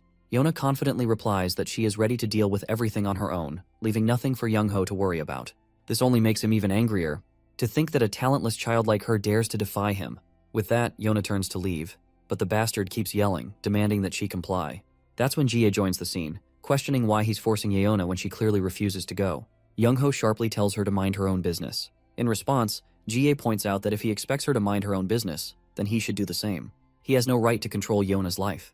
Yona is not a child who can't make her own decisions. He has no say in whether she goes abroad or not. People don't even do that with their own children anymore. The two siblings keep throwing jabs at each other. Suddenly, Yona's phone rings. It's her grandfather calling. Everyone perks up at this. The old man asks her the same question Jin had asked earlier. What does she want? Yona responds without hesitation that she wants to stay. She wants to find her own path outside of management. She acknowledges that if she were to enter management without any actual experience, it would be irresponsible. That's why she wants to do something else first. Her grandfather understands her concerns and gives her permission to decide her own future. Yona wells up with tears. Meanwhile, the snake Young-ho is left bewildered, unsure of what just happened. Then he receives a call from the director, who instructs him not to interfere in Yona's life anymore. As her grandfather, he will take care of her future himself. The only thing Young-ho should worry about is his own life. Though furious, Young-ho has no choice but to concede. After shooting Yona one last glare, he gestures for his bodyguards to leave. Yona feels relieved. This is her victory against oppression. After all these years, she has finally stood up for herself and broken free from her trauma. She is ready to live the life she has always wanted. Meanwhile, we cut to the director, who looks exhausted. It seems like being a grandfather is proving to be more tiring than expected. We then switch to a disappointed Young-ho, who reports back to his business partner about the hitch in their plan, deciding to proceed more cautiously. His business partner acknowledges the situation and assures him that patience is not an issue. He is willing to cooperate however Young-ho wants. As Young-ho sits alone in his office, he reflects on how he took care of Yona when every other relative ignored her, and she only repaid him by betraying him. But what angers him even more is his own sister, Jie, who suddenly decided to butt in and ruin everything for him. Jie never got involved in Yona's affairs before. In fact, she disliked Yona, so why did she interfere now? His secretary soon provides an answer. Yona and Jie have been on fairly good terms lately. They've even seen Yona visit Jie from time to time. This makes Young-ho absolutely enraged. The idea that Yona has taken control over Jie is unbearable. In order to deal with this mess, he makes another call to his business partner, finally requesting his help. The shady businessman is more than ready to assist in any way necessary. Young-ho then lays out the details of his problem, which is his sister. The business partner acknowledges the request and prepares to proceed. After ending the call, the business partner instructs his lackey to contact the camp. The next day at school, Yona is practically brimming with excitement. She's looking forward to visiting a PC cafe after school. Seeing her unusually good mood, her friends begin to wonder what's gotten into her. Jae-hong bluntly reminds her how terrible she is at gaming. His remark makes her blush, but she remains adamant about going. Yona then notices that Jin isn't around. Seokju answers her curiosity, telling her that Jin is on bodyguard duty with Team 2. The mention of Team 2 reminds Yona of her sister, Jie. The scene then cuts to a highway, where Jie is cruising in her car with Jin and other escort guards. Jin's phone has been ringing for a while now, and Jie suggests he check who's calling. Jin refuses, saying he's on duty. Jie sighs and gives him permission to check, considering they're in a car and not in an emergency. Jin finally checks his phone. It's Daeon texting him. A smile spreads across his face, and Jie immediately takes note of it. She is sure it must be someone from his family. She then asks if he's free after work tomorrow because she wants to invite him to dinner. But Jin informs her he already has plans with his friends. That's when Jie reveals that Major Kang will also be attending the dinner. Of course, the mention of Major Kang makes Jin reconsider, and he quickly agrees. Later, we find Jin back at his apartment. He pulls out his old flip phone, inserts the battery, and dials his friend 006. 006 fills Jin in on the intel he's gathered. They already knew that the camp was receiving orders from somewhere, and considering what the men who captured 032 were looking for, it seems they were investigating the camp. Jin wonders why they would do that. 006 further reveals that the group who captured 032 assumed he had received orders from Mad Dog. 006 suspects that Mad Dog is trying to hide Jin's survival and keep it secret from the higher-ups. The camp suffered heavy casualties trying to eliminate Jin, and they reported that he had died from his injuries. As the one leading the camp, Mad Dog wanted to hide this fact. That's why they've been keeping a low profile. If they act too openly, the higher-ups might find out the truth. Jin then asks about 032's condition. 006 brings good news that he's fully healed, though he's struggling with how to live outside the camp. He warns Jin to be careful before hanging up. Jin quickly removes the battery and shuts the phone down. The next day we cut to SW Corp.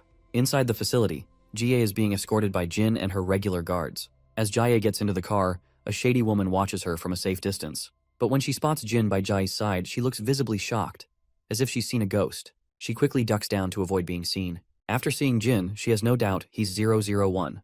The scene transitions to the camp, where Mad Dog's phone rings.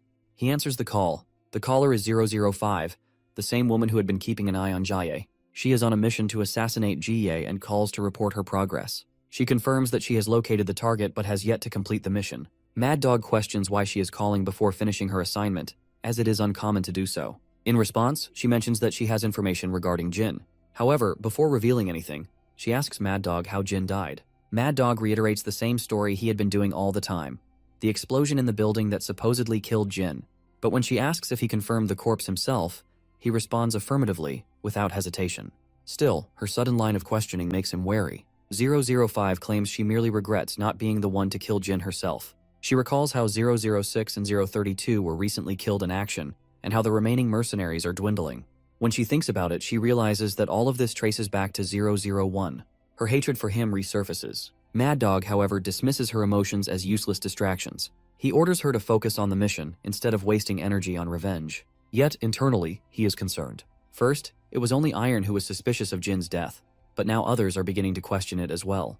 If left unchecked, the truth may come to light. He needs 001 eliminated as soon as possible. After ending the call, 005 reflects on her conversation with Mad Dog. His reaction to her inquiry about Jin was telling. He was flustered. It is obvious that he is hiding something, which only strengthens her suspicions. If the man she saw was indeed 001, then there is no denying that he has changed drastically. The scene transitions to JS Hotel, where Major Kang and Jin meet each other in the meetup with Jie. They exchange greetings and Kang strikes up usual banter, assuming Jin must be adapting well to SW Corp, to which Jie, who is present, confirms that not only is Jin adapting, but he is excelling. His team members have taken a liking to him. Hearing this, Kang is pleased. He remarks on how Jin has always been popular, not just among women but men as well. Jie notices that Kang seems much more lively around Jin. Previously, when it was just the two of them, he could barely hold a proper conversation, but now he appears to be a completely different person.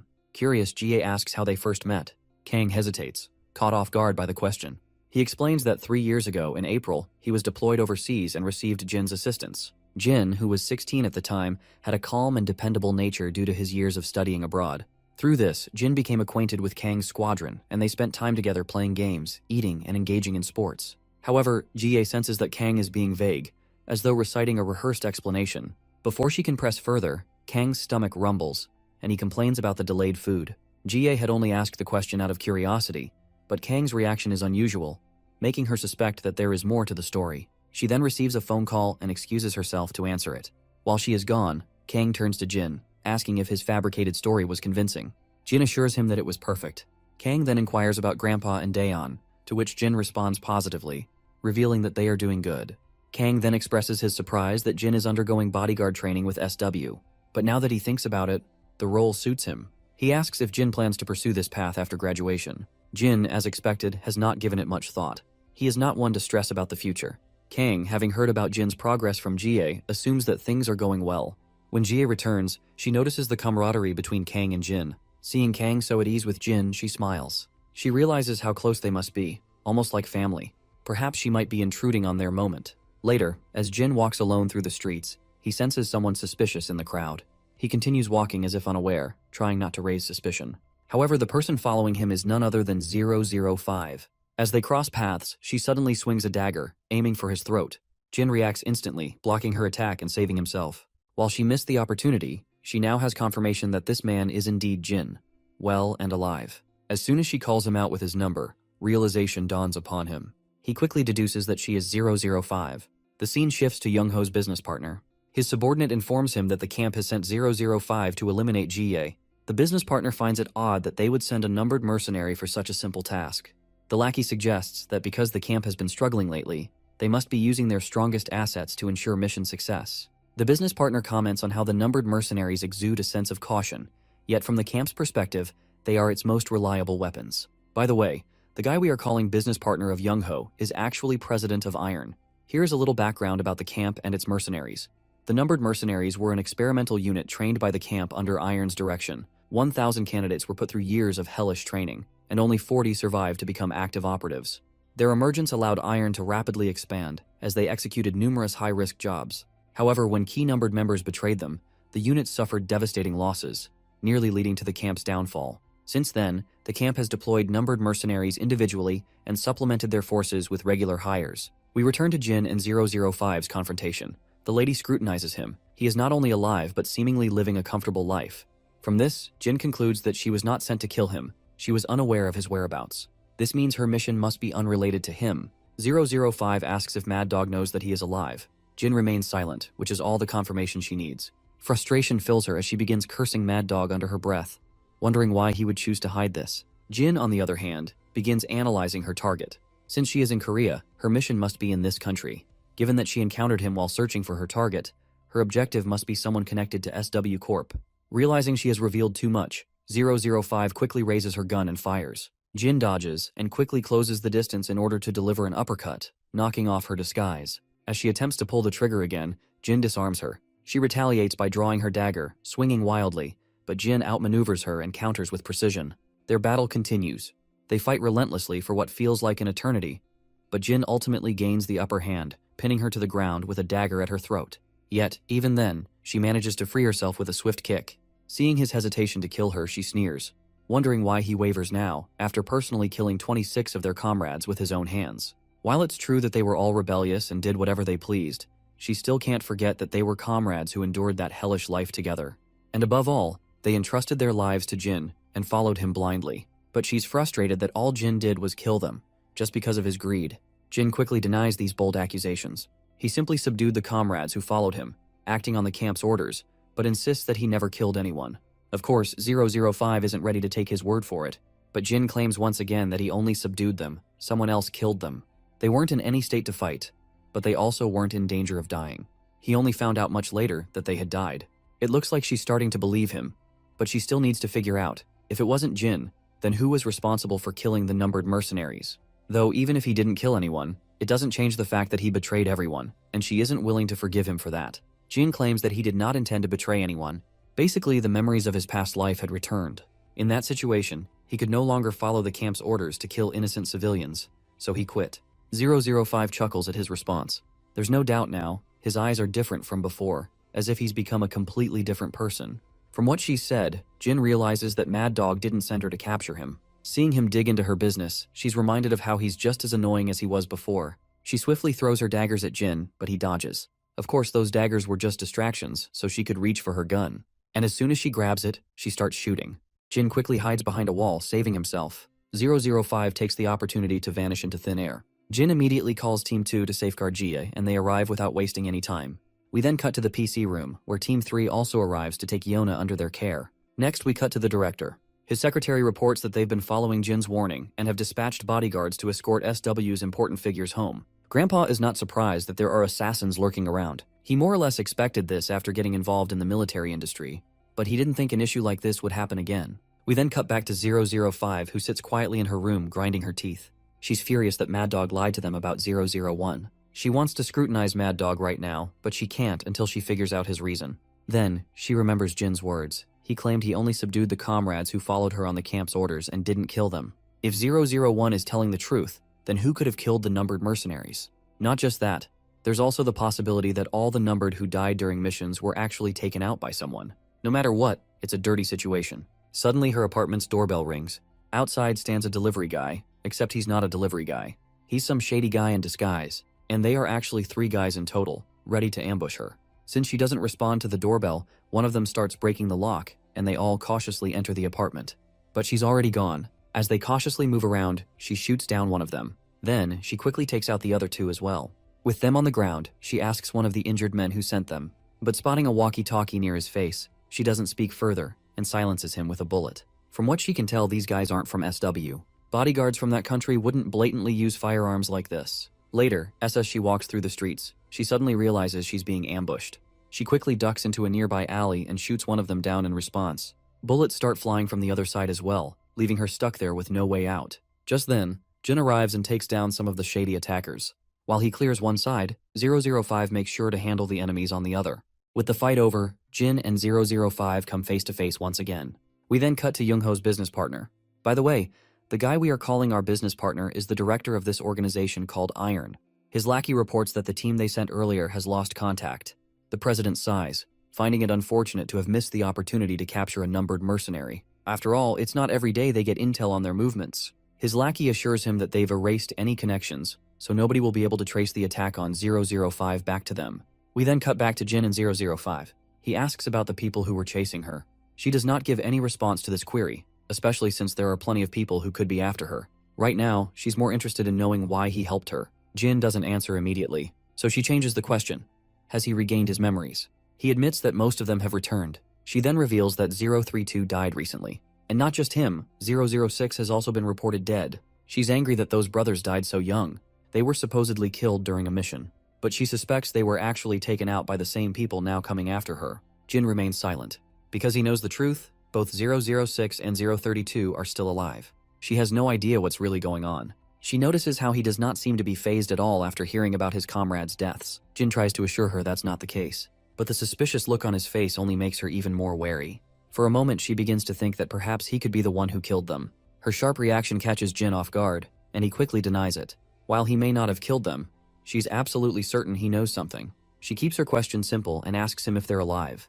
Jin remains suspiciously quiet, which leads her to believe that they are indeed alive. But she's only annoyed to realize that those idiots are trying to hide, only to be captured once again. But Jin assures her that they won't be found as long as they stay hidden. 005 isn't convinced. She knows the camp isn't leaving any betrayers alive, and things have only gotten worse since Jin left. They're trying to hunt down the traitors to make an example of them. Jin reassures her once more, pointing out that the camp is in no position to waste time investigating those two. He reveals that Mad Dog sent 006 to eliminate him, but Jin and 006 staged everything to make it look like Jin killed him. And since Mad Dog can't afford to reveal Jin's existence, he would refrain from investigating 006 as well. She then questions him about 032. Jin reveals that 032 followed 006 and found him, but they're both currently together. 005 is amused, thinking how those two bastards finally got away. She then finally drops the name of her target. It's Jie. With that, she proceeds to leave. Jin asks what her next move is. She responds that she'll return back. Her position has been compromised by some people she doesn't know, so there's no way she can continue the mission. Later, she contacts Mad Dog and fills him in on how she had been ambushed by some well-trained assassins. She's not sure what to think about it. As far as she understands, only Mad Dog knew her travel route. Of course, it doesn't take the gorilla to understand what she's implying. He quickly brushes off the accusations, asking why she thinks he would want her dead. He tries to reason with her, but she shuts him down hard, making it clear she's no longer pursuing the mission. Those are her final words before she snaps her flip phone in two. We then transition back to the director's office, where Jin reports on the current situation. While the immediate threat has been neutralized, he can't make any promises for the future. The director isn't convinced and asks how Jin can be so sure of it. Normally, he'd avoid pestering him for details, but since it's his family at stake, the director can't afford to overlook it. Jin reveals that the target was Jie, but he's not sure of the reason. The only thing he's certain of is that someone is trying to eliminate Jie. Since Jin knows so much, the secretary deduces that Jin might have caught the assassin. In response, Jin reveals that the one who came to execute Jie was one of his comrades from the past. This comrade specializes in assassinations, and when they operate solo, it's not for kidnapping or threats, it's always to eliminate the target. This leaves the director utterly terrified, and he's desperate to know where that comrade is now. Jin reveals that they gave up on the mission and left. There's no way they'd go after Director Jie again. Of course, the secretary isn't convinced. They just can't take Jin's word for it. Even if Jin's comrade gave up on the mission, it's highly unlikely that no one will come after Jie. Jin believes that anyone sent to assassinate Jie would be easier to deal with than his comrade. And since they already failed once, the likelihood of them trying again is low. The director isn't sure what to make of it. While he knew that Jin had a strong background as a mercenary, it seems there's a lot more to his past that they don't know. Jin then reveals that his life as a mercenary only spans the 5 years before he came to Korea. The director is also curious to know what Jin's life was like before those 5 years. We then transition to Jin's past, a time when he was discovered by a camp after a plane crash a few days prior.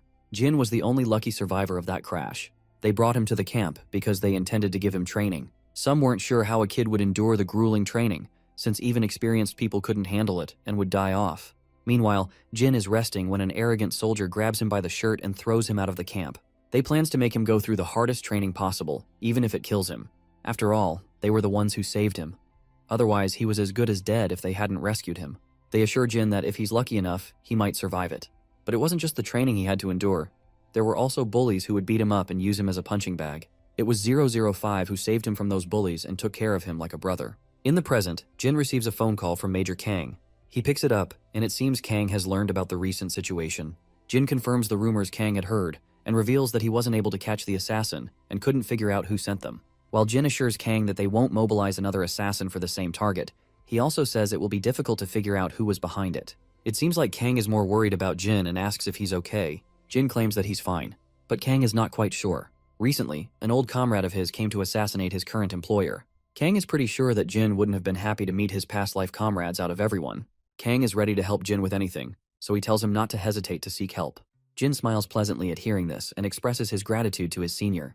But Kang assures him that there's no need to thank him. He just warns Jin to avoid danger and never deal with anything alone. As Jin stands on the street, his sister notices him there, zoning out. She questions why he's just standing in the middle of the street. The poor guy simply stands there, with a clueless expression on his face. His sister begins scolding him, telling him to spill the beans about what's bothering him. Jin tries to calm her down, insisting that nothing's wrong. But just like Kang, she is not convinced. For a moment, she starts thinking that perhaps the cause of his stress is Yona, to which Jin responds with no. As they walk, they continue their usual back and forth, engaged in their sibling banter. We then notice 005, who has been keeping an eye on Jin from a distance. She's shocked to see that Jin knows how to smile. The scene once again shifts to the past, back when Jin was in the camp. Training had just concluded, and everyone looked like a beaten-up piñata. It was then that Jin was granted the codename 001. He was put in charge of one of the squadrons. Mad Dog then ordered his men to drag out the weakest person from the crowd. One of the soldiers threw a boy right in front of Mad Dog's feet. The boy was already pretty banged up. Mad Dog wanted to shoot the injured boy since he had not performed well. He wanted to make an example out of him to show that there were no excuses for failure. But before Mad Dog could shoot, Jin stepped in between them. Since this guy belonged to Jin's squadron, Jin would decide what to do with the failures. This bold act pissed Mad Dog off. To prevent others from rebelling against his orders, Mad Dog decided to take this opportunity to make an example out of Jin instead. He threw a dagger for Jin to grab and invited him to a duel. If Jin won, his friend would be spared. The moment Jin bent down to grab the dagger, it meant he had accepted the terms. Mad Dog wasted no time and launched a strike at Jin, injuring his shoulder. The bastard continued his relentless barrage, giving Jin no opportunity to wield a weapon for himself. That was when Jin scooped up a pile of sand and threw it straight into Mad Dog's eyes. While the bastard was dazed, Jin lunged for the dagger lodged in the ground. Jin finally managed to arm himself. Mad Dog, as his name suggested, was furious. They engaged in a brutal back-and-forth fight. Despite all of Mad Dog's efforts, Jin managed to take the upper hand. He delivered a slew of nasty cuts all over Mad Dog's body, and the final cut was right across his face. The scene then shifts to Jin, who, after dropping off his sister, runs back to meet 005. They sit down in a nearby park. She tells him how she blamed Mad Dog for the ambush on her and temporarily cuts off contact with the camp. Since she has been ambushed, she is sure they won't target or come for Jie, at least not until they figure out the situation. While she has dropped her mission, that doesn't mean she suddenly likes Jin. She can't forget that he betrayed everyone and selfishly left. After he disappeared, everyone scattered. Some failed, some died. Not many numbered mercenaries are left. While they all suffered miserable fates, Jin is out here enjoying life with his girlfriend, something she finds disgusting. The mention of a girlfriend catches Jin off guard, and he quickly corrects her, saying that the girl he was with earlier was his sister. Of course, this comes as a shock to her. She had seriously thought the cute girl he was talking to was his girlfriend. And speaking of the devil, Daeon spots her brother in the park. Along with her is their grandpa, carrying groceries. Later, 005 ends up visiting Jin's house. When a mouth-watering spread of food is placed in front of her, she is absolutely overwhelmed. Grandpa modestly apologizes if the food isn't much, but he hopes she will like it. Poor 005 just sits there in this awkward family situation, feeling completely out of place. She isn't sure if having dinner at the house of the very person she had just tried to kill is even okay. Grandpa then calls her out for not eating. If the food doesn't sit well with her, he is willing to make something else she might prefer. Eventually, she picks up the spoon and takes a bite. As she looks at Jin, her mind flashes back to the harsh days they had endured. Back then, all they had to eat was dry bread that was harder than concrete. In the present, before she knows it, she has already finished most of the food. Grandpa casually strikes up a conversation, mentioning how he has heard she was acquainted with Jin in the past. For a moment, 005 is bewildered to hear Grandpa refer to 001 as Jin. So, our boy clarifies that Jin is his real name. That comes as another shock to her, because she has never known his real name. Jin then reveals to his family that she doesn't know his name, because he had lost his memories when he met her. He recounts how, when he had first woken up after losing his memories, she was the first person he had met. She had helped him through tough times and had always been there for him, just like a real family. Hearing Jin call her family catches 005 off guard. A few hours later, when she is about to leave, Grandpa grabs her hand and sincerely expresses his gratitude for helping Jin navigate those hard times. Since she is family to Jin, that means she is family to Grandpa as well. So, he assures her that she shouldn't consider them strangers. She is free to visit whenever she wants. Once she leaves, Jin makes sure to escort her out of the apartment building.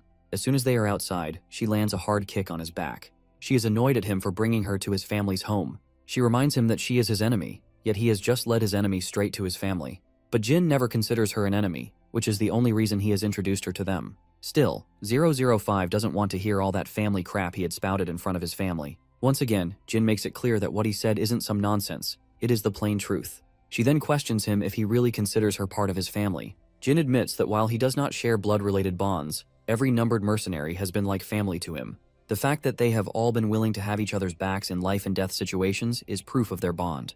He also hands her a flip phone, the one he uses to contact 006. He wants her to take it. In order to talk to 006, all she has to do is turn it on once a week at 9 p.m., and she will be able to speak with both 006 and 032.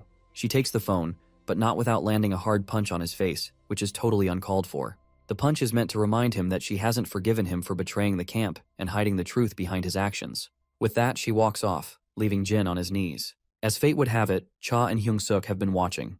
They are absolutely sweating at what they have just witnessed. They decide to pretend they haven't seen anything. After all, it has to be pretty embarrassing for Jin. It looks like these guys have brought some stuff for Daeon. The scene then shifts to the mansion of Young-ho's business partner, the president of Iron. The camp has reported that 005 has been attacked by unknown soldiers in the area where the target was, making it difficult to continue the mission. They said that it's difficult to send someone else without knowing who attacked 005. The president of Iron can tell that Young-ho is an impatient man. He then orders his lackey to contact Young-ho, because that idiot might send his own men out of desperation. He wants to make his move first before Young-ho does. His lackey reminds him that if this happens, their plan to take over SW Corp using Young-ho will become null and void. But the president isn't too concerned. He believes that this situation itself will still damage SW, so there's no harm in it for him. In fact, he plans to break SW from the inside, so this might actually work out better for him. We then cut to Young-ho, who orders his secretary to punish GA as soon as possible. She has ignored his warnings and crossed the line. Young-ho finds it ridiculous how the president of Iron first offered him help. But now they're lagging behind when they were supposed to complete their mission. He already knows that those guys think he'll be helpless without Iron backing him up. But Young-ho wants to prove them wrong. He has no intention of relying too much on Iron, as he refuses to let them push him around. He plans to dispose of his sister GA on his own and take over SW. Well, it seems the president of Iron is a smart guy. He already predicted that Young-ho would try to make his own move, and it's happening exactly as he expected. We then cut to Jin, who is with Kang. Kang has come to see Jin before he leaves for his squadron. He questions him about his former comrade. Jin replies that she went back. Hearing this, Kang feels relieved, as this means there's no longer any threat to GA. Jin assures him further, stating that his comrade would never go after Director Jai again. But Kang gets annoyed. He's not here to talk about that. He just came to see Jin before heading back. Now that he has, he decides to leave. Before he does, he asks Jin if he remembers the real reason he returned to his homeland. Well, Jin responds with yes. Kang then instructs him to keep that in mind and live his life like someone his age should. With that, he leaves. The scene then transitions to Jie in her Bentley. Jin is also in the car, carrying out his escort duty. She recalls how Major Kang left this morning. Jin also knows, as he met Kang earlier. Now it makes sense to Jie why Kang left so early. It was just to see Jin. She recalls how Kang stayed by her side the whole time while Jin was off duty. She's a little sad that they never get to hang out and are always confined to work. The scene flashes back to the past, where Jin had a talk with her escort guard. They discuss how Jie was the target of an assassination attempt. They decide to keep this a secret from Jie, as she would be in great shock if she found out she was almost assassinated. After all, an assassination attempt is different from a kidnapping or a threat. Even though the director wouldn't shirk her duties, the escort guard is sure she wouldn't be fine mentally. In the present, Jie suddenly asks Jin why he isn't in school right now. Her question catches Jin off guard, and he doesn't have an immediate response. So he simply states that he just didn't feel like going. She finds his response amusing, pretty normal for someone his age. Later, the scene transitions to 006 and 032. 006 is looking at his phone, where he has Jie's photo in his phone for some reason. It's finally time to contact Jin, so 032 quickly dials his number. But he's absolutely shocked when he hears 005's voice on the other end. The two guys go into an absolute frenzy, demanding to know how she got the phone. They scrutinize her, suspecting that she might have killed 001. 005 sharply responds, ordering 032 to hand the phone over to 006. Poor guy is left speechless after getting scolded like a toddler. Embarrassed, he hands it over. Once 006 takes the phone, he asks if she met Jin. She affirms, and she's glad that 006 is doing well for someone who was supposed to be dead. Since 006 called on this phone, they want her to get it back to Jin. They need to talk to him. We then transition to Jin's friends meeting up with his sister. Apparently Jin went overseas. According to his sister, he went to meet some people from his past. Yona asks how long he'll be gone. Dion doesn't have a definite answer, so she simply says a few days. Yona sighs. Not only will she not be able to see him for a while, but he never picks up his phone either. We then transition to Jin, who has just gotten off the plane. As he exits the airport, he spots 032 and 006 waiting to pick him up. Later, at their place, 006 fills Jin in on what they've been doing. 032 has been digging into Jie's background. That's when they heard something unexpected. Someone from SW was looking for an assassin. When 032 faked his identity to take the offer, he found out something shocking. The client wants the woman in the picture to be killed, and this woman is Jie, of course. Jin asks 006 who the client is. 006 lays out several pictures of Youngho's secretary. But that's not all. After digging further, 006 found the real mastermind. It's Youngho, Jie's own brother. 006 says there's no definitive proof yet that Shin Youngho ordered the hit, but 005 is digging deeper to be sure. The woman who placed the request is staying at the hotel next door. 032 has all the data he needs and reports to 005 that their target is about to enter the room, so she better get out fast. 005 quickly pulls the cable out of the laptop, ready to leave. Meanwhile, Youngho's secretary is also making her way to the same room. As the elevator takes her to her floor, she crosses paths with 005. But both simply walk past each other. As Jin looks at Youngho's photos, his mind drifts to the director, who always wanted to be a proud grandfather. Later, Youngho's secretary reports that Jin has come to meet him. Youngho is startled. He didn't expect someone to travel from another country just to talk. He tells her to let Jin in. He is curious if Jin is here to give him some secret intel about Jie. As Jin enters and takes a seat, Youngho's phone rings. It's Director and he sounds angry. Youngho doesn't understand why the old man is upset, until Director straight up exposes him for attempting to assassinate Jie. Of course, Youngho is shocked. He tries to deny it, but the Director makes it clear that he's not acting on mere suspicion. He orders Youngho to halt all operations and return to Korea at once. But Youngho is absolutely furious. He believes everything he has was earned through his own efforts, and if the Director tries to take it from him, he'll resist with everything he has. If that happens, SW will fall apart, and its value will plummet. He also scoffs at whatever evidence the Director has, believing it won't hold up in court. If his secret gets out, he threatens to do even more damage to the company. After spouting all that, he hangs up, making it clear he's not coming back. But as soon as he does, Jin gets a call from the Director. The Director tasks Jin with bringing Youngho back, assuring him that he will arrange the mode of transport. Once the order is issued, Jin quietly stands up from his seat, making Youngho realize that Jin had come for him all along. This realization makes him laugh like a maniac, finding it absurd that, of all people, the Director chose to send a kid like Jin for this mission. Without hesitation, Youngho orders his secretary to remove Jin from his sight. The secretary immediately calls for her men stationed in the VIP room, but there is no response. Unbeknownst to her, 005 has already taken care of them. Meanwhile, 006 and 032 have also ensured that the surveillance system has been hijacked. With each passing moment, Youngho grows more anxious and demands an explanation from his secretary. She reluctantly informs him that no one is responding, which only makes him sweat even more. The secretary begins to feel suspicious of the situation. There is no way all communication would suddenly cut off. Trusting her instincts, she quickly raises her gun at Jin. Young-ho is bewildered by her sudden action and demands to know why she is pointing a gun at Jin. In response, she reminds him that this is not just some simple communication issue. Everything was fine until Jin arrived, which means he has allies inside the building. At that moment, 005 enters the room. The secretary immediately shifts her aim toward her, but before she can fire, Jin and 005 move so fast that she ends up shooting at empty air. She doesn't even realize when 005 sneaks up behind her and knocks the gun from her hands. It is then that the secretary recalls crossing paths with 005 in the elevator earlier. As she is lost in thought, she is abruptly slapped across the face. She quickly regains her balance and throws a punch of her own. However, 005 easily deflects the attack and counters with an elbow smash, followed by a brutal knee strike, sending the secretary crashing to the ground like discarded trash. Seeing this, Young-ho pulls out his gun and threatens 005, making it clear that he will never return to Korea.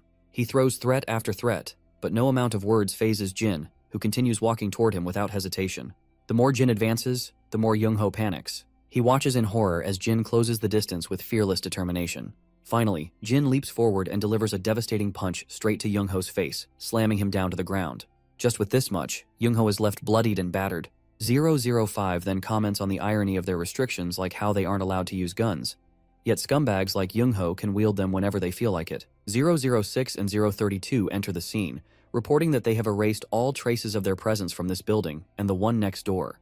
Jin has accomplished what he came for, and with that, he decides to head back. A few days later, Young-ho's father finds himself on his knees, begging the director for forgiveness. He blames himself, admitting that he failed to raise his children properly. However, the director remains unmoved, making it clear that Young-ho's actions have crossed too many lines to be ignored. Desperate, the father pleads with his own father, urging him to reconsider. While Young-ho is his child, so is Jie, and he had already been planning to punish Young-ho. He claims he is here not to defend his son, but to take responsibility for failing to control him. The director, however, dismisses this notion, stating that no parent can truly control their child. Besides, Young-ho had left the nest a long time ago. Still, the father continues his pleas, his face drenched in crocodile tears. Deep down, though, he doesn't truly care about Jie at all. Meanwhile, Jin returns from his overseas trip. His sister and grandfather are overjoyed to see him. While Yeona insists that Jin wash up first, Grandpa is more concerned about feeding him. Surrounded by his loving family, Jin can't help but compare them to the disappointed director and his scumbag grandson.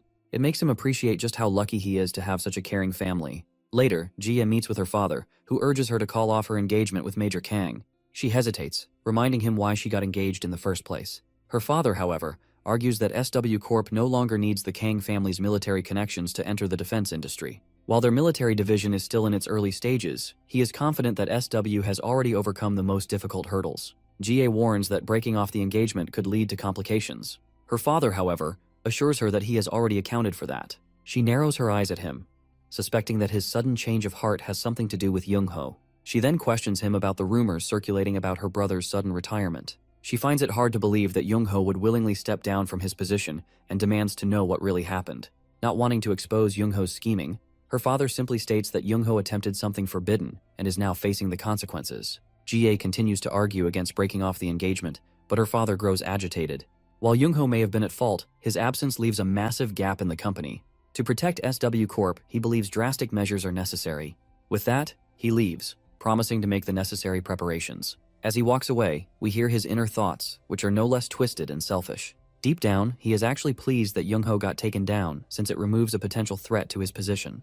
Now, with Young-ho out of the picture, all he needs to do is control Jie, and no one will be able to challenge him. Meanwhile, Jie is still grappling with the idea of breaking off her engagement. She recalls her time with Kang and how genuinely kind and caring he has been. Her escort guard informs her that they need to leave if they want to make their next appointment on time. Instead of responding, she orders him to discreetly find out where Young-ho is and ensure that no one else learns about it. As she speeds down the road in her car, she continues to mull over her engagement. She tries to convince herself that it is merely a business arrangement between two families, but deep down, she feels uneasy about ending it.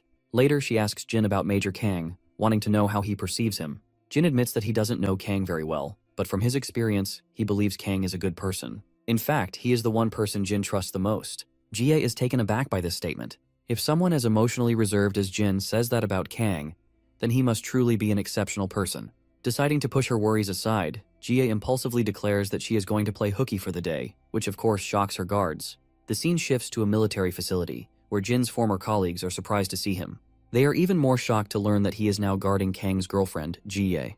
They are instantly smitten by her beauty, lamenting their own misfortunes. If even someone like Kang can land such a gorgeous girlfriend, what hope do they have? We then switch to Kang and Jie spending time alone in the cafeteria. Kang is happy to see her, but wonders if there is a particular reason for her visit. She brushes it off, saying that since he visited her at work, she figured she would do the same. Kang, slightly flustered, assures her that he is completely fine with it, just a little surprised. However, he notices that something seems off about her demeanor and asks if something is bothering her. This gets Jie thinking. She wonders if she made an odd expression. She knows Kang doesn't fully understand what's going on, but she senses his insecurity creeping in. He confesses that he doesn't have much money, nor can he freely use his family's land, but she must already be aware of that. Despite his humble background, he is a soldier, not a businessman. He may not be as skilled as her in many things, but no matter what happens, he promises to always be on her side, even if her family turns against her. Hearing this, Jie thanks him. She then takes a deep breath and finally makes her request. She asks him to break off their engagement. Well, while the poor guy was ready to do anything she could have asked of him, he was not expecting to hear this. After that little meeting with Kang, she speeds off in her car. The tension is gripping Jai's mind. She can't seem to forget the shocked expression Kang gave upon hearing her request. But Kang was brave enough to acknowledge this, and he did not even bother to ask for the reason behind her decision, just so she is not feeling uncomfortable. He believes in her, and is sure that there must be a good reason behind it. While they are calling off their engagement, Kang decides to take the decision onto him, as he will act as the one who called out the engagement. He fears that her reputation might be jeopardized if word gets out that she is the one who canceled the engagement. So, he decides to take control of the situation, and publicly endorse that Kang brought it up first. In the present, while Jie feels relieved that the engagement is called off, she is also glad about it. She believes it's better for someone as pure-hearted as Major Kang to stay out of her messy political world. She only said it first, so her father wouldn't be able to do something unnecessary to break off the engagement. Still, she doesn't want Kang to take the blame for it. She calls her father and tells him that she has officially ended the engagement. Jin is in the car with her at that moment and is shocked to hear this. Her father is annoyed that she brought it up first, because he intended to frame Kang as the one who called it off, so that they could force him to take responsibility. He's frustrated that Jie, who is in charge of such a massive conglomerate, keeps making stupid mistakes. But that's exactly why she called him, because she doesn't want Kang to take the blame.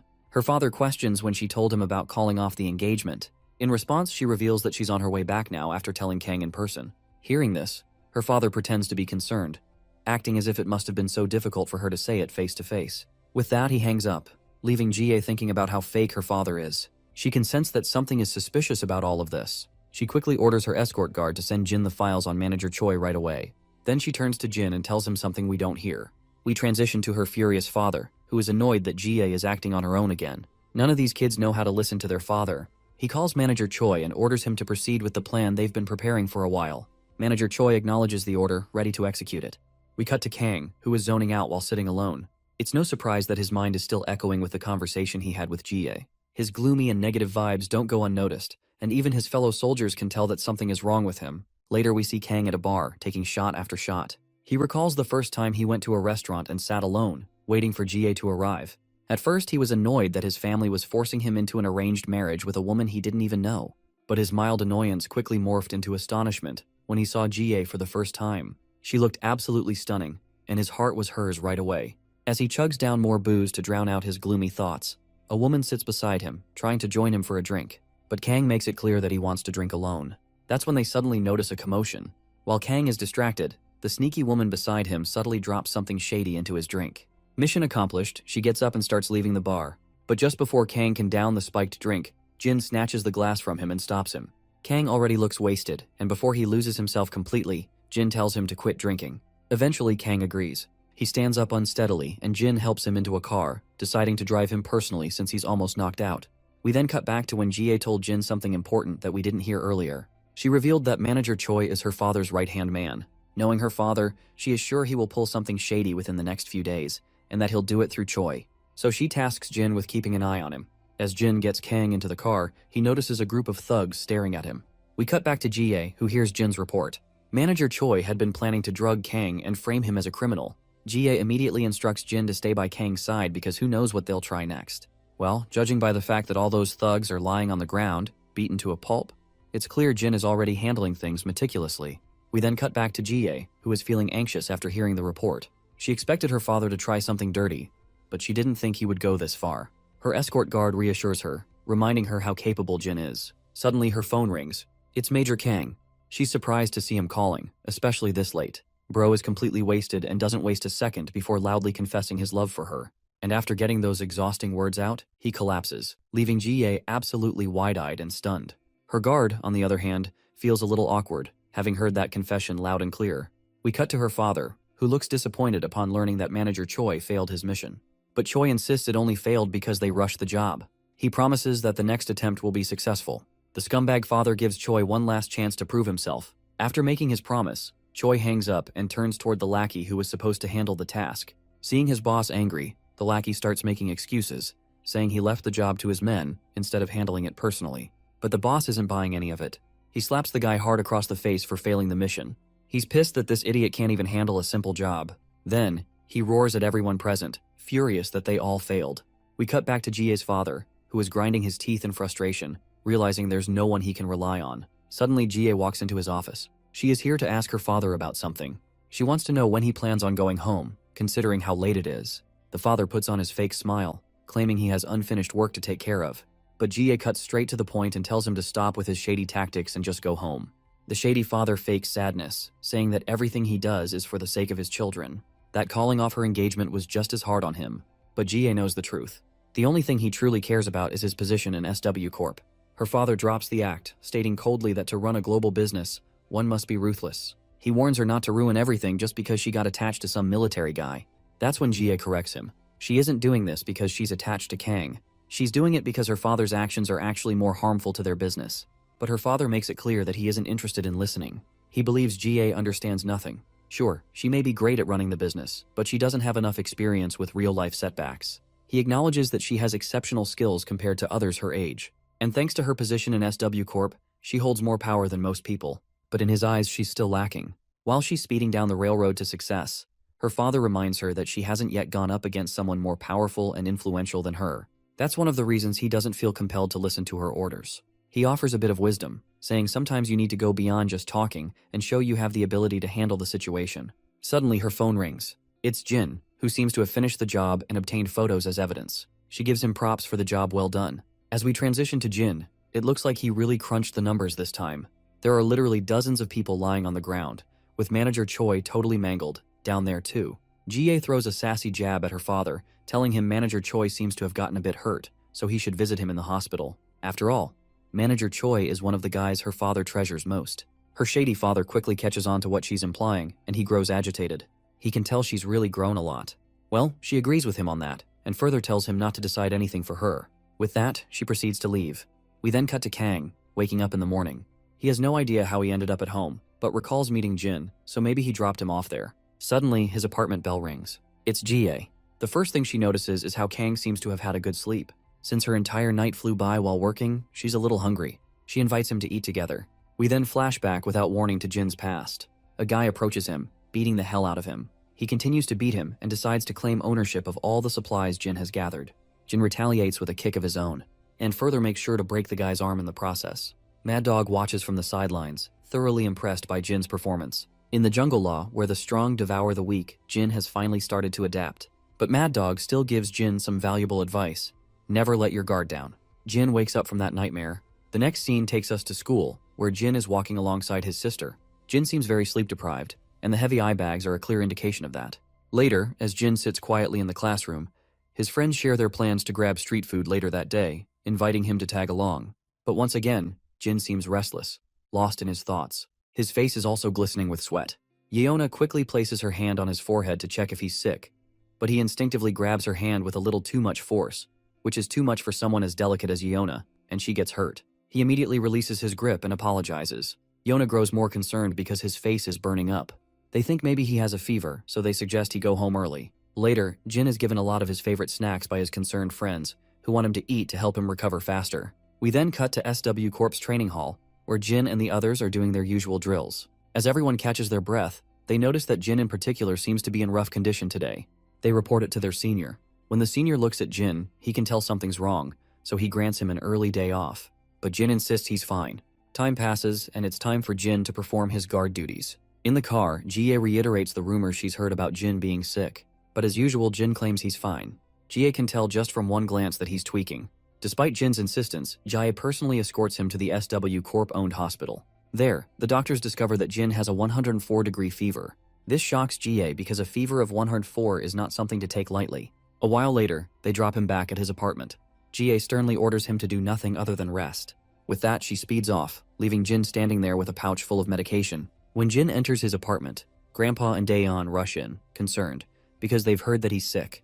But he quickly assures them that he just visited the hospital and that he'll get better as long as he takes the medicine and rests. They insist he get to bed right away. Jin then notices fruit on the dining table, and Daeon explains that Grandpa bought all that when he heard Jin was sick. His grandfather reminds him to eat a lot to recover as soon as possible. Jin eventually gets the chance to return to his room. An hour goes by, but Jin hasn't come back after changing his clothes. Worried, Daeon knocks on his door, but notices it's already unlocked. When she sneaks a glance inside, she finds her brother totally passed out on the bed. Daeon quietly shuts the door, not wanting to disturb him while he tries to get some rest. We then cut to Jin spending time with Mr. Cha at night. It seems that even Cha has caught news of Jin being sick for the past few days. Jin brushes it off, calling it just a small fever, even though he was diagnosed with a 104-degree fever. Jin says it doesn't affect him much, but Cha believes he shouldn't push himself too hard. Jin insists he's not pushing himself.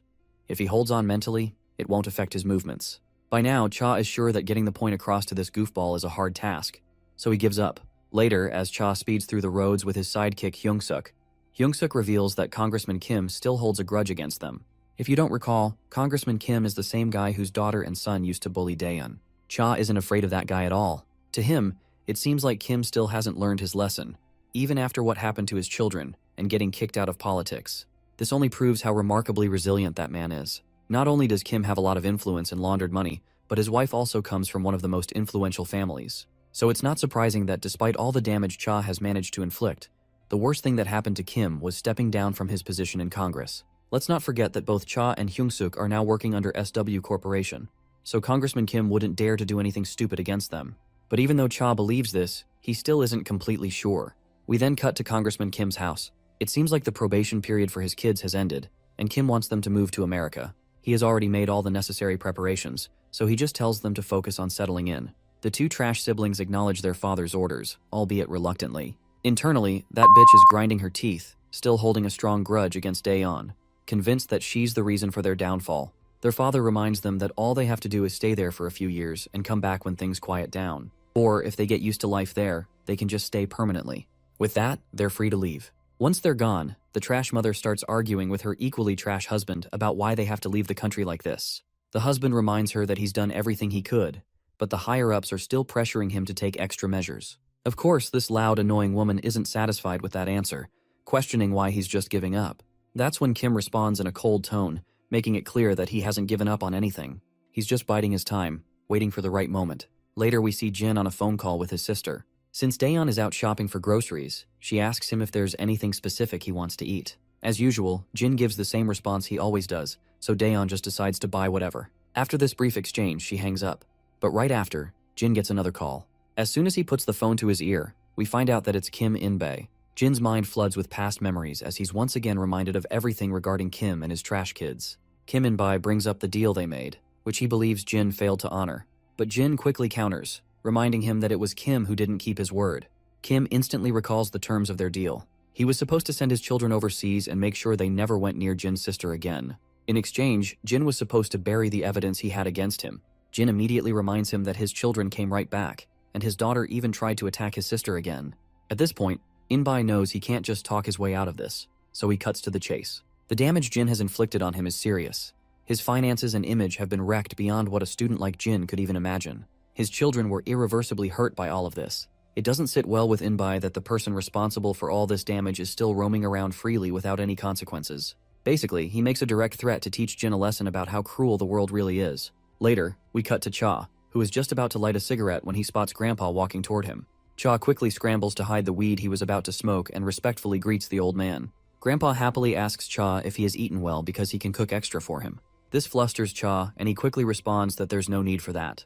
After their little exchange, the old man continues on his way home, and Cha finally gets the chance to light his cigarette. But it looks like he isn't destined to smoke today. Two guys suddenly pull up on a heavy bike, heading straight for the old man. The bastard sitting behind the rider has a steel pipe in his hand, ready to bash Grandpa's head in. But before these bastards can succeed with their twisted intentions, Cha delivers a devastating blow, knocking both of them off the bike. They crash hard onto the asphalt, and their bike goes skidding across the pavement. Meanwhile, the old man, completely unaware of what just happened, is engaged in a phone call with Dion. By the time he reaches an intersection and turns away, Cha is left standing there with two battered pieces of shit on the ground. He can tell they were aiming for Grandpa, but he still doesn't know why. That's when he gets a phone call. On the other end, Hyung-suk frantically reports that Congressman Kim has set his sights on Jin. And just like that, it all clicks. Now Cha understands why these two bikers went after the old man. We then cut to Jin, whose mind is still reeling from In-bai's threat. His attention is suddenly drawn to his ringing phone. It's Cha. Cha asks if he's in some kind of trouble. We look around and see dozens of filthy bastards surrounding him, all with one goal, to eliminate him. So yeah, Jin confirms that something's definitely going on. In response, Cha simply tells Jin to handle it and hangs up, leaving Jin dumbfounded, not sure what he expected to hear. Cha then instructs Hyung-suk to put 3 men each on Jin's grandfather and little sister. Hyung-suk doesn't think it's necessary. After all, those guys are after Jin. But that's when Cha drops the bomb. 2 guys just tried to jump Grandpa. They don't have time to waste. Hyung-suk rushes out to carry out the orders, making sure the little girl and the old man are protected. Meanwhile, Cha pulls out his phone and dials up Congressman Kim In-bae. Cha isn't in the mood for pleasantries. He cuts straight to the point and demands to know what the hell this bastard wants. Of course, In-bae feigns ignorance, pretending he doesn't know anything. So Cha gets specific. In-bae laughs it off, casually stating that he's just doing what he can to get rid of a nuisance. That pisses Cha off. He demands to know why In-bae is targeting Jin, especially when they aren't even involved. In-bae reminds him that his family is going through hell right now, and it's all because of Jin. And finally, it makes sense to Cha. So just to set the record straight, he tells In-bae that it wasn't Jin who leaked his dirty secrets. Kim In-bae is stunned when he realizes that it was Cha. After realizing this, In-bae immediately threatens him, asking if Cha has forgotten who he's dealing with. But Cha makes it crystal clear, he doesn't give a single flying fuck. In-bae loses his shit, but Cha couldn't care less. He hangs up, not interested in hearing some pathetic bastard screaming into his ear. Hyung-suk returns after positioning 2 men outside Jin's apartment building. Cha then orders him to gather all their men. Hyung-suk quickly catches on to what his senior is planning and raises concerns. Attacking a congressman isn't a smart move. If they mess with him, there will be serious consequences. Cha doesn't care. He still owes Jin a favor, and he's going to repay it, no matter what. Hyung-suk, who was worried up until now, cracks a smile. After all, it was Jin who had helped him when he was getting tortured by Gil-soo. We cut back to Jin, who is absolutely wrecking these maggots. One hit, one guy down. The bastards can do nothing but grit their teeth. Jin, on the other hand, charges straight at them, taking them down one by one. And within minutes, the threat was neutralized. As he walks through the empty streets, he spots a shady minivan parked right outside the apartment building he lives in. Inside the van, Cha's lackeys are keeping watch over the area, making sure no one sneaks up to harm Jin's family. But since Jin has no clue who these guys are, he straight up punches through the car window, grabs one of them by the collar, and demands to know why they're lurking around. The guys inside the van panic and quickly rattle off that they're here under the command of Dusik Cha. They try to remind him that they've crossed paths before. Jin's mind flashes back to the past, and yeah, he does recognize a few of them. So, he lets go of the Baldy's collar and asks them why they're really here. Turns out these guys have no idea either. They were just told out of nowhere to keep an eye on Jin's family. Cut to Seokju, who's doing his regular night drills. His phone rings and it's Jin. As usual, Jin's calling Seokju to track someone down. And this time, that someone is ex-Congressman Kim In-bae. Seokju remembers this man. He is actually the father of Heejin and Kisu, who were the biggest bullies in school. What he doesn't get is why Jin is looking for their father. Before Jin can say anything, we cut to Cha, driving down the road with his entire entourage in multiple cars. Cha is on a call with Jin. He's already been informed that Jin met his men stationed outside the apartment. So Cha tries to reassure him, says there's been some friction with someone holding a grudge against him, and he just had his men watch over Jin's family in case things escalated. He further assures Jin there's nothing to worry about as he'll handle everything on his own. But it looks like Jin is already on his way to deal with the threat personally. After all, that motherfudger tried to go after his family. Meanwhile, Hyung-guk is thinking, sure, they might be repaying their debt to Jin, but was lying to him about the situation really necessary. After all, this whole thing happened because of Jin. Cha doesn't agree. In his eyes, it was the congressman's kids who started this mess.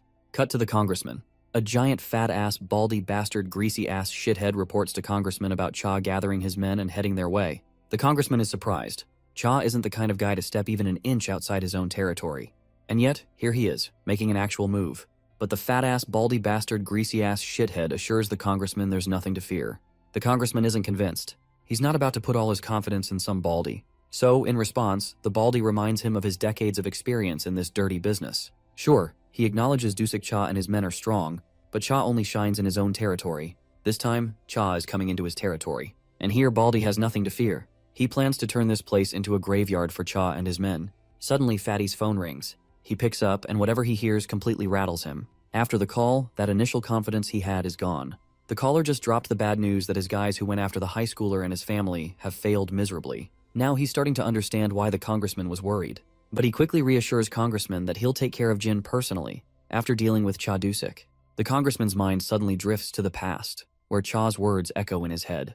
Cha had told him his kids messed with the wrong person. And now, it seems those words hold some serious weight. Snapping back to reality, he hopes this fat ass can actually handle things and bring back some good news this time. Cut to outside the congressman's house, dozens of people are guarding the place. Jin has arrived, rocking a mask over his face and cap over his head. He gets a report from Seokju that Inbai is back in his hometown, living with his family in their old house. Now that Jin has confirmed he's in the right place, he makes his move. Cool as ever, he walks up quietly.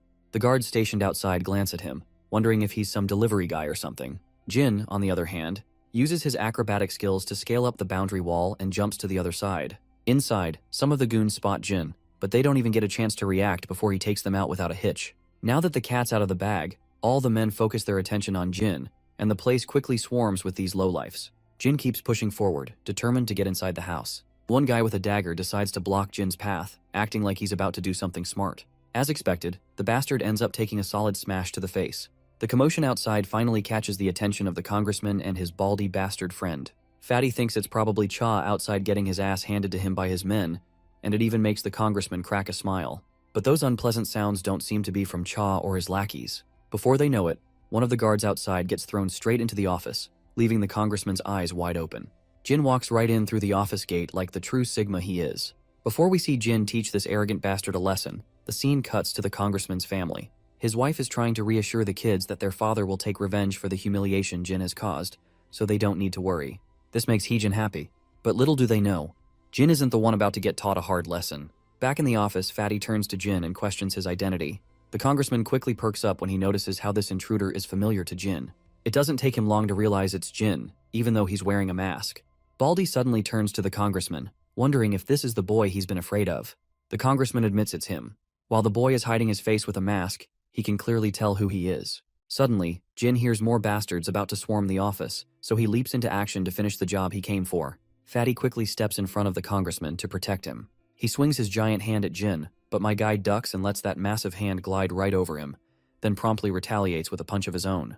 But that punch doesn't faze the bastard, and he throws a punch back in retaliation. After a few back and forth blows, they step back to catch their breath.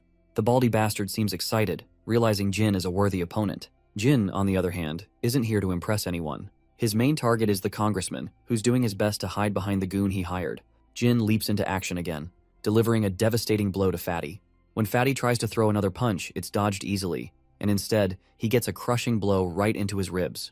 The back and forth continues, and Fatty takes a lethal blow to the face, obliterating his nose. Jin then throws a kick at the bastard's hand. The congressman is starting to lose his shit.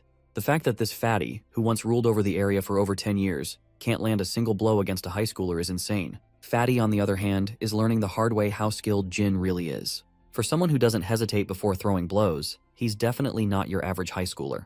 At that moment, all the goons who were guarding outside swarm the office. Fatty shouts at them for coming so late and orders them to take down the kid. But in reality, it's that kid who's taking down all these suckers. Blow after blow, punch after punch, and these shitheads are kissing the ground one by one. Fatty keeps shouting at the top of his lungs, telling his guys to kill the kid. But we all know how futile these verbal threats are. Jin continues to take them down, one by one. Meanwhile, outside the office, the other goons are standing around, waiting for their turn to get inside, since it's too crowded in there already. At that moment, the congressman's wife and kids finally show up, having heard the commotion. They make their way through the goons and peek inside the office. What they see leaves them horrified. Jin is obliterating these guys one by one, leaving everyone down for the count.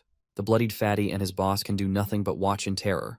The only thing going around the congressman's head is the warning Cha had given about his kids messing with the wrong guy. Messing with Jin's family is same as killing John Wick's dog. The congressman is learning this the hard way. He's finally realizing how right Cha was. Seeing Jin take down everyone mercilessly, Heejin and Kisu are in absolute shock. Especially Kisu. While he knew Jin was a crazy bastard when it came to fighting, he didn't know he was this level of badass.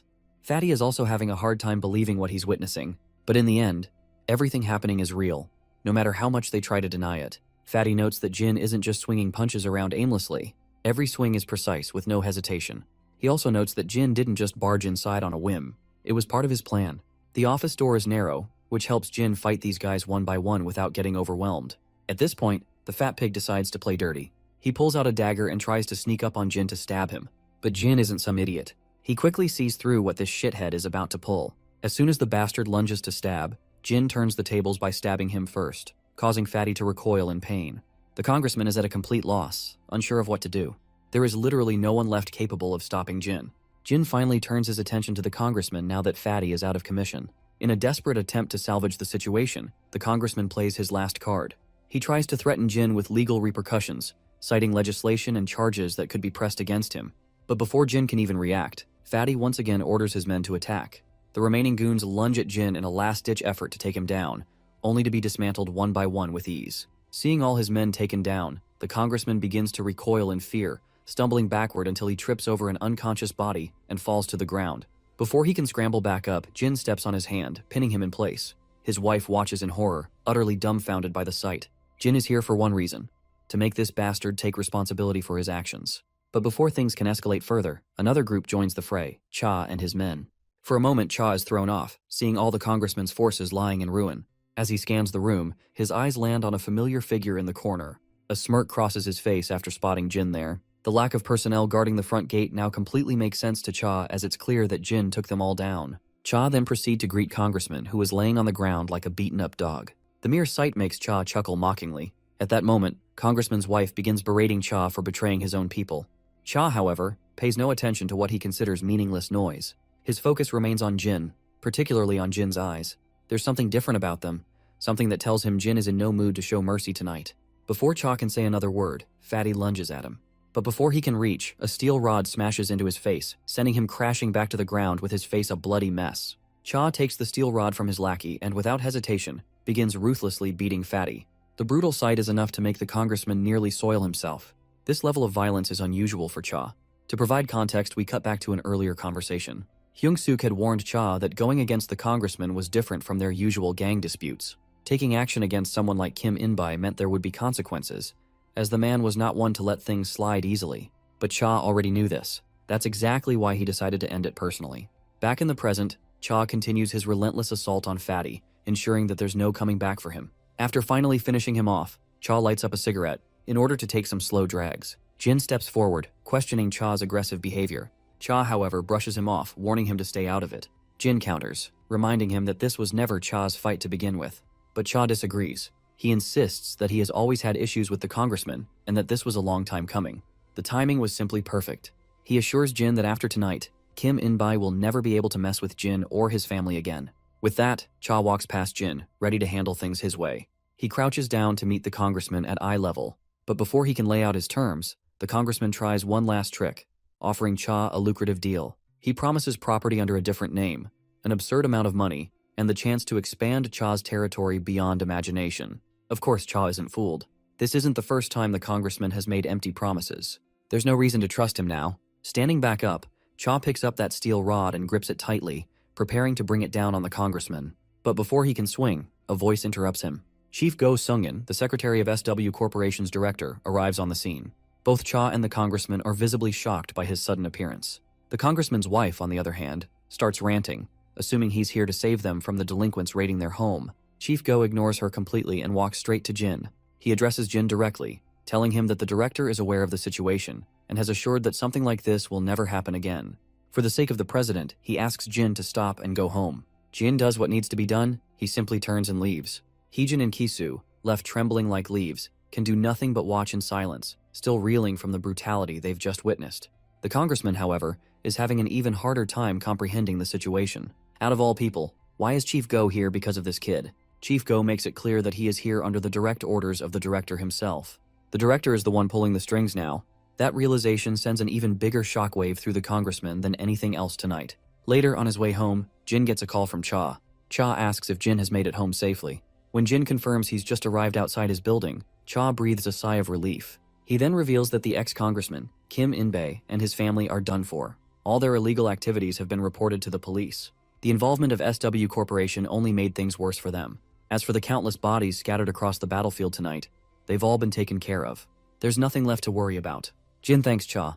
Though Cha isn't sure why he's receiving gratitude when Jin and SW Corporation handled most of it. But Jin can't forget how Cha stepped in and took the fall just to protect him and his family. Cha then suggests they grab some ramen together. Unsurprisingly, Jin agrees. Just as he hangs up, Jin notices a familiar figure standing outside the apartment building. His grandfather. Calling out to him, Jin asks why he's out so late. His grandfather simply smiles, saying he wanted to get some fresh air and that he was worried about Jin. He apologizes for being overprotective and pushy. He never means to be, but as a grandfather, he can't help but worry. Initially, he thought it would be a bother to contact Jin, but now, standing here under the night sky, he's simply relieved to see his grandson safe. It hasn't been long since Jin returned, and as a grandfather, he can't help but worry over and over. However, he promises Jin that he will try to be better about it moving forward. Once inside the apartment, however, Jin finds himself at the receiving end of Daeon's frustration as well. She and Grandpa had been worried sick about him. We then cut to SW Corp, where we see GA in the office, sitting in the same room as Yona, who's seemingly watching gaming videos in order to improve her own skills. The way Yona is so focused on the game even causes GA to get a little irritated and disapprove of her actions, especially since they aren't in a gaming center. Poor Yona is caught off guard, and quickly explains that she just came here to see her cousin. GA, however, is not convinced by this at all. But Yona insists once again. GA questions her again, asking if she's really sure about that. Yona admits that she came to see her cousin. But by the looks of Yona's face, we can tell that there's more to it than that. Meanwhile, outside the door, Jin and Seokju are doing their duty. Inside, while Yona tried her best to keep the real reason of her visit a secret, but GA figures it out. So she reminds Yona that Jin is almost done with his shift, so he is free to go. With a smile on her face, she proceeds to exit, and GA can't help but take note of it. Later, as Yona and Jin travel locally by bus, her guards swarm the bus like pests, making the general public feel uncomfortable. Yona recalls that this is her first time riding the bus with Jin. Jin reminds her that it's because it's hard to escort a VIP on the bus. Hearing this, Yona decides she'll use the subway more often instead. But Jin quickly reminds her that the subway is even more dangerous. Hearing this, Yona seems genuinely happy that he cares about her so much. But we all know that Jin's concern is more about his duty to protect her than anything else. We then cut to the camp, where soldiers are stationed outside while 005 makes her way through them. She notes how, just as the rumors suggested, there are fewer soldiers than usual. This makes her wonder if something has really happened internally. As she walks, she remembers the time she spent at Jin's house, and the moment he called her family. Suddenly, a guard steps into her path. She punches the guy out of her way and heads straight for Mad Dog's office. As she scans the room, she spots 004, and shockingly enough, 002 is also there. 005 doesn't seem thrilled to see him, but 002 greets her warmly. When she asks why he's here, he says he's there for the same reason as her. He's figured out that 001 is still alive, and he is sure that 005 knows this too. Of course, she feigns ignorance and rhetorically asks if he's actually alive. 002 asks her if she doesn't already know. Naturally, she denies knowing anything about Jin. Then 004 speaks up. He claims that he's met Jin himself. In fact, he even fought him. Although Jin was hiding his face, 004 is certain that the person he fought was 001. There's no way he wouldn't recognize how 001 fights. Internally, 005 is relieved that 004 didn't see Jin's face. She plays along and sternly questions Mad Dog, asking if his claims about Jin being dead are false. Mad Dog finds himself in a tough spot. While he admits that 001 is dead, his face betrays him. Not to mention, his response only serves to make 004 angry beyond belief. It's as if Mad Dog is trying to deny what 004 literally witnessed with his own eyes. 002 silences their bickering and asks Mad Dog if he's certain about 001's supposed death. Mad Dog reluctantly says yes again. Mad Dog is clearly losing his composure under 002's scrutiny. Meanwhile, 005 can tell that Mad Dog is definitely trying to hide the truth from 002. Then 002 turns to 005 and asks if she believes that 001 is still alive. In response, she makes it clear that even if he is alive, he should already be put to death. After all, that's the only way he can repay them for his betrayal. 002 is thoroughly pleased with her response. Suddenly, the office door bursts open and soldiers pour in, quickly standing in double file. Enter Randolph, another big shot who's heard that the rumored numbered mercenaries are here, so he came to say hello. Mad Dog is not thrilled to see him. Randolph simply states that he's just here to talk a little, but Mad Dog insists he leave. Randolph gives him a sassy look and reminds him that this attitude is why people are starting to have complaints. He points out how Mad Dog treats the numbered mercenaries he raised in the camp so differently. Randolph wants Mad Dog to play fair. People like him are working their asses off right now, but their hard work is constantly overshadowed by the numbered mercenaries. He wants to know what's so special about these numbered mercenaries, who not only get fat paychecks, but are also treated very well. Besides, Randolph believes that Mad Dog doesn't have the cunning to utilize these numbered mercenaries to their full potential. Finally, Mad Dog snaps and orders Randolph to leave. Randolph gets up but then pulls out his gun, placing the barrel right over 002's head. He warns 002 to never come back to the camp again, as the camp doesn't need people like him anymore. Instead of feeling threatened, 002 simply cracks a smile. This causes Randolph to feel humiliated. Before the old man can move, 002 moves with godly speed, snatching the gun from his hand and directly aiming it at the old man's hollow skull. Without a second thought, he pulls the trigger, killing him instantly. Mad Dog tenses up at the sight. The soldiers who came with Randolph prepare to shoot back. But before they can do anything, 004 takes them all down in an instant. The soldiers stationed outside quickly rush toward the office after hearing the gunshots, but they're immediately drilled with bullets and fall to the ground. 002 quickly asks Mad Dog if he wants the others killed as well. Of course, Mad Dog quickly says no, and tells his soldiers to stay stationed outside, assuring them there's nothing to worry about. With that, 002 makes his way out along with 004. We then cut back to Jin, who's doing push-ups when his flip phone starts ringing. It's 006, reporting to Jin that 002 has found out he's alive. The reason 002 found out is because of the encounter Jin had with 004. But still, they're not 100% sure if Jin is alive because they didn't see his entire face. This doesn't mean that both 002 and 004 will sit idle. 006 believes it's his fault since he was the one who invited Jin for the rescue mission where they encountered 004. But Jin thinks there's no need for apologies, as this was bound to happen. 006 then decides to end the call and contact later if something comes up. Meanwhile, poor 032 is sulking in the corner, believing that Jin is about to be in trouble because of him. There are chances that after 002 meets Jin, he might understand and come to friendly terms like 005. While there's no doubt that 002 is a crazy guy, he always adhered to Jin's orders. But 006 isn't sure it would be that easy, because 002 was the most devastated upon learning about Jin's betrayal. He went insane after finding out about the betrayal and killed camp agents out of anger. What's more concerning is that 002 is the one who taught a lot of things to Jin, and Jin's current skills are particularly derived from 002's. But in the end, the current 001 ended up taking the title of number 001 and became the leader of the numbered mercenaries. There was uproar among the numbered mercenaries, as most of the guys who followed 002 didn't want Jin to be their leader. They had issues with the fact that they had to accept 001 as their leader instead of 002. But since 002 accepted 001 as the leader without causing any big problems, the others had to concede as well. This is the only reason 002 harbors strong feelings of betrayal against 001 compared to anyone else. Hearing all this only makes 032 even more worried, as he believes it's his fault that 001 got exposed. Recently, 001 looked like he was doing really well, and it's likely because he's been living with his family, but to think that his life is about to go to hell is causing a lot of sorrow to 032. 006 tells him to snap out of it, as sulking in the quiet corner won't make things better. It was bound to happen, and even Jin was aware of this fact. We then cut to SW training grounds, where Jin just got punched by his opponent during training. Everyone is in absolute awe to see Jin getting punched. Even the guy who threw that punch is in utter disbelief that this actually happened. The team coach scolds Jin for his absent-mindedness during the entire training session. No matter how skilled Jin is, no matter how perfectly he carries out his missions, one mistake could cause him to lose sight of his objectives, which can ultimately get him killed. He instructs Jin to go and take some rest for today, as there's no point in training while he's like this. As Jin begins heading out, Sukju asks him if there's something bothering him, but Jin says it's nothing and walks his own way. As Jin sits in the locker room, his mind is stuck repeating the recent news he heard about 002 beginning to have suspicions that he's alive. His mind flashes back to the time he used to have brutal training with 006. It was a total brutal blood mess in the name of a fight. While Jin is a good fighter, 002 was even better than him. Jin recalls how 002 actually acknowledged him as a good fighter. But this is the kind of madness the camp needs, and the only way to survive here. We then cut to 005 meeting 006. First of all, 005 makes sure to apologize to her for calling her out of the blue, and then asks her the whereabouts of 002 and 004. Before omitting any details, she questions him about why he wants to know, to which he claims that he intends to repay his debt to 001. The only thing 005 can figure out from what he said is that he wants to eliminate 002 and 004. 006 confirms this. After all, 001 is finally living the life a normal human should, and he doesn't want to disturb the tranquility he has gotten in his life. 005 then eventually decides to reveal everything she knows, though she warns him that it's going to be too dangerous for him to go alone after them.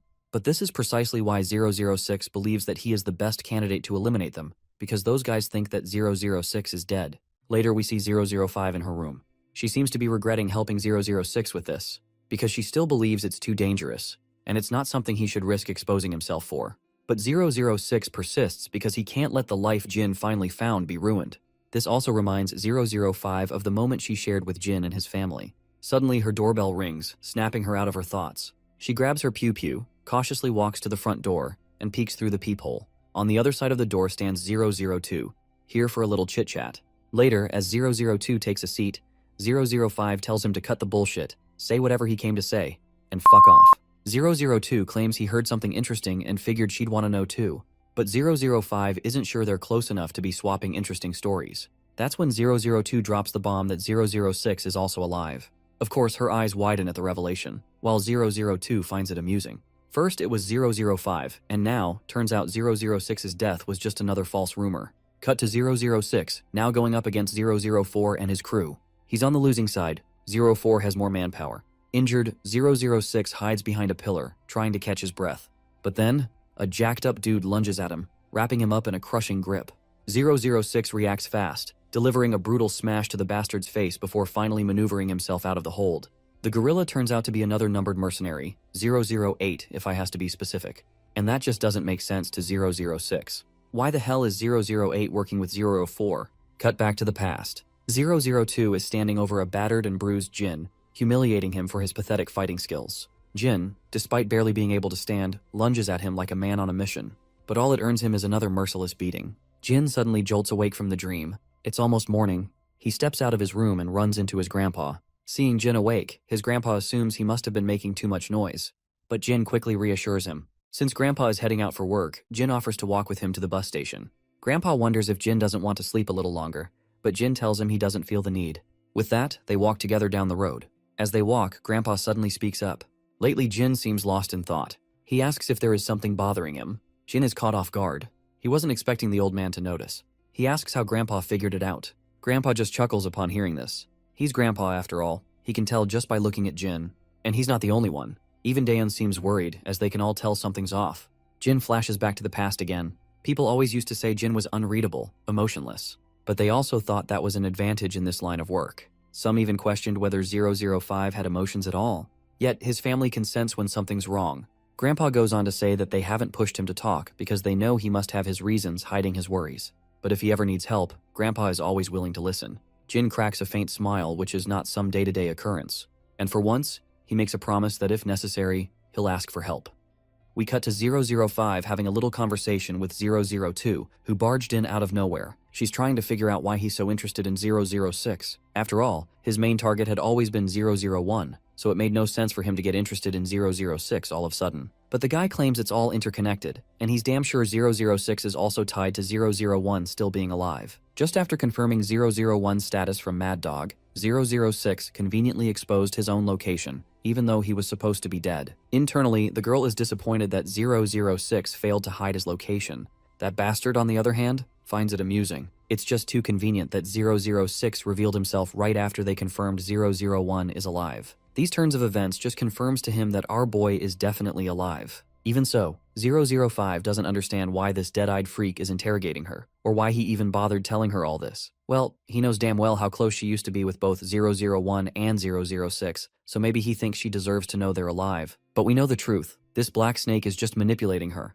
trying to get a reaction out of her just to confirm 001's existence. She then recalls how this snake was just as devoted to 001 back then, devoted enough to kill anyone who accused 001 of betrayal. They lock into a tense stare-down, and eventually the bastard rises from his seat, ready to leave. After dancing around the real question, he finally cuts the crap and directly asks her if she knows 001 was alive all this time. Of course, she denies it without letting so much as a twitch show on her face. But this bastard is a gaslighting pro with a PhD in manipulation and reading people. So he simplifies the question, demanding she reveal 001's location. The woman knows reasoning with this lunatic won't get her anywhere, so she pulls a Glock from her back, making it clear he's not getting a damn thing out of her. Then he drops a subtle threat he's holding 006 hostage. That catches her off guard, giving the bastard the perfect moment to knock the gun out of her hands. She hits the ground but quickly scrambles back to her feet. Then comes an impromptu strike, but she blocks it with her bare hands. He keeps pressing, hammering her with relentless blows. She finally tries to counter, but he outmaneuvers her and twists her arm, locking her in place. But she's no weakling.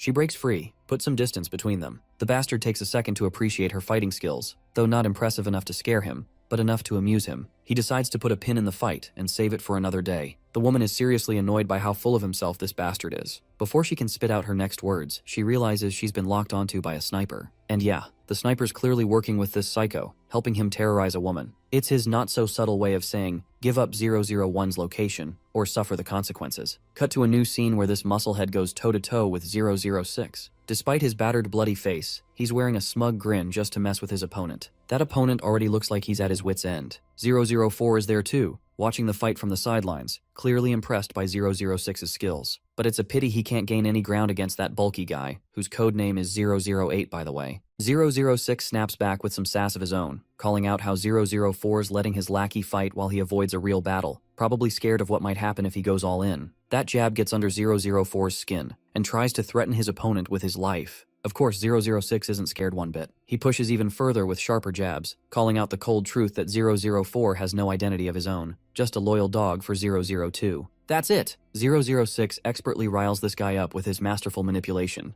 The bastard is ready to spill his fellow's blood with his dagger. He delivers a fatal wound to the poor guy, driving home the point that their strength is worlds apart. The scene then cuts to 032, who is freaking out due to his friend's absence. To add to his distress, he notices that someone is heading toward his room. Turns out it's Jin, much to his bewilderment. Later, they both sit down, and it looks like Jin is here to check on his friends because they haven't answered his calls. Seeing 006 is absent from the apartment, he naturally inquires about it, only to get an awkward response from 032. Jin grows weary and demands full details on what the hell is going on. He's been trying to contact 006, but hasn't heard from him since 002 showed up. And judging by the kind of expression this anxious guy is wearing, it's clear something is wrong. 032 admits he can't reach 006 either. It's been about 3 days. They were supposed to leave this place yesterday, but his friend's absence is worrying him.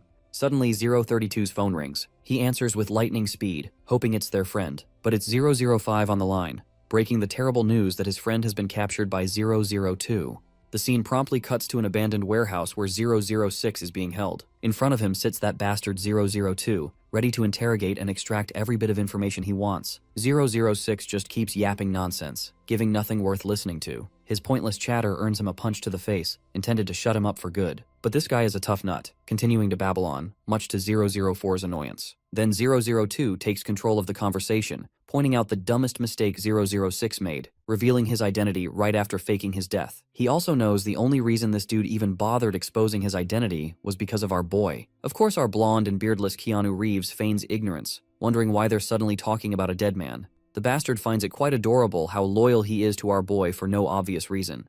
004 then wonders what they'll do with this shithead who refuses to talk. Even though there's a rule prohibiting numbered mercenaries from killing one another, he feels someone like 006 should be exempt, especially since he tricked everyone by pretending to be dead. But the boss disagrees, deciding against it because 006 is the perfect bait to lure 001 out of hiding. If he's really alive, he must come to rescue his fellow instead of abandoning him to die. Sure enough, our boy and 005 are already on the move. Though 005 isn't sure if this is a good idea, sensing they're walking right into the enemy's trap. 002 knows full well that Jin will come to save his friend. Even 032 shares her concerns, certain that their captured friend wouldn't want this outcome either. What that poor guy did was just his way of repaying his debt to Jin, and he was fully aware he might lose his life if he failed.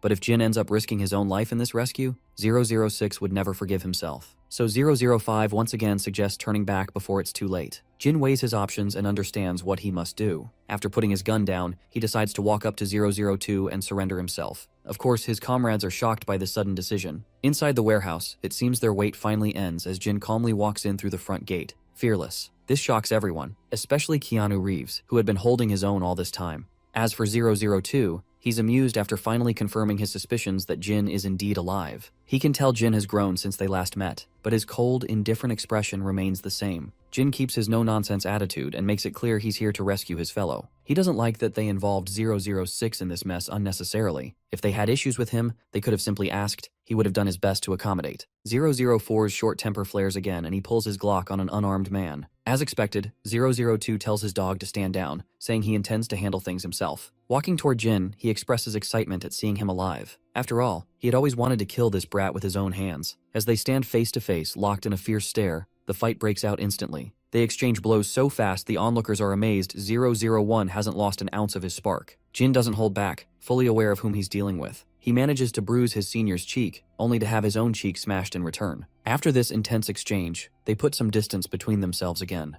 This spar reminds 002 of the old days, though he'd rather not remember. It's not like they shared a past of friendship and roses, but it's an undeniable truth they went through hell together. So they had an unspoken rule not to betray each other, no matter the cost. But out of everyone, it had to be Jin who broke that rule and betrayed them all. He, as the leader, is the lowest of the low, or at least that's what 002 believes. To avenge everyone, 002 lunges at Jin once more, and their back and forth battle continues. As they go all out, my guy overpowers this bastard with a solid strike to his damn face. Then he follows up with a knee smash, knocking his opponent to the ground. This sheer display of strength and skill leaves everyone with their jaws hanging. 002 quickly gets back on his knees before it gets too humiliating. 004 is struggling to digest the fact that Jin is just as much of a Chad as he used to be. Even the Black Snake can tell our boy hasn't been a couch potato these past 5 years. He pulls out his dagger from its sheath, ready to take this fight to a whole new level. With that, they go all out again, striking and dodging blows left and right. But once again, Jin overpowers him by giving nasty cuts to his hands,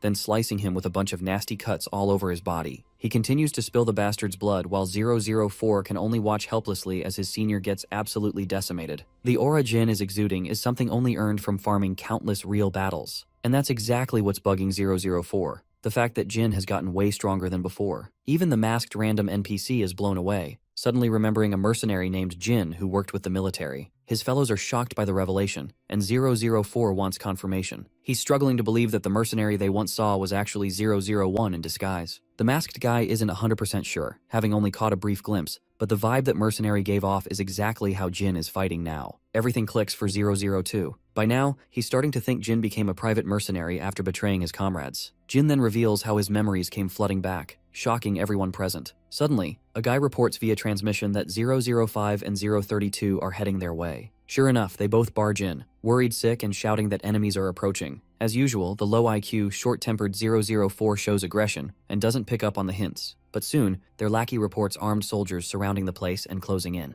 At least 50 soldiers confirmed so far. They're only 300 meters away from infiltrating the area. 004 and his lackey quickly open cases filled with firearms, preparing to start the action. Jin arms himself with a rifle, as do the big musclehead and the others.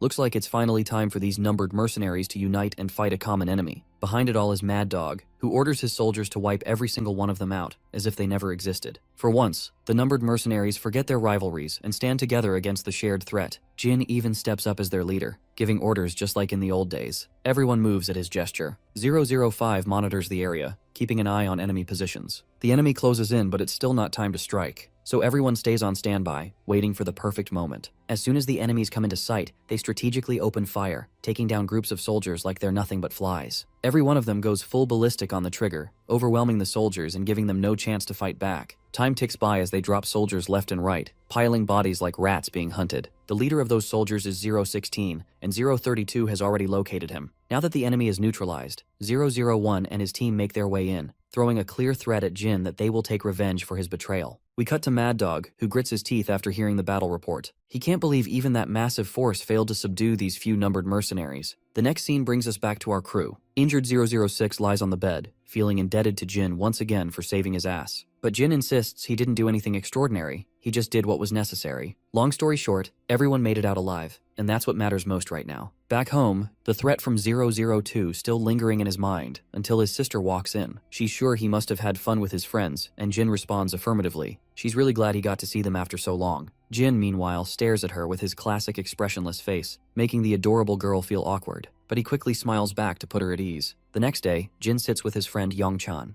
Yongchan talks about how Jin and Seokju are both going to be full-fledged SW bodyguards, and for once, he feels jealous of his friends. He feels jealous not because he wants to be a bodyguard, but because they have clear goals. Yona and the others arrive, asking Yongchan if he still plans to go tutoring today. The poor guy doesn't look too pleased before affirming her assumption, and leaves promptly. His friends can tell that life isn't going easy for this fella. Lately, he had been studying his ass off just to make up for his falling grades. Yona particularly feels sad that he is leaving. Seokju also points out the anxiety that's always clouding Yongchan's mind. Meanwhile, Jin seems clueless about why that's the case, especially after the little talk he had with Yongchan about having a clear goal. Yona, on the other hand, is really looking forward to Jin tagging along with them. But to her disappointment, he refuses the invitation since he has plans to visit his grandfather at his workplace. A little later, Jin can be seen heading out with his sister Dayun on their way to see their grandpa. She's chatting about his friends, wondering if they're all doing okay and what they plan to do in the future. Jin tells her about his blondie friend Hyuk-jin, who's set to inherit his father's company, while Jae-young still hasn't decided what he wants to do, so he's taking his time to figure things out. Dayun isn't too surprised that Jae-young isn't too serious about his future, given his laid-back personality, but she's pretty shocked to find out that his grandpa actually owns a freaking automotive company, making Jae-young a third-generation conglomerate heir. He's the youngest son in a big conglomerate family. Of course, poor Dayun is having a hard time accepting this, especially since Jae-young always wore cheap uniforms and tracksuits. Jin then takes control of the conversation by asking what her plans are for the future. Well, she wants to get a job as soon as she graduates, but hasn't decided what field to go into yet. One thing's for sure, she wants a job that pays well. She wants Grandpa to retire since he's been working his old ass off for them ever since she can remember. She even tried talking to Grandpa about it once, but he just scolded her. He doesn't want to see her working just to earn money instead of doing what she really wants. That was the moment she saw Grandpa get really angry at her, so now she's not even sure if she'll get a job at all. That's when Jin tells her to follow what she truly wants, and that she has plenty of time to figure things out. After all, being the big brother, he's ready to help them get through anything. Diane's happy to hear that and smiles back. Just then, they spot their grandpa in the distance, and the adorable girl rushes over to him. A while later, they get ready to leave. As Grandpa waves his grandkids off, his coworker notices the little moment and can tell he's raised them well, especially since Gen Z usually doesn't take boomers seriously. Though he's lived a long life raising his grandkids, the coworker believes Grandpa will eventually have to let them fly and do their own thing. So he wants Grandpa to be ready for the day his grandkids grow up and leave to chase their own dreams. Later that night, after a tiring shift, Grandpa is heading home, thinking about what Mr. Choi said. Unlike other boomer parents, Grandpa accepts that someday he'll have to say goodbye, especially now that Dayun is about to turn 18. But he's not worried. He's just grateful for the little time he still has with his kids. When he gets home, Jin greets him. After they say hello, Grandpa expresses a desire to learn about Jin's dreams and what he wants to do with his life. Jin doesn't hesitate to explain his plans. He basically wants to keep living just like he is now. No matter what happens, his dream is to live with his family, just like he is now. The scene then shifts to Mad Dog's operation base. Everything is covered in smoke, with dead soldiers scattered everywhere. The one responsible for the chaos is 002 and his crew. Turns out, Mad Dog managed to escape death, which 002 didn't like one bit. The scene switches to a big shot who's just heard that Mad Dog's camp was wiped out by the numbered mercenaries. Everyone was killed except Mad Dog, who fled. The reason behind the numbered mercenaries' attack? Mad Dog was trying to wipe them out first. Now his plan has backfired badly. The big shot finds it annoying that the pets Mad Dog raised are now trying to turn on him. He suggests spreading this info among everyone who hates Mad Dog. His assistant admits he already did, much to the big shot's amusement. The big shot then suggests his lackey to ignore Mad Dog's presence completely. They don't want him messing up their current mission. By the way, if you don't recall, he is the mastermind running Forest. The scene then cuts to Mad Dog himself, shooting down enemies left and right. With one magazine emptied, he loads another, while some guy tries to ambush him. Mad Dog quickly leaps at the attacker and delivers a devastating punch. Then he shoots the guy in the head, shutting down his operating system completely. Looks like he handled the immediate threat, but he's clearly not in great shape to keep fighting. Right now he feels pathetic, running around like a dog just to stay alive. He fully blames 001 for his miserable situation. It's 001's betrayal that triggered this whole mess. A while later, we cut to Jin doing his usual push-up routine. His phone buzzes, interrupting his session. It's a message from Yeona, saying she wants to meet him at the convenience store right in front of his apartment. Well, Jin has no reason to say no, so he ends up going there that evening. As usual, Seokju and the other guards are around to make sure Yeona stays safe. When Jin gets closer, Yeona immediately starts apologizing for calling so late. She's already bought a bunch of Jin's favorite snacks. While helping himself to some treats, Jin gets curious and asks why she called. Yeona doesn't have any particular reason. She just wanted to see him a little. And, well, we all know why. She just wants to get clapped by an aura farmer like our boy. Hell, even Seokju understands that she is in heat. She brings up how everyone's been stressing about their future careers, and Yang-chan especially seems lost in the mess. He even stopped going to the PC center just to focus on studying. It's a shame that he made this bold move right when he was on track to become a pro gamer. Keeping the conversation going, Yeona asks Jin about his career plans. Does he want to keep being in the SW suit? As expected, Jin's not sure. When Seokju and the senior bodyguard hear that, they're shocked and practically begging him to reconsider and make a solid decision as they want him to continue serving SW Corporation. Jin is surprised by their strong reaction. The night deepens as Jin heads home. Yeona walks him back, even though it probably should have been the other way around. She's just feeling the vibe and wants to walk with him a bit. Suddenly, Jin catches her off guard by asking what she plans to do in future. Well, Yeona isn't sure either. For now, she just wants a cozy, laid-back life. She really loves her current life and wants it to last as long as possible. Right now, it's the only thing she's truly in love with. She says this like she's confessing true love to someone, which makes her go all awkward when she understands the gravity of her words. Jin stays quiet since he's got a lot to work on in the affection department. The scene cuts to 005 looking shocked after hearing about 002's latest exploits. 006 confirms it and adds that Mad Dog is still alive, though assassins are already on their way to finish him off. The only reason he got away is pure luck. But his death is inevitable. 006 points out that Mad Dog's made terrible decisions since way back. Now that his camp is destroyed, everyone who holds a grudge against him will come after him. That said, Mad Dog isn't just some random guy you can take out easily. Even 005 grimly admits that. The scene shifts again to Jaye, angrily grilling Yeona about where the heck she was so late at night. It's not smart to be wandering around wherever she pleases. Poor Yeona apologizes and quickly scrambles away to avoid her cousin's wrath. Later, Jie is being escorted in her car, with Jin accompanying her. His phone rings, but he ignores it since he's on duty. Jie notices this, and she is generous enough to give him permission to check his phone. When Jin checks, it's Dayun asking him to bring some apples because Grandpa's been craving them lately. Suddenly, Jie throws a weird question at him. Does he have someone close to his heart? Jin seems clueless at first, unsure how to answer, but she gets blunt and asks if he's dating anyone, or maybe someone he wants to date. While she's asking these bold questions, Seokju and the senior bodyguard are nearby, getting chills because they're curious how Jin will respond. Jin simply says he doesn't have anyone, a blunt answer that surprises Jie. She thinks he should be out there chasing girls since he's in his prime. With his looks and how young he seems, it'd be a waste if he didn't try to pursue someone instead of just goals. But Jin doesn't think he's missing out on anything. This ordinary life is what he's always wanted, especially after grinding so hard as a kid on the battlefield. After his duty, Jin's seen walking around the grocery store with his sister, picking up some apples. With a bag full of apples, they head home. As they walk, Dayun mentions how Jaehyung is setting up a hideout to invite all his friends once it's ready. She's amazed he didn't tell anyone else but her. Suddenly, Jin freezes when he spots someone lurking in the shadows. The figure looks familiar. Turns out this suspicious guy is 002, and Jin looks absolutely freaked out of his mind. It's probably the first time we've seen him panicking this much. He quickly insists Daeon get home as fast as possible. Seeing his tense face, she senses the urgency and starts heading back. Meanwhile, Jin subtly gestures at the shady dude who starts walking toward them. As they cross the street, they come face to face. The bastard throws some shade about Jin living a pooky life given his past, which is full of blood and gore. He is even surprised that Jin got a chick for himself. But Jin doesn't really have much patience to tolerate this guy's bullshit. Before things escalate, Cha just so happens to pass by and spots Jin on the crossing, rather confused as to why the kid isn't crossing. It is then he notices a hostile glint in Jin's eyes, something he has never seen before. As he gazes ahead, he notices 002, who is carrying the exact same glint in his eyes, a glint that really makes Cha question his life choices. Jin, meanwhile, decides they should put a pause on their impromptu meeting and take it somewhere else. Once they find themselves in this abandoned construction site, 002 is eager to learn about Jin's current living situation. Jin, though, is more interested in learning how 002 managed to find him. Internally, he has a hunch that 005 or 006 might have revealed his location, but he is confident those guys wouldn't dare spill a single word without his permission. 002 already knows what he is thinking and assures him that he didn't do anything to his fellows. You see, 002 had heard Jin mumbling Korean words back when they were in camp. Now, assuming that Jin has regained his memories, it goes without saying that he would try to get back to his homeland. Taking this as a starting point, 002 began his search, which eventually led him here. And as for why he is here, it should be obvious from their last conversation. He is here to eliminate the traitor, making sure he executes him with his own hands. To make sure it's not an unfair duel, he throws a knife for Jin to equip. With that, the battle of the top two mercenaries begins. The first one to take a nasty cut is our boy, and then once again, the bastard delivers a knee smash right into Jin's belly. While it sends Jin skidding backward, it's still not enough to take him down for good. Seeing how sloppy Jin is while fighting, 002 plays the oldest trick in the book. He threatens to wipe out everyone even remotely connected to Jin,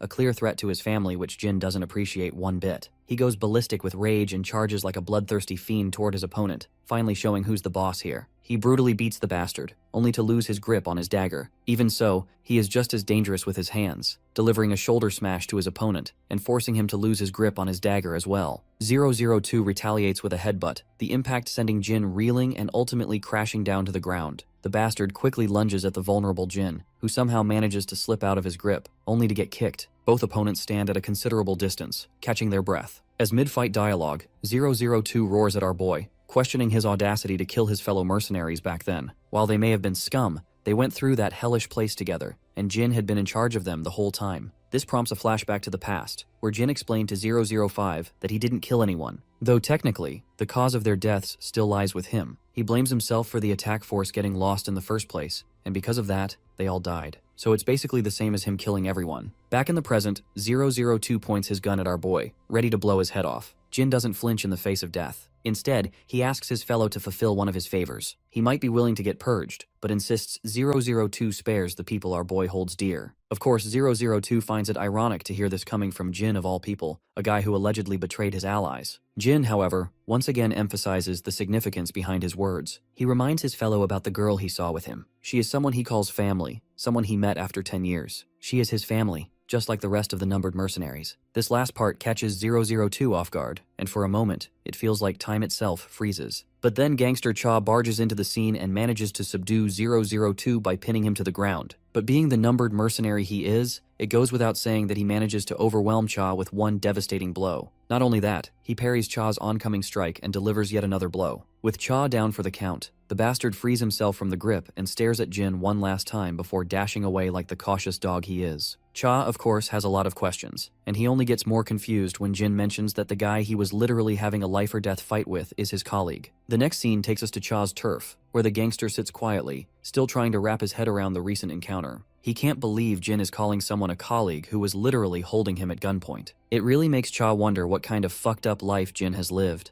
In the flashback, we see him trying to get a few words out of Jin, but the only thing our boy says is, "Thank you for the much needed help." Cha reciprocates the gesture and Jin begins to walk away, leaving Cha with so many unanswered questions. From what Cha has seen so far, Jin is just your average high schooler who enjoys his family the most. It's the dead of night, and we cut to Daeon, who realizes Jin has arrived and promptly gets up to see her brother. After all, she has been worried sick for him since he told her to go back home abruptly. Her worries only heighten when she notices his school uniform stained with blood all over. When asked the reason behind his state, her brother casually reveals that he fought with his friend. The girl can't help but wonder what kind of fucked up friend that was. Soon enough, Grandpa also realizes that Jin has arrived home, but before the old man comes out of the room, the concerned sister quickly pushes her brother back inside because she doesn't want to worry her grandpa unnecessarily. Inside his room, as Jin gathers his thoughts and envisions the disgusted face 002 carried, we shift to the man in question, who is also replaying the last few words he had with Jin. Our boy calling him family is a phrase that has been living rent-free in 002's mind ever since. He soon meets 004, who promptly reports that Mad Dog has fled the country. He has gone completely underground, since only God knows how many people are after his head. The junior asks the senior about their next course of action, whether they should go after Mad Dog or deal with 001 first. As expected, 002 chooses the latter. The next scene takes us to SW Corp, where Seokju and our boy are both getting back into their school uniforms now that their shift has ended. Seokju is planning to visit Jaehyung, who recently created a hideout and wants everyone to come by. Jin has been zoning out lately, which Seokju has noticed quite often, and he wants to know the reason. Jin responds vaguely, not giving away much about what's actually on his mind. Seokju notes how everyone has been on edge lately due to uncertainty about their future, but it's not like Jin has much to worry about.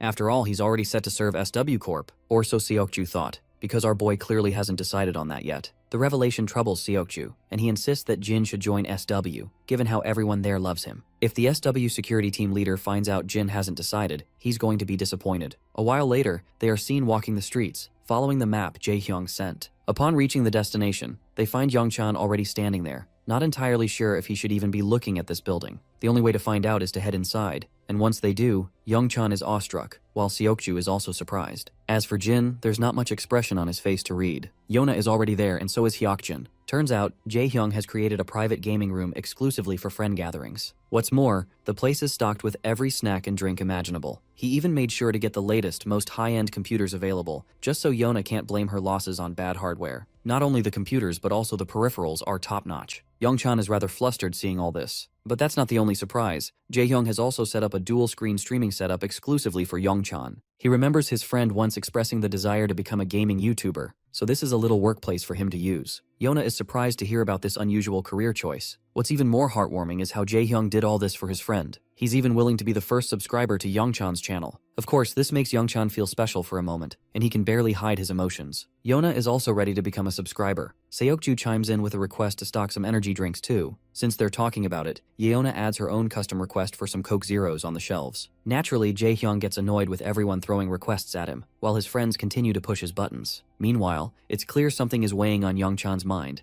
and he promptly decides to head back, shocking everyone. The next day at school, Yona notices that lunch break is nearly over, but Youngchan still hasn't made it to school. They have no idea what's wrong with him, other than his expression looking unusually dark lately. Being the sincere friend he is, Jaehyung is genuinely worried about that guy, but there's not much he can do. He texts him immediately, but Youngchan is busy talking with his mother. His mother is sick, so he's been taking care of her, which is why he didn't attend school. Even though her fever is mild, Youngchan fears her health could worsen. Not to mention he's never seen her close her shop just because she was a little sick, so it must be serious. The woman finally admits it, though she attributes her deteriorating health to old age. But Youngchan knows it's because of the years of hard work and effort she put in to raise him. Speaking of raising, she gets a little upset that he skipped school today, telling him he must still attend cram school. When asked if he's doing well in his studies, he answers affirmatively, though his face says otherwise. His mother wishes for him to achieve great things. She wants him to make it to university and is willing to bear the burden of the fees. The next day in the classroom, Youngchan is lost in thought. He's doubting his potential,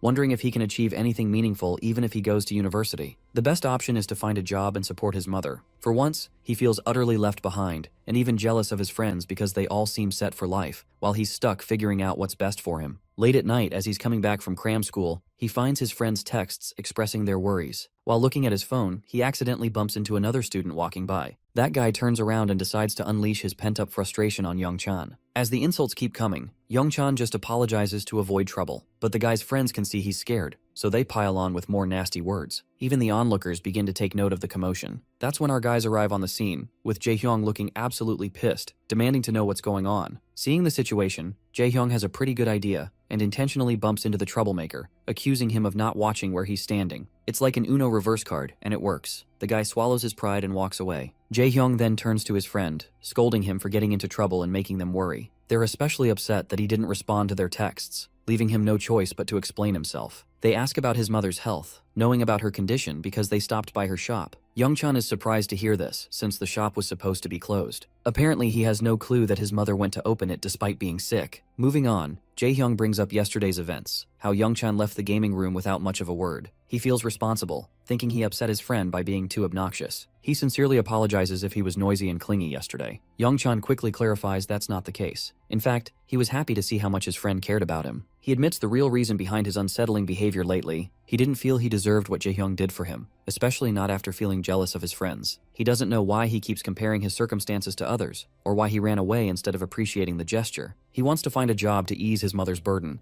but if he chooses streaming as a career, he's unsure if he can make ends meet. He may be good at games, but it's not exactly a secure job for an introvert like him. His grades have also dropped recently, leaving his thoughts scattered. Even so, he's thankful to Jaehyung for thinking about him this much. Hyukjin then teases our tracksuit lover about how anxious he was over Youngchan, so worried in fact that he kept asking everyone about him. Let's not forget about our boy, who is enjoying spending time with his friends. Back at Youngchan's home, his mother asks about the boys who visited today. 2 boys and 1 girl were so good looking she mistook them for celebrities. She still can't believe those pretty faces were her son's friends. They told her that your son is a pro gamer, skilled enough to compete nationally. It's a shame he never told her about his passion for gaming. She assumes it's because of her condition, and Youngchan doesn't deny it. After all, she poured everything into raising him, and now he feels it's his turn to support her. The doting mother finds his mindset adorable and advises him to do whatever his heart desires instead of holding back. Youngchan turns the conversation, asking if running a snack shop was really her dream job. Of course it wasn't, but her real dream was to raise her son well, and she believes she's done that to the best of her abilities. Now her only wish is to see him doing what he truly wants. She would be proud if he gave this gaming thing a try. The next day at Jaehyung's secret gaming place, after a great time, Dayeon and Jin head back home, with everyone seeing them off. Once they leave, Youngchan expresses surprise upon learning Jin isn't joining SW Corp after all. The others are equally startled. Yona is a little upset for obvious reasons. She doesn't like how blunt he was about it, and the seniors are disappointed to learn this. Seokju had assumed Jin would join SW Corp for the sake of the camaraderie they've built, so hearing he never even considered it is a shock. We then cut to Jin and Daeon walking side by side. The doting sister is concerned about her brother's future and wants him to find something he truly wants to pursue. Predictably, we get a flashback of Jin's past life,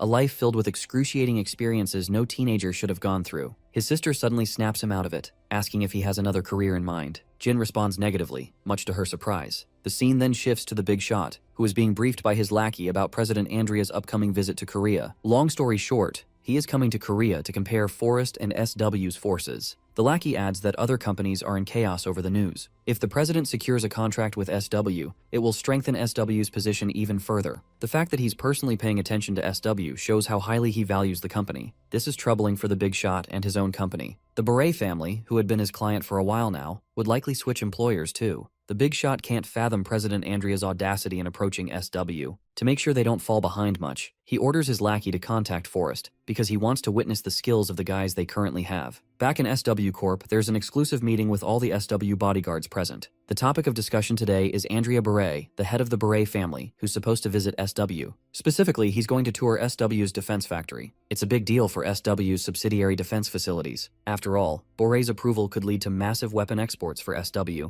Even though Boret is bringing his own escort team, SW still plans to deploy their own bodyguards, making sure no stone is left unturned. Andrea Boret himself isn't the problem, it's his family members. The senior wants his bodyguards to make sure their safety is guaranteed. The Boret family brats have recently shown a lot of interest in Korea, so they're paying a secret visit. That means they won't appear publicly, and ensuring their safety is SW's top priority. A few days later, we cut to the director of SW greeting his esteemed guest, Andrea Boret. The two men shake hands on a good note. Meanwhile, Jie and her escorts are making sure the Boret family members are entertained. Right now, the Boret siblings want to look around, but Jie strictly forbids it. She doesn't want them moving around freely, especially not without SW guards ensuring their security. But they keep insisting they'll be fine, promising not to stand out. They've already got a guide who can show them places worth visiting. Plus, they have their own security team making sure nothing goes wrong. Despite that, Jie isn't convinced, but she can't exactly express her disapproval right to their faces either. The Boret daughter whispers something to her brother, and he quietly approves. He then points at Jin, wanting him to tag along with them.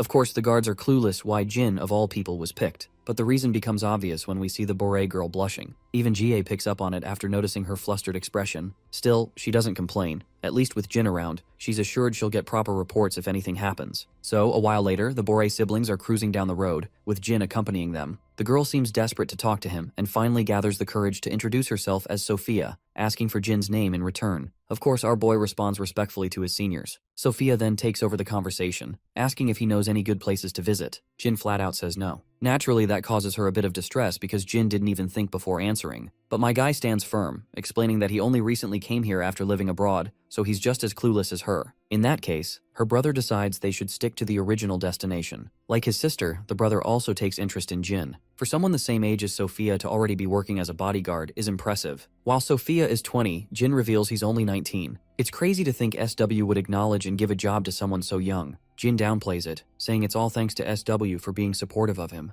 But the brother knows better. SW wouldn't just favor some average kid. By now, the brother has understood that his sister has started liking Jin. Eventually, they arrive at their first destination, and while walking around, Sophia glances over her shoulder, only to lock eyes with Jin for a split second. She quickly looks away, embarrassed, while Jin is as clueless as a wooden plank about what's going on. A little later, Sophia lights up at the sight of cotton candy. She buys two and offers one to Jin. Jin hesitates due to obvious reasons, but when her brother gives a slight nod, he accepts it, making Sophia visibly happy. Back at SW Corp after his shift ends, Jin gets interrogated about whether he had fun today. The way Jia asks makes it obvious she knows Sophia has a thing for him. Internally, she feels bad for Yona, who now has new competition to deal with. Meanwhile, Jin recalls everything that happened. He remembers Sophia looking genuinely happy during the outing. So, with complete honesty, he reports that she had a fun day. At first, he was worried she wouldn't enjoy sightseeing, but it turned out fine, and it all thanks to Boret's security team, who were well prepared for her preferences. Of course, Jie feels frustrated, realizing Jin is still totally clueless, but she expected as much, so she brushes her worries off. She then reveals that Sophia's father personally thanked them for making his daughter's day memorable. At first, Jie was confused why he'd show gratitude over something so small, but then she learns Sophia is usually very reserved because of family trauma. She always gets anxious whenever she steps outside, even on family vacations. So, for her to move around comfortably today was something unprecedented. Naturally, Jie gives all the credit to Jin, but Jin doesn't see it that way. He thinks the careful preparations were the real reason Sophia felt comfortable. Once again, Jie feels exhausted with this guy not picking up the hints, but she doesn't bother pushing it. Instead, she tasks him with the same responsibility for tomorrow. As Jin walks through the corridors, he notices Sophia's brother watching him with a pleasant look. Turns out the brother has a favor to ask. For the next 2 days, he suggests Jin act a little more relaxed around Sophia, but Jin apologizes, saying it's against his code to let his guard down while on duty. Since Jin doesn't understand what he means, the brother explains that he wants our boy to approach Sophia more like a friend instead of duty-bound guard. Sophia doesn't usually act like she did today, which only proves she likes Jin a lot. You see, Sophia once went through a traumatizing kidnapping.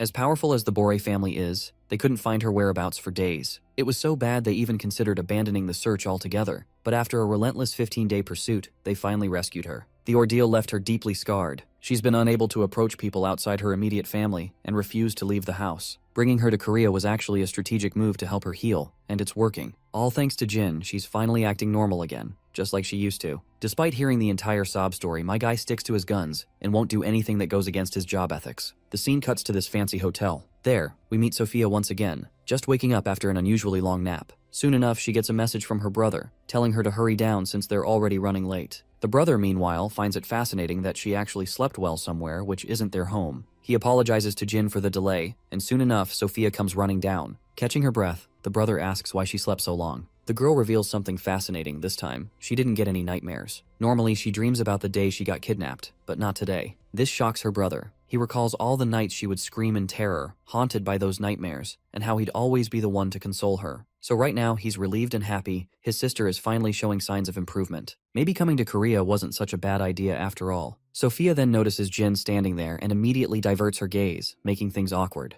Later, her entourage majestically follows her car on the road. Inside the car, her brother strikes up a conversation with Jin, asking about his family. Jin briefly mentions his younger sister and grandpa. The mention of a younger sister makes Sophia's brother curious. Since he also has a little sister, he's interested in how Jin gets along with his. After all, most siblings don't exactly get along smoothly. But Jin willingly mentions he's got a chill bond with his sister, and he's proud that she takes good care of him. Sophia's brother finds that relatable because his sister also takes good care of him. But Sophia argues it's actually her brother who takes care of her. Eventually, they arrive at their destination. Sophia spots a ramen stall nearby and drags Jin along to try the foreign food. After their fun outing, night falls and they head back. But suddenly, a caravan blocks their path at an intersection, forcing their car to skid due to a hard brake. Inside one of Bore family bodyguard's cars is a mole. He guns down all of Sophia's guards on the spot. And of course, we all know who's behind this. It's that big shot who runs Forrest, and he is trying to screw with the Bore family so their confidence in SW Corp takes a hit. He had tasked Forrest to handle it, and now questions his lackey who Forrest sent for this mission. From what the lackey knows, they sent someone with a pretty impressive profile. The big shot is surprised Forrest only sent one person for the job, but he's not too worried.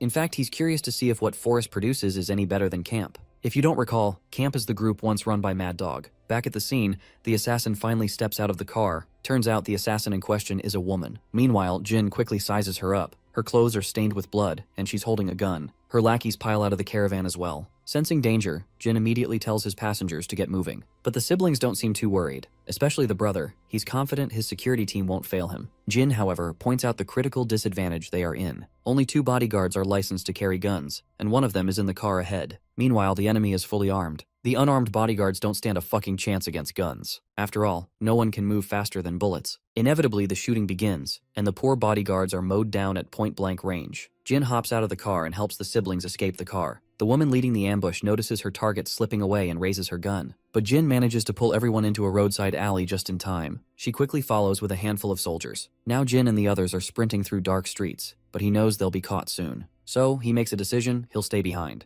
The siblings are shocked, arguing against it, but Jin stays firm. His duty comes first. His determination reminds Sophia's brother of what Jin said earlier about his job. Eventually, the siblings move on, though Sophia is clearly worried. Not long after, the enemy catches up and spots Jin. One of them radios his team, but Jin takes him down instantly. Another group shows up. Jin quickly grabs the fallen guard's gun and begins dodging a storm of bullets. The enemies keep up a relentless barrage as Jin ducks into a corner street. Taking cover, he locks onto his target and fires back, exchanging a few deadly shots of his own. One of the bastards gets injured, which causes his lady boss great distress. She tells the injured soldier to stay behind and keep Jin occupied, while she decides to go after their main targets. It doesn't take Jin long to realize what's happening, so he quickly rushes toward the other street in order to intercept that woman. The injured thug starts unloading bullets, but my guy doesn't bother fighting this injured bitch. Judging by how long he's been held up, Jin estimates the VIPs aren't too far ahead. As he rushes down, he eventually meets the woman at an intersection, coming from the other street. Both instantly go on high alert and start exchanging bullets. When they pause for a breather, the woman notices how confidently Jin is handling the gun. For someone so young to be this skilled and fearless with firearms makes her curious about his identity. But as she's busy sizing him up,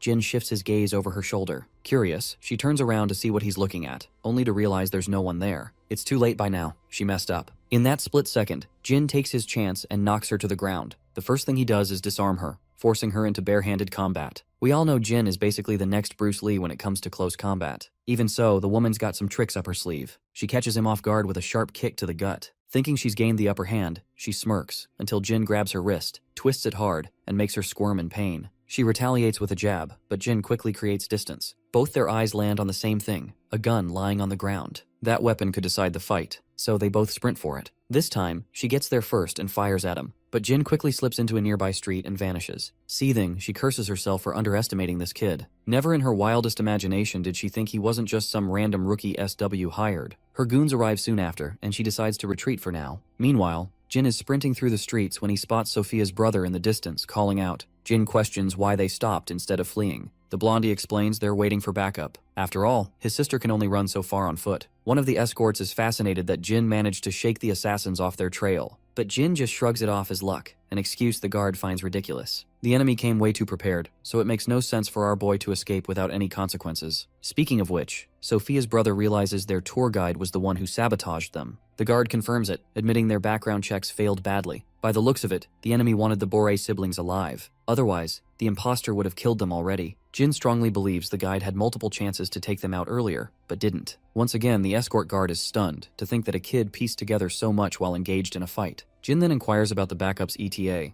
The guard assures him it'll take another 20 minutes. Suddenly, Jin feels a little sus about this escort guard. To make things worse, the assassin woman shows up again with her lackeys. By now, Jin knows exactly what's happening. He moves fast, pressing a sharp projectile against the guard's throat. Of course, the siblings are clueless, while the guard plays dumb, questioning Jin's sudden aggression. My guy only responds by pushing the dagger deeper until blood starts trickling out. The siblings demand an explanation, so Jin lays it out what's in his mind. This area is basically a concrete jungle with countless streets and high-rises. Despite that, the enemy found them too quickly. The only way that's possible is if someone kept updating the enemy with their location. The guard continues to deny it, and even the siblings doubt Jin, thinking he misunderstood. After all, Gilbert has been their bodyguard for 3 years. But Jin proves his point by pulling out the hidden gun Gilbert was carrying. Guards like him don't have authorization to carry. And just like that, the cat's out of the bag. The assassin girl sneers, calling Gilbert useless. Sophia, meanwhile, is on the verge of a breakdown after getting betrayed by someone who protected them for over 3 years. Suddenly, she notices Jin making hand gestures. They look familiar, sparking some memories buried within her. She remembers a mercenary once told her the gesture meant,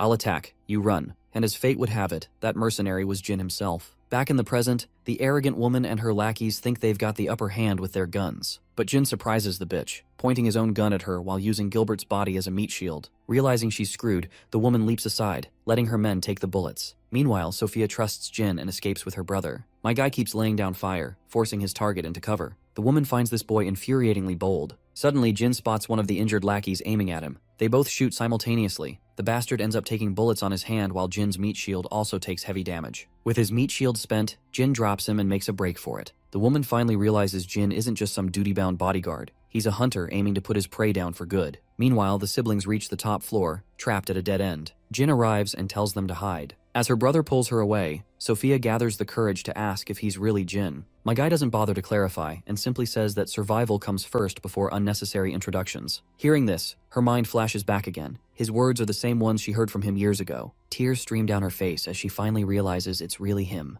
Meanwhile, one of the goons climbs to the upper floor, searching for our party. But he walked right into Jin's ambush, ending up costing his life. But turns out it was just a decoy for this bitch of a woman to catch our boy off guard. With her gun pointed at him, my guy responds with lightning-fast reflexes and throws her off course. With his next elbow smash, he knocks the gun out of her hands. This bitch isn't without her tricks either. She had been hiding this little dagger for close combat situations and manages to put a cut on Jin's arm. She then charges at him to take another shot, fully prepared to push Jin to his limits. Before she can act cocky with her weapon in hand, my guy pulls up the secret little sharp projectile and gives her a nasty wound. It's the same projectile he used to immobilize that traitor. Despite this, the woman lunges forth once again and tries to take shots at our guy, but she just can't keep up with his speed. After avoiding her every strike, he delivers one of his own, giving her a nasty cut over her cheek. Jin then grabs her armed hand and starts beating her. Even though she is trying hard, she simply isn't capable enough to overpower him. She finds it absurd that this brat can fight better than her. For someone who was acknowledged in that hellish forest and overcame numerous trials, getting pushed back by a mere brat is very humiliating. With each second ticking away, she's getting desperate, and my guy capitalizes on that by landing a precise strike to her face, making her nose bleed. They take another round of respite, and that's when reinforcements arrive, leaving the woman no choice but to retreat for now. The next day, at Sophia Bore's hotel residence. Her brother can be seen expressing his gratitude to our boy for what he did yesterday. Once again, my guy downplays it, saying it was all just part of his job. By now, Blondie has heard this line plenty of times, but now he finally realizes just how much these words mean for Jin.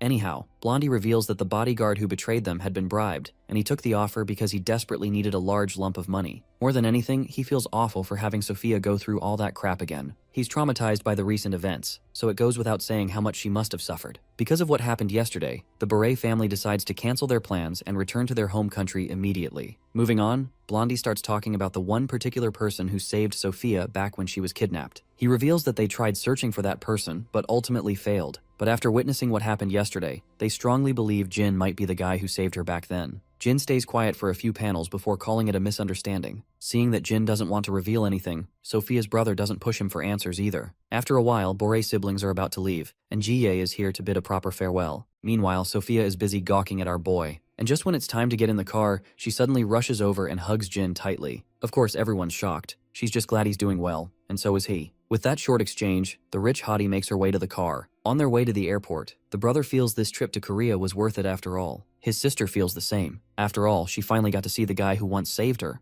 A few days pass and we find ourselves at SW's training area. After the session ends, everyone surrounds Jin, bombarding him with questions. Turns out my guy shared the bonus with everyone, the bonus he got for protecting the Bore siblings. They all feel guilty yet grateful for sharing a reward that only he truly deserved. As the chat continues, Jie watches from the sidelines. For her, Jin has always been a mystery, and nothing has changed. Her bodyguard also feels a swell of pride knowing a guy with such a unique mindset is working in their ranks. Jin has always had a positive influence on the entire security team. Ever since he joined, teamwork has improved. Even though the training difficulty bar has been raised lately, no one complains. At that very moment, Yona and Daeyeon walk into the training area. The second GA notices Daeyeon. She instantly guesses she's Jin's younger sister. While the girl is busy paying respect to her seniors, Yona explains she purposely brought Daeyeon along since she'd never been here before. It doesn't take long for others to notice this sweet girl and swarm her. That little scene puts a smile on Jin's face, a sight Jai doesn't see often. It's always when his family is involved that he shows that kind of expression. A while later, the duo is out grocery shopping, but the girls around them are practically melting inside at the sight of that charismatic man in front of them. And when Jin smiles while casually chatting with his sister, he looks so damn good that the girls are absolutely flustered, ready to lose it if given the chance. A while later, Jin is back to his usual exercise routine in his apartment. Suddenly, he recalls the phone conversation he had with 006. Apparently, 002 is out there hunting Mad Dog for blood, but there hasn't been a single trace of the man. So right now, 002 and his team are at a standstill after losing the last lead they had. As for 006 and 032, they tried searching for him themselves, but they've got nothing either. Jin then remembers the scolding he once received from Mad Dog after disobeying his orders. He was told to kill everyone in sight, but Jin argued that the targets weren't soldiers, just civilians. So instead, he focused on retrieving the objectives rather than slaughtering innocent people unnecessarily. Despite that, Mad Dog kept hammering him about disobeying orders. Jin barely managed to survive the man's wrath, only escaping with one final warning. If it ever happened again, only death would await him. Now in the present, it's clear Jin never liked that guy's twisted mindset. Right at that moment, Iona shows up with some fresh fruit, but she picked the wrong time. At first, she's flustered seeing him half naked, but then she's horrified, so much so that the fruit plate slips out of her hands when she sees the scars covering his body. As if that wasn't enough drama, Grandpa pops up too, and he nearly falls sick from the sight. When Jin quickly puts his shirt back on, both of them only have one question. Why does he have so many scars? Once again, their question drags Jin back into the flashbacks of his horrific war experiences. But thankfully, he doesn't have to explain to his family how he got them. Grandpa assumes they must have come from that tragic plane crash, and Jin cashes in on the excuse. Given how terrifying those scars look, his family can only imagine the pain he must have endured. Some days later, the siblings can be seen walking home from school, but someone is watching them closely, and that someone is none other than Mad Dog, who's still after 001's blood. Back in class, we see the usual group of friends hanging out. Jaehyung suggests crashing their hideout for some gaming fun, but it seems Jin already has plans with his grandpa. Lately, they've been playing more competitively, because Youngchan wanted to record gaming videos for his YouTube channel. So Jaehyung feels like he's missing out on the casual gaming they used to have. Not long after, Yona chimes in too,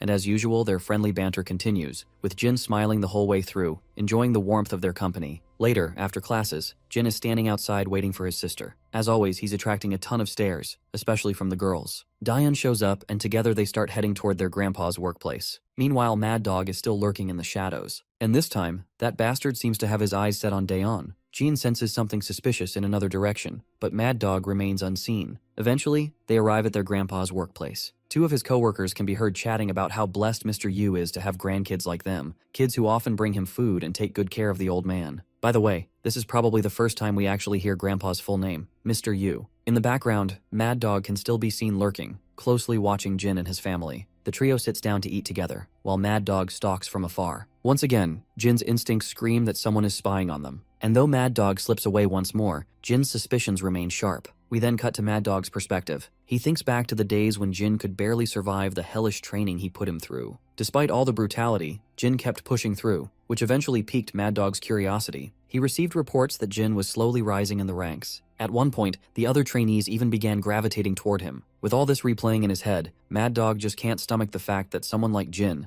a perfect tool of destruction, has slipped out of his control. We then cut back to the apartment, where Daeyeon and Jin are having a late-night snack. Of course, the snacking is just an excuse for the two of them to spend some quality time together. After a while, Jin heads back into his room, pulls out his flip phone from the drawer, and gets a call right at 9 p.m. It's 006, updating him about traces of Mad Dog. From what the guy knows, that bastard seems to be after Jin specifically. Still, he warns Jin to take the info with a pinch of salt since he isn't 100% sure about Mad Dog's motivation. Regardless, it's a reminder for his friend to stay sharp. The call ends, leaving Jin to reflect on his situation. But suddenly, Daeyeon comes in, worried that Grandpa isn't answering his phone. That's why she wants to wait for him at the bus station. It's concerning. He's not even replying to texts. Of course, Jin orders Daeyeon to stay put while he goes to check himself. And he says it with a smile, just so she doesn't get suspicious. As he heads out, he keeps trying to reach Grandpa. Finally, someone picks up the call, but it's not the Grandpa who's talking on the other end. The voice completely shocks Jin through and through when the worst possible outcome becomes reality. At first, Mad Dog had a hard time believing that the schoolboy he'd seen was actually Jin, so he thought they just looked similar. But soon he realized they were the same person. Mad Dog is pissed that my guy is living a peak life after ruining his, as if nothing happened. The bastard keeps patronizing Jin just because he's holding his grandpa hostage, though he assures Jin that the old man is alive, at least for now. Jin insists on hearing his grandpa's voice, but the bastard ignores his request. Instead, he lays out his own terms, warning Jin not to bring anyone along. If he does, the old man might end up losing his life. Before hanging up, Mad Dog tells him not to miss any calls from unknown numbers, since he won't be using the same phone every time. He'll send the details of his whereabouts through text. And lastly, he makes sure to threaten Jin by bringing up Daeyeon too. Once the call ends, Jin runs around in a frenzy to get to Daeyeon. He even dials up her number to reach her as soon as possible. By the time he climbs up to his apartment, Daeyeon is already missing, much to our boy's shock. The only thing he finds there is her phone.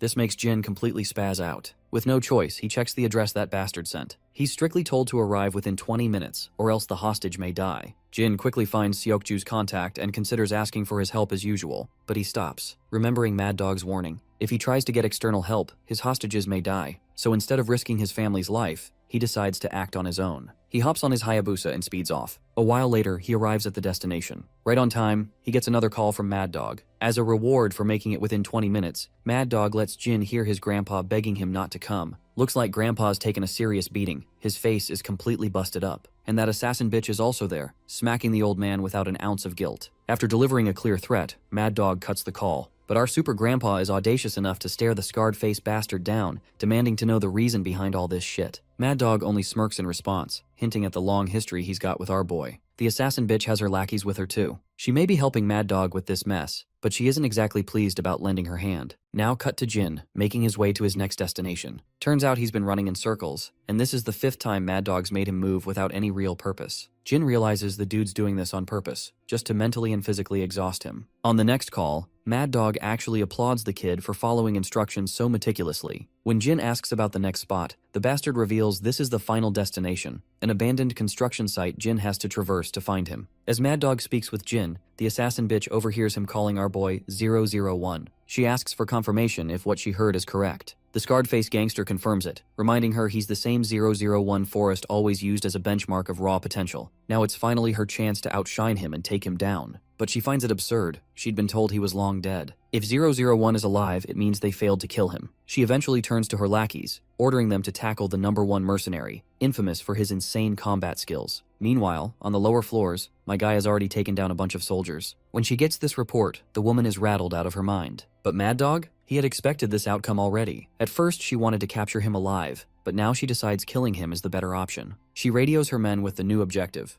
kill the target at all costs. Taking down the best of the numbered mercenaries has always been Forrest's long-standing goal. If she scores this kill, she can easily climb the ranks within Forrest. Meanwhile, Jin is racking his brain, trying to figure out where Mad Dog might be hiding. He can't decide if the bastard's underground or above ground. Suddenly, his phone rings, Mad Dog warning him about Forest soldiers in the building. Now, Jin's objective is to survive the Forest soldiers before approaching Mad Dog. And as usual, if he fails, he'll never see his family again. Just as the call ends, the assassin bitch's lackeys start swarming the place. But before they can catch him, my guy rains down bullets on them, giving them hell. He pushes forward, mowing down the other guards too. These soldiers are just fodder. Their only purpose is to supply our boy with more ammo. He keeps advancing, dropping enemies left and right. One soldier reports Jin's exact whereabouts to the assassin bitch. Hearing he's gone underground, the woman thinks he's made a big mistake. She orders her lackey, Charlie, to trap him down there. Meanwhile, the beaten-up grandpa hears all of this, his mind racing with a million questions he wants answered. The soldiers advance on our boy, but he takes them down with ease. When his gun finally runs out of bullets, he knocks one guy out cold with a kick. Another tries to shoot him point blank, but Jin reacts with lightning speed and smashes the bastard's head in with a precise strike. Then he loots the unconscious sucker. Another soldier squirming on the ground aims at him,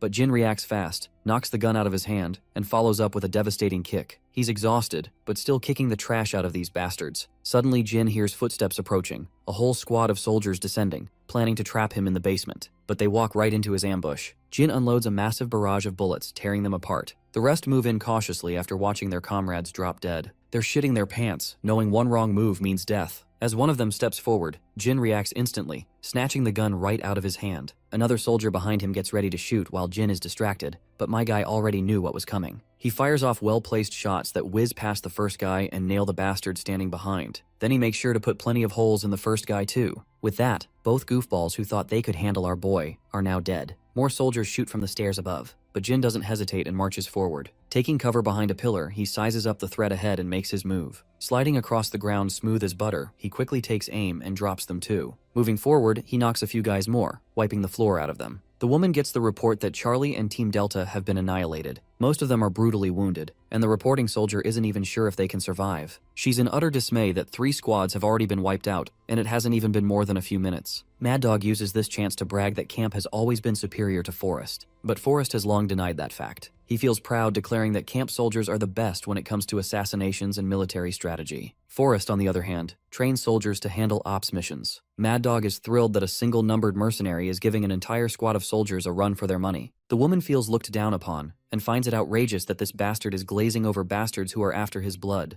The big guy just chuckles. The woman, however, has already made up her mind. She's going to personally execute 001. Until then, she tells her soldiers to wait. She thinks she's more than enough to defeat him. We then cut to Jin, traversing his path with utmost caution. And as soon as that bitch starts descending the stairs, the clash erupts between the two assassins. Jin somehow manages to injure her hand badly, but he himself is already pretty banged up. As she descends further, she introduces herself as Anna, a codename from Forest. She claims she's heard a lot about Jin from the many soldiers trained in that camp. He's supposedly the best of the best among all the numbered mercenaries, but she also knows him as a traitor who betrayed his own kind. Jin doesn't give a damn and shoots. After throwing her off course, he dashes out of there. That's when the woman suddenly realizes something. The way Jin fights is exactly like the guy she dealt with during her previous mission. She proceeds cautiously, while Jin relentlessly unloads bullets one after another. Finally, it clicks in her that the reason she got busted by a mere bodyguard back then was because she was up against 001, not some random guard. She hopes Jin remembers the promise she made to come back. Now that she's been handed a golden opportunity, she won't let it slip. She promptly throws a stun grenade. Before it detonates, Jin runs as fast as he can, but still takes the blast's toll. The woman seizes the chance and unleashes a barrage of bullets. Jin quickly throws his jacket in her path to throw her off guard, then fires at her blind spot. The woman manages to dodge the shots.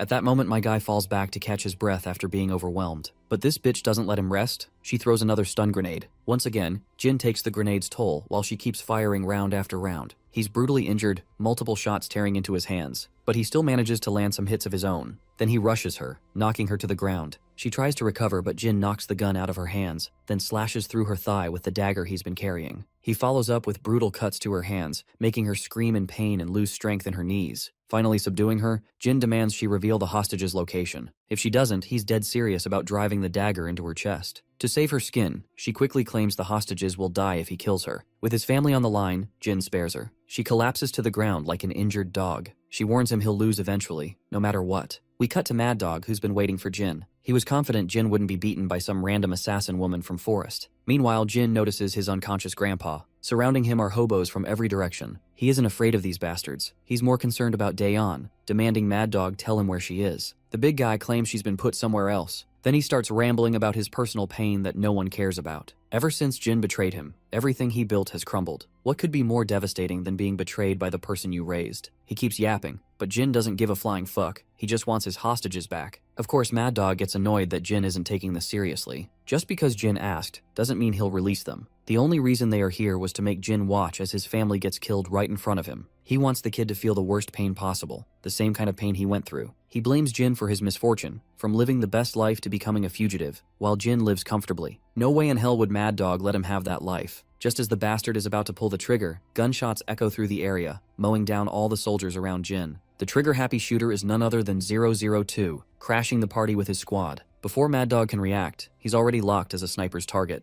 002 expresses disgust at Mad Dog's actions. To think he'd collude with Forrest and take hostages. Then he turns to Jin, disappointed that Jin spared enemies. But 004 thinks Jin did a decent job. Since our boy left survivors, 004 had a blast executing them. He especially enjoyed taking down that seasoned Forest soldier. 002, meanwhile, keeps berating Jin for letting enemies live. After all, leaving survivors can only lead to more dangerous outcomes. Despite being cornered, the bastard starts laughing like a maniac. He admits he didn't expect this outcome. But still, he's prepared for the worst. Or at least that's what he believes. He reminds Jin about his sister, who's still his hostage. If Jin really wants to save her, he has to fight all the numbered mercenaries and somehow survive. Of course, this comes as a huge shock to Jin. How the hell is he supposed to fight his own family members? The bastard, on the other hand, keeps egging him on. But 002 quickly drills a bullet into the bastard's thigh and shuts his annoying mouth. Turns out, 002's team has already taken care of people who had Daeon hostage. Mad Dog refuses to believe it, so 004 points out that there were 3 guys he personally took down, and after fighting them, he could tell they weren't seasoned Forest soldiers. The muscle-bound teammate crushes Mad Dog under his massive leg and tells Jin that his sister is in the black van parked outside. Jin can hardly believe what the hell is going on, but this is the reality, he's got to face it.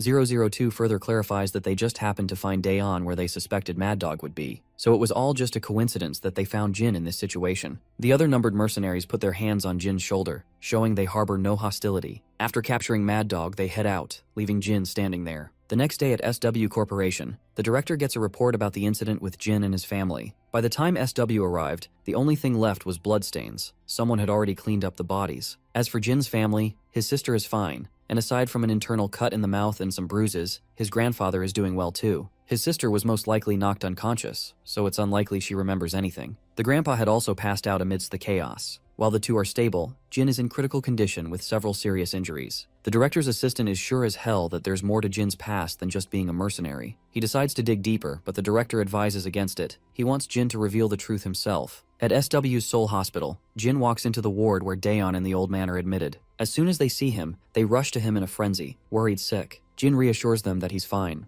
Then, he apologizes to his family, deeply remorseful about what happened. But Grandpa doesn't let him finish. He hugs him instantly, not wanting Jin to feel uncomfortable. No need to talk about it unless Jin feels like it. Later, Jin explains everything to his family. The recent events were because of someone who held a grudge against him, dating back to his mercenary days. The people who helped him were his comrades from back then. On a side note, Jin doesn't really elaborate on his past as mercenary in camp. He just revealed little about the time he worked with the Commander Kang. Once again, he apologizes for dragging them into his mess. Daeon is practically stunned by the lore dump, while Grandpa takes it in calmly, grateful that Jin had the courage to open up. As Jin walks down the corridor, the director calls out to him with good news that he'll be discharged today. After leaving the hospital, Jin thanks SW for the help, but the old man brushes it off, saying most of the cleanup was already done before he even got there. All he had to do was wipe the last traces. Moving on, the old man asks if Jin told his family everything. Jin confirms. Though he left out most of the details, he only admitted to being a mercenary. For now, the less they know, the better. The director is curious about the secrets Jin is still hiding. This surprises Jin. He thought the director already knew everything about his past before his mercenary days. But the director says he'd love to hear it, only if Jin is comfortable. Of course, Jin politely refuses. Cut to 002 and his team. They've been torturing Mad Dog for a while, but that hardhead refuses to talk. The only way they can figure anything out is by raiding his hideout. After all, Mad Dog led camp for years, so it's not like he'll spill just because of torture. Putting Mad Dog aside, 004 asks his senior what they're supposed to do with 001. 002 doesn't respond immediately. Then one of the guys points out something crucial. When Mad Dog ordered Jin to kill them to save his family, Jin didn't move. If 001 had truly seen them as enemies, he would have attacked the moment his family was threatened. 002 decides to put Jin's case aside for now and deal with Mad Dog first. The scene then shifts to Forest HQ, where the boss gets a report that Anna and Mad Dog are missing. Even the lackeys she brought along are gone. The only explanation is that they were attacked and wiped out without a trace. The big shot orders his men to figure it out. Did Mad Dog betray them, or did someone else mess with Forest? Back with Jin's family. Before heading up to their apartment, Jin stays behind, telling his family he'll join them shortly. Once they're gone, he meets his friends 006 and 005, who showed up after hearing what happened. Jin assures them he got a little help from 002 and everything is sorted out. His friends are bewildered that out of all people, it was 002 who helped him.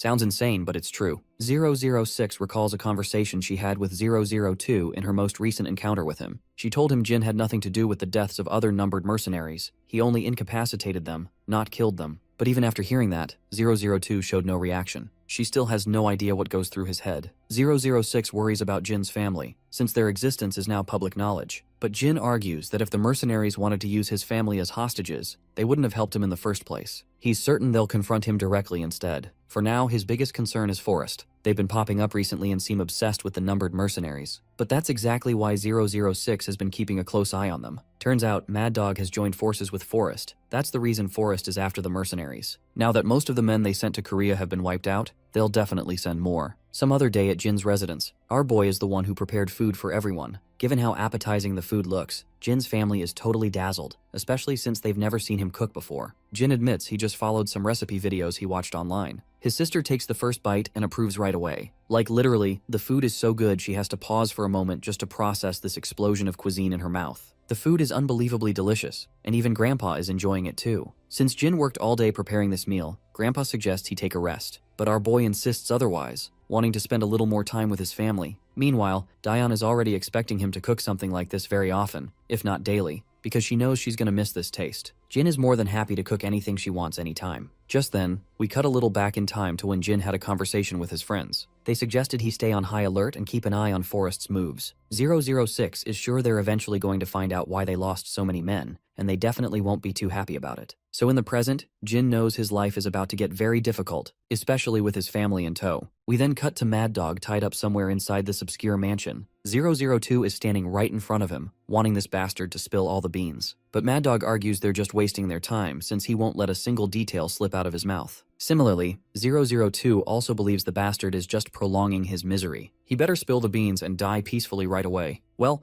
since Mad Dog knows he's going to die either way, whether he talks or not, he decides to make it hard for them too. 002 keeps egging him to just reveal one single detail he wants, promising his death will be as painful as it can get. Out of curiosity, Mad Dog considers learning what he exactly wants to know. The edgy guy finally spills his question, demanding to know who killed the numbered mercenary the day 001 ran away. Of course, Mad Dog spins that same old story, trying to make them believe that 001 betrayed the numbered mercenaries and killed everyone. Obviously, this isn't the answer 002 wants to hear, so he asks again. Once again, Mad Dog sticks to his guns, repeating the same line. First of all, Mad Dog expresses his amazement at how the numbered seem to have bonded so well, especially since they were never given the liberty to get close to each other, and everyone was just too broken for that kind of thing. Mad Dog had never cared about friendships. All he focused on was honing their battle skills and making them into perfect war machines. Eventually, he claims he doesn't know who's behind their deaths. This is all he knows, and no matter how meaningless this information may sound, though he's sure as hell it wasn't 001 who killed them, all he did was incapacitate the guys who radioed Mad Dog himself. 002 promptly inches the barrel of his gun closer, making sure his senior's death is as painful as possible. Before dying, the big guy really wants to know why everyone seems to believe in 001 so much. 002 tells him it's because they're broken, something Mad Dog himself had just said. Mad Dog's mind flashes through the few life moments he shared with his children, the numbered mercenaries. And with that, he's finally put to sleep.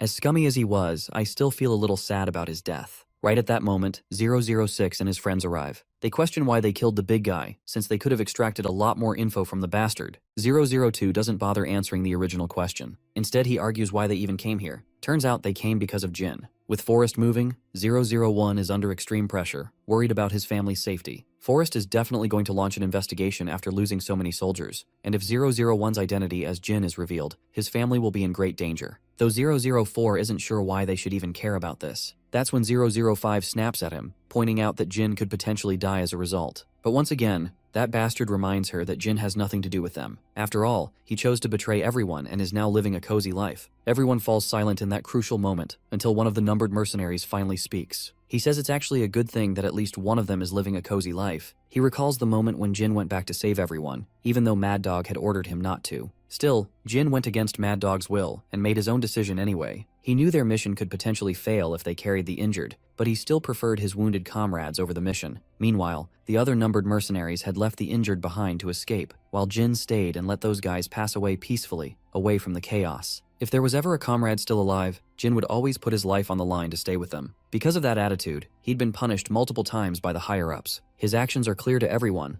and it's something they shouldn't ignore. With that said, the mercenary believes Jin has every right to live a normal life with his family. Once again, silence follows, this time broken by the Big Cheese, who makes the final decision. He wants to attack the forest base Mad Dog had told them about, but instead of going overboard, he plans to avoid the major bases and go after the smaller ones, including 004 and 005. He and the two will lead 3 teams, each moving independently. Not only Jin, but every numbered mercenary is being hunted by Forest. So before the enemy reaches them, he wants them to reach the enemy first. No one objects. They all express their willingness for this endeavor. Not long after, Jin hears the good news directly from 002. He's told they're splitting up across different countries to destroy some of Forest's bases. If attacks start happening here and there, Forest will be too distracted to track down Jin. Everyone wants him to live the life he's chasing, and 002 especially wants him to live fully, so that betraying everyone feels worth it in the end. With that, the call ends, leaving Jin lost in thought for hours. Eventually, he gets back to his usual exercise. Just as he's catching his breath, his sister shows up. She's here to have a little chat, and to express her gratitude to his comrades who saved her. She asks Jin to pass on her thanks to them. Since she was unconscious during the kidnapping, she doesn't remember much beyond someone entering their house. By the time she regained consciousness, her hands, legs, and mouth were tied, and her eyes were blindfolded. But not long after, there was noise outside, and someone untied her. While still blindfolded, that person assured her he'd take her back to her brother. The voice was cold, but not intimidating at all. They didn't remove her blindfold so she couldn't see their faces, but throughout the entire way back, they treated her carefully. When they guided her to the car, their gestures felt kind, not hostile. While driving, they made sure she didn't lose her balance, even adjusting their movements to be gentle. To her, this was clear evidence they were Jin's closest friends, and she's deeply glad for it. Jin is at a loss for words after hearing this, but eventually admits with a smile that he considers them his family. At her insistence, he also promises to thank them on her behalf. We then cut to some big shot from Forest, who gets the terrible news. 3 of Forest's bases have been hit. Each base was attacked on the same day, at the same time. Coincidentally, they were remote bases, not the major ones. After processing the information, the big shot is certain this isn't a coincidence. When he demands to know who attacked, the lackey reports that the numbered mercenaries are under suspicion. He adds that Mad Dog was supposed to attack them, but instead he was the one who got taken down. These recent hits are clearly a warning from the numbered mercenaries about siding with Mad Dog. By now, the big shot is sure his men, along with Anna and Mad Dog, were all taken out by the numbered. For now, he advises his lackey to practice caution and not go after them just yet. In the following days, we see Jin walking to school. Some girls suddenly approach him and start asking for his number, but Jin politely declines since he doesn't feel comfortable sharing personal info with people he doesn't know. As the girls swarm him, Yeona is watching all this from a distance. His friends are also there, getting all jealous over how this guy is pulling all the bitches. Even Yeona can sense the burning jealousy coming off Jaehyung, but the guy throws the shade back at her, asking if she doesn't feel bothered seeing Jin surrounded by girls. Of course, the girl feels embarrassed at what they're implying and feigns ignorance, questioning them back why she would even be bothered. But her friends know all too well, and they insist she drop the act. Whenever Jin isn't around in the cafe or their hideout, her mood is always a little down. With Jin around, she's energetic and upbeat. The girl feels totally spazzy, embarrassment painting her face. They keep pressing her, wondering if she's acting oblivious on purpose, or if she really never realized it herself. Eventually, the girl gets mad, twirls on her heel, and storms off. By now, one thing is for sure, the girl is just too shy for this kind of thing. In class, Yona's mind is still clouded by what just happened earlier. In her contemplative moment, she sneaks a look at Jin, and when our boy glances back, she gets flustered again and quickly turns her head away. In the following scene, we see Seokju and Jin doing drills in the SW training area. Meanwhile, Yona is sitting in the office with her cousin Jie. She asks her senior about her relationship situation, wondering if things are going well with her fiancé. Seems like Jie isn't in the mood to talk about it, so Yona doesn't push. Jie also knows she's just here killing time while waiting for Jin, but Yona flat out denies it, saying she's only here to meet her cousin. But the big girl knows that's a blatant lie. Anyway, she quizzes Yeona if she's enjoying living a life without stressing about companies. Yep, you can tell our girl likes this kind of life a lot, and Jie is glad she's doing well. Speaking of normal life, the senior throws another question, asking if Yona has confessed to Jin yet. That catches the girl off guard, leaving her not knowing how to react. GA reminds this gullible girl that Jin is a very popular guy, so it wouldn't be surprising if girls keep approaching him. In fact, most of the female staff at SW have a crush on Jin. And let's not forget about Sophia, who came not too long ago. She's also interested in Jin. That's right. The daughter of the head of the Beret family wants to snatch Jin all for herself. And if GA's being honest, there are probably a bunch more out there who want to be with him. It's a nightmare situation for Yona, and she feels utterly petrified the moment she thinks about it. GA also recalls Jin once saying he doesn't have the right to like someone else, which clearly suggests Jin might already have someone in mind. So, in a way, GA is glad Yona hasn't confessed yet, since rejection seems obvious. Though, she's not entirely sure if she's interpreting Jin's words right. Still, it wouldn't be surprising if it were true. He's so young, and yet, there's already so much going on with this guy. Yona leaves the office with a devastated look. A while later, she runs into Jin and Seokju.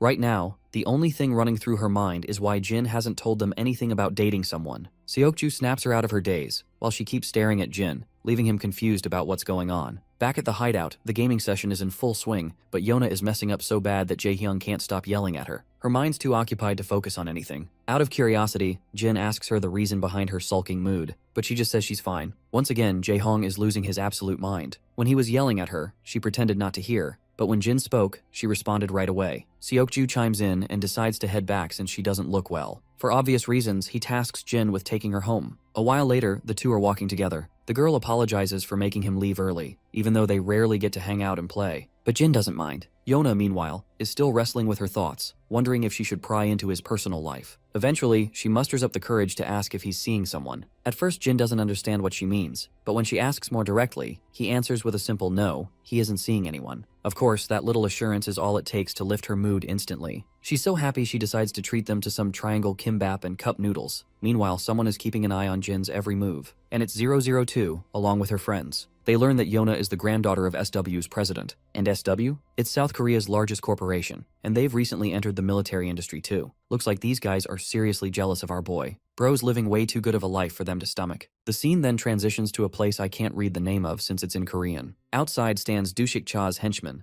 while inside, Cha is staring at a photo of an old man, most likely his grandfather, who hated his grandson for living a gangster life. Right then, his sister shows up. Seeing him, she is sure he must have also come here to commemorate their grandfather's death anniversary. The gangster agrees, but he's curious why Hyunsoo hasn't shown up. To that, the girl reveals Hyunsoo is busy with work, so he couldn't come today. Though honestly, he's not the type to come even if he wasn't busy. After paying his respects to the old man, Cha is on his way. As he steps outside, his henchmen rush to cover him with an umbrella. On the way, Cha's mind drifts back to a particular memory, where his grandfather yelled at him for stealing a motorbike. Since the shop belonged to his grandfather, he was punished by being forced to work there without pay. Then, in some other memory, he embarrassed his grandfather by beating the crap out of school kids. In the present, when they finally arrive at their apartments, they spot Jin's grandfather gathering trash and cleaning the streets even though it's raining cats and dogs. After parking, Cha walks over to the old man and suggests he should wait until the rain stops. But the old man argues that if he rests just because it's raining, the trash will just pile up.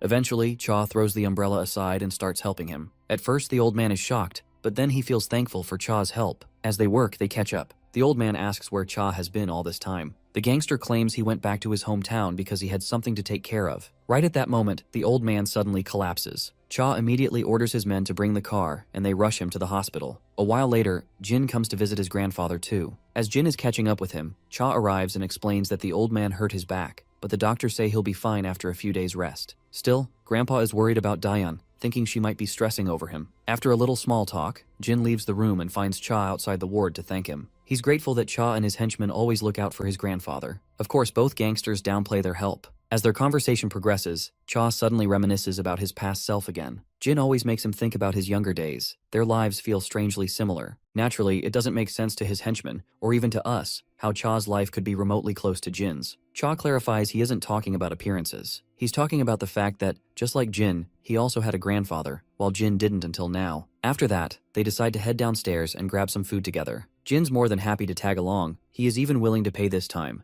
But Cha doesn't get how a high schooler is going to cover the bill for two grown men. Seems like the gangster forgot our boy works at SW as a bodyguard, and their salary package is pretty damn handsome. As soon as his lackey reminds him of this little fact, Cha doesn't even feel the slightest shame and makes it clear he's ordering beef rib soup. But their eating plans go straight down the drain. The henchmen just got word that Hyunsoo showed up on their turf, a piece of news that seriously concerns Cha. Cutting to the guy in question, he's out here acting all high and mighty, bossing around Cha's men like they're his lapdogs. Then Cha arrives, and as soon as he sits down, Hyunsoo starts complaining about the staff. But Cha isn't here for that bullshit. He wants him to cut the crap and get to the point. Turns out Hyunsu is here for cash. He claims he wants to start a new business. The funny part is that this isn't the first time he's pulled this trick to swindle money from Cha. This time, he swears he won't fail, and that he'll finally establish a successful business. Of course, Cha politely turns him down, and Hyunsu immediately tries to gaslight him. He even drags their deceased grandfather into the mix, saying the old man always bailed Cha out whenever he caused a mess. Still, Cha sticks to his guns, reminding him that's exactly why he lent him money before. Despite all that, Cha is still generous enough to offer him some pocket money, just because Hyunsu came after so long. But he makes it clear that he can't spare a single penny for some half-baked business plan. Of course, Hyunsu pushes harder, pointing out that Cha already runs successful businesses, so why is sparing some money an issue? The gangster just sighs, not thrilled to point out that his businesses aren't exactly printing cash lately, and on top of that, he's got staff to take care of. That's the breaking point. Hyunsu finally snaps, furious that Cha supports his lackeys but won't help his own brother. He points out those same lackeys already have multiple business ventures thriving, all thanks to Cha. Since the gangster doesn't want this to get ugly, he asks Hyunsu to leave at once. It's here we learn that Cha isn't actually the blood-related grandson Hyunsu is. This fact makes Cha drift back into another memory, the time his grandfather paid him his very first wage. Back then, he couldn't understand why the old man gave him the full amount, even though he still owed for the stolen bike. But the truth was, the old man wasn't the type to exploit kids. For him, not paying a boy who worked hard would have been shameful. The old man wanted him to feel the taste of hard-earned money. Back to the present, it's clear Cha is applying that same principle to his brother. Work hard, earn big, that's all there is to it. So for now, he only offers pocket money, nothing more. Enraged, Hyunsu storms out without taking a single cent. On his way out, he remembers how their grandfather took in this orphan bastard and turned him into the successful man he is today. And yet Cha dares act all high and mighty. Pushing past staff in anger, Hyunsu eventually comes across Jin. He confronts the high schooler, questioning why he's even here. When Jin doesn't respond, Hyunsu lashes out with that sharp tongue of his, then goes as far as to try and hit our boy. Lucky for him, Cha's henchman intercepts and grabs his hand. Otherwise, the consequences would have been severe. The henchman warns him to leave without causing a scene. But of course, this cocky bastard doesn't like being bossed around, even though in reality, he should be grateful someone just saved his sorry ass from getting wrecked. Right then, Cha also shows up, questioning the kid about his visit. Jin reminds him about the agreement they had to eat outside. A while later, we see Cha back at his turf, thinking about setting up a small fried chicken shop for his brother. His henchman warns him that Hyunsu will just run it into the ground. If that dude was the hardworking type, he would have achieved something in his life already. Suddenly, Cha's phone rings, and it's Hyunsu's sister, apologizing on behalf of her brother. Cha doesn't really get why she's apologizing. The girl isn't happy that Cha always supports Hyunsu with money, yet the guy keeps begging every damn time, with zero conscience whatsoever. She says he's been acting weird lately. He borrowed a lot more money from her than usual, then asked for even more, even though he still hasn't paid the last one back. Rumor has it he's been hitting up others too, which means he's neck deep in some shady shit. She feels ashamed to say this, but asks Cha to help him one last time. Cutting to the man in question, Hyunsu is desperately thinking of anyone he can ask for a loan. Looking at his phone, he sees that Cha sent him 1,000,000 won pocket money. But Hyunsu wants way more than that. Suddenly he gets a call he really doesn't want to answer. As if on cue, the guys calling him are now standing right in front of him. They're pissed that he ignored their calls all day. Before he can spit out an excuse, they order him to follow them as the boss wants to meet him. Eventually, we cut to the big cheese, casually practicing golf inside his house. Meanwhile, Hyunsu is trembling like a scared puppy. As you might have guessed, Hyunsu owes this man money, and he wants it back now. Before things get ugly, the poor bastard tries to explain that he went to get money from his brother in Seoul. Hearing Cha's name, the big cheese goes on high alert, as if he already knows him. The scene shifts back to the past. Cha had just gotten the shocking news that he'd be inheriting the motorbike shop after the old man's retirement. The old man was certain Hyunsu wouldn't be able to handle the shop. He believed the rascal would just sell it off and gamble away the money. It pained him to talk down on his own grandson, but facts were facts. That dude was way too deep in street crimes, gambling, chasing women. All of it was just fun to him. Though the old man made it clear to Cha that he won't get the shop for free either. He had to keep running it and keep supporting Hyunsu and Yurim financially. As for the old man, he already had enough saved for his retirement. Right then, Cha's phone rings, snapping him out of his old memories. It's Hyunsu, and he's being forced to call and somehow lure Cha in. So Hyunsu bluffs that he's holding a soft opening for his new business tomorrow and wants his brother to come. As for the money, he claims he borrowed it from someone else to establish this business. He makes Cha believe he's finally turned into a responsible man, ready to live a decent life. Cha doesn't suspect a thing. He's just glad for his brother, promising he'll definitely attend and won't be late. After the call, we cut to Hyunsu again.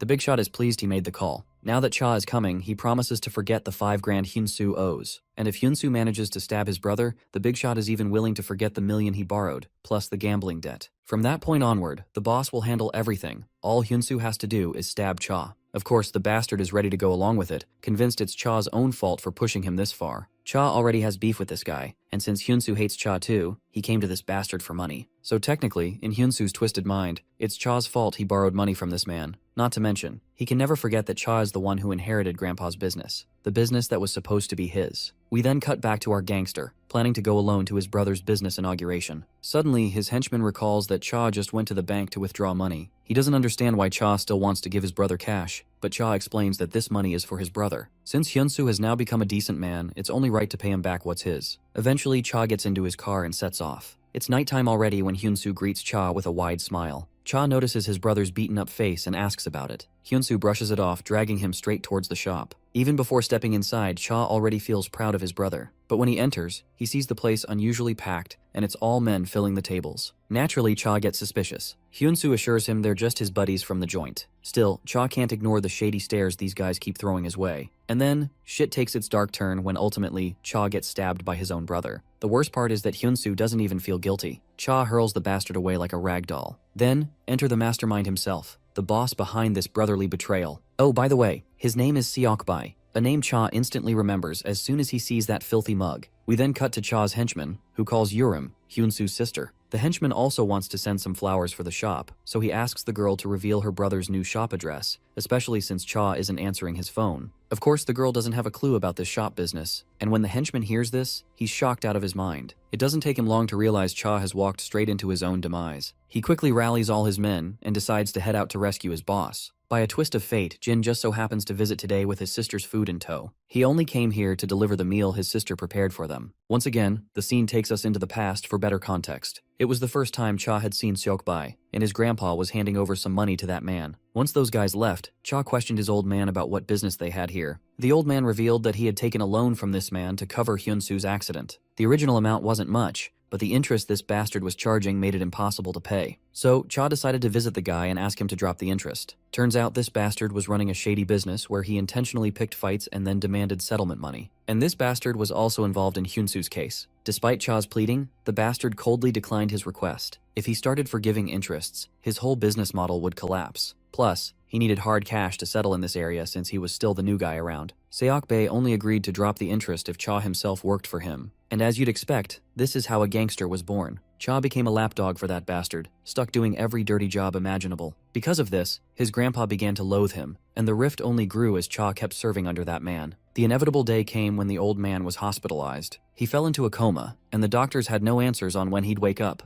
Turns out, he couldn't repay the money he borrowed, so his store was seized, and he collapsed from the shock. Of course, this made no sense to Cha, since the only reason he'd been working for that bastard was to have his grandpa's debt pardoned. The real shocker came when he learned his grandpa hadn't borrowed any new money. It was the old debt, the one he originally took from Seokbai, meaning that bastard never pardoned the debt at all. The money Cha sent his grandpa, the old man never used either, thinking it was Cha's hard-earned blood money. Instead, he worked in factories and did manual labor just to repay the debt himself. He wanted to clear the debt on his own, and hoped Cha would accept him back once it was done. That's precisely why the old man never had the courage to face Cha all this time. It wasn't because he hated Cha for working with that filthy man. He was ashamed that he couldn't pay back the money, and his son had to pay him. That was Cha's breaking point. He literally slaughtered all of Seokbai's men. He was a hound thirsty for that man's blood. That day he beat the shit out of Seokbai, but made the crucial mistake of sparing him. And now, in the present, that mistake has come back to haunt him. It's been 10 years since that incident, and that bastard finally wants to settle the score. He still hasn't forgotten that pain, and it haunts him to this day. Cha finds it ridiculous that Seokbai used his little brother for revenge. It's laughable that this pile of filth used Hyunsu to do what he himself couldn't. This jab stings the bastard's ego, and one of his goons lunges to strike. But being the Chad he is, Cha delivers a devastating punch right to the guy. He follows up by smacking the bastard hard onto the floor. Of course, Seokbae is fuming, while our gangster doesn't miss the chance to throw another verbal jab.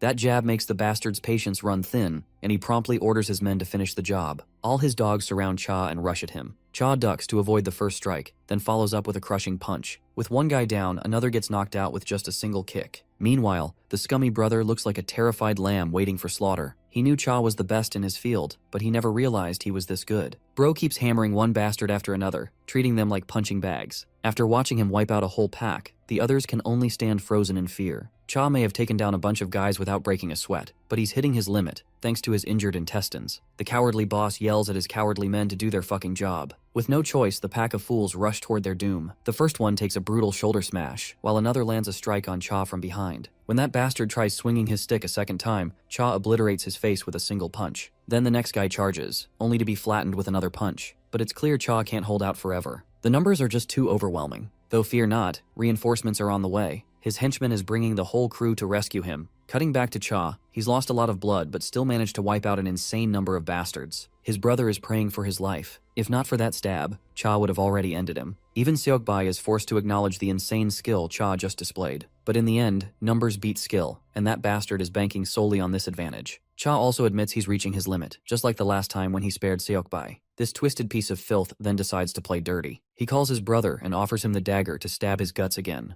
Of course, this demand clearly stuns the scummy brother on the spot, insisting that stabbing once was the part of the deal. So it's not fair that he's being forced to stab again. With no choice, he decides not to back down. But before that happens, Jin arrives, carrying his sister's food. Seeing this scrawny dude walk in with a parcel in hand, the goons start questioning each other like idiots. Who the hell ordered food? Meanwhile, Cha instantly recognizes that this isn't your average delivery boy, but Jin insists he's just here to drop off some side dishes. I'm literally laughing my ass off because the boss actually wants to grill the bastard who ordered food in a messy situation like this. Meanwhile, Jin sizes up the scene. First thing he notices is that Cha is badly wounded, while the gang leader orders his lackeys to eliminate the delivery boy. The strongest of the bunch steps forward to take Jin down, but my guy activates his ultra instincts and smacks the bastard so hard across the face that no one even realizes what the fuck just happened. They're all gawking at the scene like morons. Before continuing, Jin calmly sets the food down on the counter. The bastards lose patience and lunge at him. Jin ducks back and starts throwing kicks and punches, dropping 2 guys at once. He follows up by striking another fool. One idiot rushes in with a dagger, only to get his eyes practically popped out of his skull. My guy keeps crushing these bastards like he's crunching numbers on an abacus. The leader can only watch in horror. Meanwhile, Cha sits back and enjoys the show, because Jin isn't some disposable delivery rider like they think. And the way Jin's crushing these clowns just proves Cha's point. Let's not forget the cowardly brother, who's best at stabbing people from behind. Even he's literally shaking in his boots, watching this badass delivery driver tear his crew apart. And then, suddenly, he notices something familiar about Jin's stance. He's that same high schooler he ran into back at the club. Right on cue, Cha's men crash the party, only to find their bloodied boss smirking.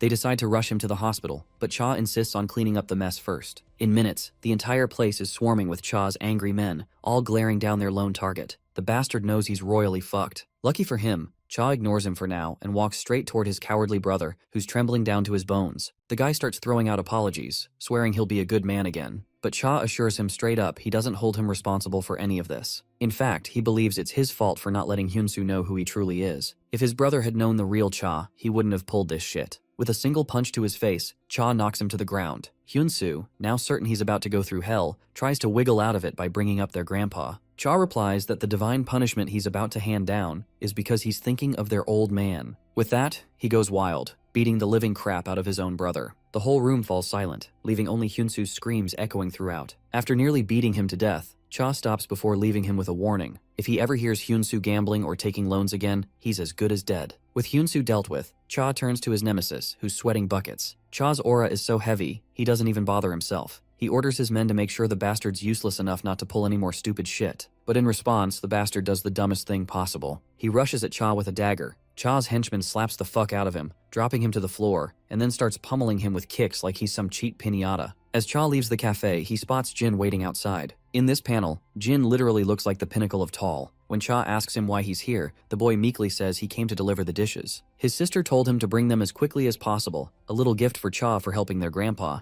This cute gesture puts a smile on the gangster's bloody face. Then Cha notices the bike Jin arrived on. It's the same bike he once gave him for free, and seeing it in mint condition tells him Jin takes care of the beast. Though Jin doesn't intend to keep it forever, he plans to return it. But Cha insists he hold on to it. He's too old for flashy bikes anyway. In fact, he never even rode a bike back in his prime. This makes Jin wonder if maybe the bike is stolen. Turns out his assumption isn't completely wrong. It was stolen, but Cha didn't steal it. He bought it. It just reminded him of the old days, so he grabbed it for the hell of it. The henchmen then decide it's time to get to the hospital. Before leaving, Cha thanks Jin for saving his ass, and takes the food with him. On the drive, his henchmen argue that Hyunsoo shouldn't be let off so easily. That bastard nearly got Cha killed, but Cha remembers the old man, the first person who ever truly mattered in his life. Despite being a troublemaker, his grandpa believed in him, trusted that he'd change someday. That's why the old man gave him the chance to live like a normal human. And to this day, Cha hasn't forgotten that moment. The old man's words still echo in his head. That's why he also wants to believe in Hyunsu, giving him a chance to fix his life before it's too late. In the following days, the scene shifts to where the numbered mercenaries are. Today, 018 is meeting a female client who wants his services. He's supposed to guard her until she leaves the country. Though the woman isn't sure one person is enough, 018 confidently says he can handle it. He even questions if she's doubting his abilities. She replies no, before reaching into her coat and shooting him on the spot. The scene then cuts to a forest official, someone we've seen before. Turns out the woman who just executed 018 is Alice, a member of Forest. But this isn't an official mission. She's acting on her own after learning about the recent tragic events. Harsh restrictions might work on others, but they can't restrain her so easily. Still, the big boss wants her back immediately. The lackey argues that they can't reach her, nor do they know her whereabouts. Then we cut back to 018, who's still alive but in severe pain. He collapses to the ground, gasping for air. We then cut back a little in time, where 018 had just gotten shot but still managed to hold his ground. The woman was bitch-slapping him with nothing but words while he tried to hide with his injuries. Back to the present, the boy isn't vibing with the fact that the woman already knew he was a number. Suddenly, someone shows up, but it's not the enemy this time, it's his comrade. The big guy is shocked to see his friend in this condition, and demands to know what happened. Of course, 018 tells him about his encounter, and a little about that woman. The big guy helps him up so they can get out of there. But it seems too late now. They've likely walked straight into a trap. A barrage of bullets rips through the gate, all aimed at the two boys. That bitch is going completely bonkers with her finger on the trigger. And when a storm of bullets isn't enough, she throws in a stun grenade, then charges in to finish off the blinded targets. Unfortunately for her, both boys are no longer in her line of sight. One of them surprises her, charging from behind with a damn table held up as a shield. With just one heavy strike, the woman gets knocked out like a toddler, giving the big guy a chance to take his own shot. But his vision still hasn't recovered from the stun grenade. He can't see shit. That gives the woman another chance to rain down yet another hail of bullets. The boys quickly fall back and she stops shooting too. She gets to her feet and cautiously moves through the apartment, trying to spot her targets. This time, she becomes the prey. 001 presses the barrel of his gun right against her skull, but as soon as the trigger's about to pull, she moves with lightning speed and somehow outmaneuvers him. She falls back, then scrambles up to cover again. 002 stays on guard. Before engaging, he signals his friend to retreat and get treatment first. The two of them promptly leave. The woman, meanwhile, is utterly pissed for not killing even a single numbered guy. Still, she's glad she got to meet 002, the current leader of the numbered mercenaries. The guy questions her identity, but with how proud she sounds, he realizes she's from Forest. In fact, 002 has heard of her, praised as the greatest assassin in Forest. Seeing her here only means one thing. The war between the numbered mercenaries and Forest has begun. The woman blames him for all this mess, the direct consequences of their actions. But 002 shuts her off because she's just talking shit. It was Forest who teamed up with Mad Dog and started hunting them. Forest even lent him soldiers. This piece of news shocks the woman, to think that Forest actually helped Mad Dog.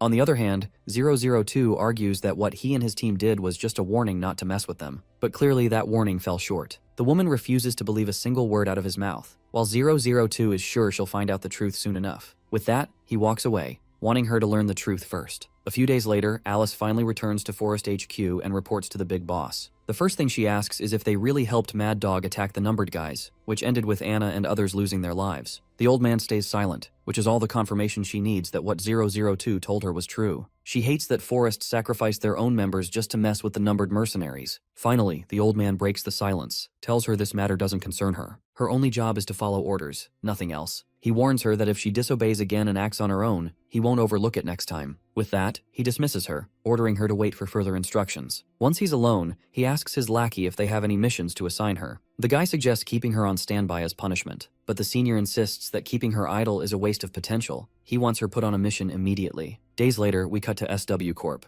Everyone's hyped, celebrating the fact that new members are joining their ranks, which means Jin will finally lose his newbie title. Jin looks confused. He doesn't get what they're talking about. His friend explained that a new security personnel has been hired. Still, Jin doesn't get why he's the only one labeled the newbie, when Seokju himself looks pretty young. This is when Seokju takes his time to gloat about being one of the OGs here. Meanwhile, the senior guard is busy conducting intros and explaining the ropes to the new recruits. And these recruits aren't just random rookies, they're seasoned veterans. Still, they'll have to go through a few months of testing before earning the veteran title they deserve. Among the recruits is none other than that bitch from Forest who ambushed the numbered mercenaries. Of course, all the guys in the room start drooling at the sight of a pretty face, but her presence here is no coincidence. To make sense of it, we cut to the past, when she had talks with the director. He wanted her to infiltrate SW and stay on standby until further orders. He built her an airtight persona so SW won't suspect a thing. Back in the present, GA's senior guard looks a little stressed because the rest of the crew keeps insisting on throwing a welcome party for the newcomers. Even though they were told these recruits aren't your typical newbies, the guys keep pushing for it. Under the pressure, Yona's senior guard finally agrees to hold a welcome ceremony and orders everyone to gather in the training hall. Jin, however, doesn't get the point of this welcome ceremony. Hearing that, everyone stares at him like he's Diddy asking for baby oil. They explain that it's about welcoming their juniors with open arms, showing them what SW's spirit is really like after throwing a few punches together. But in reality, these guys just want an excuse to rough up the newbies and feel superior about themselves. Turns out, Jin's into it too. He actually likes these kinds of rituals for occasions like this. Seems like our boy clearly misunderstood their intentions. Once everyone gathers in the training hall, the seniors kick things off with some drills. First up is a stamina test, but one of the senior guards objects, arguing that they should skip the basics and go straight to the main event. After all, these newbies are supposed to be veterans. Basic tests don't suit them. Meanwhile, Alice, yeah, that bitch, has her eyes locked on our duo Jin and Seokju. From what she's heard,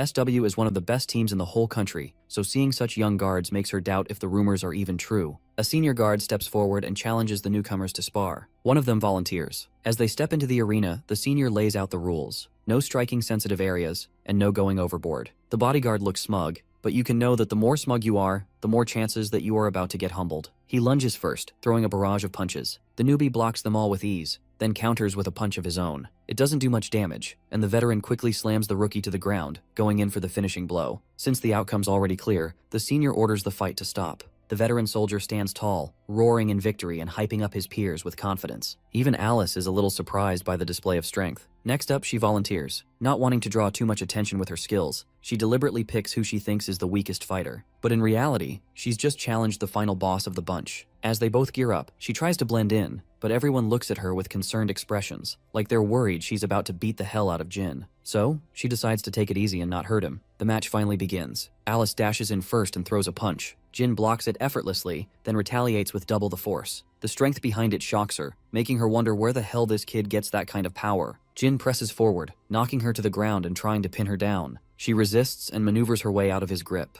By now she's certain this kid has serious close combat experience. They clash again, and Alice strikes first, but Jin blocks, grabs her hand, and twists it. Overwhelmed, she retaliates with an elbow strike. Jin doesn't budge, but she charges at him again, only to nearly eat a lightning-fast uppercut. Now she's 100% sure that this kid is the real deal. They take a breather, giving the spectators time to freak out over the intense exchange. Before things escalate further, the senior calls the fight off. Jin casually walks back, leaving Alice with way too much on her mind. She admits to herself that his combat skills are easily on par with Forrest's top agents, even if his bodyguard experience is lacking. Right then, the two goddesses grace the scene with their presence, Yona and Jie. Jie immediately realizes this is just another welcome party. After watching the fight, she and her guard are impressed that someone could actually go toe-to-toe with Jin. Alice, on the other hand, sizes up the both goddesses carefully. She's already thinking about collecting more info on SW's personnel. Later, Alice formally meets Jin, introducing herself under a fake name, Rubia Cristal. She extends her hand, and Jin shakes it, introducing himself as well. She wastes no time before instantly bombarding him with intrusive questions about his skills and experience. Jin satisfies her curiosity that he has done half a year of on-field practice. Alice is bewildered to hear this. To think that this kid is already doing field work without even being officially designated a bodyguard, it's just insane. And to make things worse for her,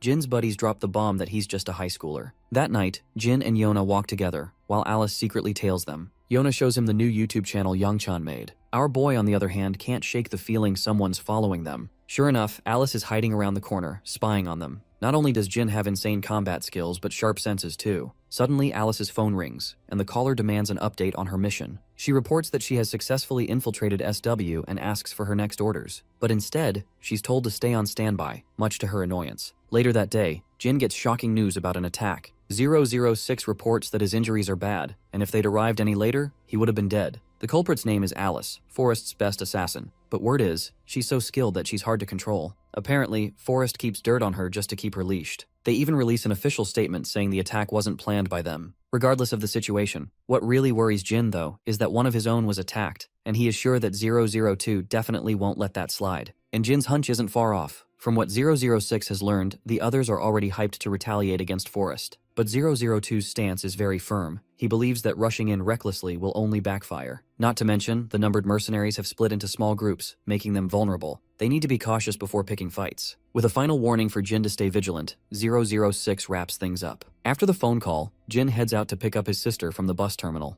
As he walks, he recalls the time when he collapsed mid-training in camp. The only one who showed up was 018, offering him an energy bar to get him back on his feet. Right then, his sister arrives and spots him across the crossing. She rushes forward to meet him, but some Gen Z idiot on a bike is too busy scrolling his phone while riding. Daeon sees the reckless driver and knows she's screwed. No way she can dodge in time. Jin knows he can't move fast enough to save her either. But luckily, that stalker bitch shows up and yanks Daeon away at the last second. Though maybe I shouldn't call her a bitch this time. She actually did something good enough to appear good in our books. Seeing a foreigner, Daeon quickly straightens up and thanks the pretty lady. She then notices Jin walking her way. Of course, our boy's still a little shaken after that close call, so he thanks her. Alice, however, doesn't get why he feels the need to thank her. Jin clears up the reason behind his gesture. Daeon's his sister. Naturally, that little fact clearly startles the woman. A while later, they grab drinks from their usual go-to convenience store. Daeon finds out this woman is actually Jin's junior from SW. Jin questions why she's hanging around here, and Alice casually informs him that she lives nearby, warning him not to be too surprised if they cross paths again.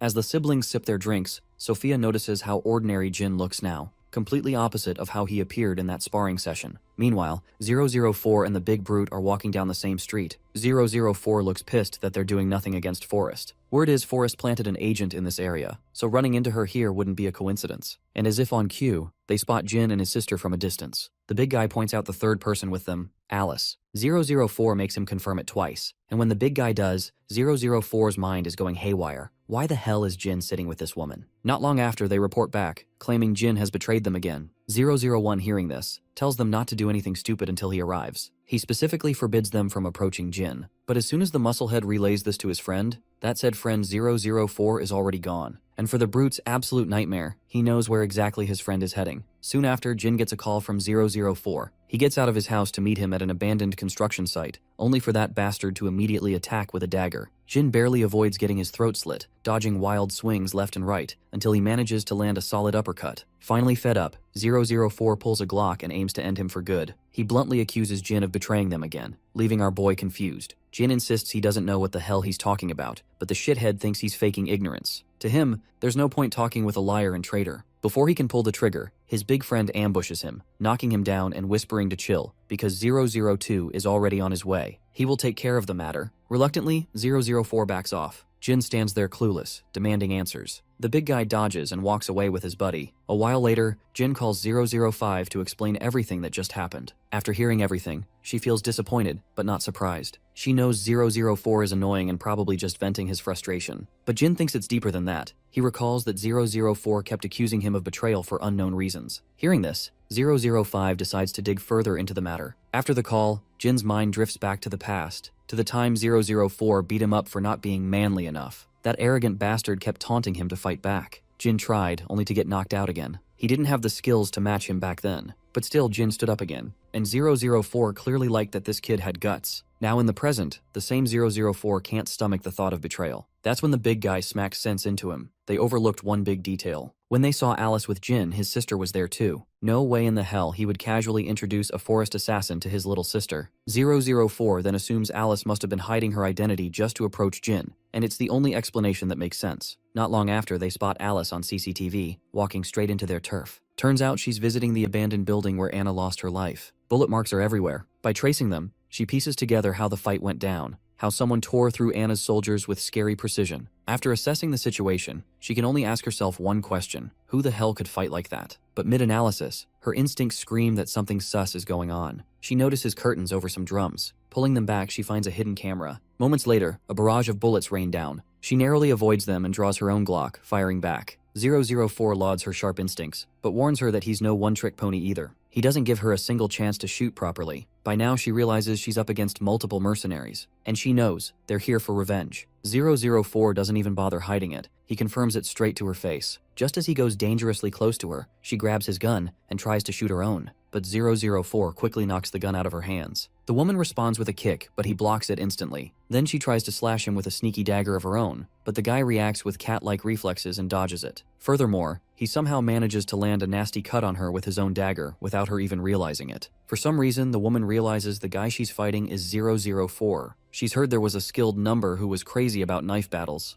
This also explains why he intentionally came closer just so he could fight her with knives. Well, 004 doesn't deny it. Bro is seriously itching to push her to the limits just to evaluate Forrest's best agent. With that, their exchange of blows continues. But before they can duke it out, the woman plays dirty. She had a spare gun all along, and now she's holding 004's life hostage with it. She believes only idiots use knives in the era of firearms. She starts firing bullets while he keeps throwing knives at her to throw off her aim. By now, she's sure the other numbered mercenaries must also be nearby. She's got to get the hell out of here before it's too late. With that, she makes her retreat. After the battle, 004 feels stupid for losing to a woman. Right at that moment, 002 arrives, not thrilled to hear that his friend lost to her. Of course, the arrogant bastard tries to wiggle his way out of his senior's scrutiny with just an apology. But turns out, 002 isn't bothered at all by his loss, which is quite surprising. Normally, he would have disciplined 004 to death, not this time. A while later, 002 shows Jin a photo of that Forest mercenary on the list. Naturally, our boy's eyes pop out of his sockets when he realizes it's the same woman who's currently in SW. Now it makes sense to him why 004 was grilling him so hard. Jin tries to clarify that she has nothing to do with him. Well, 002 already understands this much. If Jin really had any ties with her, he wouldn't have introduced her to his sister so casually. Though he's still curious to know how Jin even came across her. Well, as we already know, she's working in SW right now. 002 finds it alarming. To think she passed SW's background checks only shows that Forrest did a damn good job slipping her in. Then there's another thing Jin doesn't get.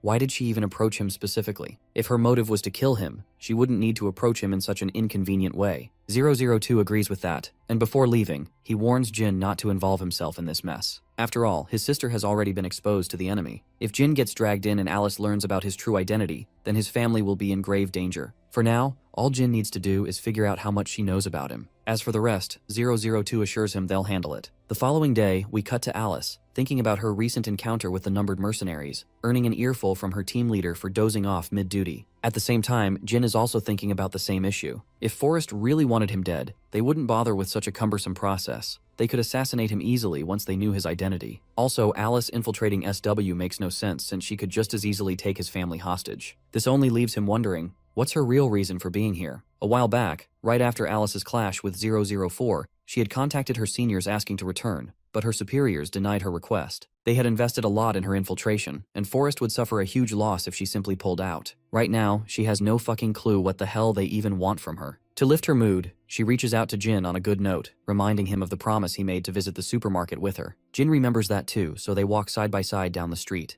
As they walk, she suddenly spots 002 standing in the distance, looking calm and unbothered. Now that even 002 has decided to show himself, it clearly means she's been fully exposed. To deal with it, she insists Jin go ahead since she can't accompany him any longer. With that, she walks straight towards 002. Upon reaching him, she assures him the kid standing there has nothing to do with her, so they shouldn't drag him into the mess. Of course, 002 probes her to explain her relationship with him. The girl insists he's just an associate from the workplace she infiltrated, just a SW trainee. Seems like 002 has confirmed what he wanted, which was whether she knows Jin's true identity. Next, he tells her to follow him somewhere more private. Once inside an abandoned building, the woman asks the reason behind this meetup. If he wanted to kill her, he could have done it without exposing himself. Turns out, 002 has the same question, wondering why she is even here. The woman claims she's merely infiltrating to gather intel on SW. Now that she's already been exposed, she doesn't see the need to hide her intentions anymore. 002 understands her perspective. He simply turns around and proceeds to leave. Well, the woman is flabbergasted that he's just walking away like this. 02 also suggests she do the same, telling her to leave before he actually feels like killing her. A while later, 002 reassures Jin that Alice's infiltration of SW has nothing to do with him. She doesn't know he's 001, which means Jin doesn't need to worry for now. Alice wouldn't even imagine Jin is a numbered mercenary while he's working at SW. After the phone call, 002 heads off, parting ways with his two goofy teammates. Sometime later, 006 also learns about everything that's been going on with Alice. The Korean Keanu Reeves is flabbergasted to hear all this. Anyway, the only question in his mind is, what's Jin gonna do about that bitch? Jin reveals that she didn't show up for training today. 006 guesses she likely withdrew from SW since she's already been exposed. There are rumors that Alice is hard to control, but Forrest still wants her for her skills. So they're forcing her to do their dirty work because they probably found her weakness. Later that night, Jin takes a casual late-night walk, wondering what her weakness might be. His best guess is that she's got a family too. With the speak of the devil, Alice crosses paths with him. This time, the woman is dressed head to toe in black, riding her Hayabusa. Seeing Jin, she's surprised but also grateful, because now she can personally tell him she's leaving. Something personal came up, so she can't stay any longer. She was just about to leave, but running into Jin gave her the chance to say farewell on a good note. Before she leaves, Jin throws her a question if she has a family. Surprised at first, the woman admits she does, mentioning her younger brother, who's around the same age as Jin. Whenever she sees Jin, she's reminded of him. Before putting her helmet back on, she insists he continue with his bodyguard career because he's got real talent for it. With that, she zooms away on her superbike for good. The next day at SW after training, Jin notices Major Kang standing in the distance. Of course, Jin is overjoyed to see his senior, and as expected, they start catching up. Kang reveals that the platoon still remembers him and shows great concern for him. Hearing this, Jin promises to visit them soon. Taking control of the conversation, Jin asks if Kang is perhaps here to meet Jaye, but turns out the senior is only here to see his junior, not his ex-fiancée. He's heard that the village chief is sick, and he doesn't think it's a simple illness. His days may already be numbered. He hopes Jin will visit the old man too. Of course, Jin was already planning to, and Kang predicted as much. That's why he's brought along a spare plane ticket for him. After boarding, they zoom through the skies. Inside the plane, Kang recalls the time when the chief had helped Jin a lot in reaching his home. Back then, Kang never truly understood why the old man would help Jin. After all, that old man was quite selfish at that time. Kang is curious to know what kind of relationship Jin really had with him. The boy simply responds that the chief saved his life back then, and doesn't say more. To have better context, we cut to the past. Jin resting in some unknown place. His entire body is aching from severe wounds. The chief's voice advises him not to move around too much, or else his injuries will reopen. The man finally shows up carrying medicine in his hands. Jin instinctively reaches for the nearby scissors and gets ready to fight. As he takes his stance, his muscles stiffen and his wounds start bleeding again. The old man doesn't feel threatened at all, acting as if he's invincible. He reminds the boy that if he had wanted to kill him, he would have already done it. When Jin had been floating in the river, badly injured, it was he who had pulled him out. So he suggests Jin stop acting dumb and just rest until his wounds are healed. After getting patched up, Jin steps outside the hut, only to notice mercenaries everywhere in the area. That's when a tan-skinned girl approaches him, happy that he's alive. After all, Jin had been on the brink of death when her grandpa brought him here. Jin doesn't bother responding, which makes the girl wonder if he's lost the ability to speak. Then two guys approach her, warning her to stay away from this kid because he's an outsider. Once he heals, they say, he'll be kicked out for good. But the girl argues there's nothing to fear from an injured kid. The man, however, insists those injuries are exactly the problem. If he'd hurt himself while playing, fine, but that's clearly not the case. Still, the girl doesn't appreciate his over-the-top suspicion and drags him away so Jin won't feel uncomfortable. A while later, the old man returns and tells Jin that the girl was the one who cared for him through the night. As for why the others seem unfriendly, it's because this is a closed village. People here are naturally wary of outsiders. Although the place doesn't feel welcoming at all, the old man assures him that nobody will hurt him unless he does something stupid. Seeing everyone armed, Jin assumes this is a military base, but the old man takes the liberty to correct him. Turns out he himself isn't a local either. He stayed here for a while to treat those wounded in battle, but as time passed, more people gathered, forming a small settlement. There are also people like the girl, Evelyn, who had no home and found shelter here. Long story short, this is a mercenary village. The people here make their living by taking mercenary jobs. The old man suggests Jin stay until his injuries fully recover, and so Jin remains in this strange settlement. As Jin rests one day in his room, he hears unpleasant noises outside. Turns out the entire village is under attack, and those bastards aren't hesitating to kill people left and right. One of the lackeys reports to his fat boss that most of the village's manpower is absent, just like the intel said. This only makes the fat fuck happier, and he orders his lackey to drag everyone out and kill them as an example. Further, he orders the place blown up with explosives. That's the only way they can satisfy their revenge. As villagers are being apprehended, Jin remains in his room until Evelyn rushes in, ordering him to run. The looters have arrived, and there isn't even time to explain what's going on. But Jin wonders why she isn't leaving. The girl tells him those bastards captured her mother. Right then, a few looters barge into the hut, only to find Evelyn standing there trembling. Before they can lay their hands on her, Jin ambushes them and knocks the fuck out of both bastards, leaving the girl utterly speechless. Soon after, the big shots of the village, the one who were away at the time, get word that looters are attacking. Hearing the news, they decided to return back to the village all at once. Back at the village, Jin collects ammunition from the corpses and retrieves a gun too. The girl, meanwhile, is still processing how this kid is fighting like a grown adult. Now it makes sense to her why everyone kept warning her to stay cautious around him. Jin snaps her out of her thoughts, telling her to follow him so they can get out of this place. But the girl insists he save her mother and the villagers as well. She knows it's too much to ask a stranger, but he's the only hope they've got. Jin asks if this is supposed to be an official request for his services. After all, this is a mercenary village. The girl doesn't have money to pay him, but she's sure the adults will once they return. Jin clarifies he doesn't need money as payment. What he's about to do can be considered repayment for what she did for him, caring for him while he was half dead.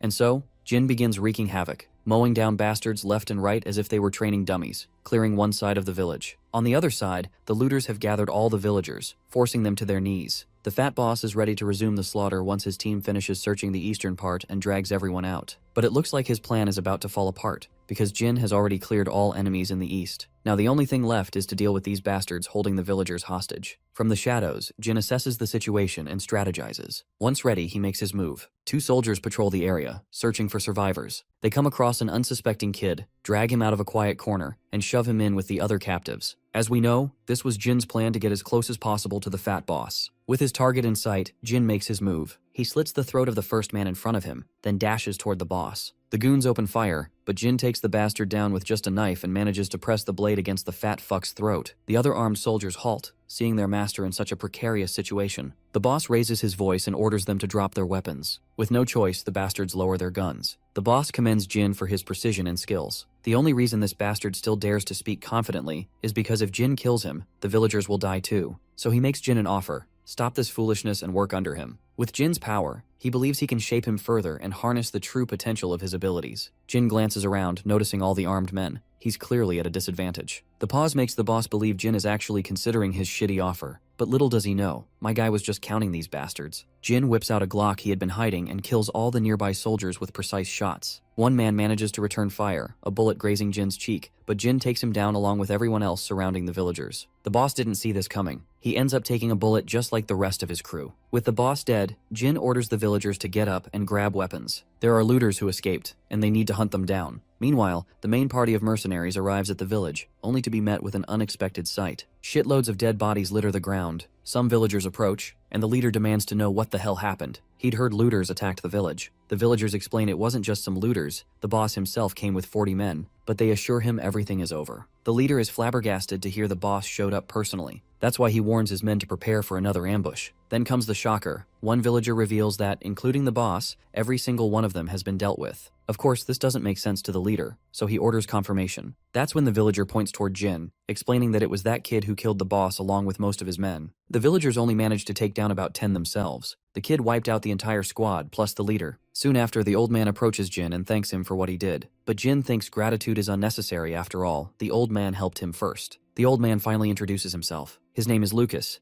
and he's considered the village head simply because this village formed around him. He then asks the kid's name in return, but since Jin has no memory of his past, he doesn't know. As he watches Evelyn's mother embrace her daughter dearly, he suddenly recalls the horrific plane crash. His own mother had adored him the same way before the crash. "You parents love you, Jin," she said. From that point, Jin begins piecing back fragments of his memory and remembers his name. He gives his name to the old man, who thanks the kid back for his contribution. And there you have it, boys. The backstory of Jin finally revealed. As the flashback ends, Jin and Major Kang arrive at the village. Of course, it doesn't take long for the villagers to recognize him. Evelyn is there too, and the girl immediately throws herself into his arms upon seeing him. She eagerly starts catching up, asking the reason for his visit. But we already know the reason. So, she quickly escorts him toward the village head's room, certain he'll feel better once he sees Jin. Lately, the old man hasn't been doing well. He can barely move and is almost blind. Finally, they enter the room, and the girl cheerfully reminds the chief that Jin is here. "Bro, doesn't it feel like this old man has aged way too much, given it's only been a few years since that incident?" As usual, since Jin isn't the talkative type,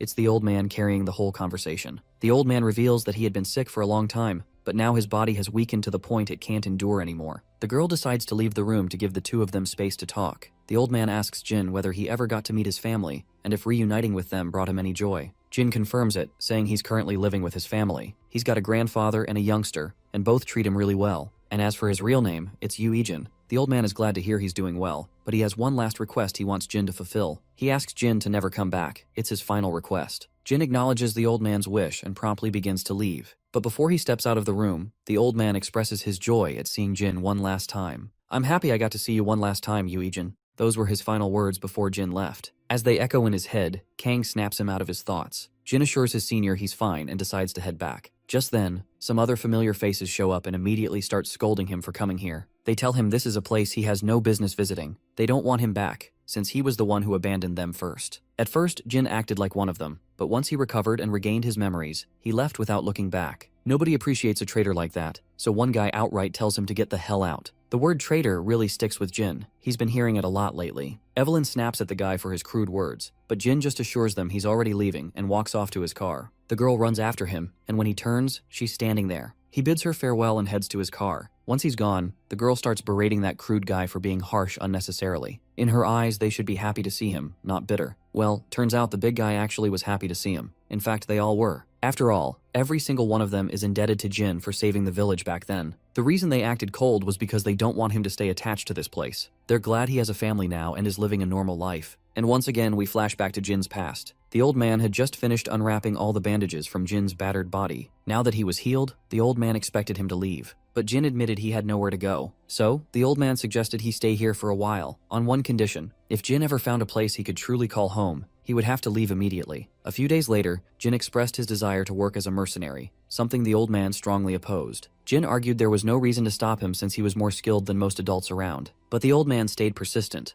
though for the first time he seriously began to wonder what kind of life Jin had been living before. Back in the present, Jin wakes up in his room. He gets a call from his lieutenant, who delivers devastating news. The village head has passed away right after they left. Jin goes speechless, giving this classic expressionless face. Even Kang notices the boy's silence and can tell that he isn't all right. Suddenly, his sister arrives, inviting him to eat together now that he's awake. She notices his worried face but doesn't question it, just smiles and drags him to the table. It's packed with food, and the three of them enjoy the meal together, eventually wiping out everything. When Jin starts clearing the plates, Daeon quickly takes over, while the old man suggests Jin join him for a walk. As they stroll outside, the old man asks his grandson if he's really doing okay, because lately, he looks exhausted. He already looked worn out when he returned from his visit to that old place, and now he seems even worse. Even Daeon is worried. The old man guesses maybe the person Jin went to see has something to do with his mood. Jin reveals that person was someone who once saved his life. Before he returned home, that person took care of him, nursed him, and eventually urged him to go back to his family once he regained his memories. He went to visit because the man was ill, and now he's passed away. Hearing this, the old man actually feels relieved. In fact, he's glad because Jin's sorrow proves just how well that person must have treated him. The considerate grandfather even offers Jin his shoulder if he feels like crying. But Jin just stands there like a mannequin, until suddenly a tear slides down his cheek. Even he didn't realize he was crying until Grandpa pointed it out. The old man hugs him tightly as Jin finally lets some of his heavy heart out. Later, Jin learns that the village head left him a message.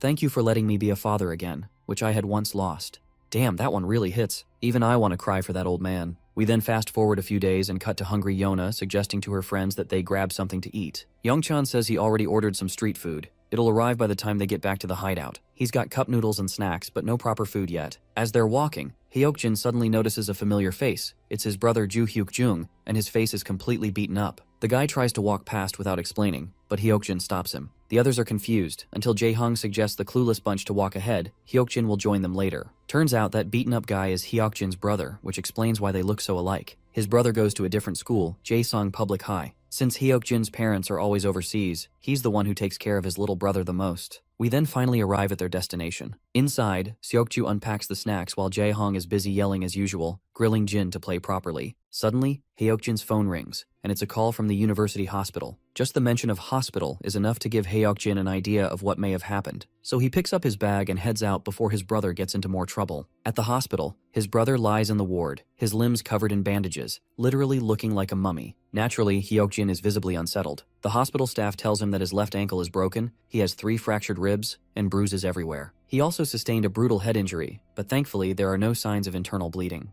Hyokjin is seriously questioning what led his brother into this condition. The doctor reveals that he was brought in by emergency, and the kind of injuries he sustained clearly shows that he was assaulted. Suddenly his brother's broken phone rings, though it's password protected. Hyokjin knows his brother pretty well and uses the birthday as the password, which actually works. There's this guy, Chanil, texting, and he seems to be involved in the assault case. He then starts calling on the phone, and Hyokjin picks it up. The first thing that bastard does is start cussing for not answering calls. Hyokjin asks the guy if he's responsible for his brother's injuries. Of course, the caller isn't sure who he's talking to, so Hyokjin introduces himself. The caller admits that he isn't responsible for putting his brother in the hospital. Actually, he was the one who called the emergency services. Turns out Hyukjung is a fighter, and he got beaten up during a fight. And as for this guy, he's his manager. Of course, nothing is making sense to Hyokjin, but the caller promises to explain everything if he's willing to meet. Later, Hyokjin arrives in this shady alley where he finds a bunch of shady dudes hanging around. Upon approaching the area, he loudly questions which one of them is the bastard named Chanil. The guy in question speaks up, introducing himself. Our guy cuts through the crap and demands this bastard to spill all the details. Chanil refuses to respond unless Hyokjin partakes in the match that's just about to start. He really wants Hyokjin to accept the fight, because his brother has already caused a lot of trouble by losing a recent match. Hyokjin is done taking shit, and slams the bastard with a punch. then demands once again for him to spill the juicy details. But we all know this bastard isn't answering shit because he's standing on his turf, and promptly calls his goons to mess this blondie up. The bastard is already taking great pleasure in the fact that this blondie is about to join his brother in the hospital soon enough. Meanwhile, Hyokjin clearly knows he's at a disadvantage with so many people to deal with. But worry not, our reinforcements have arrived too. It's Jae-hong, pissed that the blondie wasn't picking up calls. And he isn't alone. Seokju and Jin are with him. Jae-hong then scoffs, assuming these bastards are likely the ones who hospitalized Hyukjung. Seeing our boys there, Chanil believes these 4 scrawny kids can't do shit against his guys. Even Jae-hong feels worried that they're about to punch way over their weight. This is when Chanil suggests broadcasting the battle that's about to unfold. As he said before, they hold their fighting matches here, while the big shots bet their money. Those rich peeps even sponsor the fighters they like. As for Hyukjin's brother, the bastard reveals that he was a decent fighter, so he placed a bet on him.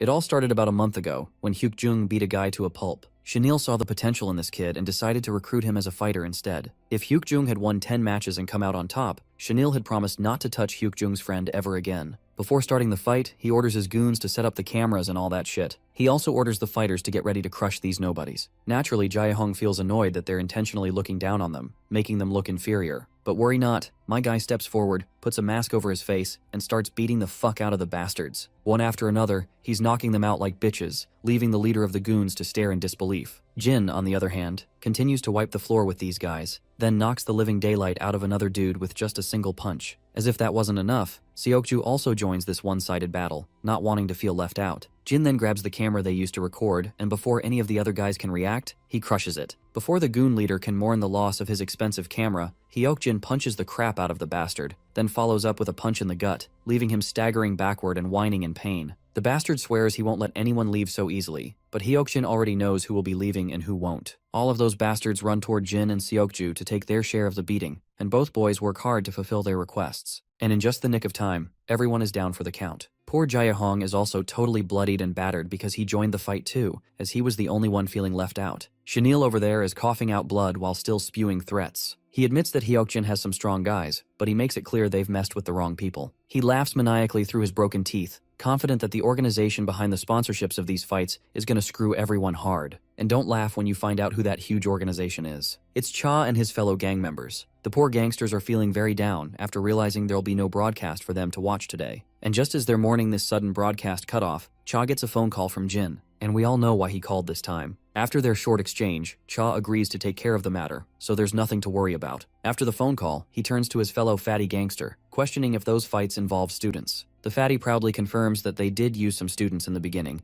and there are still some student fighters who can fight on par with adults. This is when Cha reminds them that they seem to have messed with the wrong high schooler, which is why the broadcast went down. When the fatty insists on knowing who it is, Cha responds with a grim face that it's Jin, the same boy they perceive as a monster. Upon hearing this, the other two gangsters shout in utter disbelief and rush off to help their men who ran that broadcast before it's too late. We then cut back to the university hospital where Hyokjin is meeting his brother again. The big bro assures his injured junior that everything has been resolved now, so he has nothing to fear anymore. Naturally, the junior reminds his brother that Chanil isn't the main problem. But we already know that the main problem has also been dealt with, so Hyokjin assures his brother of that too. Back then, all Jin did was make a phone call, and everything was taken care of. Even Hyokjin was flabbergasted by it. In the present, the big bro questions him why he didn't tell him any of this. Well, it's kind of embarrassing to go running to your older brother just because you were in trouble. And even now, the junior feels a little embarrassed while thanking his brother. Suddenly, Hyokjin remembers that the only reason Junior got hospitalized was because he stood up for his friends against bullies, so where the hell are they now? Turns out Hyukjung never informed his friends. Not to mention, his friends aren't as courageous as his brother's friends. Speaking of which, Hyukjung's friends arrive in the ward, much to his shock. The two guys look timid and worried about their hospitalized friend, complaining why he didn't bother telling them anything about his condition.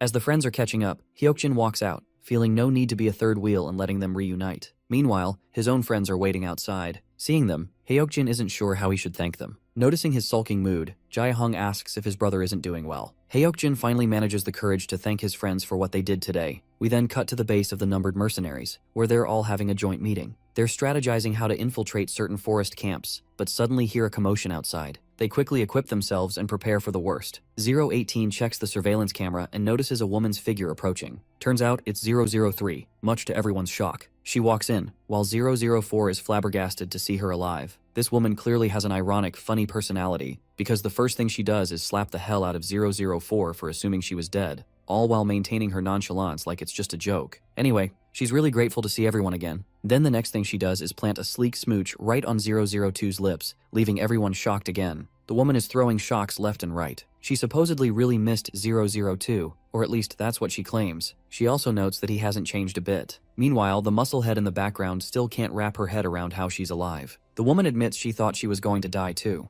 The others ask why she didn't show up all these years. She reveals that after being attacked by 001, she opened her eyes in a hospital. Once she recovered from her injuries, she was caged in some place she didn't even recognize, but managed to escape. The place was likely a military base, and those guys knew about the existence of numbered mercenaries. They kept trying to make her talk, squeezing out whatever information they could. The entire ordeal was so unpleasant she'd rather not even talk about it now. Then she flips the conversation and asks where all the other numbered mercenaries are. 018 reveals the grim truth. Those who went after 001 didn't survive, besides her. At first she seems shocked, but then admits she expected as much. She should have given them better instructions. 018 further reveals how everything changed after 001's betrayal. The camp lost all confidence and trust in the numbered mercenaries, so they separated everyone and assigned different missions. With time, all the numbered mercenaries disappeared. 002 then asks her when she escaped, but she stays silent, forcing him to repeat the question. Finally, she reveals it's been 3 years. And as for why she didn't contact them all these years, she didn't want to return to the numbered mercenaries. If she went back to the camp, she'd have to follow orders again, orders that ignored free will. If she hadn't heard that the camp had disbanded, she would never have come looking for them. Still, they want to learn why she decided to show up now? Turns out, she's here to recruit everyone out, much to their shock. She wants to create a PMC and claims she's backed by someone powerful who will sponsor them. Given their skills, dominating the field shouldn't be hard. But 002 coldly orders her to get the fuck out. As far as he's concerned, she's a traitor. Doesn't matter what her reasons were. Fact is, she abandoned the numbered mercenaries. If she had come a year earlier, they would have killed her for betrayal. Lucky her, that's no longer the case.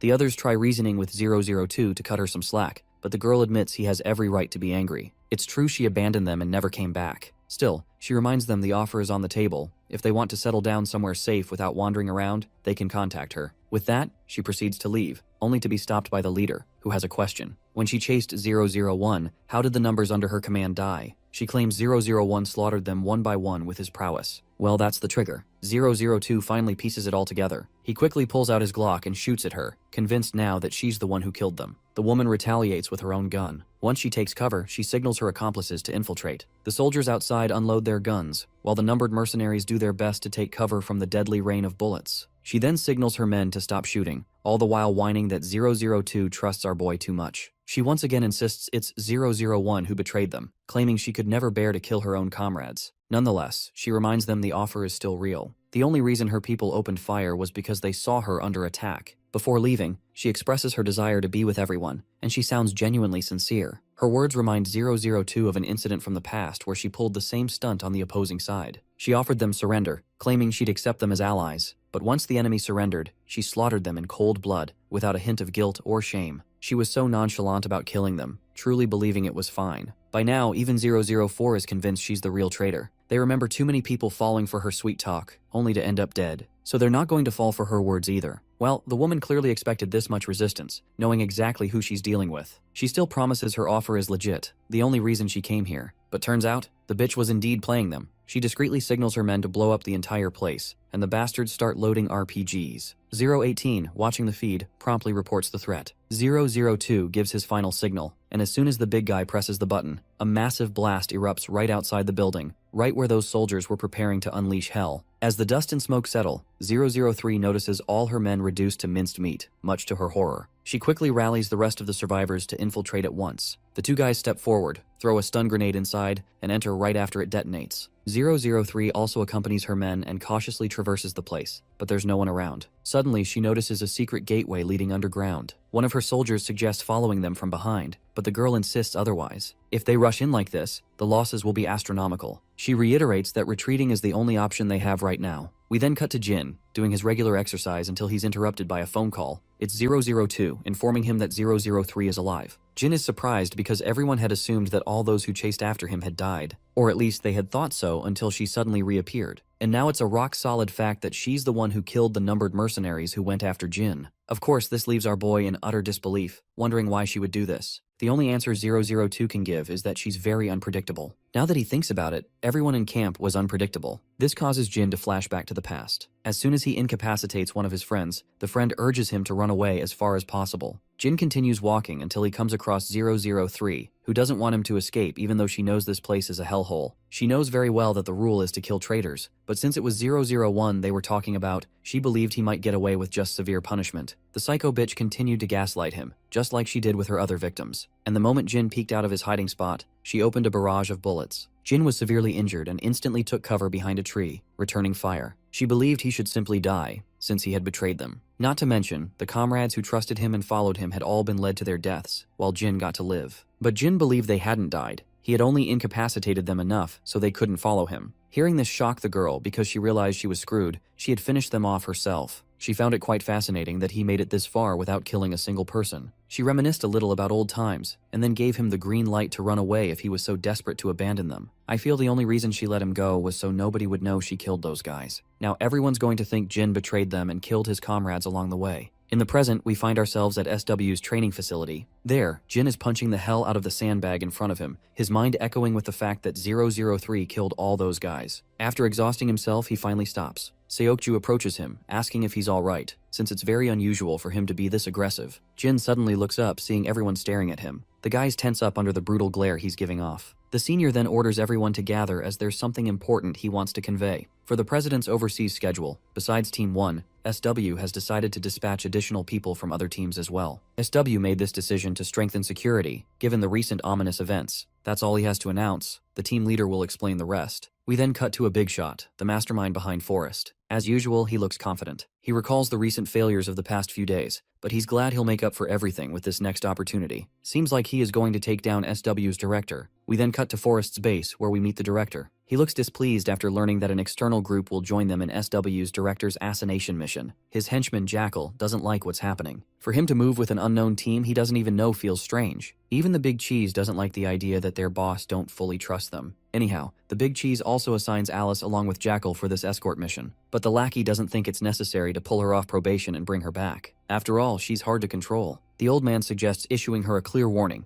If she screws up this time, her sibling will be killed. Just then, a woman barges into the room, and it's 003 sent by Forest Mastermind, and she is here to have a direct dialogue with the Forest leader. Fast forward a few moments, and she's finished explaining everything to the director. She expresses her desire to join this assassination mission, but the director's lackey doesn't believe she brings anything to the table besides her looks. The woman responds with a jab, frustrating him further. Meanwhile, the old man takes note of how composed and fearless she appears. Literally, she hasn't flinched once the entire time. Still, the old man puts his reluctance on the table. He can't work with a group they haven't verified. So, he makes it clear that they'll take the lead in everything, and she must have no objections. Of course, the woman has none. The only thing important to her is the mission's success. With that, she ends the meeting, and the next agenda is to meet at the designated location. The infuriated lackey already hates this woman, and demands she at least give her name. He'll be leading this mission, so it's imperative that she introduces herself. The woman compliments his name, then introduces herself as Quinn. We then cut to Jin's house, where he finishes telling his sister about the overseas business trip he'll be tagging along on. He'll be going with the SW president on a business trip. Daeyeon feels happy to hear this, because tagging along with the SW president clearly shows how highly SW thinks of him. But Jin clarifies that he's only tagging along to observe. There's already a main team assigned to the president's security. Still, their grandpa is really proud of his grandson. If Jin weren't competent, or if he were troublesome, they wouldn't have bothered taking him along. Back in Jin's room, it's a sharp 9 p.m., the time he expects 006's call. On the call, Korean Keanu Reeves reveals to Jin that 003 had prepared thoroughly for that ambush. 002's group sustained quite a lot of equipment losses, but thankfully, no one was injured or killed. Right now, 002 and his group have gone completely underground, to the point that even they can't approach them. Since 003 knows a lot about the current situation, 002's team won't be returning to the old hideout. As for their new hideout, Keanu Reeves assures Jin that he's digging into it. That bitch came and disappeared again, leaving no trace of herself. 002 may act like a robot, but he is still human, and he's very uneasy right now. His dead lover, whom he thought was gone, has returned from the grave, and with the shocking realization that she was the traitor who killed the others. She also wanted to kill 002 and the rest. That's the only reason she went to them. In the background, 005 is annoyed at that crazy bitch who wouldn't hesitate to drill a hole while keeping that pooky smile on her face. Anyhow, Keanu Reeves warns Jin to be cautious on his overseas trip. Just in case, he wants him to cover his face when moving around, since his face is well known in the areas where he worked as a mercenary. The scene then cuts to Forrest's soldiers preparing for the mission, and Alice is there too, loading her guns. Jackal addresses the woman and insists she follow orders this time instead of doing as she pleases. The woman remains silent, causing the short-tempered Jackal to exert his authority and grab her by the shirt. She stays nonchalant, Glock perfectly placed under his throat. The guy finally uses the threat, reminding her that her disobedience will result in her sibling's death this time. With his threat made clear, he twirls arrogantly. She then asks him about their target, but the bastard refuses to disclose the information until the time arrives. Finally, 003 shows up with her 2 men. The bastard for some reason looks quite happy to see her. When asked if he received the data she sent, the man confirms he has, revealing that he's already burned the target's location and whereabouts into his mind. Alice meanwhile sizes this unknown woman. 003 also notices Alice and assumes she must be the highly skilled forest assassin she's heard about. Jackal confirms this, though with a very unpleasant expression. We then cut back to their target, of course, SW's director. The old man apologizes to Jin for not having him around while moving around, even though he brought him all the way to this country. Of course, Jin doesn't mind. He understands the other team members were already doing their job diligently, so his presence was unnecessary. The old man then expresses his gratitude to his secretary, whose name is Go, for escorting him. Go doesn't mind. While the old man's schedule has ended, Go's job won't end until the president is back home safe. Speaking of which, the old man doesn't really like traveling, but he has to, as it's the only way to survive in the business world. Anyhow, he begins catching up with Jin in his spare time. The old man asks the boy if he's close to Yona, and Jin affirms it without hesitation. The cunning director then follows up with another question, wondering if Yona has a boyfriend. Jin processes the question and replies that he isn't aware of it, even if she is dating someone. All the while, forest soldiers are setting up zip lines to infiltrate the building SW's director is residing in. Soon enough, they get into the building one by one, while some guys infiltrate the building pretending to be staff. Jackal and the other 2 girls have already hijacked the surveillance room, which makes the job much easier for them. Meanwhile, Jackal is thinking of dealing with the director himself, because he doesn't want to hand over all the credit to someone like Alice. Internally, Alice also doesn't want to engage with SW soldiers since she trained with them. It would leave a bad taste in her mouth if she did. Meanwhile, the entire staff has been put to sleep, and masked soldiers begin taking over the hotel. As they near the director's room, Jin blocks their path and starts smashing the hell out of the attackers. After snatching the gun from the guy he knocked out, Bro goes haywire on the other soldiers with the gun in hand, putting them to sleep once and for all. The director and his manager Go are hiding behind sofas.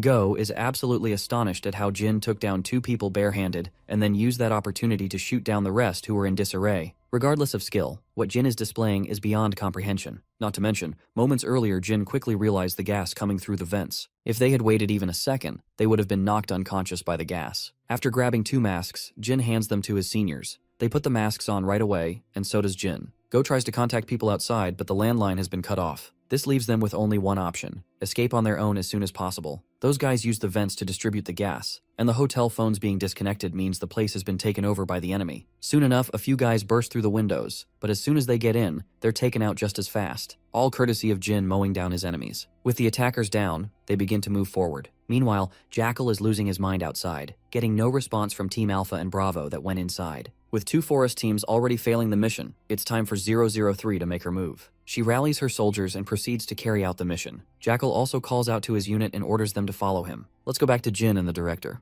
Thankfully, the SW bodyguards are still alive. They just got knocked out by the gas. They continue forward with Jin taking the lead at the front, but manager Go insists on being at the front lines. Jin bluntly reminds him the cold truth. Go isn't specialized in guarding VIPs, so the right thing to do is have him at the front. As they walk forward, they finally come into a corridor. There, they instantly sense someone's presence, and Jin begins unleashing a barrage of bullets. Secretary Go meanwhile grabs the old man and runs while Jin blocks them. It's 003 and her goons shooting, while Jin takes cover and makes sure no bullet hits him. Once he notices Secretary Go and the director have escaped the corridor, he finally makes his move and starts raining down bullets in response. After holding them back, he runs to catch up with the director. They eventually reach the emergency exit and begin descending the stairs. As they descend, Jin suddenly gestures them to stop because he senses someone ascending. It's Jackal with his goons. After weighing his options, Jin signals them to go back up, and the director and his secretary promptly comply. Once they're out, Jin readies himself to face the opponents ahead. He keeps his aim steady, and as soon as those bitches come into view, he opens fire, mowing down the soldiers at the front. Luckily for Jackal, he was behind, so his ass got lucky and didn't get his ass shredded under the relentless barrage. Now that Jackal's enemy have exhausted his magazines, the bastard begins firing alongside his goons. But Jin quickly moves upward and catches up to the director and the secretary. Let's not forget the old man is elderly and doesn't have much stamina.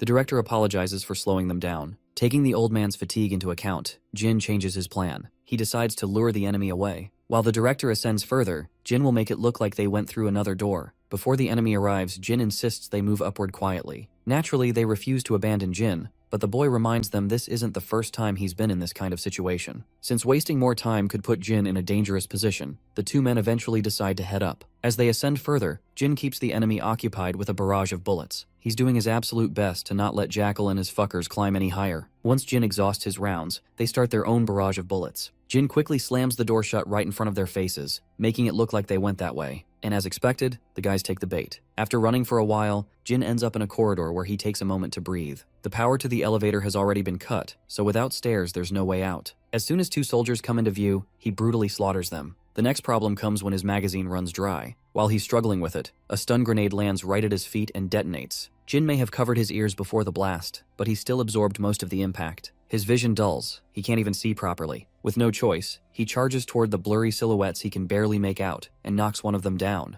But the bastard quickly kicks Jin away and pins him under the barrel of his gun. He suddenly gets distracted by another soldier, giving Jin the perfect opportunity to strike. As Jin tries to snatch the gun, the bastard resists, so the boy headbutts him and rips the gun from his hands. Not only snatches it, but smacks him hard with it. Still, the guy manages to slam Jin in the stomach, and both jump back to gain some distance. The bastard pulls out a dagger, while Jin can barely make him out through his hazy vision. The slash comes, and Jin takes it over his hand. The bastard scoffs, believing this is the end of Jin's struggles. I doubt that's the case, but considering how battered Jin already is, the outcome is unpredictable. The bastard lunges at his unarmed opponent, swinging again and injuring Jin further. But the poor guy doesn't falter. After dodging one strike, he grabs the bastard's hand and drives the blade right into his thigh. With the bastard on his knees, Jin tries to slit his throat. The dude reacts fast and slips away. Grabbing the gun off the ground, he opens fire. Jin dodges some shots, but a few tear into his body. Under the relentless barrage, Jin has no choice but to run, slipping into the corridor. The bastard gives chase, but his legs collapse under him. His thigh is shredded and bleeding out, and the pain is astronomical. Jin is exhausted, his hand injured, yet he pushes toward the exit to reach the stairs. As soon as he opens the gate, he spots a guard, and another one right behind him. That second one is Alice. Jin takes out the guard in front with his dagger. Now the only one left to deal with is Alice. The woman stares into his eyes, then surrenders, intentionally giving Jin the chance to escape. Damn, my respect for her just shot through the roof. She really can't bring herself to target someone she personally knows. Upstairs, the secretary is still holding his own against 003's men. The girl commends the old man for lasting this long against her forces. Meanwhile, the director is down on the ground from exhaustion. The secretary finds himself in trouble with the chairman's stamina gone, making further movement impossible. Suddenly, a stun grenade rolls his way, and he bolts toward his senior, shielding both himself and the director. And with that, they're checkmated. The woman orders her men to get rid of the secretary, but before they can, Jin leaps in and drops the bastard on the spot. As soon as he kills him, the woman spins on her heel and points her gun at Jin. Jin bolts as fast as he can while she rains bullets down on him. He whirls around in a full 180 and closes the distance instantly. With a knife in hand, he tries to stab her, but she blocks it with her own blade. They stare into each other's eyes like two lovers about to kiss. Thankfully, the woman fails to recognize him as 001 and kicks him away. Pressing her gun into his stomach, she fires, but Jin sidesteps the bullets. He retaliates with his dagger, lodging it in her gun. She grabs it by the nozzle, trying to smash his face with it, but Jin blocks with his wrist and cuts her with his knife. She staggers back, but Jin closes the gap instantly. The bitch realizes he's deliberately not giving her the distance needed to fire. The injured bastard from earlier is somehow still alive and aims at Jin.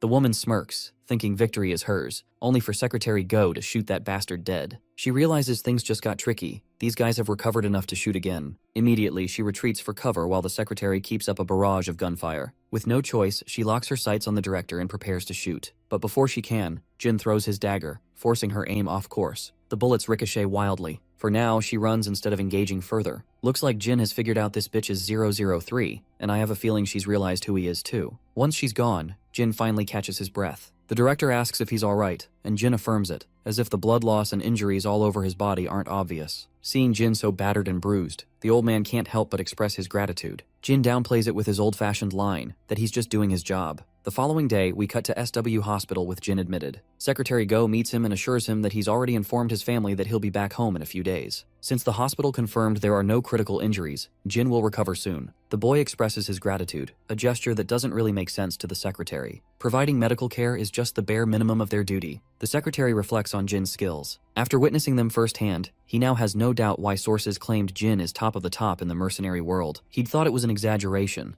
but the secretary now knows otherwise. The director then asks Jin if he isn't curious about the recent incident, but my guy replies that curiosity isn't his job, a classic response the director was expecting. The old man reveals SW is aggressively expanding into the defense industry, and honestly, stepping into that field is dangerous. It's tied directly to a nation's power and interests, making it far more complicated than other industries. This is why SW's growth has earned so many enemies. The old man is certain that what happened with Jie, Yuna, and this recent attack are connected. Jin, however, doesn't feel he needs to know these details. The only thing he has to do is his job. Yet again, the kid's blunt response doesn't fail to surprise the director. We then cut to Jackal, who is being treated at another hospital. His muscles twitch as he sleeps. He suddenly jolts awake, remembering Jin, the bastard who handed him his ass. Now he wants revenge, just so he doesn't feel so pathetic about himself. Once Jin gets back home, he receives a phone call from 006 and explains the entire situation, including how he suspects he saw 003, though Keanu Reeves doubts he can be 100% certain since she was wearing a gas mask. Jin insists her voice and movements match the 003 he remembers. Keanu Reeves decides to look into it further because she's gotten very dangerous for everyone. He also reveals another piece of news. Forrest is using Alice. They've apparently taken her family hostage and are using that against her. There was always friction between them, but now it's on a whole other level. Hearing this, Jin recalls his encounter with Alice, like how she surprisingly let him go. The scene then cuts to Alice herself, shackled and brought before the big boss of Forrest. The bastard is furious at her for not completing the mission, but the woman counters by reminding him that it was Jackal the jackass who failed, not her. But the big shot insists the mission failed because of her. Alice holds her ground, making it clear that Jackal was the one who forced her out of the mission. She only followed him, since he was supposedly in charge. The boss claims Jackal said the opposite. Back and forth they go until the boss declares her guilty of not playing her role properly. He glares at her with a threatening look, reminding her she made a huge mistake by ignoring his last warning. To make an example out of her, he's going to publicly execute her in front of all Forest members. More than herself, the woman worries for her sibling, and it seems the bastard has already decided what he'll do with them. Leaving her behind, he meets Jackal and other soldiers. The boss gives the goon a mission to dispose of her quietly, an order that makes Jackal smirk from ear to ear. When he steps up to her, Alice seethes with fury. The bastard savors every second, seeing her life in his hands. She accuses him of failing the mission and pinning everything on her, but Mr. Jackass won't even entertain the thought. By now, Alice is certain he planned to throw her under the bus all along. He orders his men to set up cameras, wanting to record an example of what happens to those who disobey. Alice knows what's coming. Quietly, she dislocates her wrist to slip out of the cuffs. Once the camera is ready, the man puts a gun to her head. Before he can pull the trigger, she breaks free, flings the gun away, and seizes it. She fires, but the bastard dodges, only for her to slam him onto the table. Using him as a meat shield, she dispatches the other two soldiers and presses the barrel against his head. The bastard tries to wiggle his way out with scummy threats, reminding her that if he dies, her sibling dies too. The threats shake her and she falters. Within moments, more soldiers rush inside the room. The bastard regains ground after snatching the gun away. With her sibling's life at stake, Alice doesn't have the courage to act and surrenders herself voluntarily. The bastard laughs maniacally after literally escaping a lion's jaws. With a sinister smile, he taunts that her sibling won't survive this world. Now he's going to kill her too, then move on to her sibling. Before he can finish, a barrage of bullets rips through the area, mowing down every soldier in sight, including the bastard about to kill her. Alice watches in horror as the bodies hit the floor. Turns out, the numbered mercenaries are here to save her. 002 steps forward, and without giving her any context, he demands to know 003's whereabouts, shocking her to the core. She doesn't understand what he's getting at, but the guy wants her to drop the act, since he already has intel that 003 worked with Forrest in the recent ambush against SW's chairman. Alice doesn't even know the mission was for SW's chairman. Thinking back, it dawns on her that the extra who joined them later was 003, disguised as Quinn. 004 doesn't get what this Quinn person has to do with 003. Alice clarifies she doesn't know 003 personally, nor was anyone in the mission with this name. But there was an external group working alongside Forrest,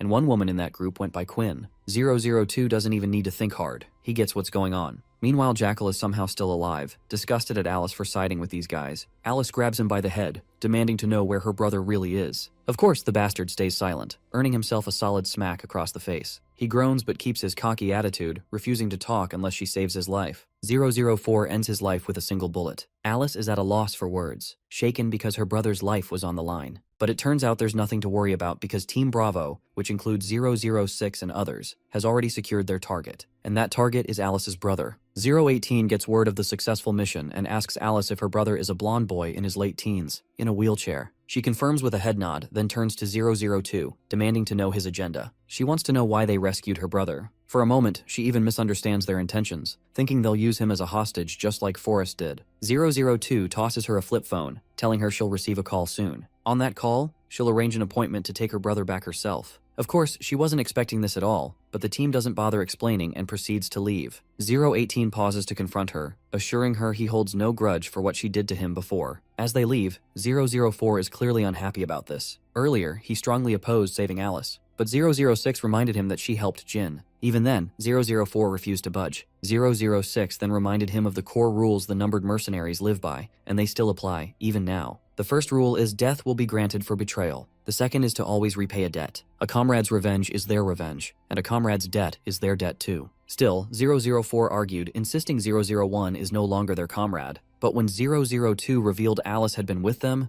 everyone was shocked, and they must rescue her to get a lead on that betrayer bitch. Cutting back, Alice finally reunites with her crippled brother. She hugs him tightly, breaking into tears. Keanu Reeves and 005 are also there, promptly reporting to Jin about the mission's success. Afterwards, Jin calls 002 directly and expresses his gratitude, but the leader downplays it, saying he only acted to find traces of her. The scene cuts to the director of Forest Camp receiving grim news. They've lost track of Alice's brother, and Alice herself is missing. The big boss orders all forest operations halted, including extra missions. A lackey warns they'll suffer huge losses, but the boss reminds him of the danger. The only leash they had on Alice was her brother. With that leash gone, and their failure to execute her, she'll be a noose around Forest's neck unless she's dealt with. He wants to wait patiently for an opening, even if it takes months, for the perfect chance to strike. Suddenly, a soldier barges in with worse news. Everyone at Area 4's base has been found dead. Worse yet, Alice's signature was scrawled on the wall beside the corpses. Realizing the gravity of the situation, the old man orders the highest bounty placed on her head. After dismissing his men, he takes a phone call from his boss, who's furious about SW's mission failing. If Camp had handled it, this wouldn't have happened. After expressing disappointment, the boss cuts the call, ready to turn to his guest, and that guest is 003. She agrees with the boss that Camp was special. After all, it had numbered mercenaries. This gives the boss a chance to jab at her, reminding her she's a number 2, and she was part of that mission which they brutally failed. The woman admits her defeat, acknowledging she underestimated SW and lacked solid intel on their fighters. Still, she believes if she'd had at least one more numbered mercenary, she wouldn't have lost. Speaking of numbered mercs, the boss asks about her recruitment progress. She replies it's ongoing, hoping for the day when all the numbered mercenaries come together. The scene then cuts to Jin cruising down the highway on his Hayabusa. He's on his way to meet the other numbers. 004's patience wears thin waiting, but his buddy reminds him there are still 10 minutes left. And with the speak of the devil, Keanu Reeves, 032 and 005 arrive. Turns out it was 006 who had called everyone together here, and he was ordered by Jin to do so, meaning even he doesn't know the reason behind this sudden reunion. But one thing's for sure, if 001 is making the effort to gather everyone in one place, it likely means the mission ahead is going to be quite difficult. Right now though, no one has a clue what that might be. Seems like the wait is finally over, because Jin has arrived, and Bro is carrying a ton of fried chicken and sodas. Of course, 004 is pissed, demanding what the hell is going on and what Jin is even carrying. Our boy bluntly says it's chicken he's holding, which only confuses 004 even more. Jin then casually adds that this country's chicken is famous for being delicious, so he thought it'd be great if they all ate it together. Silence fills the room as everyone processes the absurdity of Jin's words. They're hoping he didn't just gather them here to throw a chicken party, but Jin doesn't hesitate before confirming their worst fears, leaving them all staring in utter shock. Naturally, 004 is the first to lose his temper, and Bro literally tries to attack Jin with his knife, while his big buddy struggles to hold him back. Their bickering continues, and I hope they're enjoying themselves, because we're now transitioning to SW Corporation. In GA's office, we meet her younger sister, who is requesting her senior sister to lend her a bodyguard. Her name, by the way, is Kim Yokyong, and she runs another subsidiary of the SW group, known as SA Security. GA doesn't quite understand the request, since Yokyong already has the delegation she came with today, but the woman says she's lost faith in them. She recalls a recent unpleasant incident where she was pushed around in an elevator, rolled off and fell, while her guards did nothing to support or help her, standing there like statues. She could have let that slide as a minor incident, but then there was more. Not long ago, a fire broke out in the building, yet her bodyguards weren't even available to evacuate her immediately. She asked her superiors to change her personal guards, and they fulfilled her request without objection. But similar incidents kept happening despite the replacements. GA can't understand why the bodyguards failed to assist her multiple times, especially since SA's security team ranks in Korea's top 20. This is when Yokyong drops the bombshell that her guards aren't exactly there to protect her, they're only keeping an eye on her. She's not 100% sure, but still, she requests GA to lend her one of her own bodyguards for at least a month. Once replaced, she'll analyze her experience and figure out whether she's overreacting or if her suspicion is actually correct. Eventually, GA decides to lend her one of her guards by tomorrow morning. The next day, a tense Yokyong stands in front of her new bodyguard.